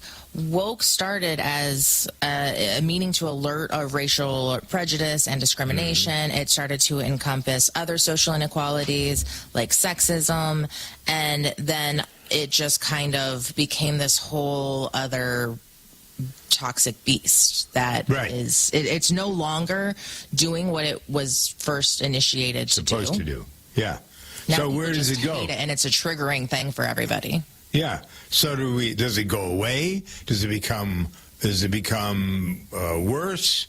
All of these things, the piling on, and again back to the Dilbert thing, but all of this stuff, teaching people how not to think for themselves. No matter what you think, you're supposed to think for yourself. We're supposed to teach people how to think, not what to think. And that's really what's run amok here and going wild. Telling people in school and elsewhere, media, tell them, this is what you're supposed to think. Not for me. All right, 48 after here on the Talk Radio Review. The Talk Radio Countdown. So here's the story list. The charts for the week of February 27th to the 3rd of March. You can find these at talkers.com and gooddayshow.com. Number 10, the weather around the country once again becomes a dominant conversation. Number 9, a suit at Fox News. Number 8, the mayor of Chicago losing. Number 7, those who are running for president in the Republican Party. Number 6, testimony from Attorney General Garland. Number 5, Trump's legal battles, et cetera, et cetera, et cetera. Supreme Court discussing student debt. Number 4, the COVID theory that comes out of those studying what happened at the beginning of the COVID problem from the Chinese perspective. Our relationships with the aforementioned China. Number 2, and the war in Ukraine at the 1-year mark. That's number 1 this week on the Countdown. The Talk Radio Countdown.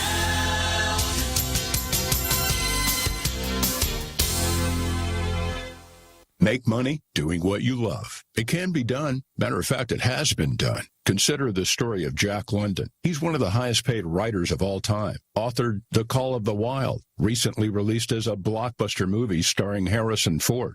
Jack grew up in a rough neighborhood in Oakland, poor, uneducated, and a school dropout. As a child, Jack fell in love with the idea of being a writer. The notion that an uneducated, dirt-poor school dropout from Oakland could someday be a published writer was insanity. You know the rest of the story, though. Jack London became one of the richest writers of all time.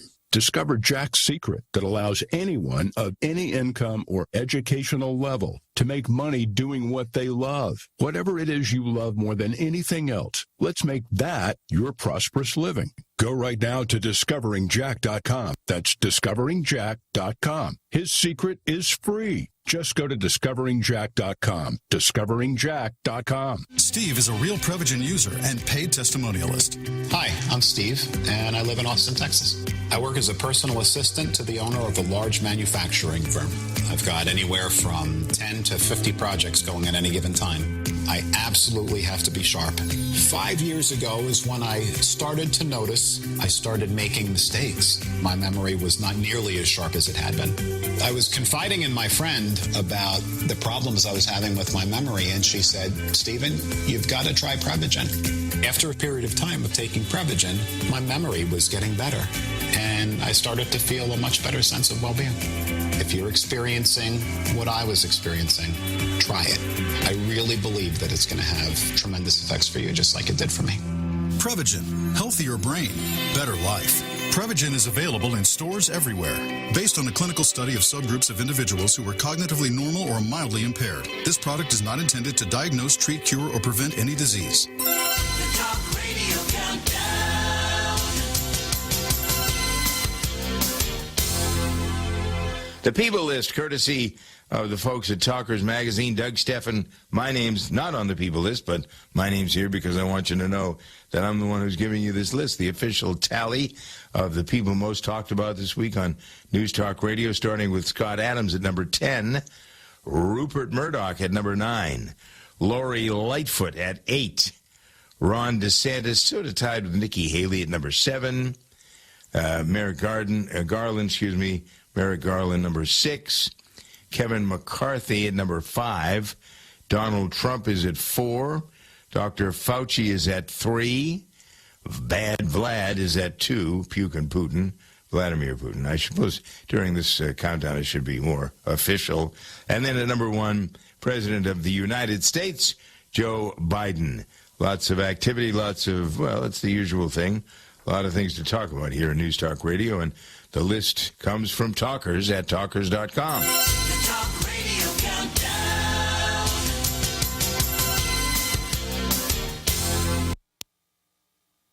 I had no idea it would destroy my life. But before it happened, I had a successful business in Austin, Texas. Everyone laughed at me when I shut that business down, but I could not ignore the wake-up call. I was volunteering on a project to get locally grown food into a school. That project was a complete failure, and I discovered that there were few local farmers. There's only 4 days worth of food in the grocery stores, and everything comes 1,500 miles via a just-in-time trucking system. I lost friends and family who told me I was crazy to worry about that, but I kept at it. I'm Marjorie Wildcraft. Those of us who know what's going on in the world know you need to become self-reliant before the dollar collapses. I've created a free webinar at gcnfood.com. I can show you, like I've shown hundreds of thousands of people, how to grow lots of food, even if you have no experience, you're older, or you're out of shape. Do it now before the stores are boarded up and food is not available at any price. Go to gcnfood.com. gcnfood.com. Hi, I'm Dr. Joel Wallach, veterinarian and naturopathic physician. The Dead Doctors Don't Lie guy with an important message. Take charge of your health. Do not continue to blindly follow the system that has failed us all. I appreciate GCN listeners because you're open-minded and intelligent. If our system is so great, why is it that the United States, the USA, ranks nearly 60th worldwide in longevity and number 1 in obesity? All the while we spend more money than all the other countries combined annually on unnecessary health care procedures and toxic drugs. It doesn't take much to get on track, not with the government or pharmaceutical companies, but rather you in control of your own health with a basic understanding of nutrition and supplementation. FDI Longevity has the finest quality health, sports, and energy supplements available. GCN listeners are invited to join our team of people who want to stay healthy well into old age. We are currently looking for specialists to represent FDI Longevity and Save America. To buy products at wholesale prices or join our business team, go to gcnteam.com. That's gcnteam.com. Support GCN. Get healthy.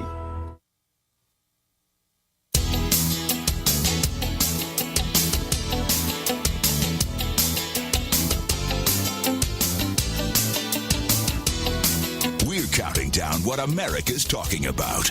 The Talk Radio Countdown Show continues. The Talk Radio Countdown. 53 after the hour now. This is the Talk Radio Countdown, or actually it's the Countdown Review. Jennifer Horn is here with Jay Kirshner. I'm Doug Steffen. Let's focus on this, the legal battles that Trump has. Number 5 this week, the January 6th video controversy.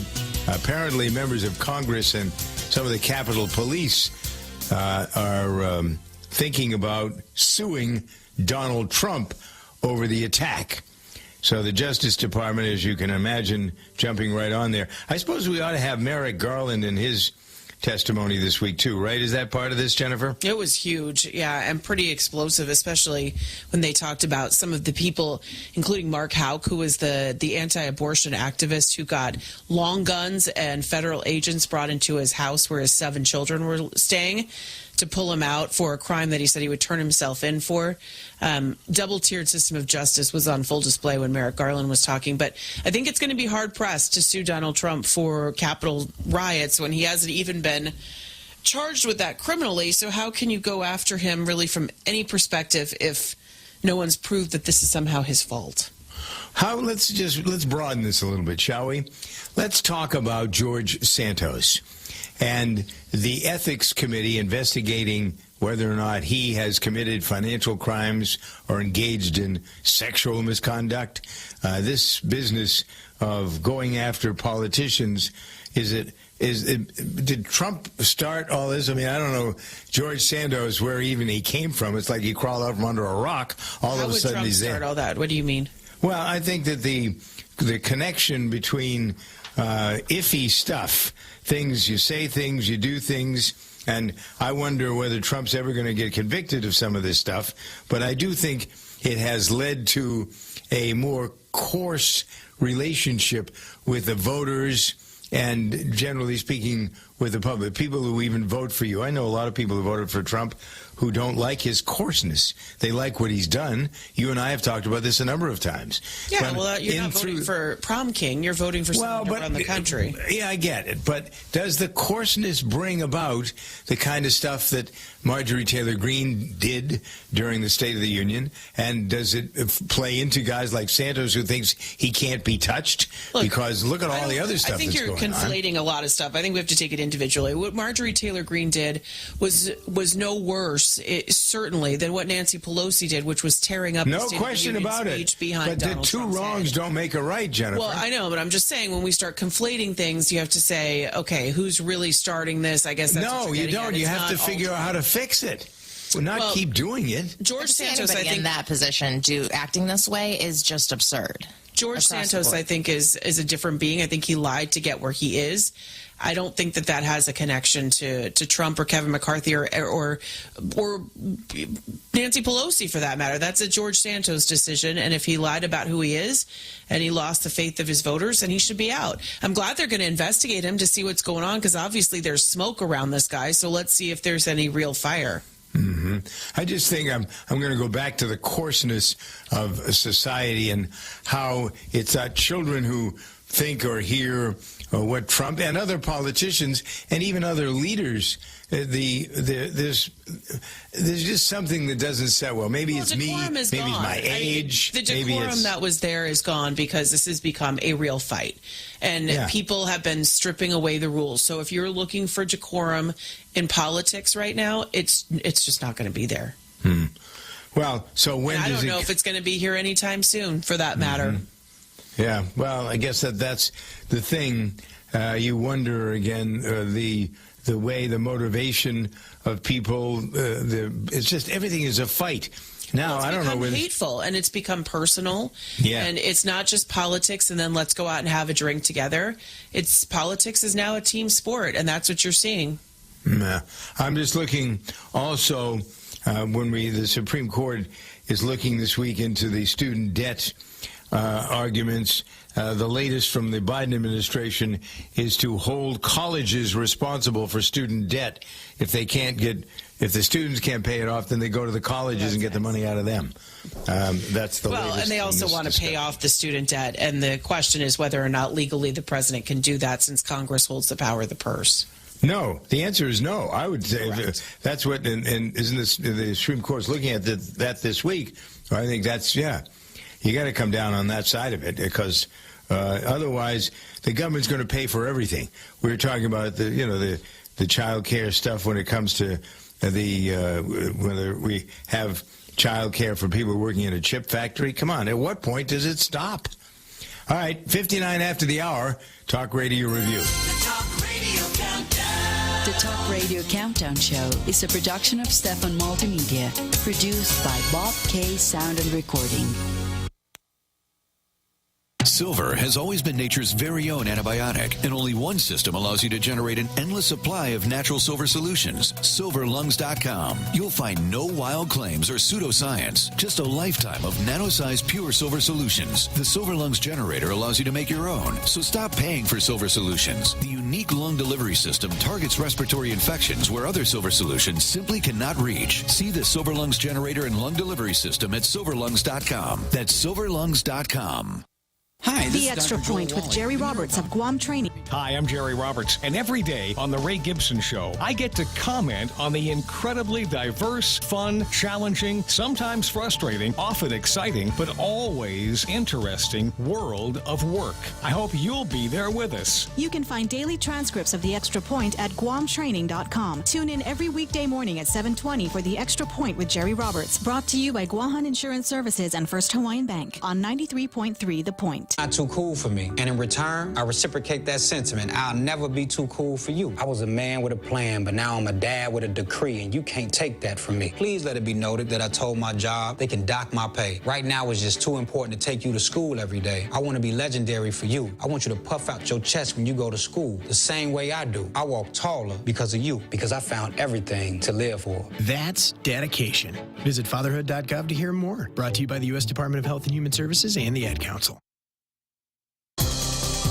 The Point is KUSG, Hagåtña, Guam, 93.3 FM and 104.3 HD3. Bill Chiro, Fox News. A ceremony in Selma, Alabama today to mark the anniversary of the March 7th, 1965 racist police attack on voting rights demonstrators. As Christ offered his flesh for the sins of the world upon Calvary's hill, these foot soldiers upon this hill, at the top of this bridge, offered their flesh for the sins of America. President Biden attended the event, calling for the nation to protect voting rights. The 1965 march led to the Voting Rights Act to be passed by Congress 5 months later. The White House has announced President Biden will travel to Philadelphia Thursday to release his budget for the 2024 fiscal year. He reportedly will hold a campaign-style event to trumpet his economic agenda. Calls for a closer look at transportation safety after 2 train derailments in Ohio in the last few weeks and several recent close call incidents with airlines. Alaska Republican Senator Dan Sullivan on ABC's This Week. Flying in America is the safest place to do it in the world. But from my perspective, these are huge warning signs that you're talking about, what we've been talking about. I think it's been 6 near misses in the last 2 months. In regard to rail safety, a bipartisan group of lawmakers is proposing a bill to expand rail safety regulations. The governor of northern Ukraine's Kharkiv province says Russian shelling has destroyed 5 homes and killed 1 person in a town about 18 miles from the Russian border. The area has come under frequent attacks, even though Russian ground forces withdrew nearly 6 months ago. Former Idaho Governor Phil Batt died at home yesterday. Batt was elected to the state's top office in 1994 as Idaho's first Republican governor in 28 years. He was 96. America is listening to Fox News.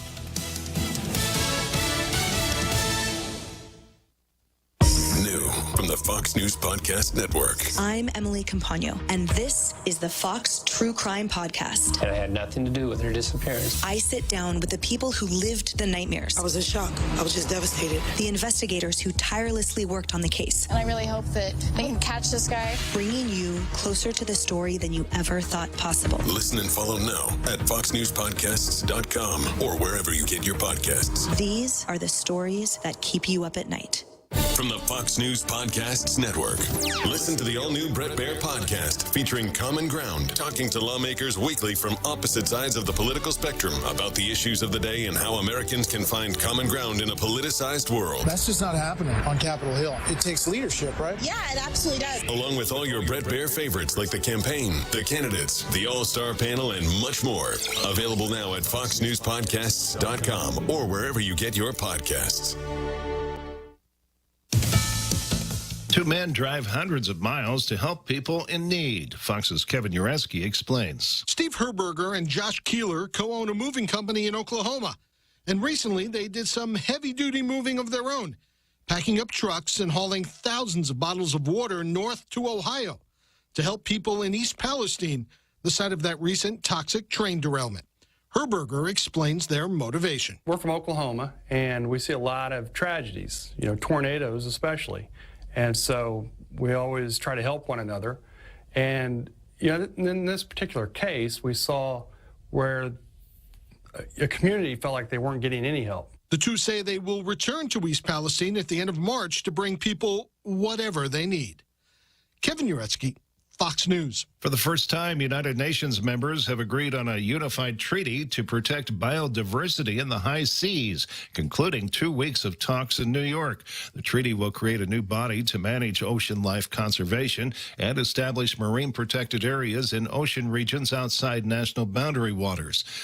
A Star Trek favorite is ending. Fox's Michelle Polino reports. Star Trek Discovery is ending its mission with the upcoming Season 5 on Paramount Plus, according to Variety. The final season will now debut in early 2024. This series is among the network's many offshoots from the Star Trek franchise. There will be some additional filming that is yet to take place for the show. That's the reason for the push to 2024. The end of Discovery is part of Hollywood streaming networks coming to grips with the financial realities of the streaming era. The streamer is currently airing the third and final season of Star Trek Picard, which features a reunion of the Next Generation cast. Michelle Polino, Fox News. And I'm Joe Chiro, Fox News.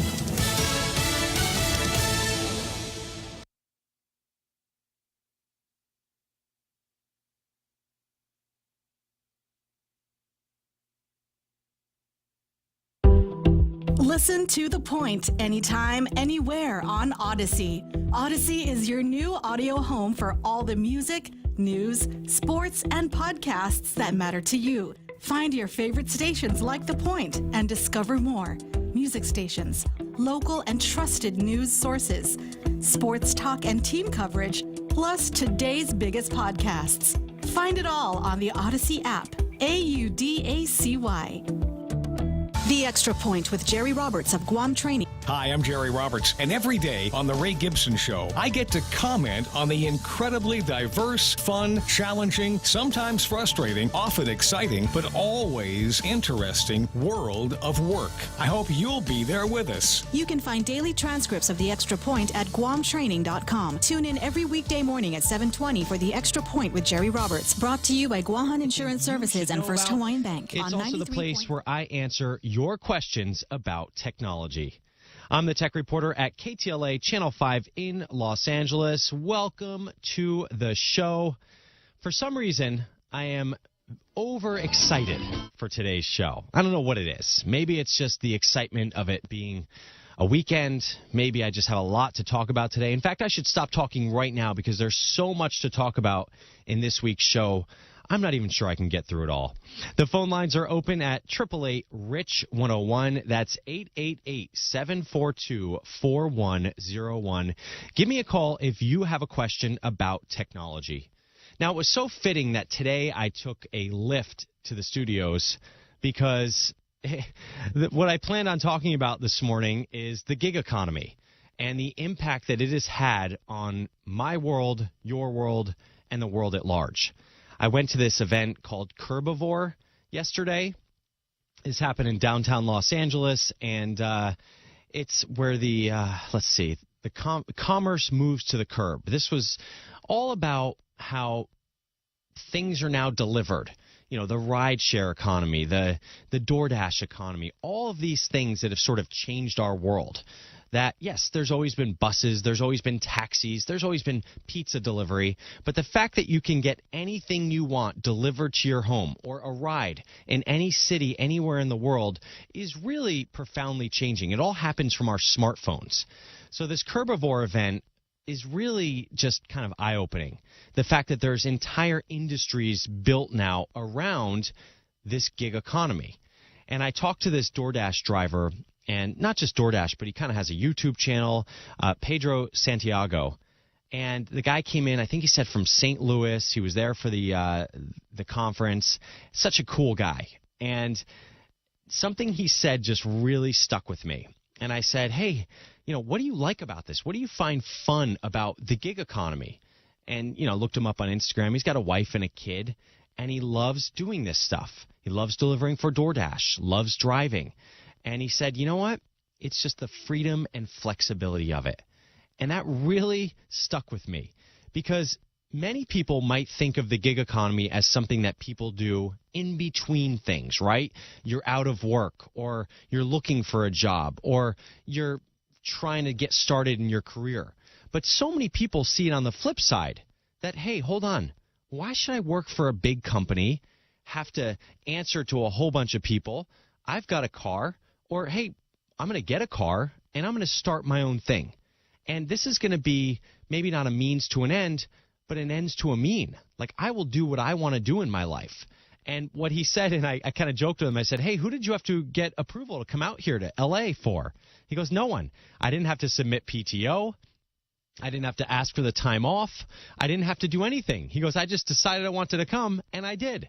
So he said he worked more hours last week. He worked 59 hours in a week. And he made a bunch of money off of these various apps that he works for. I think he said DoorDash was his big one. And this week, he spends the week in Los Angeles. And I said, that is amazing. Just so incredible that now we have the opportunity to do this stuff. When I was younger and I was, in high school and, working my way up in the world, you'd have to get a part-time job somewhere. And for me, I worked at, Office Depot, which was fitting. I loved it. It was great. I worked at CPK, which was great. I was a waiter, and I delivered newspapers. But the reality was I was beholden to these people. They made my schedule. They said when you worked, when you didn't work, how much I worked, how much I made. I remember negotiating a 50-cent raise, and I thought that was a big deal. But with these gig jobs, you turn on your phone, you fire it up, next thing you know, you're working. So some of the things I saw at this Herbivore were pretty cool. Motional. This is a company that is doing semi-autonomous food deliveries. And so they've got these Motional cars that are driving around in Santa Monica, and they're also partnering with Lyft in Vegas to do, semi-autonomous taxi rides.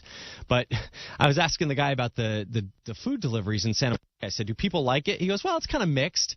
Some people get their car and they're used to someone driving up to their, or walking up to their front door with their food, and all of a sudden this car pulls up to their house and it says, hey, can you come out up the back door and pull your food out? And that's how it works because the car is self-driving. Now, there is a driver behind the wheel just for kind of monitoring of things. So that's what's happening there. Stellar Pizza.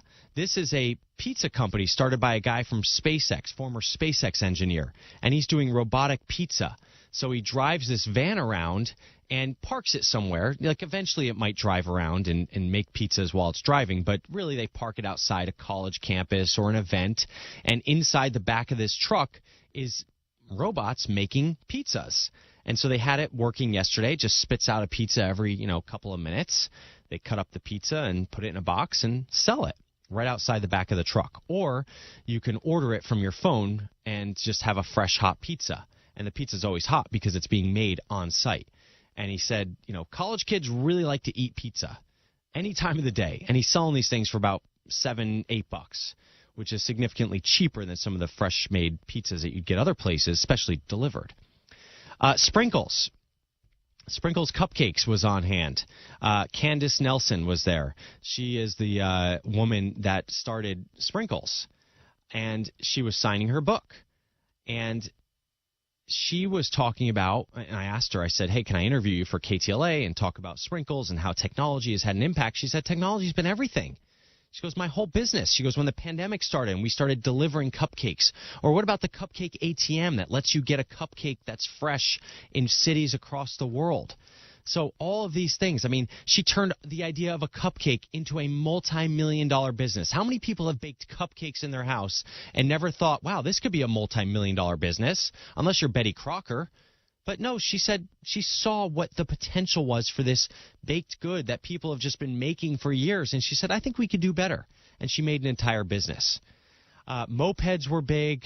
The Automat. Now, I am a little bit too young to remember the original Automats in New York City and I guess around the world, but there's a lot of talk about these things. These are the automated kind of windows that they would put food in, and you would put like a nickel in, and you'd see like a chicken pot pie in the window, and you would just open up the door and pull out your food. And I guess these were popular in like the 30s, a little bit before my time. But now they've got this company called Automato. And this is a temperature-controlled vending machine on wheels. So the idea is that you have a whole bunch of stuff in these automated vending machine windows, and you can go out there and pull up to the beach or pull up to an event, parking lot, whatever. People could see the stuff they want, open up the window, and pull out what they want. And the other thing is this whole kind of truck is powered by the sun, so it's all electric, which is really neat. So you don't have gas, and you don't have fumes coming out of this truck. So Automato was partnering yesterday with Liquid Death. I don't know if you've seen this brand of water, but it looks really cool. And it looks like it'd be an alcoholic beverage, but it's not. And so they had a whole bunch of Liquid Death flavors, which, by the way, is very good, inside these windows. You order one from your phone, you scan the QR code, and then next thing you know, one of these little windows opens up and you can purchase the Liquid Death. Now, yesterday they were giving out for free, which is kind of cool. Another one, Conjure. This was called RoboMart in the past, and this is a van that delivers snacks, and it pulls up. You order the van to your house, kind of like an ice cream truck on demand, and the truck pulls up to your house. There's a driver in the truck, but they stay in the seat, and the window and the door kind of opens up to a whole little 7-Eleven selection of snacks. You pull out what you want. The van uses automation to figure out what you pulled out, and it charges your credit card. So what they did, and they announced, is that they partnered with Mars. And so now this is an ice cream truck that's on demand. So they drive around, you order it. You're going to be able to order this in Hollywood. The ice cream truck comes to your neighborhood, comes to your house, your address, on demand. The door opens up, you pull out the ice cream that you want, and it drives away, and it charges your card. And the best part is, it's not like a DoorDash delivery where this ice cream may be semi-melted. It's in the freezer, in the truck. You're pulling it out of the freezer yourself. And I said, what if someone pulls a whole bunch of stuff out of there? He goes, well, that's how it's all automated. We just charge their card for however much they pull out.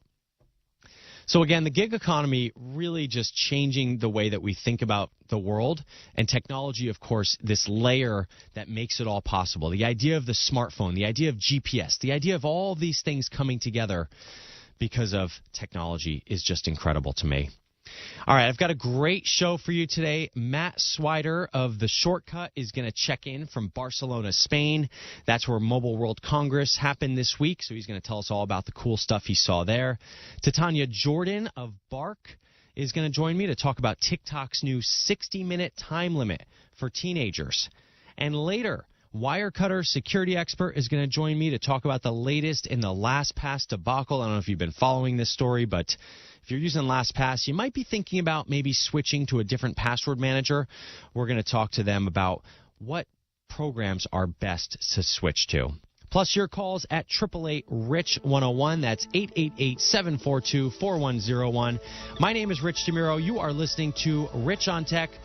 We'll talk tech and take some of your calls coming up.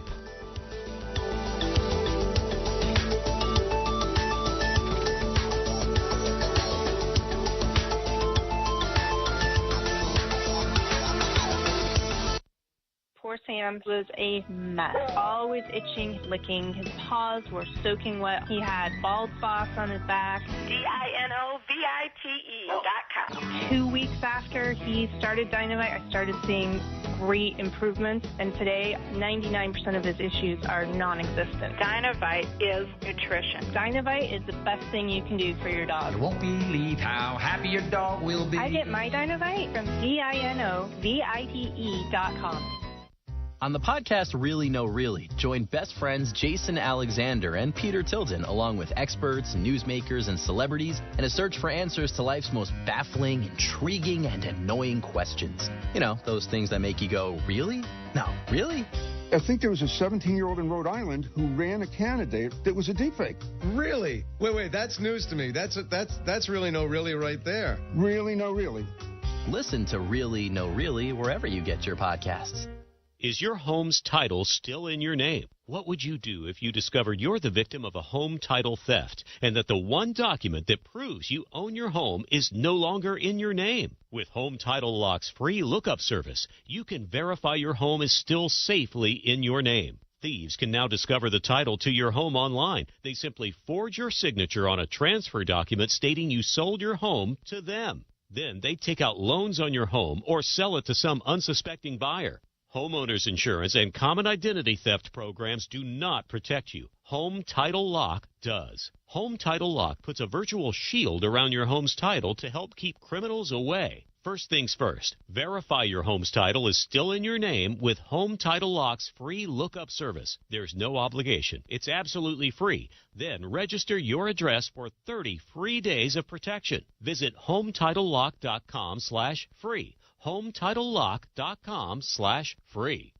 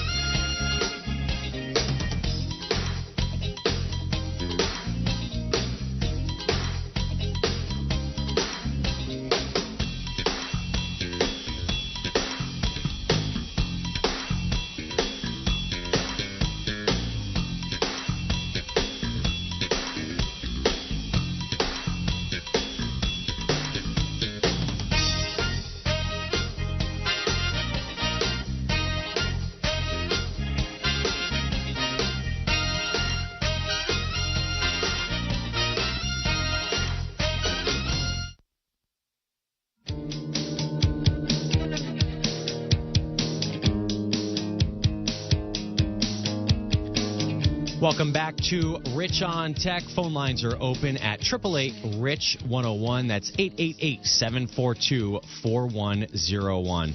You can find me on Instagram at Rich on Tech. Let's go to Joyce. Joyce, you're on with Rich. Hi, Rich. Thank you for taking my call. My question involves AT&T, been customer for years and years, have internet, TV and phone service through them. And the past several months, I've received letters, one in January saying you have so many days, otherwise your service could be disconnected.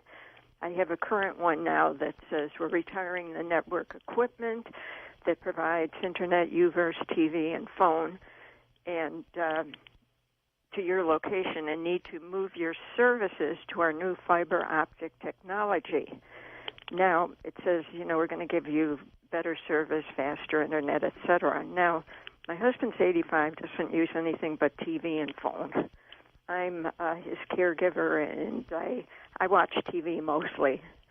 But what I'm wondering, they said that to do the fiber, they might have to drill through our old stucco house. And I'm just wondering, I've tried to do some research on this, and it appears that if you don't go with the new fiber, then you're on your own if you have any issues. Yeah, everything goes through that same line at this point. So, like, what you have, the UVerse, which AT&T kind of stopped selling a couple years ago, and so they've been servicing people that have it, but they obviously are not using that anymore. That's no longer the branding. That's no longer the technology. Now they've moved, and like they said, in your neighborhood, it's all fiber now. So, what do you need? You said you just need TV and phone? TV and phone. Internet I just play with. I don't know how to do emails and things like that. Okay. So it's just a fun thing, you might say. And what are you worried about with them coming to change it over? Well, that they said they're going to string wire over the driveway and then attach it to the house and then drill through the stucco into the room where my husband has the router, I think it is, right. set up. And so I guess that's what I'm concerned about. You know what? I've had this done at my house because I actually got this installed at my place, and I was all for it. When the guy said, in fact, as a tech person, the fact that they're running a fresh new line to your house, that's exciting to me because I know that that's going to be really good service. It's going to be great internet. It's new. It's fresh. The line that they're stringing, it may sound scary, and drilling through the house may sound scary, but the people that are coming out to do this, they do this every single day. And they've seen it all. They have the equipment to do it. They may leave some dust where they had the hole in the wall, and that, that's going to be something you're probably going to, vacuum up when it's done. Oh, yeah, that's not a problem. I was concerned if it's really necessary to do that, to increase to higher speed. I appreciate your response. It's giving me such relief because I've been on the fence about this, and I think, are they just trying to cram this into, you have to have a higher rate and higher do this? And No. Well, okay, so with that said, what is the rate that you're paying right now? Total is $256.91. Okay. And that includes your TV and your phone line. Right. And your internet. TV is $167.52. Okay. Internet, there's like a little promotion for $35, and then the phone is $54.39. But that's that's a lot. Wow. That's a phone that we thought was a landline, and they switched it to digital when they brought in all the other. Yep, that's pretty standard.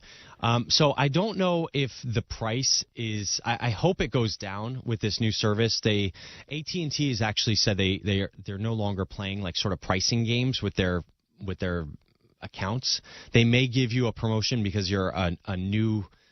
Technically, you're an old customer, but you're signing up fresh with this new fiber service, so they may give you a promotion that lasts a year on that. But after that, they're pretty much standardizing their rates for their service.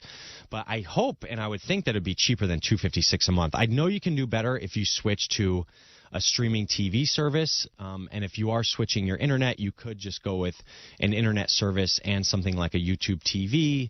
But it doesn't sound like you guys are ready for that big shift in your life.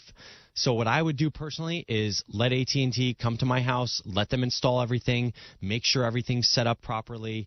I would just let them get everything the way you have it now, except with the new fiber, and see what they say, and also get a quote from them of how much that's going to cost you.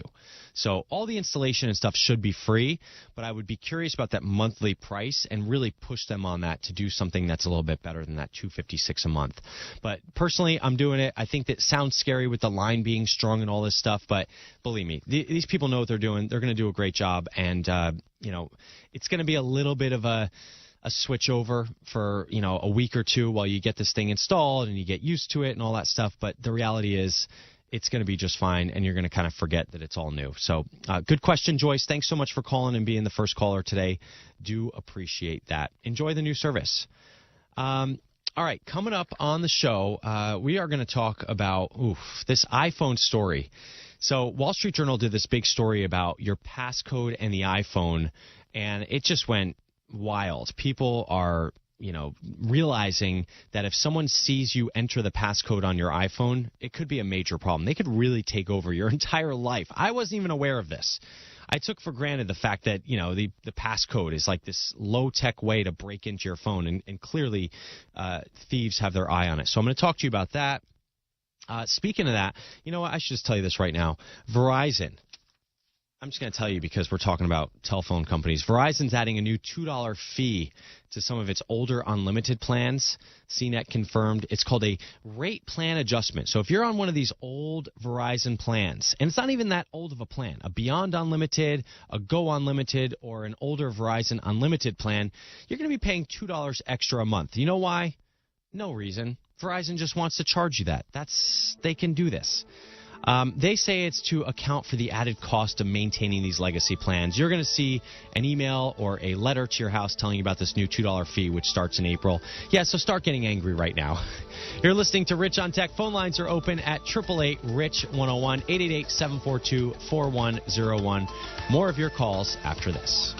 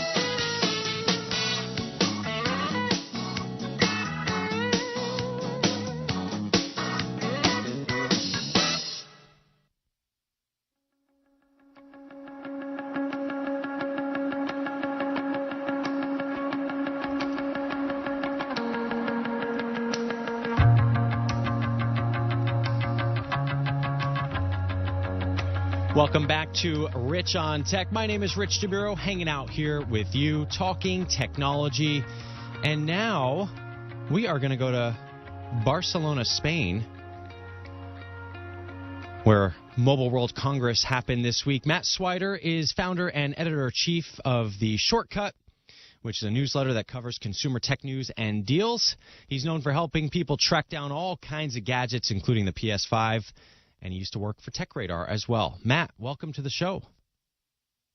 Thanks for having me on, Rich. It's really great to, tune in and actually be a part of the show. How was Mobile World Congress? Well, explain what it is first off. Yeah, it does confuse people because it sounds political, but it is anything but.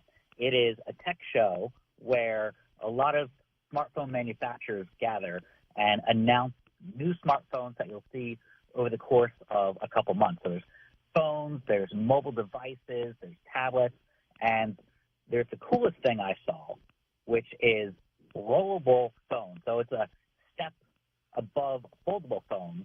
And yeah, I was really enamored with rollable devices from Lenovo and Motorola specifically, which I'm sure you saw. Well, what's interesting about this whole rollable, foldable stuff is that we're seeing so many manufacturers experiment with these different form factors, and I have no doubt that I would like one of these in the future. But, the 800-pound gorilla in the room is Apple, and everyone's wondering, is this foldable or rollable going to happen if Apple never adopts it, or do you think they will? I think they are always late to the game purposely because they wait until the technology can be perfected, and they don't have a foldable phone yet. But, everybody thinks that they're working on something, and they're just waiting for the glass to get stronger, the hinge to get smaller, and for them to come out with some new technology that kind of pushes things forward. And what I like about Mobile World Congress, it is very much a Android show, and almost, it's a lot of Chinese manufacturers, but I think iPhone users should care about what's announced because that's where, Samsung and Apple will be if other competitors are pushing the envelope both on price and new technology. So to explain what the rollable phone does, it actually extends the screen. It has a little motor in it. It pushes the screen up so it expands at the top and just, expands before your eyes. And what's clever is when it, retracts, it actually rolls into the back. It bends into the back. And Lenovo and Motorola are utilizing that screen for, taking selfies on the back so you can actually see from the rear-facing camera yourself. Or what was really neat is for little kids, it has a little animated smiley face on there to kind of get them to briefly smile for a picture. And I thought that was really cool. Do I think it's, going to come out and, everybody's going to adopt it in the next year? I think we're a couple of years from this becoming mainstream, but it's definitely fun to see it in action, and kind of this is going to be the precursor to what smartphones are going to become. And I love how small it is. I'm just looking at some pictures online. I love how small it is when it's not rolled out. And it's because this is a thing, I've been testing, I'm sure like you have, the S23 Ultra from Samsung, and I love the big screen size, but I just can't stand the fact that the thing does not fit in my pocket, especially with a case on it.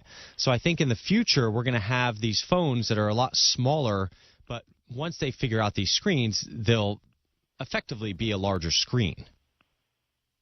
Yeah, absolutely. And everybody wants the best of both worlds. They want, a phone that they can hold, especially walking down the street when I'm walking in New York City, and, something that you can grasp if someone bumps into you. But at the same time, when you sit down in the subway, when you're on an airplane, you want to carry around that tablet, but not have to carry around necessarily a bag with you every time. You want to slip that into your pocket. So I think, foldable phones going completely mainstream is a little ways off, but I think it's inevitable because we want the best of both worlds.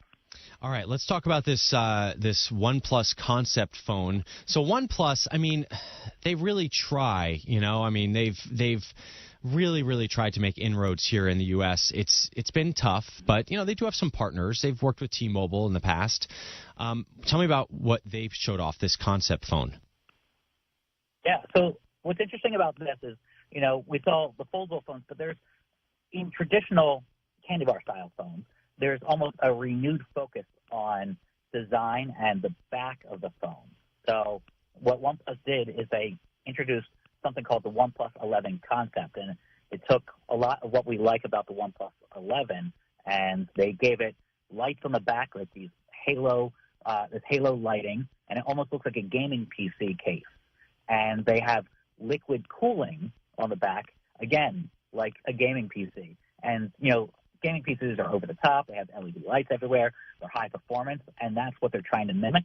And they're usually, OnePlus is a company known for coming in at a low price, but still having top-of-the-line specs. So I think that is what their main asset is. And this design, whether or not it comes out, is very over-the-top, almost like you see at car shows, where there's a concept car that you may or may not be able to buy one day, but it's the companies pushing the envelope. Phone companies are doing the same thing, and that's what Mobile Congress is all about. It's all about capturing that attention as well. We're speaking with Matt Swider. He is editor of theshortcut.com. Go ahead and subscribe to his newsletter. Matt is actually living the American dream. You were an editor at a big publication, and you kind of found a cool little niche of helping people with their technology and specifically finding hard-to-find products like the PS5. You gained many followers, enough so that you could go out on your own and start your own newsletter, and so pretty cool that you've been able to do that. And Matt is in Barcelona, Spain for Mobile World Congress. And tell me about the 240-watt charging. So I never think my phone charges fast enough. Tell me about this. Right. So if you have 10 minutes, you can have a full battery with the Realme phone. It has 240-watt charging, which I think it's part of a greater segment at Mobile Congress where it's almost like part of the emergency tech line. That's how we kind of phrased it and kind of gave it an award for that with the Shortcut Awards, because if you're in a pinch, and we've all been there, where you just need a couple extra minutes of battery life for a text, or you're trying to call an Uber, you're just trying to get home, this can get you to a full battery in under 10 minutes, which is just astounding. And just getting a couple seconds of a charge will go a long way. So I think, once again, you may or may not buy this Realme phone, but it pushes other manufacturers to say, all right, well, we need more than 25-watt charging and then 45-watt charging. So this is what I think it's all about. I mean, I hate to keep, harping on the Apple effect of all this stuff. And I get it. When you're outside the U.S., like in Spain, I bet you see more people using Android than they do iPhone, except for the Americans that are there for this conference. And so when you travel around the world, you realize that, yes, iPhone is very, very popular in the U.S., and it's popular worldwide, but Android definitely has more of an impact in a greater way around the world. And I think that a lot of these changes and a lot of these advancements just kind of force Apple's hand. They do things, like you said, a little bit slower, a little bit later, but they've got to get their charging faster. I mean, it's like the iPhone charges the slowest out of any phone I test. Mm-hmm. Yeah, and we really want to see USB-C from the next iPhone, the iPhone 15, which, everybody thinks is going to come in September, just like the usual cadence. And USB-C would be really much a benefit. I'll carry around one less type of cable when I travel, and that's going to be nice. And like you said, it's all about the companies pushing the Apples and the Samsungs into adopting technology faster and at a better price. There was a company called Techno that has a phone, a foldable, tablet-sized foldable phone called the Techno Phantom V, and it's targeting India. But the equivalent price for launch is $979. Now, Samsung is charging, $1,800 for their foldable phone, and Samsung has the best specs compared to this phone. But the fact that someone is coming out with a foldable phone that looks like a flagship phone for under $1,000, that's just going to push the competition to do better. And I really kind of almost appreciate that, even though, we may not see those phones on the streets of the U.S. All right, Matt. Was it fun this year? I've got about a minute here to say goodbye, but did you have fun this year? And was it different to be on your own this year than working for sort of like an editor in years past? Yeah, it was a bunch of fun because it felt like, the whole conferences we go to are back. Like CES was this year in January. We have, Mobile World Congress in late February. It was nice to kind of get back to that routine. And also, I'm handling all the award stuff. We gave out a bunch of awards, so I'm handling the design of the award, getting it in, shipping it, bringing it with me in my suitcase. So that is a lot of fun to kind of have a bunch of hats and be the jack of all trades and hire a bunch of friends to make that happen. So it's kind of cool. And I will say, in your latest newsletter at theshortcut.com, I was very impressed that you were able to get a picture with all of the award winners that you gave out, which is no easy feat because sometimes these companies can be tough to track down. So congrats and thanks and have fun. I assume you're going to spend the rest of the weekend in Barcelona. Absolutely. I'm in like a little island off of Spain. But, Rich, I always appreciate the support that you've given me over the years. So thank you for, having me on and the continued support. All right, Matt Swider, thanks so much for joining me. Check it out. TheShortcut.com is the newsletter. More of your phone calls at 888-RICH-101, 888-742-4101. Plus, we'll talk about the iPhone, how to protect your passcode from a low-tech hack. You're listening to Rich on Tech.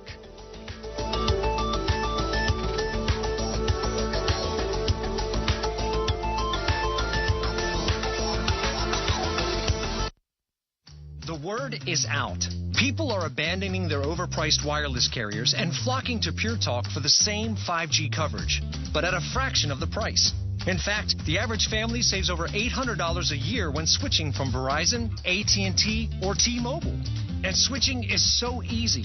You can keep your phone, keep your number, or get huge discounts on the latest iPhones and Androids.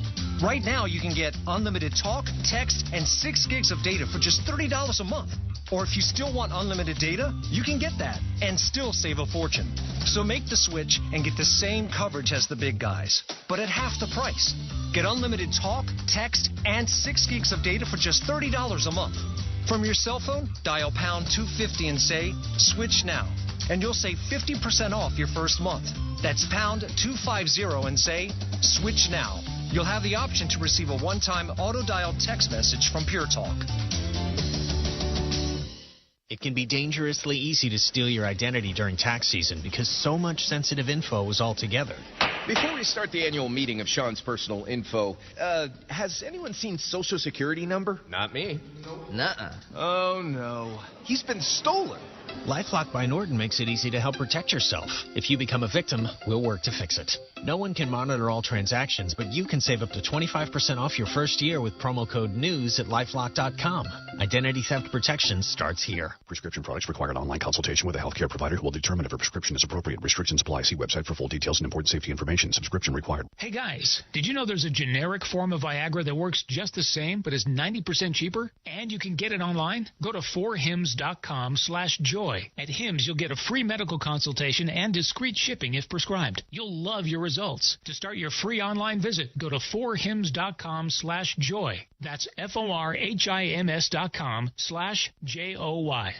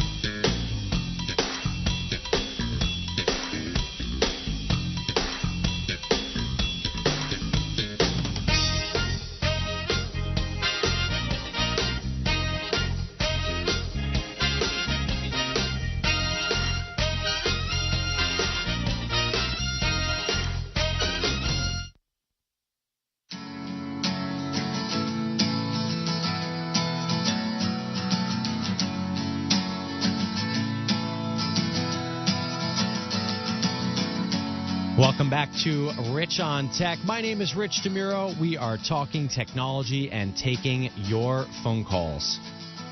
You can find me on the web at richontech.tv. Mike is in Denver. Mike, you are on with Rich. What's up? Hi, Rich. It's so good to talk to you. This is my first time calling into your show. I used to call into Leo's show, but I just want to tell you thank you for the job you've been doing. You bring a lot to the show. You're very articulate.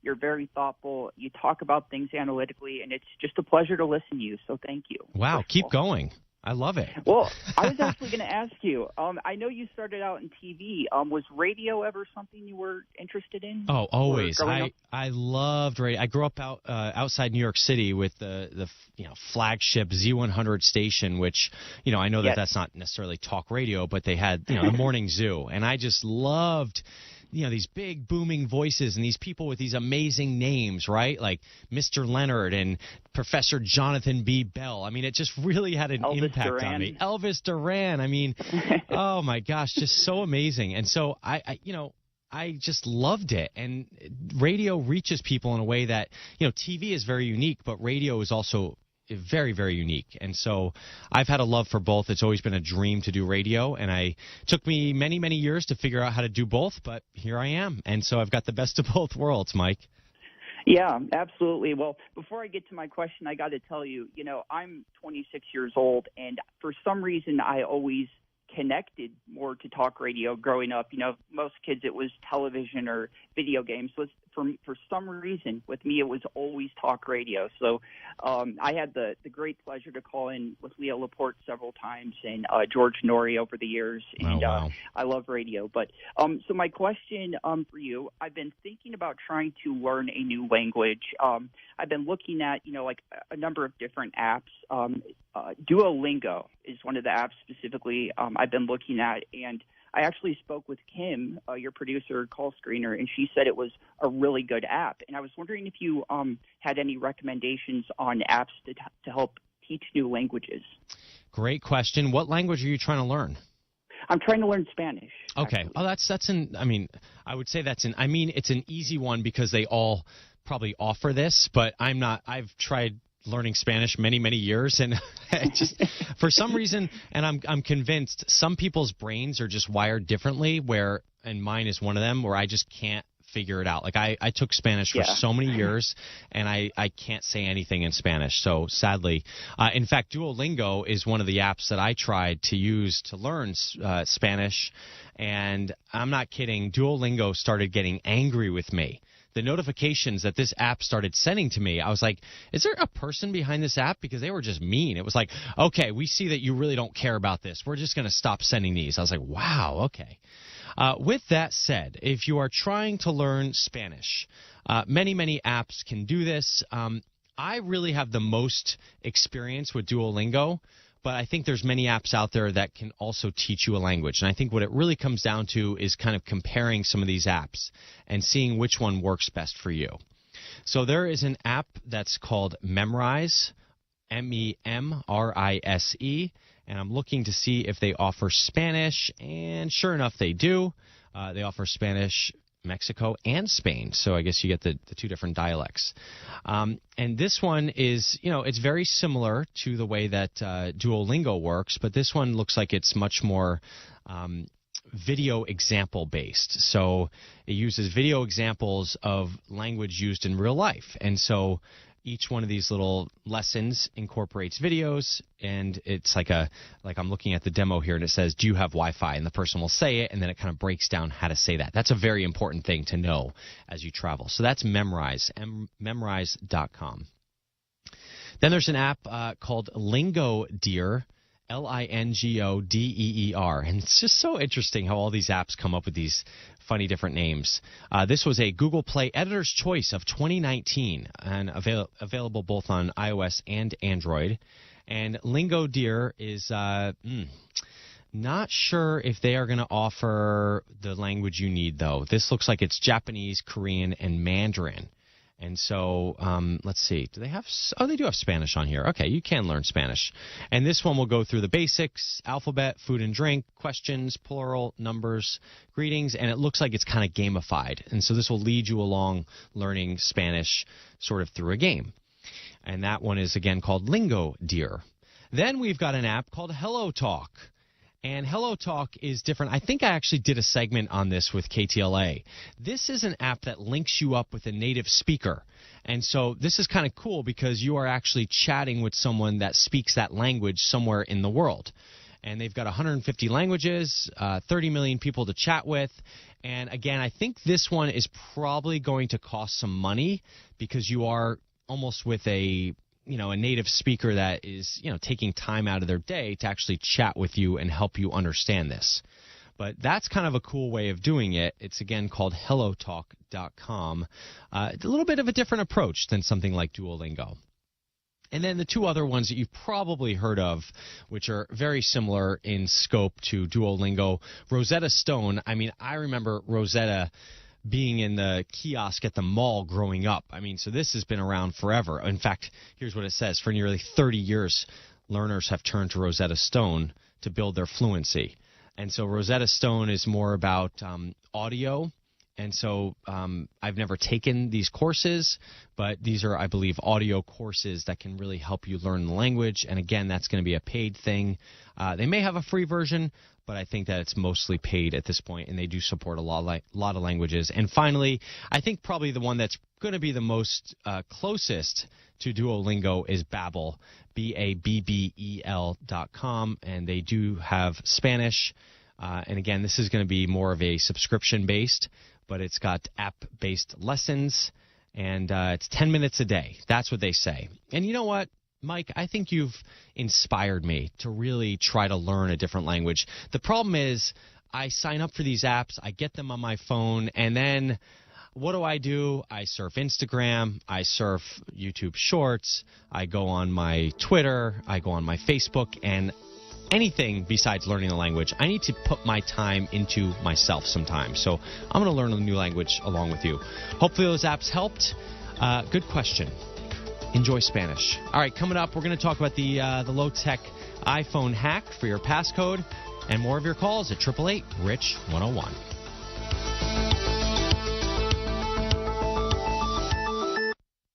I have two dogs, Sam and Bailey. Both are golden retrievers. Poor Sam, he was a mess. Always itching. His paws were soaking wet all day from just constant licking. He had bald spots on his back. I just don't like putting shots and steroids into your dog all the time. DINOVITE.com.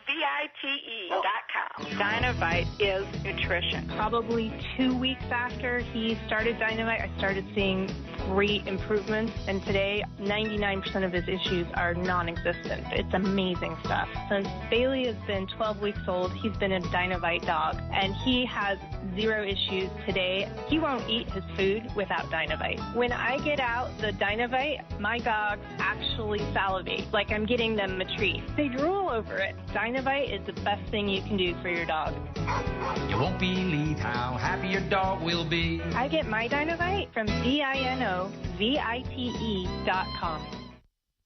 If you're with Verizon, AT&T, or T-Mobile, you're paying too much for your wireless service. Because Pure Talk gives you the exact same 5G coverage as one of those big carriers on the exact same network, but saves the average family over $800 a year. And Pure Talk doesn't lock you into an overpriced unlimited data contract. Why pay for data you don't need? Instead, get unlimited talk, text, and 6 gigs of data for just $30 a month. And switching is so easy. You can keep your phone and keep your number, or get huge discounts on the latest iPhones and Androids. So what are you waiting for? Start saving today. From your cell phone, dial pound 250 and say, switch now. And you'll save an additional 50% off your first month. That's pound 250, say, switch now. You'll have the option to receive a one-time auto-dial text message from Pure Talk. Pure Talk is simply smarter wireless.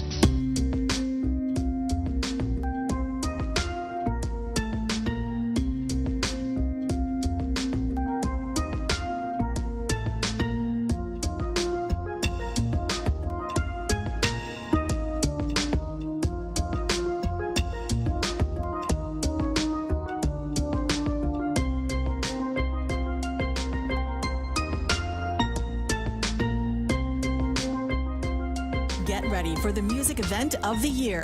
The Tumon Bay Music Festival is back, and it's better than ever. Featuring soloists, choirs, small ensembles, bands, and orchestras from Guam, the Marianas, Japan, and the U.S., TBMF offers something for every music lover. TBMF 2023 is the place to be this March. Festival events will take place at various locations on Guam, so be sure to check out the schedule on tbmfguam.org. TBMF is a production of the Guam Philharmonic Foundation. See you there. What is dedication? The thing that drives me every day as a dad is Dariana. We call him Day Day for short. Every day he's hungry for something, whether it's attention, affection, knowledge. And there's this huge responsibility in making sure that when he's no longer under my wing, that he's a good person. I want him to be able to sit back one day and go, we worked together, we did a good job. That's dedication. Find out more at fatherhood.gov. Brought to you by the U.S. Department of Health and Human Services and the Ad Council. You're listening to KUSG Hagutnia, K227CT, 1350 AM and 93.3 FM. Welcome to The Point. Enter Fox News. President Biden delivering a speech in Selma, Alabama Sunday, marking the upcoming 58th anniversary of the bloody Sunday police attack on civil rights protesters. While speaking before the Edmund Pettus Bridge, the president praising the protesters in their fight for freedom. On this stage, the children of God started a journey, walking, not saying a word, beaten, tear-gassed. On this bridge, blood was given to help redeem the soul of America. Longtime civil rights activists Jesse Jackson and Al Sharpton were among the people on stage with the president. Another Norfolk Southern train derailment in Ohio. This one happening on Saturday, a month after the train crash in East Palestine, which leaked toxic chemicals into the air and water. Springfield, Ohio Assistant Fire Chief Matt Smith telling reporters that the crash doesn't appear to be hazardous to civilians. They did a recon of the site, found nothing that spilled onto the ground and nothing, very minimal material on the actual cars themselves that actually dried very quickly. Fighting continuing in the eastern Ukrainian city of Bakhmut. Russian forces spending months attempting to capture the city. This city of Bakhmut in the east doesn't appear to have any major strategic value, and yet it is shaping up to be one of the biggest and bloodiest battles of the war.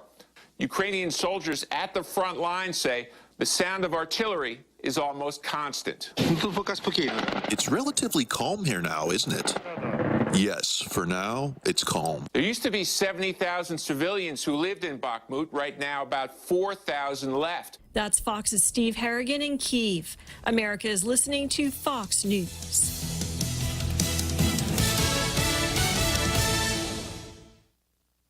Stay on top of the latest forecast with America's Weather Team in the palm of your hands. Here's the latest from America's Weather Center. It's Fox weather updates throughout your busy day, every day. 5 inches of rain by tomorrow. Temperatures being 30 degrees above average. Put the power of over 100 meteorologists and the worldwide resources of Fox in your hands with the Fox Weather Podcast. Precise, personal, powerful. Subscribe and listen now at foxnewspodcasts.com. Connect to Fox News Audio on the Fox News app. Listen to hear your favorite hosts like Brian Kilmeade, Jimmy Fallon, and Guy Benson standing up for what's right, live and via podcast. Just click listen, then swipe right and hear the latest news updates on your time. And scroll down to hear the latest podcasts from Fox News. And it's even easier to listen in the car with Apple CarPlay and Android Auto. Get programming alerts and notifications. Fox News Audio is on the Fox News app. The voices America trusts. Download it now. Concerns growing over plane safety in the U.S. after a person is killed by turbulence on a business plane. Fox's Charles Watson has the details. The plane was carrying 3 passengers and 2 crew as it was en route to Leesburg, Virginia from Keene, New Hampshire. At some point while in flight, the business jet was rocked by a patch of unstable air and was forced to divert to Bradley International Airport in Windsor Locks, Connecticut for an emergency landing. Officials confirmed the severe turbulence over New New England resulted in fatal injuries to a passenger, but the cause of death and the extent of damage to the aircraft are still unclear. In an email to Fox Business, the NTSB said investigators have removed the cockpit voice recorder and flight data recorder and are continuing to gather information. Chris Rock finally giving his response to Will Smith's infamous Oscar slap last year. The 58-year-old comedian joking about the incident, as well as denouncing Smith and his wife, Jada Pinkett Smith, during his stand-up special, Chris Rock Selective Outrage, that streamed live on Netflix Saturday night. Rock also poking fun at Meghan Markle, the Kardashians, and wokeness. Creed 3 knocking out the competition at the box office this weekend. The MGM film far surpassed expectations, bringing in an estimated $58.7 million in ticket sales. You out there boxing. I need you to start fighting. Analysts expected the film to open in the $30 million range. Creed 3 bumped Ant-Man and the Wasp: Quantumanium right out of first place. The Disney and Marvel film a distant second with $12.5 million in ticket sales. Cocaine Bear coming in third, selling $11 million worth of tickets. That's Fox's Kathleen Maloney. I'm Laura Cantor, and this is Fox News.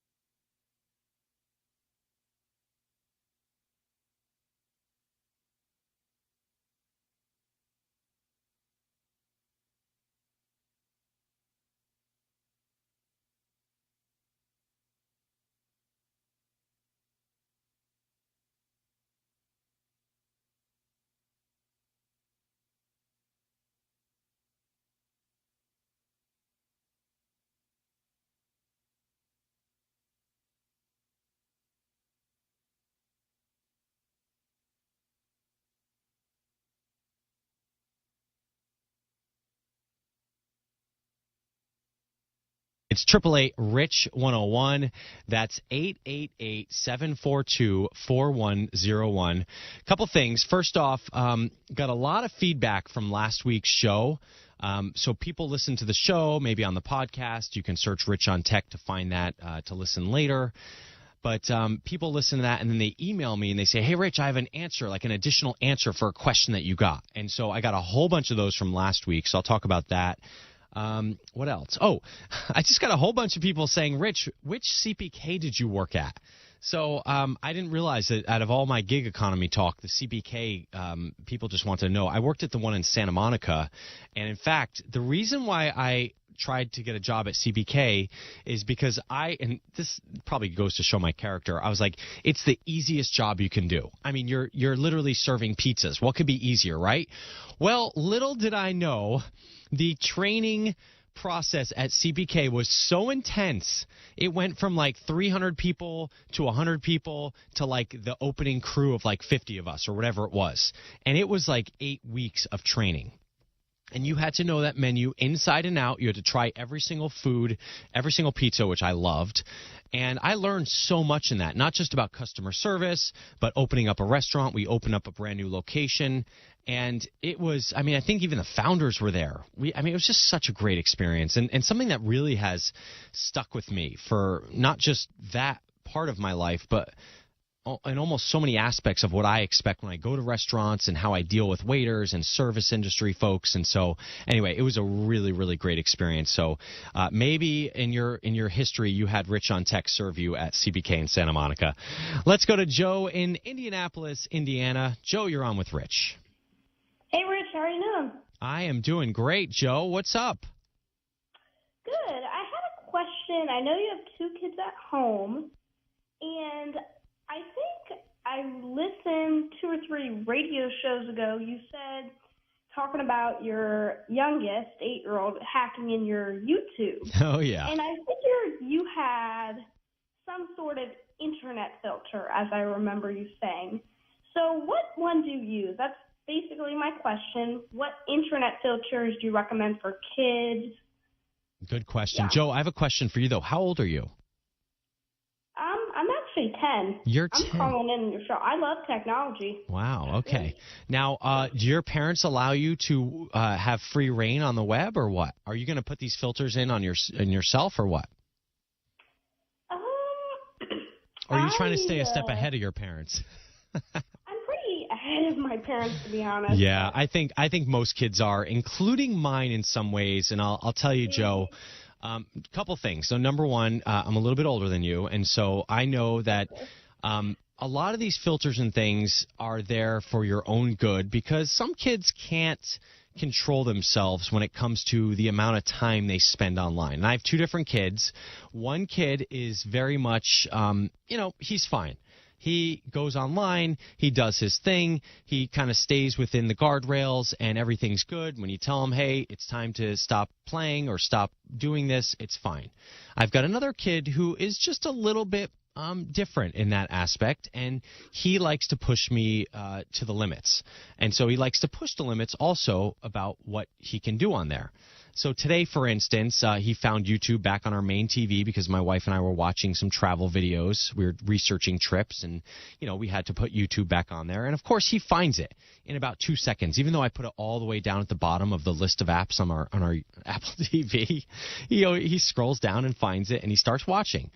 And then he was watching YouTube last night, and he said, hey, I noticed that YouTube now has a kids version on the app on smart TVs. And so I said, that's great, because now you can log in with your account and watch YouTube. He said, well, Dad, I don't want to because they don't do shorts on YouTube Kids. And I said, yes, there's a reason why they don't do YouTube Shorts on kids, because YouTube Shorts shouldn't be watched by kids. There's so much stuff on there that's just not very appropriate. And so I think it's tougher for them to kind of filter through those things on YouTube Shorts for kids, which is why the YouTube Kids app doesn't offer that. Anyway, Joe, I tell you all this stuff because, first off, I want you to stay tuned, which I know you will.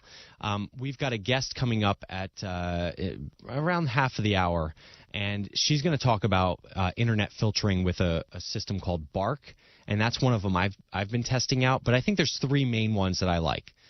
Bark is one of them. And this is a service that can filter not only smartphones, but also set time limits and filters on your home internet. There's also one called Circle, Circle.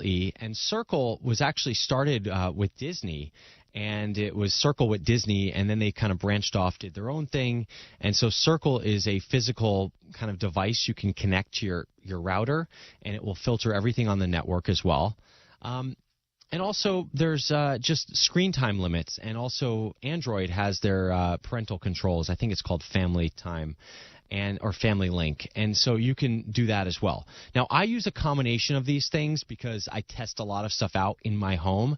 So I've tried out Bark, I have tried out Circle, I use Screen Time, and I also use the Family Link. And also, Microsoft has their own. If you use Microsoft devices, they have their own parental controls as well.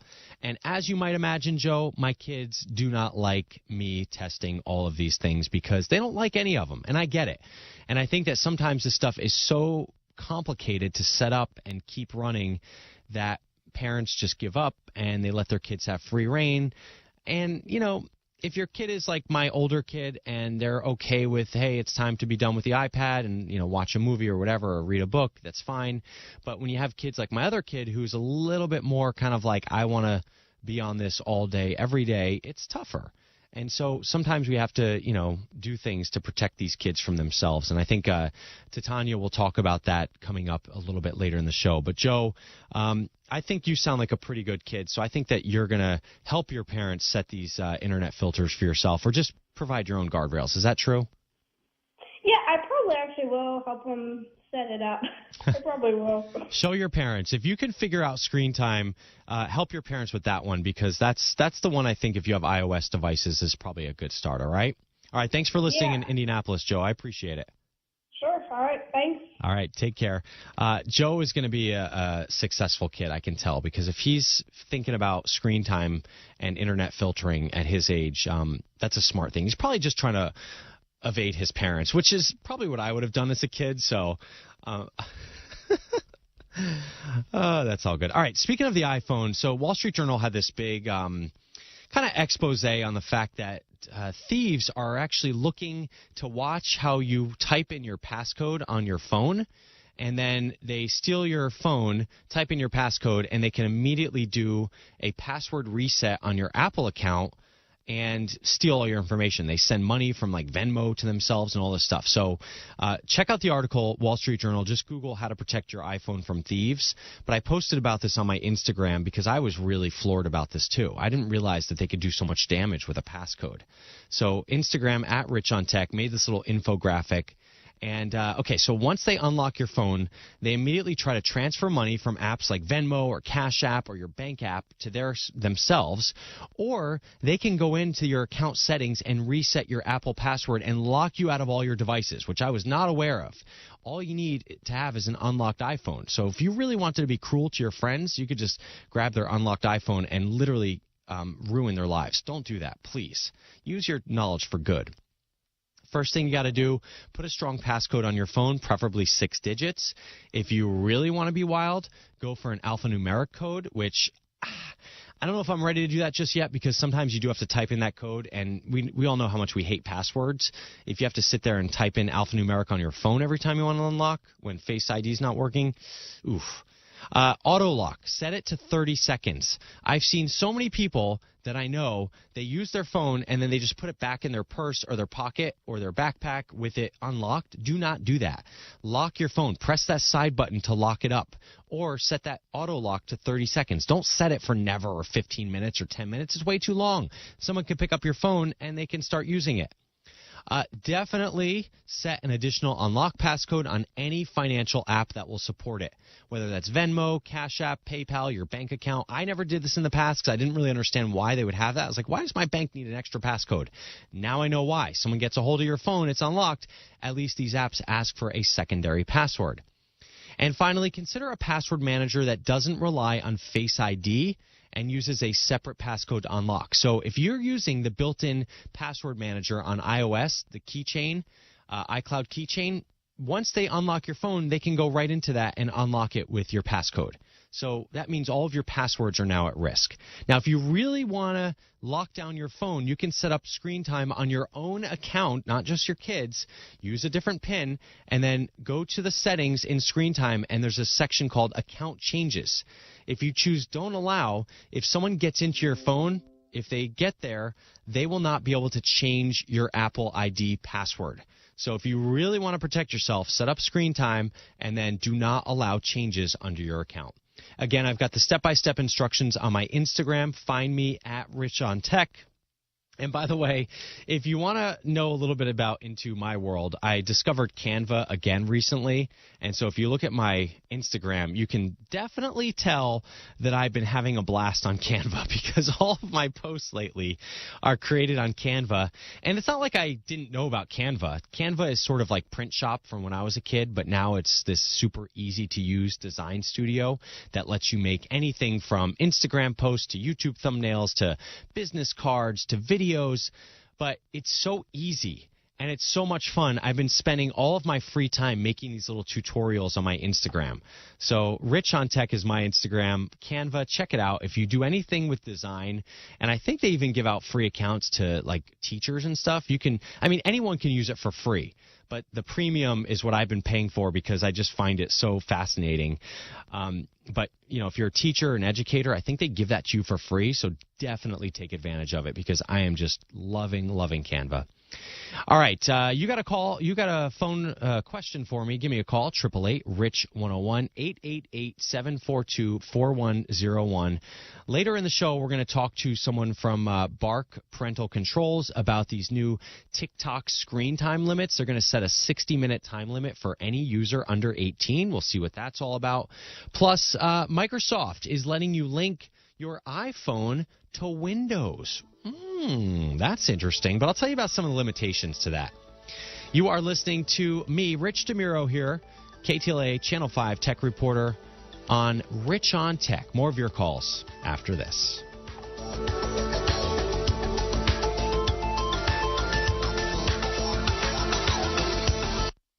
Maxwell, he's the scratching and losing some hair. My vet, she says, oh, he must be allergic to chicken. Another vet said he's the drain. Third vet says it's the weather. Then somebody said DINOVITE.com. it took 2 weeks, and the dog stopped itching, the hair stopped falling out. The Dynovite is a big part of Maxwell's diet. You get some Dynovite, how happy your dog will be. DINOVITE.com. The word is out. People are abandoning their overpriced wireless carriers and flocking to Pure Talk for the same 5G coverage, but at a fraction of the price. In fact, the average family saves over $800 a year when switching from Verizon, AT&T, or T-Mobile. And switching is so easy. You can keep your phone, keep your number, or get huge discounts on the latest iPhones and Androids. Right now, you can get unlimited talk, text, and 6 gigs of data for just $30 a month. Or if you still want unlimited data, you can get that and still save a fortune. So make the switch and get the same coverage as the big guys, but at half the price. Get unlimited talk, text, and 6 gigs of data for just $30 a month. From your cell phone, dial pound 250 and say, switch now. And you'll save 50% off your first month. That's pound 250 and say, switch now. You'll have the option to receive a one-time auto-dialed text message from Pure Talk. Prescription products require an online consultation with a healthcare provider who will determine if a prescription is appropriate. Restrictions apply. See website for full details and important safety information. Subscription required. Hey guys, did you know there's a generic form of Viagra that works just the same but is 90% cheaper? And you can get it online? Go to 4hims.com/joy. At Hims, you'll get a free medical consultation and discreet shipping if prescribed. You'll love your results. To start your free online visit, go to 4hims.com/joy. That's FORHIMS.com/JOY.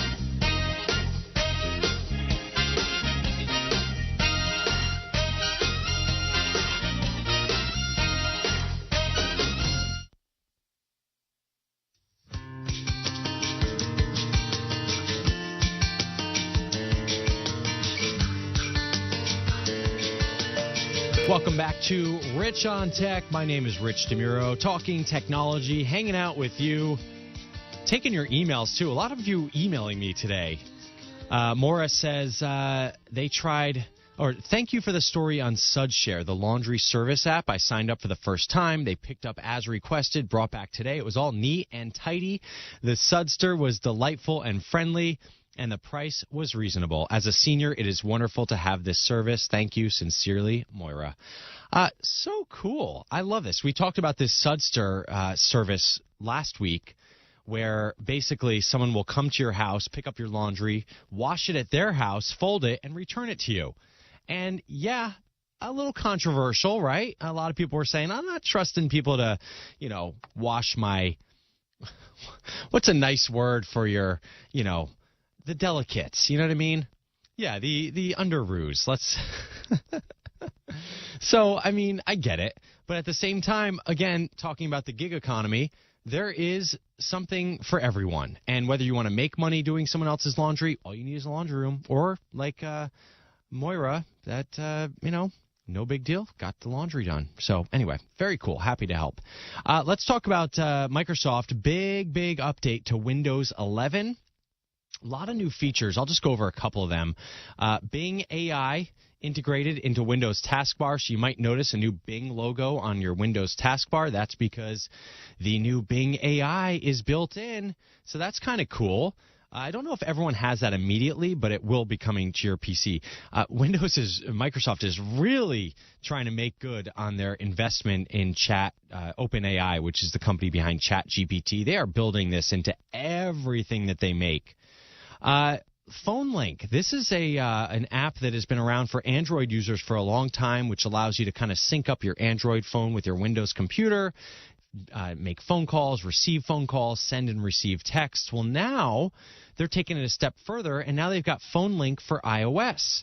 So now you can link up your iPhone to a Windows 11 PC, and you can get your phone calls, you can make calls, and you also get some of your texts. Now, I say some of your texts because, yes, you can send and receive texts, but it's a little bit limited. So you cannot do your group texts, you can't send photos, and there's no history. So only the text that you have sent and received through the new Phone Link app will show up there. It's not going to be all of your texts from forever. But another thing that's kind of cool is Windows now finally has a proper screen recording tool built in. There's been many screen recorders you could have gotten third party, but now the snipping tool, the one that lets you take screenshots, that will let you record video of your screen. So this is going to be a big deal for teachers and anyone else that uses screen recordings as a way to kind of teach people or show people what they're doing on their screen. There's even a new keyboard shortcut. Windows key plus Shift key plus S will trigger a screen recording in the snipping tool. Now, this is not going to happen automatically. You do need to get the Windows 11 update.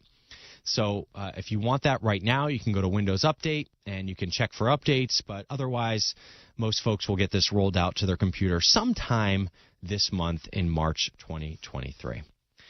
All right, let's go to Paul in Columbus, Ohio, one of my favorite cities. Paul, you're on with Rich. What's up? Hey, Guy. Good to hear you, and good show so far. I've been listening to for you for the last few weeks. And, the other day I was on a group call with some friends, and somebody brought up this thing called Pro Theory, and I tried to look it up. They were thrilled with it. I looked it up and found videos on YouTube about it. Just came out in January, apparently, and it really it's connected with ChatGPT, I guess it is. And it likes if you set up a trigger phrase for Siri, instead of just saying, hey, Siri, you say what's up or whatever you want to say, and then it goes to that Siri, and like if you say, give me a recipe for spaghetti sauce, instead of like they do now, where they'll give you like 3 choices of web pages. Right. Well, this one will actually just give you a recipe. A couple other ones too more sophisticated, but that's kind of the basic idea. Much more sophisticated than a regular Siri search. My question was, have you heard about it? And would it be? I just want to make sure it's safe. Okay, good question. Good question, because this ChatGPT has taken the world by storm.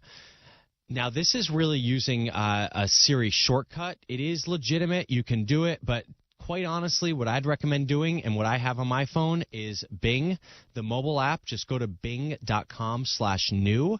And I feel like it's going to be a very useful thing. I am on it all day long now because they just added, Bing is using ChatGPT technology into their own search engine. It's a little more polished than what you're talking about.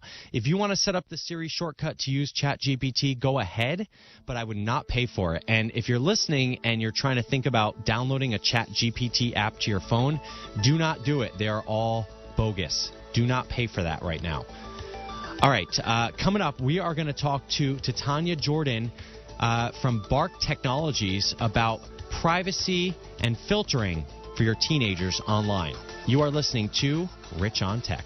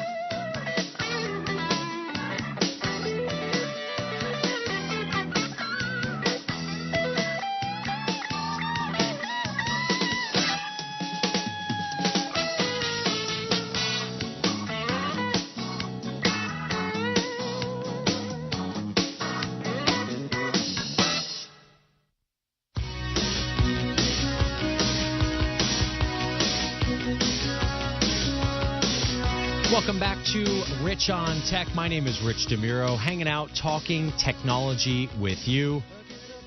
By the way, you can find me online if this is the first time you're hearing me, richontech.tv. There you can find my website. I put the links to everything that I do in this world. Instagram, Twitter, Facebook, the podcast, the stuff I recommend on Amazon, my email newsletter, all the stories I do for KTLA. I mean, it's a lot. It's a lot of stuff on there. richontech.tv is the website. So if you want to check out some of the things I'm up to, go ahead, That's where it is. All right, Titania Jordan is the Bark Technologies Chief Parenting Officer. Bark is an online safety company. I've been testing out some of their filtering technology recently. They have a new partnership with the router Villo. And so this is a company I recommend a lot if parents want to filter stuff on the internet for their kids. Titania, welcome to the show. Thank you so much for having me. So just quickly give me an idea of what Bark is capable of doing. Sure. So what Bark does is help protect over 6.5 million children across the globe using a variety of tech. Most notably, we're using artificial intelligence to connect to children's devices, accounts, social media, text, email, then analyze it, and then alert parents and caregivers to dangers that lie hidden deep within their digital signal. We also offer screen time and filtering solutions like a lot of other options that are out there. And then finally, we recently launched a smartphone because everybody was giving their kids smartphones that were not safe for kids. So that's what we do. Well, okay, so let's talk about that because let's be honest, a lot of kids want iPhones. There are some limitations on what you're able to do. Even as a tech company, like you can't physically go through everything in real time on a phone as many parents might want, right? So can you just explain that real quick? Sure. Yeah. Yes, iPhones are what everybody wants in the U.S. It's interesting. Outside of the U.S., Androids are preferred. But here we are. Yep. I digress. So Blue bubble. It's all about the blue bubble. I know. Believe me, we've talked about it. But, Apple does not make it easy for parents to keep their kids safer on their devices. Yes, they have family sharing opportunities, but kids circumvent them. With every new iOS software update comes new capabilities that are great for adults, but come new loopholes that children circumvent to get more screen time, to bypass filters, to talk to strangers, to send nudes, etc. Yeah, and so it's again, so if parents think that they can, like in real time, if their kid says a certain word and they get an alert on their email, is that possible with Android?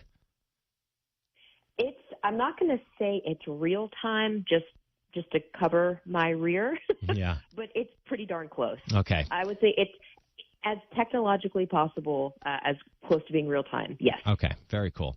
All right. So let's talk about the big news this week is that TikTok, every parent's dream app, is setting a 60-minute automatic daily screen time limit for users under 18. Now, this sounds like, wow, what an amazing company. They are so kind to our world for doing this. Is that right? Yeah.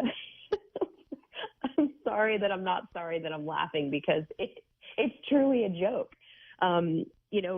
First of all, TikTok launched their version of parental controls, which are truly just laughable because they give children that have these parental controls implemented within their TikTok interface the ability to unlink from the parent account. Why do you give parents the illusion that they can keep their kids safer on your platform when you're giving the kid the ability to just disconnect it? So problem one. And let's be honest, how many parents are actually setting up this link in the first place? It's probably not many. It's certainly buried. I mean, I'm a mom. I'm on TikTok. They have never shared the fact that they have these parental controls with me, and they could do that easily through the notification. Right, exactly. Okay, so this new 60-minute time limit applies to users under 18. Once that limit is reached, the teens will have to enter in a passcode in order to continue watching. And the way TikTok describes it, requiring them to make an active decision to extend that time. Now, do you really think there's going to be a large percentage of teenagers who say, ooh, I've been on this for an hour, I should really stop. Let me not put in this passcode right now. Yeah, that's like giving a 3-year-old a spoon and a tub of ice cream and saying, just have one bite, and then leaving the room. That applies to me, too. I mean, I polished off some Halo Top last night, but thankfully that whole thing is not that bad for you. Go you with a keto. And then for kids under 13, the daily screen time limit will also be set to 60 minutes, but a parent or guardian will have to enter an existing passcode to enable an additional 30 minutes of watch time. So, yeah. Big footnote there, that's if TikTok knows your child's real age. If your child has given it their real age, which they usually don't. They usually lie and say they're 18, 21. Yeah, my kids beg me to, lie for them. They say, Dad, can you please set me up with this account?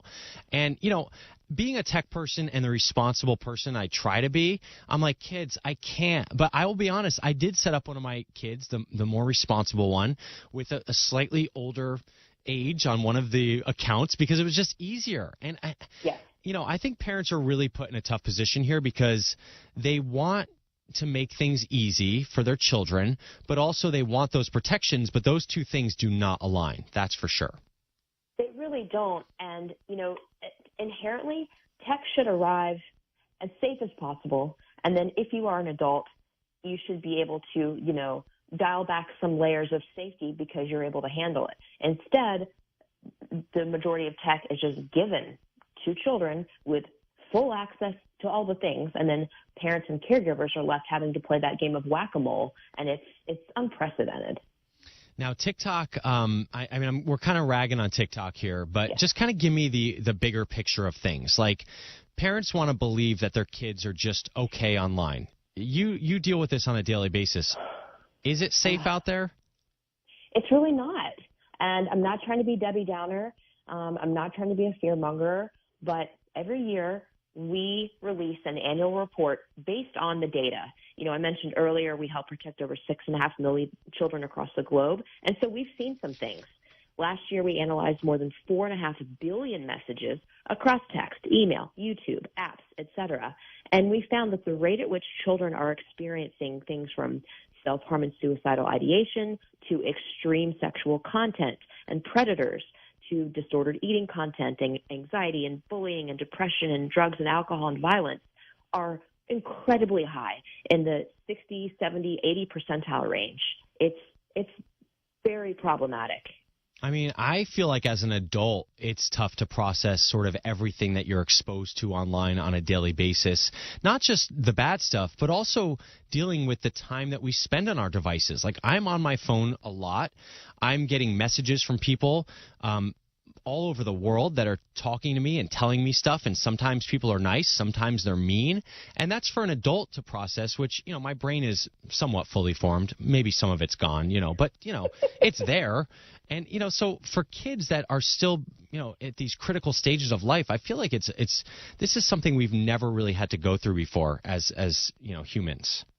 We haven't. We are, in the words of my favorite documentary, Childhood 2.0, that's free on YouTube. I highly encourage anybody to watch it.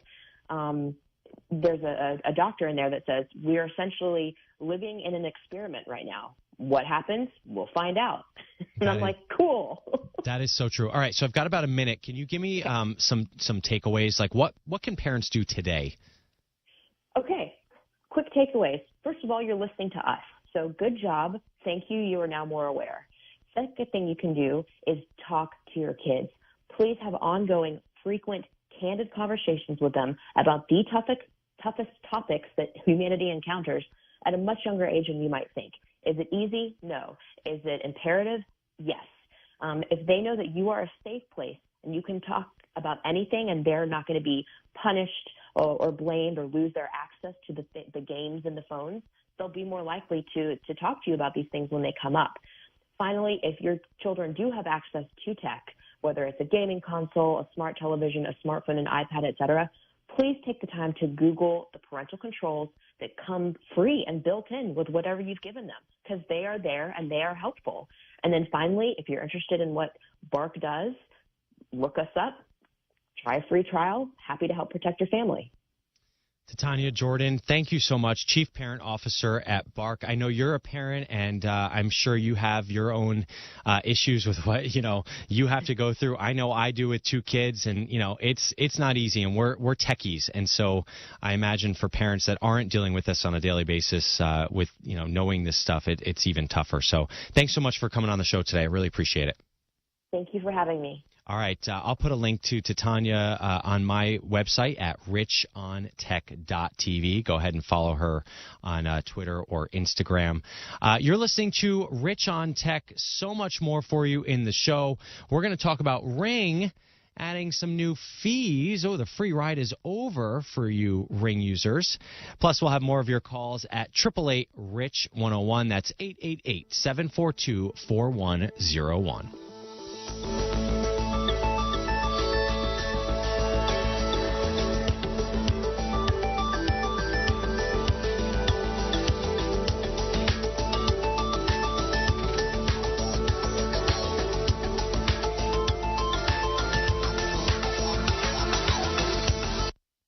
Maxwell, he was a runaway to rescue, great disposition. About 9 years ago, he was scratching a lot, and he started losing some hair. My vet, she says, oh, he must be allergic to the chicken. Another vet said, it's the drain. Third vet, she says it's the weather, something in the air. And then somebody said, DINOVITE.com.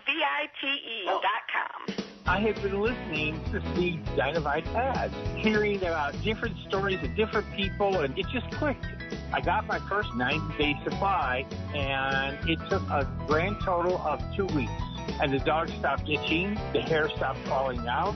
Dynavite is nutrition. And Maxwell loves it. Now he's close to 10, and the Dynavite is a big part of Maxwell's diet.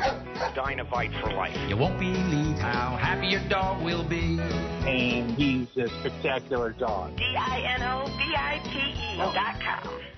On the podcast Really Know Really, join best friends Jason Alexander and Peter Tilden, along with experts, newsmakers, and celebrities, in a search for answers to life's most baffling, intriguing, and annoying questions. You know, those things that make you go, really? No, really?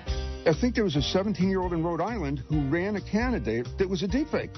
Really? Wait, that's news to me. That's Really Know Really right there. Really Know Really.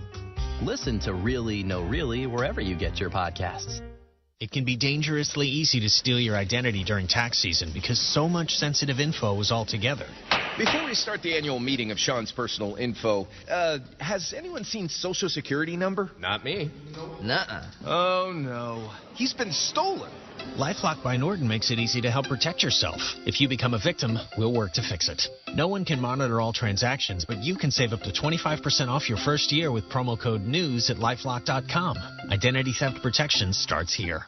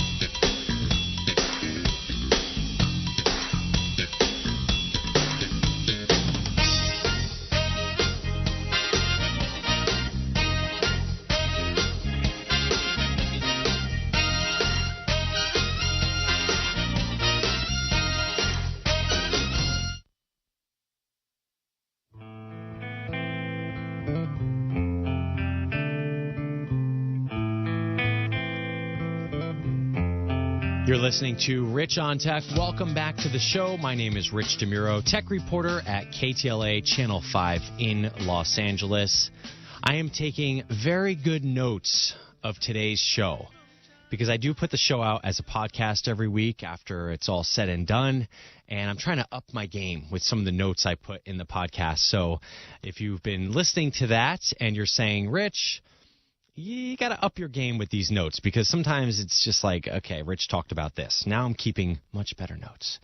Anyway, if you want to listen to the podcast later on, just search Rich on Tech in your favorite audio app. All right, let's see. John is in Moore Park, California. John, you're on with Rich. Hi, Rich. Thank you for taking my call. I have a volunteer job at the local senior center. And I've had a PC since about August of 1987. And the same one? August of 87, I've had a PC. I've had a Mac for 10 years. And right now I'm using a Microsoft Surface Book. And anyway, one of the customers at the senior center who came in the computer room asked me, he says, everybody told me I should get a computer.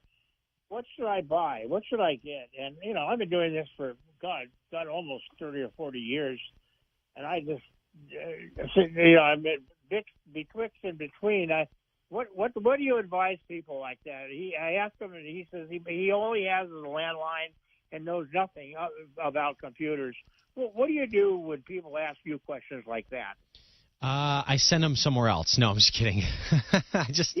I mean, that's why you're calling me. I mean, look, so you're saying that they don't have Wi-Fi at their home. Is that part of it? They probably do not. Okay. So that, I mean, here's the thing. And how old is this person? He's a senior citizen. Okay. So, I mean, look, they probably want something that's simple. They probably want something that's easy. And I would say, I mean, the ideal situation would be that this computer would probably have 5G built into it or, a cellular connection. Yes. But I don't think they're going to want to do that. I mean, are they going to want to pay $20-$30 a month for a cellular connection on this computer? Of course not. And I was thinking, well, maybe they would be happy with a Kindle or something like that. I mean, Yeah, I don't know. That's not going to really – you can't really go online. I don't with the either. Kindle. I don't know what to say to them. Well, I mean, look, the thing that I would recommend – I mean, there's a couple things, but I would recommend a Chromebook, obviously, because that's just super simple. It's very easy. It's foolproof. It's basically a glorified Chrome web browser, so they're not going to be able to make any mistakes on this thing. They're not going to have to worry about viruses. I think the biggest trick is really the Internet. So what I'd recommend is probably a nice Chromebook – and then maybe a hotspot. So do they have a cell phone?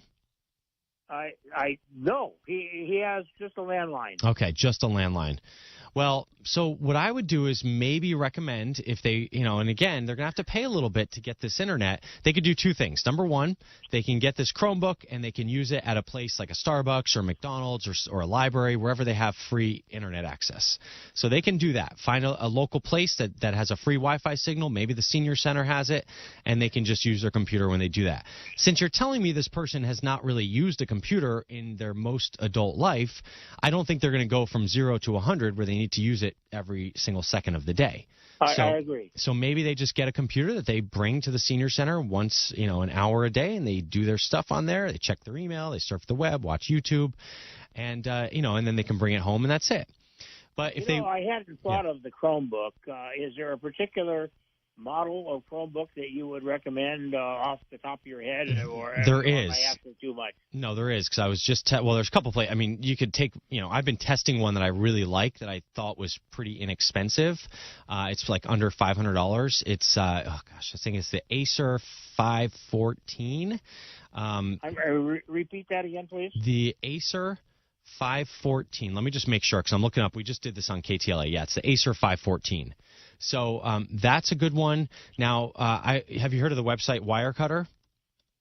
I have. So I like what they recommend. I've interviewed Kimber Streams over there, and we've talked about the recommendations that they have, and they really like, let's see, the Lenovo Flex 5i, which is anywhere from $300 to $500. So I would take a look at those two, but that's going to be a good start. Now, Samsung has some laptops where I think they're too expensive for what you're looking at, but they do have some cellular capabilities built in. So do the Microsoft Surface laptops. We're seeing more and more of these laptops get cellular built in, but the problem is, it's expensive. It really saps the battery, and I think that it just makes things a little bit complicated for someone that's just getting into it. I'm sure the guy is going to freak out when I recommend something in the area of $500, but that's about where I would go myself. Yeah, I mean, look, you can get a Chromebook for much cheaper. You can get a Chromebook for $200-$300, but the old adage, you get what you pay for. And if they're just getting on this thing and it's slow and it's just not nice and it's just like a slog to get through it, they're just not going to have a good experience. But, you can get them. And believe me, they do have, this Chromebook that they're recommending, this Lenovo Flex 5i, let's see how much it is on Amazon. It's $299. So, you know what? Go with that one. That's a Lenovo IdeaPad Flex 5i, $299. That's a pretty good price for a computer to get started with, all right? All right, John, thanks so much for calling today. I appreciate it. Good luck with that. That's definitely... it's one of those things where I recommend tech products all the time. And, yes, people want stuff that is inexpensive. And I understand that. But you do get what you pay for. And if I was recommending a laptop to, like, a college student or something like that, the MacBooks, they're a little bit more expensive, but they last a very, very long time. And believe me, I have a whole system where I pass down my old computer to, like, family members. And I still have my dad. I was just home, and he's still using a 2013 computer. And you're talking 10 years old. And he said, I need a new computer. This one's so old. I said, Dad, I'm looking at it. It's great. Like, this thing is still running really well. Now, some of the software updates, they're not really coming through anymore. But, again, it's just all about the longevity with this stuff. All right, let me tell you about Ring real quick. If you have a Ring alarm system, starting March 29th, you're going to have to pay for some new features, including arming and disarming the system from the app. So if you want to continue arming and disarming your Ring alarm system using the app, you're going to have to start paying $3.99 a month. Not a whole bunch of money. It's $40 a year, but that's what you're going to have to do after March 29th. So you can still arm and disarm manually using the keypad in your home, but this is very similar to what SimpliSafe does. If you want their basic subscription that you're just using sort of the key fob or the actual system to arm and disarm, you pay one price. But if you want the app to do it, which of course is more convenient, you're going to pay a secondary price. So starting March 29th, free ride is over for Ring folks. So, again, this is just a trend we're seeing with all these companies. The free ride with all these tech companies is definitely over. You're paying. Rich on Tech here. You are listening to Rich DeMuro Talking Tech. More of your calls at 888-RICH-101, 888-742-4101. Home's title still in your name. What would you do if you discovered you're the victim of a home title theft and that the one document that proves you own your home is no longer in your name? With Home Title Lock's free lookup service, you can verify your home is still safely in your name. Thieves can now discover the title to your home online. They simply forge your signature on a transfer document stating you sold your home to them. Then they take out loans on your home or sell it to some unsuspecting buyer. Homeowners insurance and common identity theft programs do not protect you. Home Title Lock does. Home Title Lock puts a virtual shield around your home's title to help keep criminals away. First things first, verify your home's title is still in your name with Home Title Lock's free lookup service. There's no obligation. It's absolutely free. Then register your address for 30 free days of protection. Visit HomeTitleLock.com/free. HomeTitleLock.com/free. If you're with Verizon, AT&T, or T-Mobile, you're paying too much for your wireless service. Because Pure Talk gives you the exact same 5G coverage as one of those big carriers on the exact same network, but saves the average family over $800 a year. And Pure Talk doesn't lock you into an overpriced unlimited data contract. Why pay for data you don't need? Instead, get unlimited talk, text, and 6 gigs of data for just $30 a month. And switching is so easy. You can keep your phone and keep your number, or get huge discounts on the latest iPhones and Androids. So what are you waiting for? Start saving today. From your cell phone, dial pound 250 and say switch now, and you'll save an additional 50% off your first month. That's pound 250, say switch now. You'll have the option to receive a one-time auto dial text message from Pure Talk. Pure Talk is simply smarter wireless.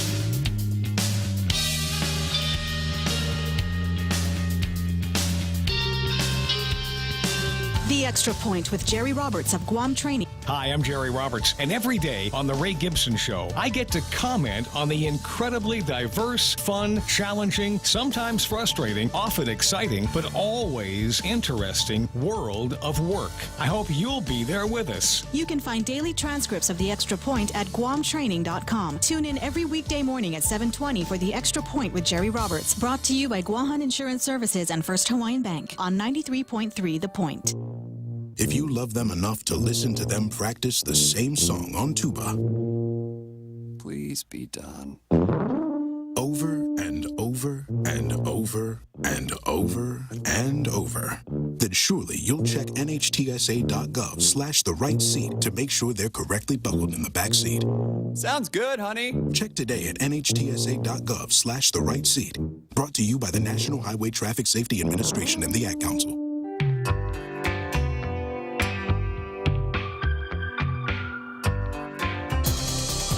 The Point is KUSG, Hagåtña, Guam, 93.3 FM and 104.3 HD3. Fox News. President Biden speaking in Selma, Alabama Sunday, commemorating the 58th anniversary of the Bloody Sunday police attack on civil rights protesters. While giving his speech before the Edmund Pettus Bridge, President Biden praising the protesters' bravery. They were called to the altar of democracy, unsure of their fate, but certain of the cause was righteous.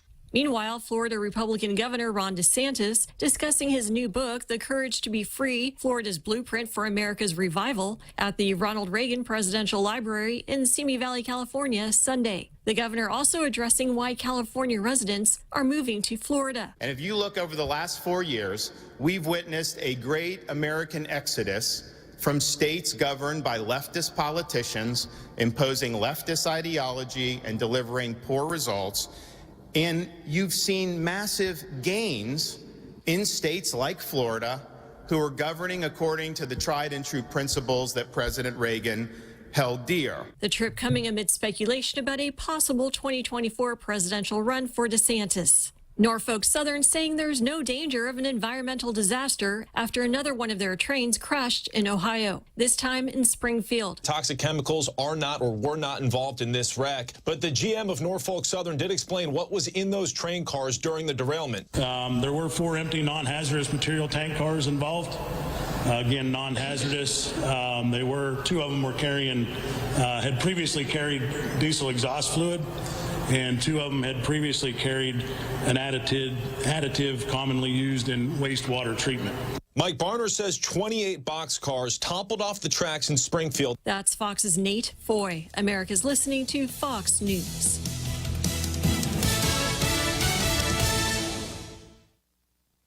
Jason in the House, the Jason Chaffetz podcast. There is always someone doing something stupid somewhere. Dive deeper than the headlines and the party lines as I take on American life, politics, and entertainment. Join me, Jason Chaffetz, every Wednesday as I shed light on the news and make some predictions along the way. You never know who will drop in. Subscribe now on FoxNewsPodcast.com or wherever you download podcasts. Connect to Fox News Audio and the Fox News app. Listen to hear your favorite hosts like Brian Kilmeade, Jimmy Fallon, and Guy Benson standing up for what's right, live and via podcast. Just click listen, then swipe right and hear the latest news updates on your time. And scroll down to hear the latest podcasts from Fox News. And it's even easier to listen in the car with Apple CarPlay and Android Auto. Get programming alerts and notifications. Fox News Audio is on the Fox News app. The voices America trusts. Download it now. A train disaster in Greece prompting riots Sunday. Fox's Mike Emanuel has more. Demonstrators are filling the streets and clashing with police in Greece in the wake of a devastating train crash near Athens that killed more than 50 people and left dozens of others hurt. Thousands of protesters gathered in Athens today to show sympathy for the victims and calling on the government for better rail safety standards. Greek government officials say the crash was a result of human error.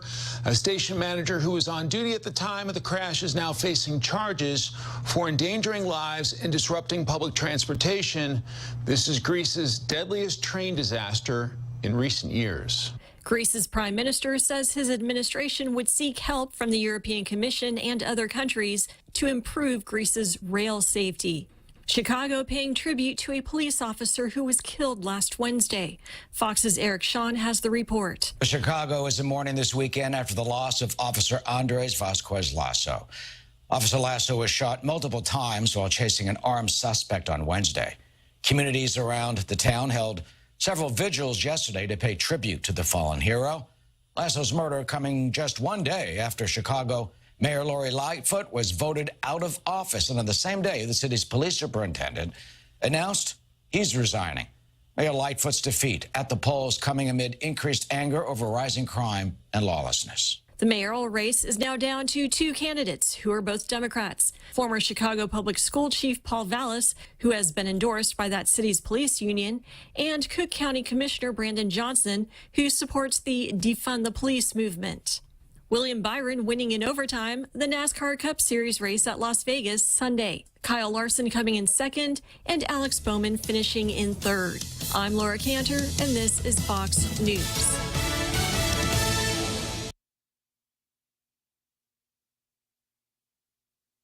Family Finance has been serving the people of Guam since 1959, and they will continue to be there for you in the years to come. Get a personal loan for that summer vacation or to pay off those long overdue bills. Family Finance has got you covered. Apply for a personal loan from $1,000 up to $3,900 by calling Family Finance in Hagåtña, now at the old Nanbo Insurance Building at 475-4545, Upper Tumon 647-5626, or in Dededo 633-4473. Family Finance, here to serve you. Adopt US Kids presents What to Expect When You're Expecting a Teenager. Learning the lingo. Jelly. Jelly adjective. Jelly is a shorter, better way to say jealous. As in, Chloe, I am like so jelly of your unicorn phone case. You don't have to speak teen to be a perfect parent. Thousands of teens in foster care will love you just the same. Visit adoptuskids.org. Brought to you by the U.S. Department of Health and Human Services, Adopt US Kids, and the Ad Council. So 3 hours sounded kind of long, but you know what? Now that I'm doing it, I could talk even longer. Should we start a longer Rich on Tech? No, I'm just kidding. I think 3 hours is good for now. All right, you can find me online at Rich on Tech. Let's go to Brian in Ventura, California. Brian, you're on with Rich, calling from a very beautiful place. We were just up in Ventura, and people, when I posted it to my Instagram, they said, shh, stop posting about our place. We don't want people to come here. Yeah, it's tough to live here. What can I help you with? It's good to be me. Rich, I'm looking to upgrade my smart TV. As I'm getting older, though, I'm having some hearing loss, and I'm finding it very difficult to listen, particularly to series, TV shows. I can hear fine if I'm listening to the news, but when it comes to TV shows, I have no idea what they're saying.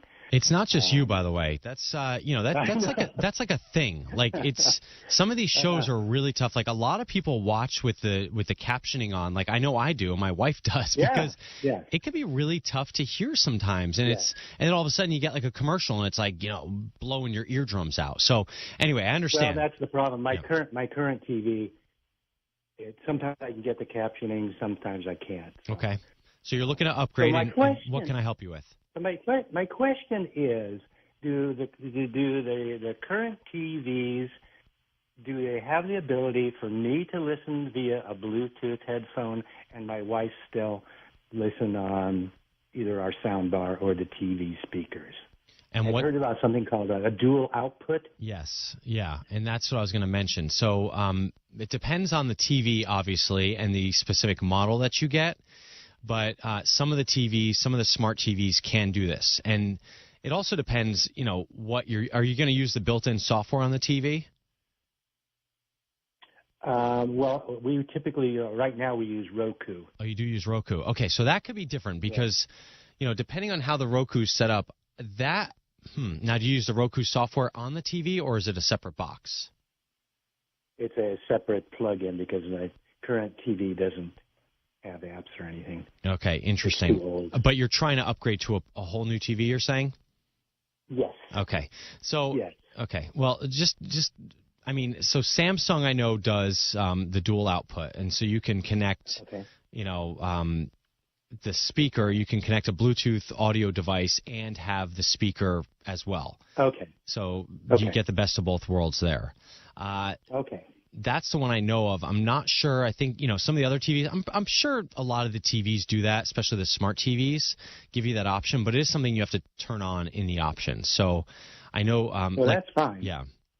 Like you mentioned, the dual audio is the thing. It's interesting because, some of the smartphones I test have this feature as well, and obviously Apple has it with their own headphones. But it's one of these things like, you got two different people, they want to listen two different ways. Let's give these people these options. And I think with software nowadays, a lot of that is capable.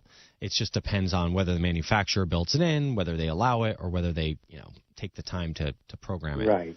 But if you're using, I can hook it up to my current TV via Bluetooth, but it shuts off the TV speakers and the sound bar. Right. Is this an older TV?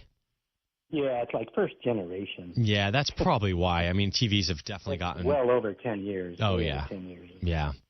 But I would check to see if it has this capability, like whatever model you finalize. What's that? I can't find it anywhere. On the TV specs? No. I can't. Interesting. Well, I know Samsung. I mean, just looking up, if I look up Samsung dual audio, it's definitely a thing. So it's a thing. So I would definitely check into that and see, maybe I would maybe find one of these like really in-depth reviews on something, and like if you're narrowing down on the TV, I would make sure that it has that functionality, and that may take like a kind of a deeper Google search to see if someone has mentioned it. But it looks like from what I'm seeing, a lot of the Samsung TVs, if you go into the accessibility feature, I think that's really where it's gonna live. Okay. The second question is, I'm looking at a Costco TV, and evidently the ones that I'm looking at are a 2-year-old model. Does that really make a difference? I don't think so. I don't think so at all. Okay. I mean, I don't really know what you're going to get from 2 years ago. I mean, I'll be honest, I have a TV that's, many years old, and it still works just fine. So I think the newer TVs, they might be brighter. They may have more backlit areas in them. They may have, new types of lighting. They've got these micro LEDs and things like that. But this is what I tell people. If you're going from a TV that you just said is, 10 years old to a TV that's 2 years old, I think you're going to be just fine. And I think that if you're getting a good deal on this thing and it does what you need, I don't see why you wouldn't get it. Okay. All right. Well, that's terrific. I appreciate your time, and keep up the good work. All right, Brian. Appreciate it. Enjoy life in sunny Ventura, California. Let's tell you about a couple things happening in the tech world this week. If you got a Google Pixel Watch, and I'm tempted to make a joke here, and so to say like all three of you, I know, tech humor. But look, the Pixel Watch, I think it failed to impress a lot of people because it just was very simple. The Apple Watch is just so strong of a contender that I think the Pixel Watch is good, and I like it as an option for Android, but I just feel like it was like, it's just okay. And, the screen is small, but anyway, if you got a Pixel Watch, and I think it's great because I think it's nice to have a nice watch option on the Android side of things, but they did finally roll out their fall detection to the Pixel Watch. So if you were watching the launch of this thing, they said, we're going to have fall detection within a couple of months. The Pixel Watch launched in, I think it was October, and now they are rolling out the fall detection. So if you got this thing and you were curious about this, you should probably activate it. I think it's a very, very helpful feature. And fall detection will basically, if you ever fall with your watch on, it will call 911 or it will dial folks in your emergency contacts. So if you want to activate it, you can check for it on the device or in the personal safety app on Android. And it's been tested, and obviously Google is very familiar with algorithms, so they've tried to make sure that they can distinguish between doing something that's, physical or something that would actually mean you fell. And I had with the Apple Watch a couple times where I'm sort of wrestling with the kids. You hit the ground pretty hard, and it would say, "Oh, did you just take a fall?"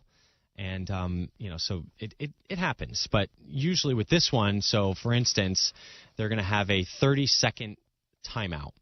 So it's going to, once it detects a hard fall, it's going to wait 30 seconds for any sort of movement before it will vibrate and set off an audible alarm. That sounds like kind of a lot to me. Like, I wouldn't want to be sitting there for 30 seconds, but I guess it's better than nothing. And then once this happens, notification prompt will pop up on the watch and ask if you need help. And if you don't, you can say you're okay. Otherwise, you can say I fell and need help, or it will just proceed to call emergency services. It will share a location with them, or you can speak to the 911 operator through the watch. So I think this is one of the reasons why I really enjoy having cellular on my watch, because you just never know. You're out there running, and it's just something I never really thought about before because I've run outside by myself for so long. But can you imagine just like being stuck there and like not being able to like get help? I mean, it's just don't even want to think about that. Should you click unsubscribe on an email? This is a question that I get often. So the bottom line is, and this is from Roger Grimes. He is from KnowBe4, security expert. He has been on the show before, but he sent out this little primer this week. Should you click on unsubscribe? The short answer is yes, if it's from a legitimate company sending you the email. No, if it looks like it's from a spam marketer. If you click an email that says, if it's from a spammer and you click on subscribe, it just basically tells them that this email address is great and they should send you more spam. So do not click on unsubscribe in these emails that, I'm not even going to say what they say, but all these emails that you get that they're spam, they're not legitimate. But if you get one from Macy's, Best Buy, Home Depot, sure, you can click on subscribe and they will honor that.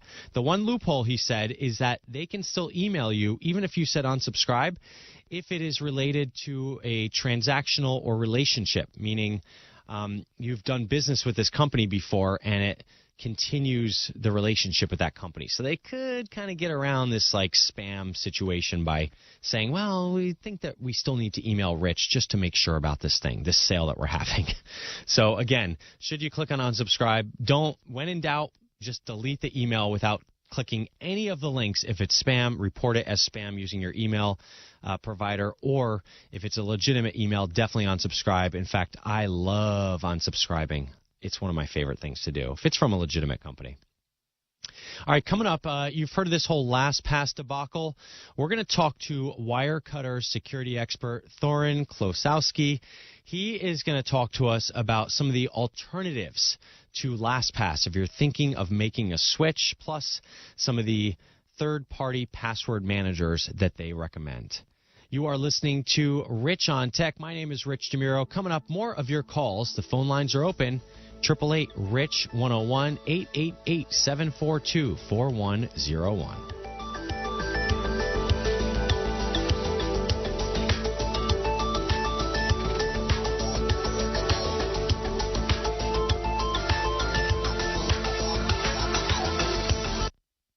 I have two dogs, Sam and Bailey. Both are golden retrievers. Poor Sam, he was a mess. Always itching. His paws were soaking wet all day from just constant licking. He had bald spots on his back. I just don't like putting shots and steroids into your dog all the time. DINOVITE.com. Dynovite is nutrition. Probably 2 weeks after he started Dynovite, I started seeing great improvements, and today 99% of his issues are non-existent. It's amazing stuff. Since Bailey has been 12 weeks old, he's been a Dynovite dog, and he has 0 issues today. He won't eat his food without Dynovite. When I get out the Dynovite, my dogs actually salivate, like I'm getting them a treat. They drool over it. Dynovite is the best thing you can do for your dog.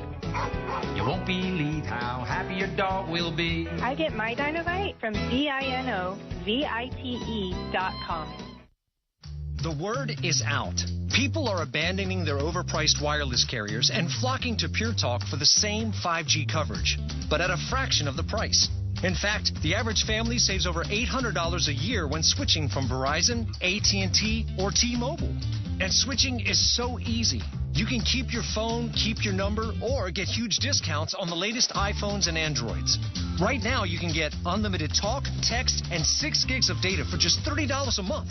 Or if you still want unlimited data, you can get that and still save a fortune. So make the switch and get the same coverage as the big guys, but at half the price. Get unlimited talk, text, and 6 gigs of data for just $30 a month. From your cell phone, dial pound 250 and say, switch now. And you'll save 50% off your first month. That's pound 250 and say, switch now. You'll have the option to receive a one-time auto-dialed text message from Pure Talk.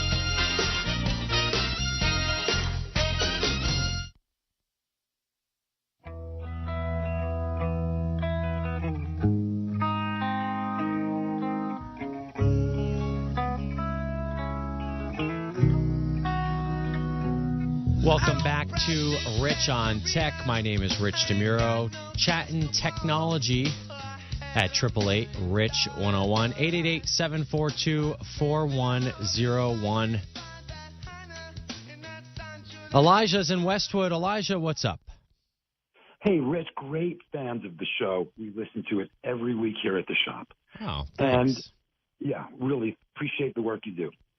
So I'd like to talk to you first about the gentleman at the senior center that was looking at options for connectivity for the seniors. I have a tech shop that's devoted to technology education, digital literacy for seniors and adult learners here in Westwood.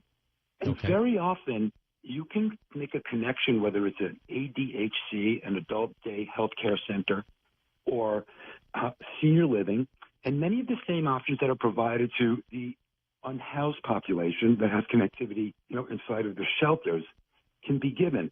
Often you'll see a booth, with people handing out phones. They can be contacted, and they have a program where they hand out Alcatel and different tablets which have connectivity, and they're often given for up to a year of connectivity. And the tablet's a decent option if you warm somebody up. It has that 3, 4, 5G connectivity. You know what? And I didn't even think about a tablet because he said computer, and you're right. Like an iPad with cellular even. I mean, now, again, this is all it gets very expensive very quickly. But, something like the Affordable Connectivity Program in this case might work. And it does, you know. They often give classes with it as well, or we give classes with them. And those options are out there. Sometimes, Rich, I think there were some laws where, you know, in the state of California, where different providers, whether it be Frontier or Sprint or T-Mobile, so on and so forth, I'm just suggesting a need to share certain amounts of bandwidth for, you know, certain of our populations in need. And that could not be a necessarily financial need. It could be an accessibility need for a senior or, you know, a person that has some, physical challenges. So, and we work with those companies and those options. So those are definitely options that an admin could explore. And I believe they're out there because, you know, we help folks doing those things. What's the scam? I see here, I got a note that you have a new scam going around. What's the scam? There's so many scams. I got on my way in on here, I got a phone call from the power company saying my electricity was going to be turned off in a half an hour. I was like, a half an hour? Unless I paid my bill immediately. So I didn't even get to like the payment part before I hung up. But people fall for this stuff. What's the scam? So there are obviously many going around now. The most popular ones I see right now are two, either on the email scam coming from something with a brand name like PayPal or a package delivery UPS, so on and so forth. Those seem to be very successful because here at the shop we often deal with the aftermath. And my suggestion is, of course, to get it in your mind that the worst thing that can happen is if you avoid an email is you get a late fee. And then you can deal with that in the future. But it's really integral that when folks use their emails, if somebody could help someone update an older, quote-unquote, pacbell.net, ca.roadrunner, older Hotmails, you know, certain mails that you cannot get any longer, they're legacy. Yeah. And move that person to, and I'm not promoting any company, but Google or so on and so forth. You'll be a lot more protected. I feel as though in those older emails, from this is all just info that comes into the shop from folks, that those older emails are legacied and they're just not given the attention that a current email. Oh yeah, they're on autopilot. The companies they're not sir. putting any effort into any spam filtering or anything like that. So yeah, they're waiting to and they've sold it 500 times to different companies down the line, and who knows where they are. And I suggest to our folks here that computer or that phone or that tablet looks like a 30-minute episode of I Love Lucy where there's a beginning, a middle, and an end.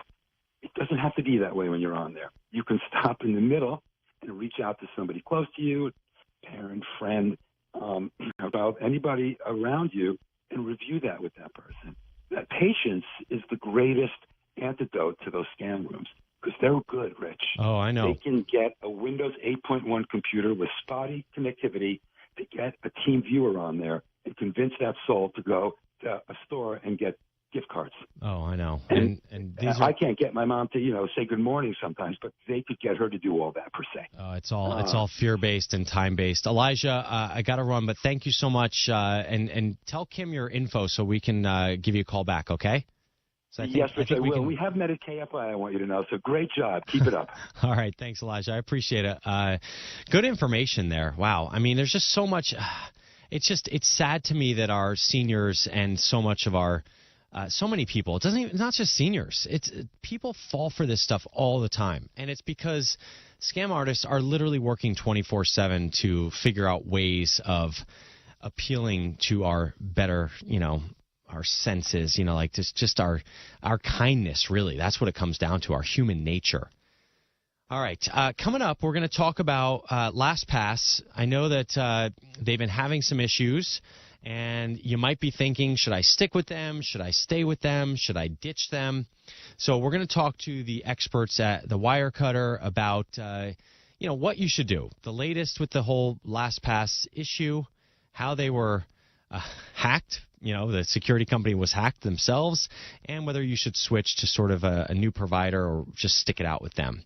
So we'll talk about that coming up. Plus, I might have some more time for some questions. I'm also going to talk about the most response I've ever gotten to one of the segments we've done here. So I'm going to start a new little system here, a new little segment here called Feedback, because you're listening and you're also telling me some of the things that maybe I don't know. So we'll get to that before the end of the show. You're listening to Rich on Tech. Coming up, we'll talk LastPass and more of your calls at 888-RICH-101. That's 888-742-4101. If you got some extra time, which it sounds like I do, find me on Instagram. I am at Rich on Tech. That's where I post all of the stuff that I'm thinking about on a daily basis. Of course, I'm also on Twitter and Facebook as well. It is all Rich on Tech. See the theme we got going here? You're listening to Rich on Tech.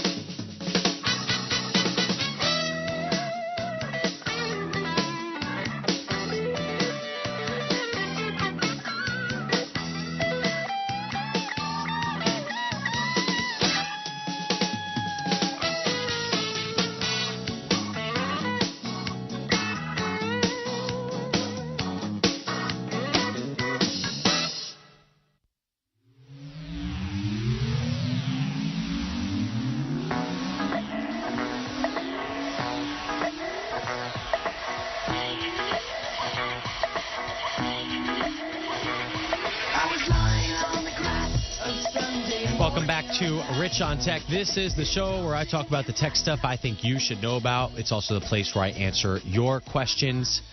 My name is Rich DeMuro, tech reporter at KTLA Channel 5 in Los Angeles.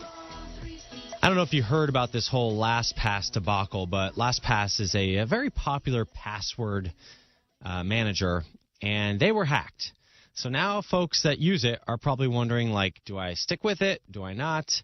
So let's bring in security expert Thorin Klosowski. Let's see. Where are we here? Channel. There we go. Thorin, I'm still learning the phone lines here. And your last name. Did I totally butcher that? No, I think it was right, yeah. Oh, good. Thorin is the security expert at Wirecutter. And thanks for joining me today. Yeah, thanks for having me. So can you give me an update on this LastPass situation? What is the latest? How did they get hacked? So the latest is we actually kind of know how they did get hacked, which was a targeted attack on one of their engineers through their home computer network, and through software called Plex, which is like a media server. They were kind of able to get into this person's network entirely and access their passwords, which included their LastPass passwords for their enterprise accounts. Ooh, so they had an open port, I'm guessing, for this for this Plex sharing or something, and then that's how they got in?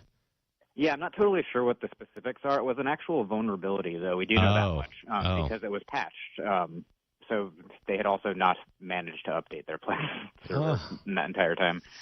Ooh, that's embarrassing. You think you had a bad day, and then you hear this person's story, and you're like, ooh, like you're responsible for this company. Like, basically, it's not been good for LastPass. And they were a company that I've recommended in the past, and recently I've recommended other companies. But I'm curious, do you think people stick with them, or is it time to move on? I think it's time to move on. They've kind of had enough issues over the years that it kind of was already eking that way anyway, and the way that they've disclosed how all this happened has been so bad that it kind of makes me lose confidence. You can kind of give a company the benefit of the doubt a lot of the time because of this, stuff happens. But the way that they have handled it has been very poor.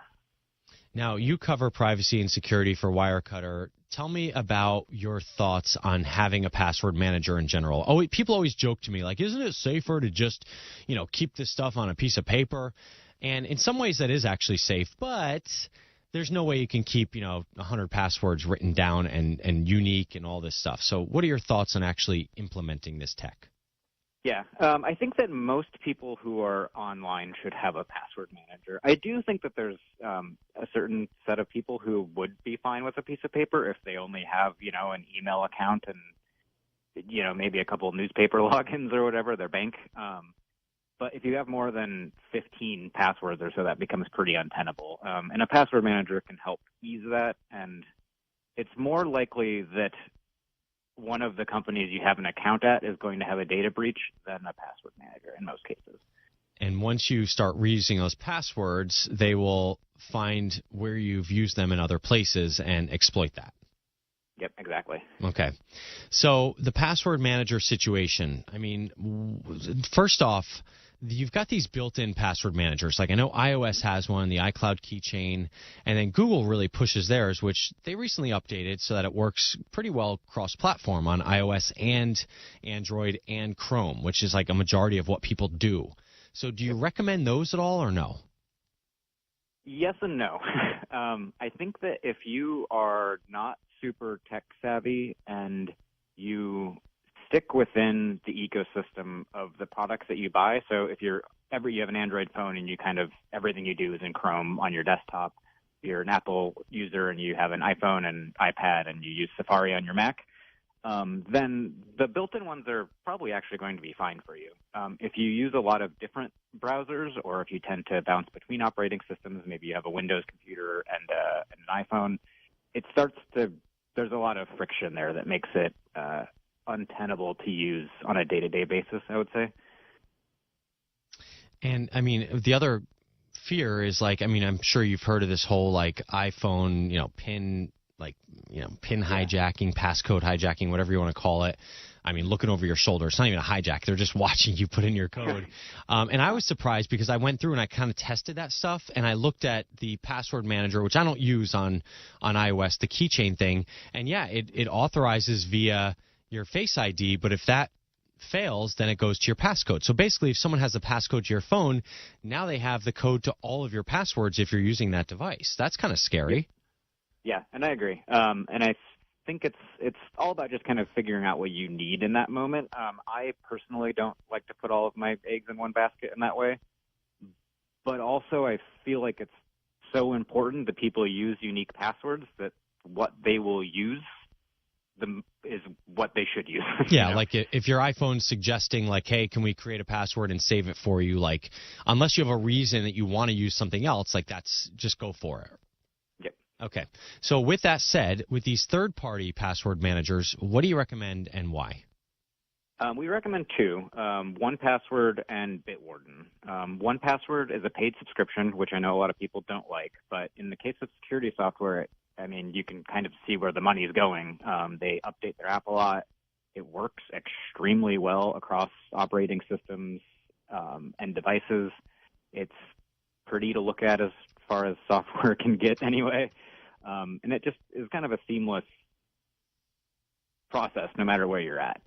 And it probably has the best onboarding of any password manager I've ever used, where if you have never used a password manager before, it kind of guides you toward what you're doing and helps you set it up securely.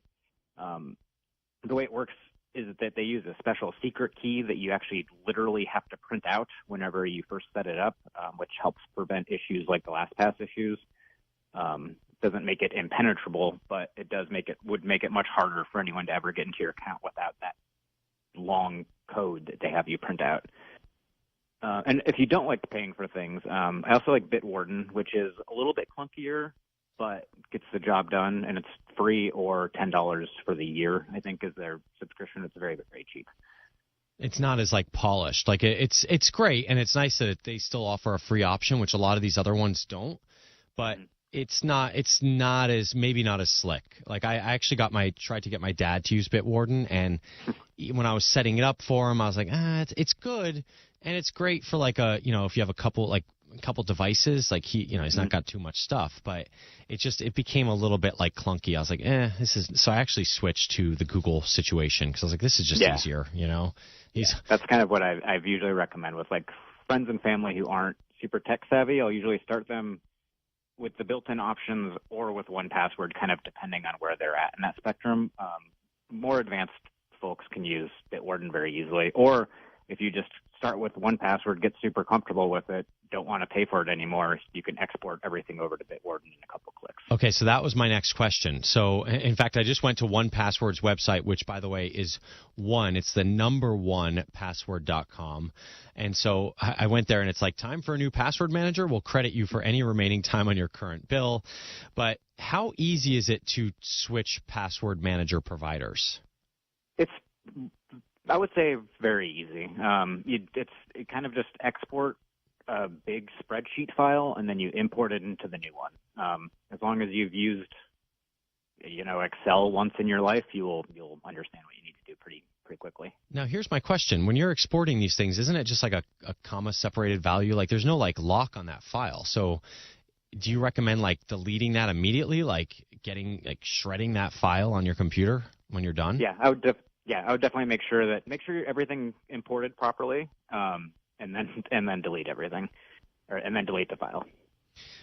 Okay, so and then what about people are also looking into like these physical keys? Has that been a thing, or passwordless? We hear this whole idea of like the future being passwordless. Any of that stuff a reality? I think that passwordless will be a reality, and we'll start seeing it more over the next couple of years. Chrome on Android on iPhones, passkeys are kind of like slowly trickling out. And what those are basically a passwordless login that ties your device that you're logging in from to the account. So there's no password. It authenticates through like your phone. So if you wanted to log in from a computer, you would actually have to tap a thing on your phone, which is great for security. It there might be privacy implications with that in the future. But again, it's kind of like the fewer people who are using reused passwords everywhere, the better. Yeah. So. And I've noticed that Google, and with this, even I don't know how they do it, but it's like they're asking you to like tap something on a different device that you own sometimes when you log into your account, which is kind of like getting around those. They used to send one-time passcodes to your phone, and now it's like they're figuring out like, okay, this might be a more secure way of doing it. Basically, these tech companies are learning how to protect they're learning to protect us from ourselves because we don't even know what we're up against. Yeah, exactly. Yeah, the Google prompts are sometimes baffling, but I do think that they're good in the long run, even if you're like, you want me to tap on YouTube where? What are you talking about? Well, I'm sure you have a bunch of devices like I do. It's always the one device that I either don't have near me or I haven't used in a while. I'm like, why are you asking about that device? Like, why not the iPad that's like sitting right here next to me? All right, Thorin Klosowski from Wirecutter, security expert. Tell folks how they can find you and the stuff that you write about. Yeah, you can find everything on Wirecutter.com. If you click around on any of the electronic stuff, you'll inevitably come across one of the variety of privacy and security guides that we have for helping you secure your whole life. All right. Thanks so much for helping us demystify the world of password managers. Again, the recommendations are 1Password if you want a paid option and Bitwarden if you want something that's free. Or, of course, you can just use the built-in stuff if you want to do that and just take the easier way out of things. All right. Coming up, got a couple of things before we close out the show. I'm going to tell you about iPhone clean energy charging. We're going to tell you why people are up in arms about that. I'm going to give you the feedback on last week's show, some of the emails I got, plus a website that uses ChatGPT to come up with travel itineraries. It's pretty cool. It's all coming up right here on Rich on Tech. You are listening to me, Rich DeMuro.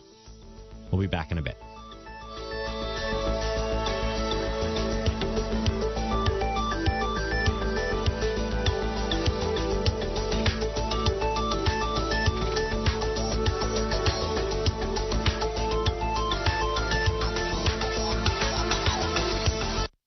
Prescription products require an online consultation with a healthcare provider who will determine if a prescription is appropriate. Restrictions apply. See website for full details and important safety information. Subscription required. Hey guys, did you know there's a generic form of Viagra that works just the same but is 90% cheaper? And you can get it online? Go to 4hims.com/joy. At Hims, you'll get a free medical consultation and discreet shipping if prescribed. You'll love your results. To start your free online visit, go to 4hims.com/joy. That's FORHIMS.com/JOY.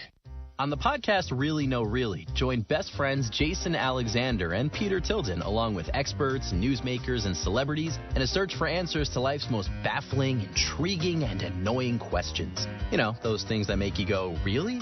No, really? I think there was a 17-year-old in Rhode Island who ran a candidate that was a deepfake.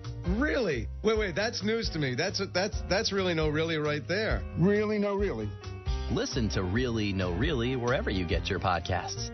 Is your home's title still in your name? What would you do if you discovered you're the victim of a home title theft and that the one document that proves you own your home is no longer in your name? With Home Title Lock's free lookup service, you can verify your home is still safely in your name. Thieves can now discover the title to your home online. They simply forge your signature on a transfer document stating you sold your home to them. Then they take out loans on your home or sell it to some unsuspecting buyer.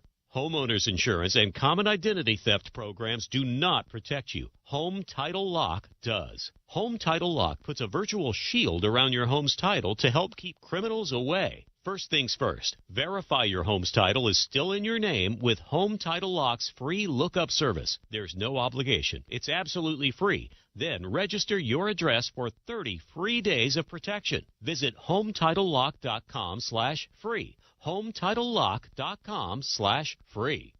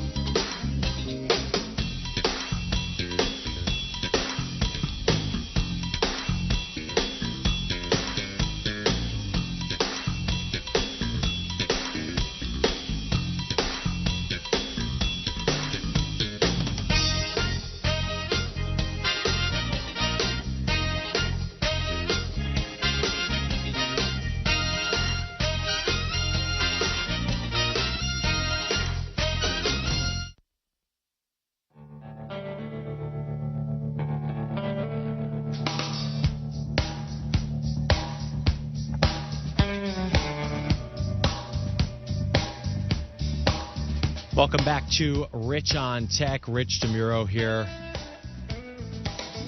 So if you're on social media at all over the next couple of days, you might see some folks complaining about an iPhone feature called iPhone Clean Energy Charging. People are complaining that their iPhones are charging slower, and it's all due to this new feature that Apple snuck onto the iPhone. Well, they didn't sneak it in. It's a feature they talked about, and it's in iOS 16.1, and it came out in October, but people are just noticing it. But the reality is, yes, it may charge your phone a little bit differently. Is it slower? I don't know. So let me tell you what's going on here. There's a setting inside the battery settings on the iPhone that's on by default called Clean Energy Charging. And what this does is it kind of recognizes the patterns of how you charge your phone, and it looks for efficiencies. And most notably, it tries to charge your phone more when clean energy sources are available. What does that mean? It means that it looks where you're charging your phone, and if it notices that clean energy, you plug your phone in at 8 p.m. and clean energy starts at 9, it will try to, focus more on charging starting at 9. Now, that's a very simplified way of explaining it. But the reality is a couple things. Number one, your phone is always going to charge. And this should be invisible to the end user. So you should never really notice that this is happening. Apple is only doing this when you are at your home area, like an area where you charge your phone a lot. So let me give you an example. If you plug in your phone every night at 6 p.m. and you wake up, let's make it later, 9 p.m., and you wake up every day at 5 a.m., Apple knows that you charge your phone because they look at, I think they tell you how many days they look at your charging activity. It learns your activities over a certain period of time.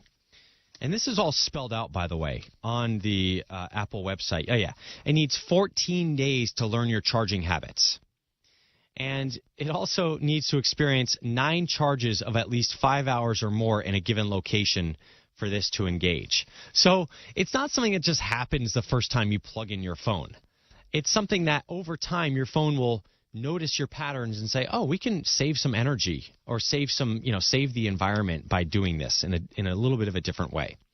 Now, a lot of these articles are suggesting that you turn this feature off. I don't think you should turn this off. Apple has millions upon millions of iPhones getting charged every single day in the U.S. If they can maybe change and affect the environment in just 1% with these phones, that's a good thing to reduce the environmental impact.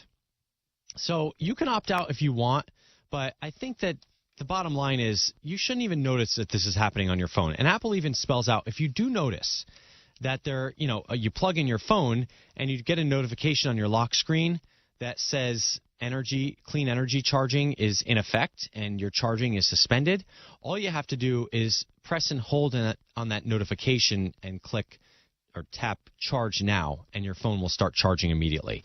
But the reality is if you're traveling, if you're in a hotel room, if you're anywhere else, it's not going to activate. It's only when you're at your home and you plug in basically before bed. So anyway, there's a lot to do about that for nothing, I think.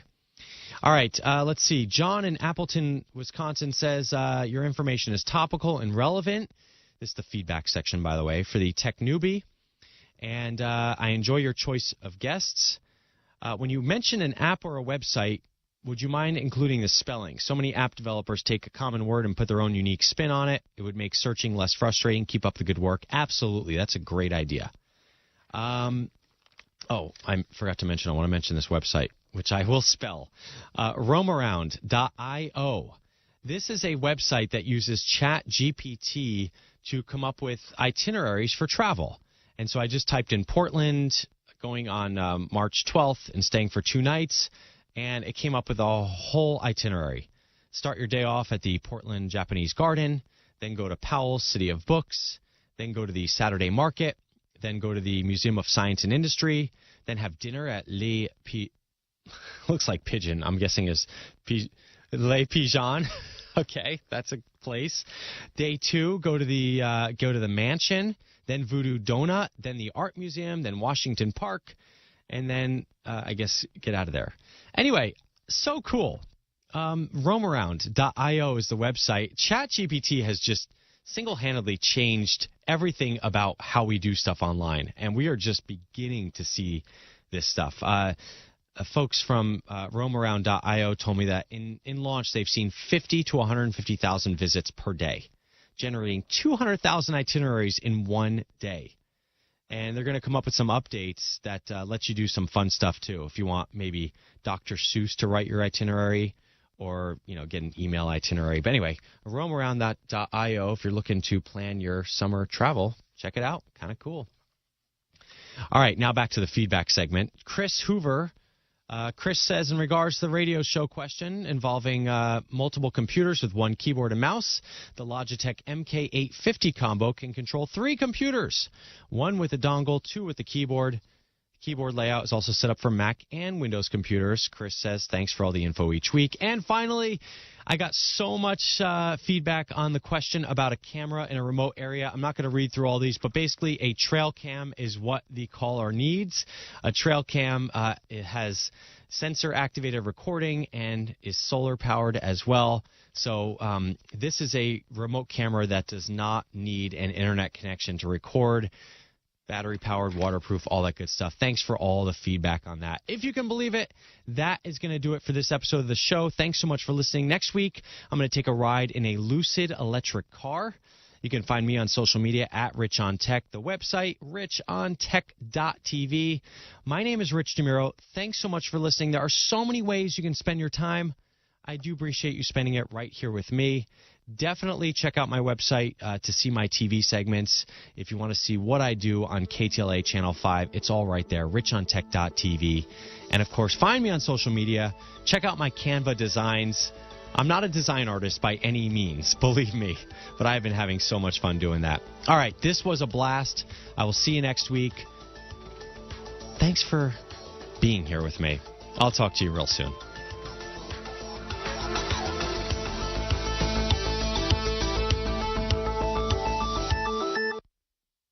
If you're with Verizon, AT&T, or T-Mobile, you're paying too much for your wireless service.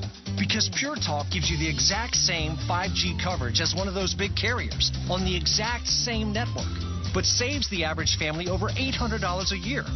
And Pure Talk doesn't lock you into an overpriced unlimited data contract. Why pay for data you don't need? Instead, get unlimited talk, text, and 6 gigs of data for just $30 a month.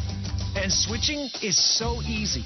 You can keep your phone and keep your number, or get huge discounts on the latest iPhones and Androids. So what are you waiting for? Start saving today. From your cell phone, dial pound 250 and say, switch now. And you'll save an additional 50% off your first month. That's pound 250, say, switch now. You'll have the option to receive a one-time auto-dial text message from Pure Talk. Pure Talk is simply smarter wireless. Poor Sam was a mess. Always itching, licking. His paws were soaking wet. He had bald spots on his back. DINOVITE.com. 2 weeks after he started Dynamite, I started seeing great improvements, and today 99% of his issues are non-existent. Dynamite is nutrition. Dynamite is the best thing you can do for your dog. You won't believe how happy your dog will be. I get my Dynamite from DINOVITE.com. It can be dangerously easy to steal your identity during tax season because so much sensitive info is all together. Before we start the annual meeting of Sean's personal info, has anyone seen Social Security number? Not me. Nuh-uh. Oh, no. He's been stolen. LifeLock by Norton makes it easy to help protect yourself. If you become a victim, we'll work to fix it. No one can monitor all transactions, but you can save up to 25% off your first year with promo code NEWS at LifeLock.com. Identity theft protection starts here.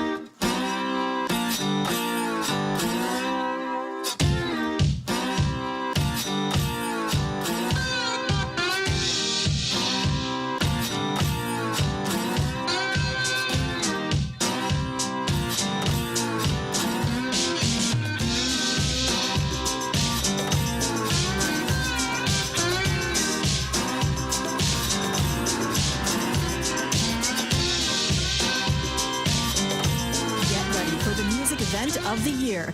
The Two Monday Music Festival is back, and it's better than ever. Featuring soloists, choirs, small ensembles, bands, and orchestras from Guam, the Marianas, Japan, and the U.S., TBMF offers something for every music lover. TBMF 2023 is the place to be this March. Festival events will take place at various locations on Guam, so be sure to check out the schedule on tbmfguam.org. TBMF is a production of the Guam Philharmonic Foundation. See you there. It's 4 a.m., Monday, and you're literally sucking baby snot through a tube because she's congested. Man, that's love. And if you love her that much, love her enough to make sure she's buckled in the right car seat. To make sure your child's in the right seat for their age and size, visit nhtsa.gov/the right seat. Show them you love them. Keep them safe. Visit nhtsa.gov/the right seat. Brought to you by the National Highway Traffic Safety Administration and the Ad Council.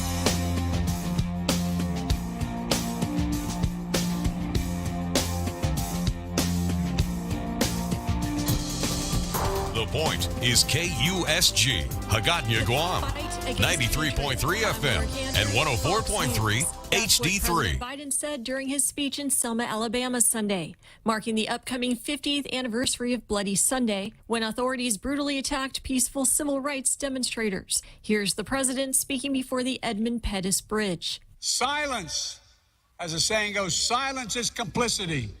And I promise you, my administration will not remain silent. Among the people on stage with him was longtime civil rights activist Jesse Jackson and Al Sharpton. Lawmakers from both sides of the aisle are calling for rail safety reform following another Norfolk Southern train derailment in Ohio, which happened on Saturday in the town of Springfield. A group of bipartisan lawmakers proposing legislation that looks to include more safety requirements for trains carrying hazardous materials, along with higher fees for safety violations. Democratic Senator Joe Manchin of West Virginia discusses the need for preventative measures and rail safety while speaking on CBS's Face the Nation. And it's time for us to get serious about this. We're moving many products, many more products on the rails and on our roads than we ever did before. Here's South Carolina Republican Congresswoman Nancy Mace giving her take on Fox Report with John Scott. We need to invest smartly in all of our critical infrastructure, particularly when it affects our supply chain, like it's going to with all these derailments that are happening around the country right now. President Biden issuing a statement praising the legislation.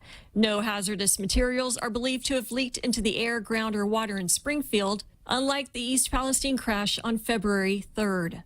Gary Rossington, guitarist for Lynyrd Skynyrd, has died at the age of 71. He is the last surviving founding member of the rock band. His cause of death has not been revealed. America is listening to Fox News.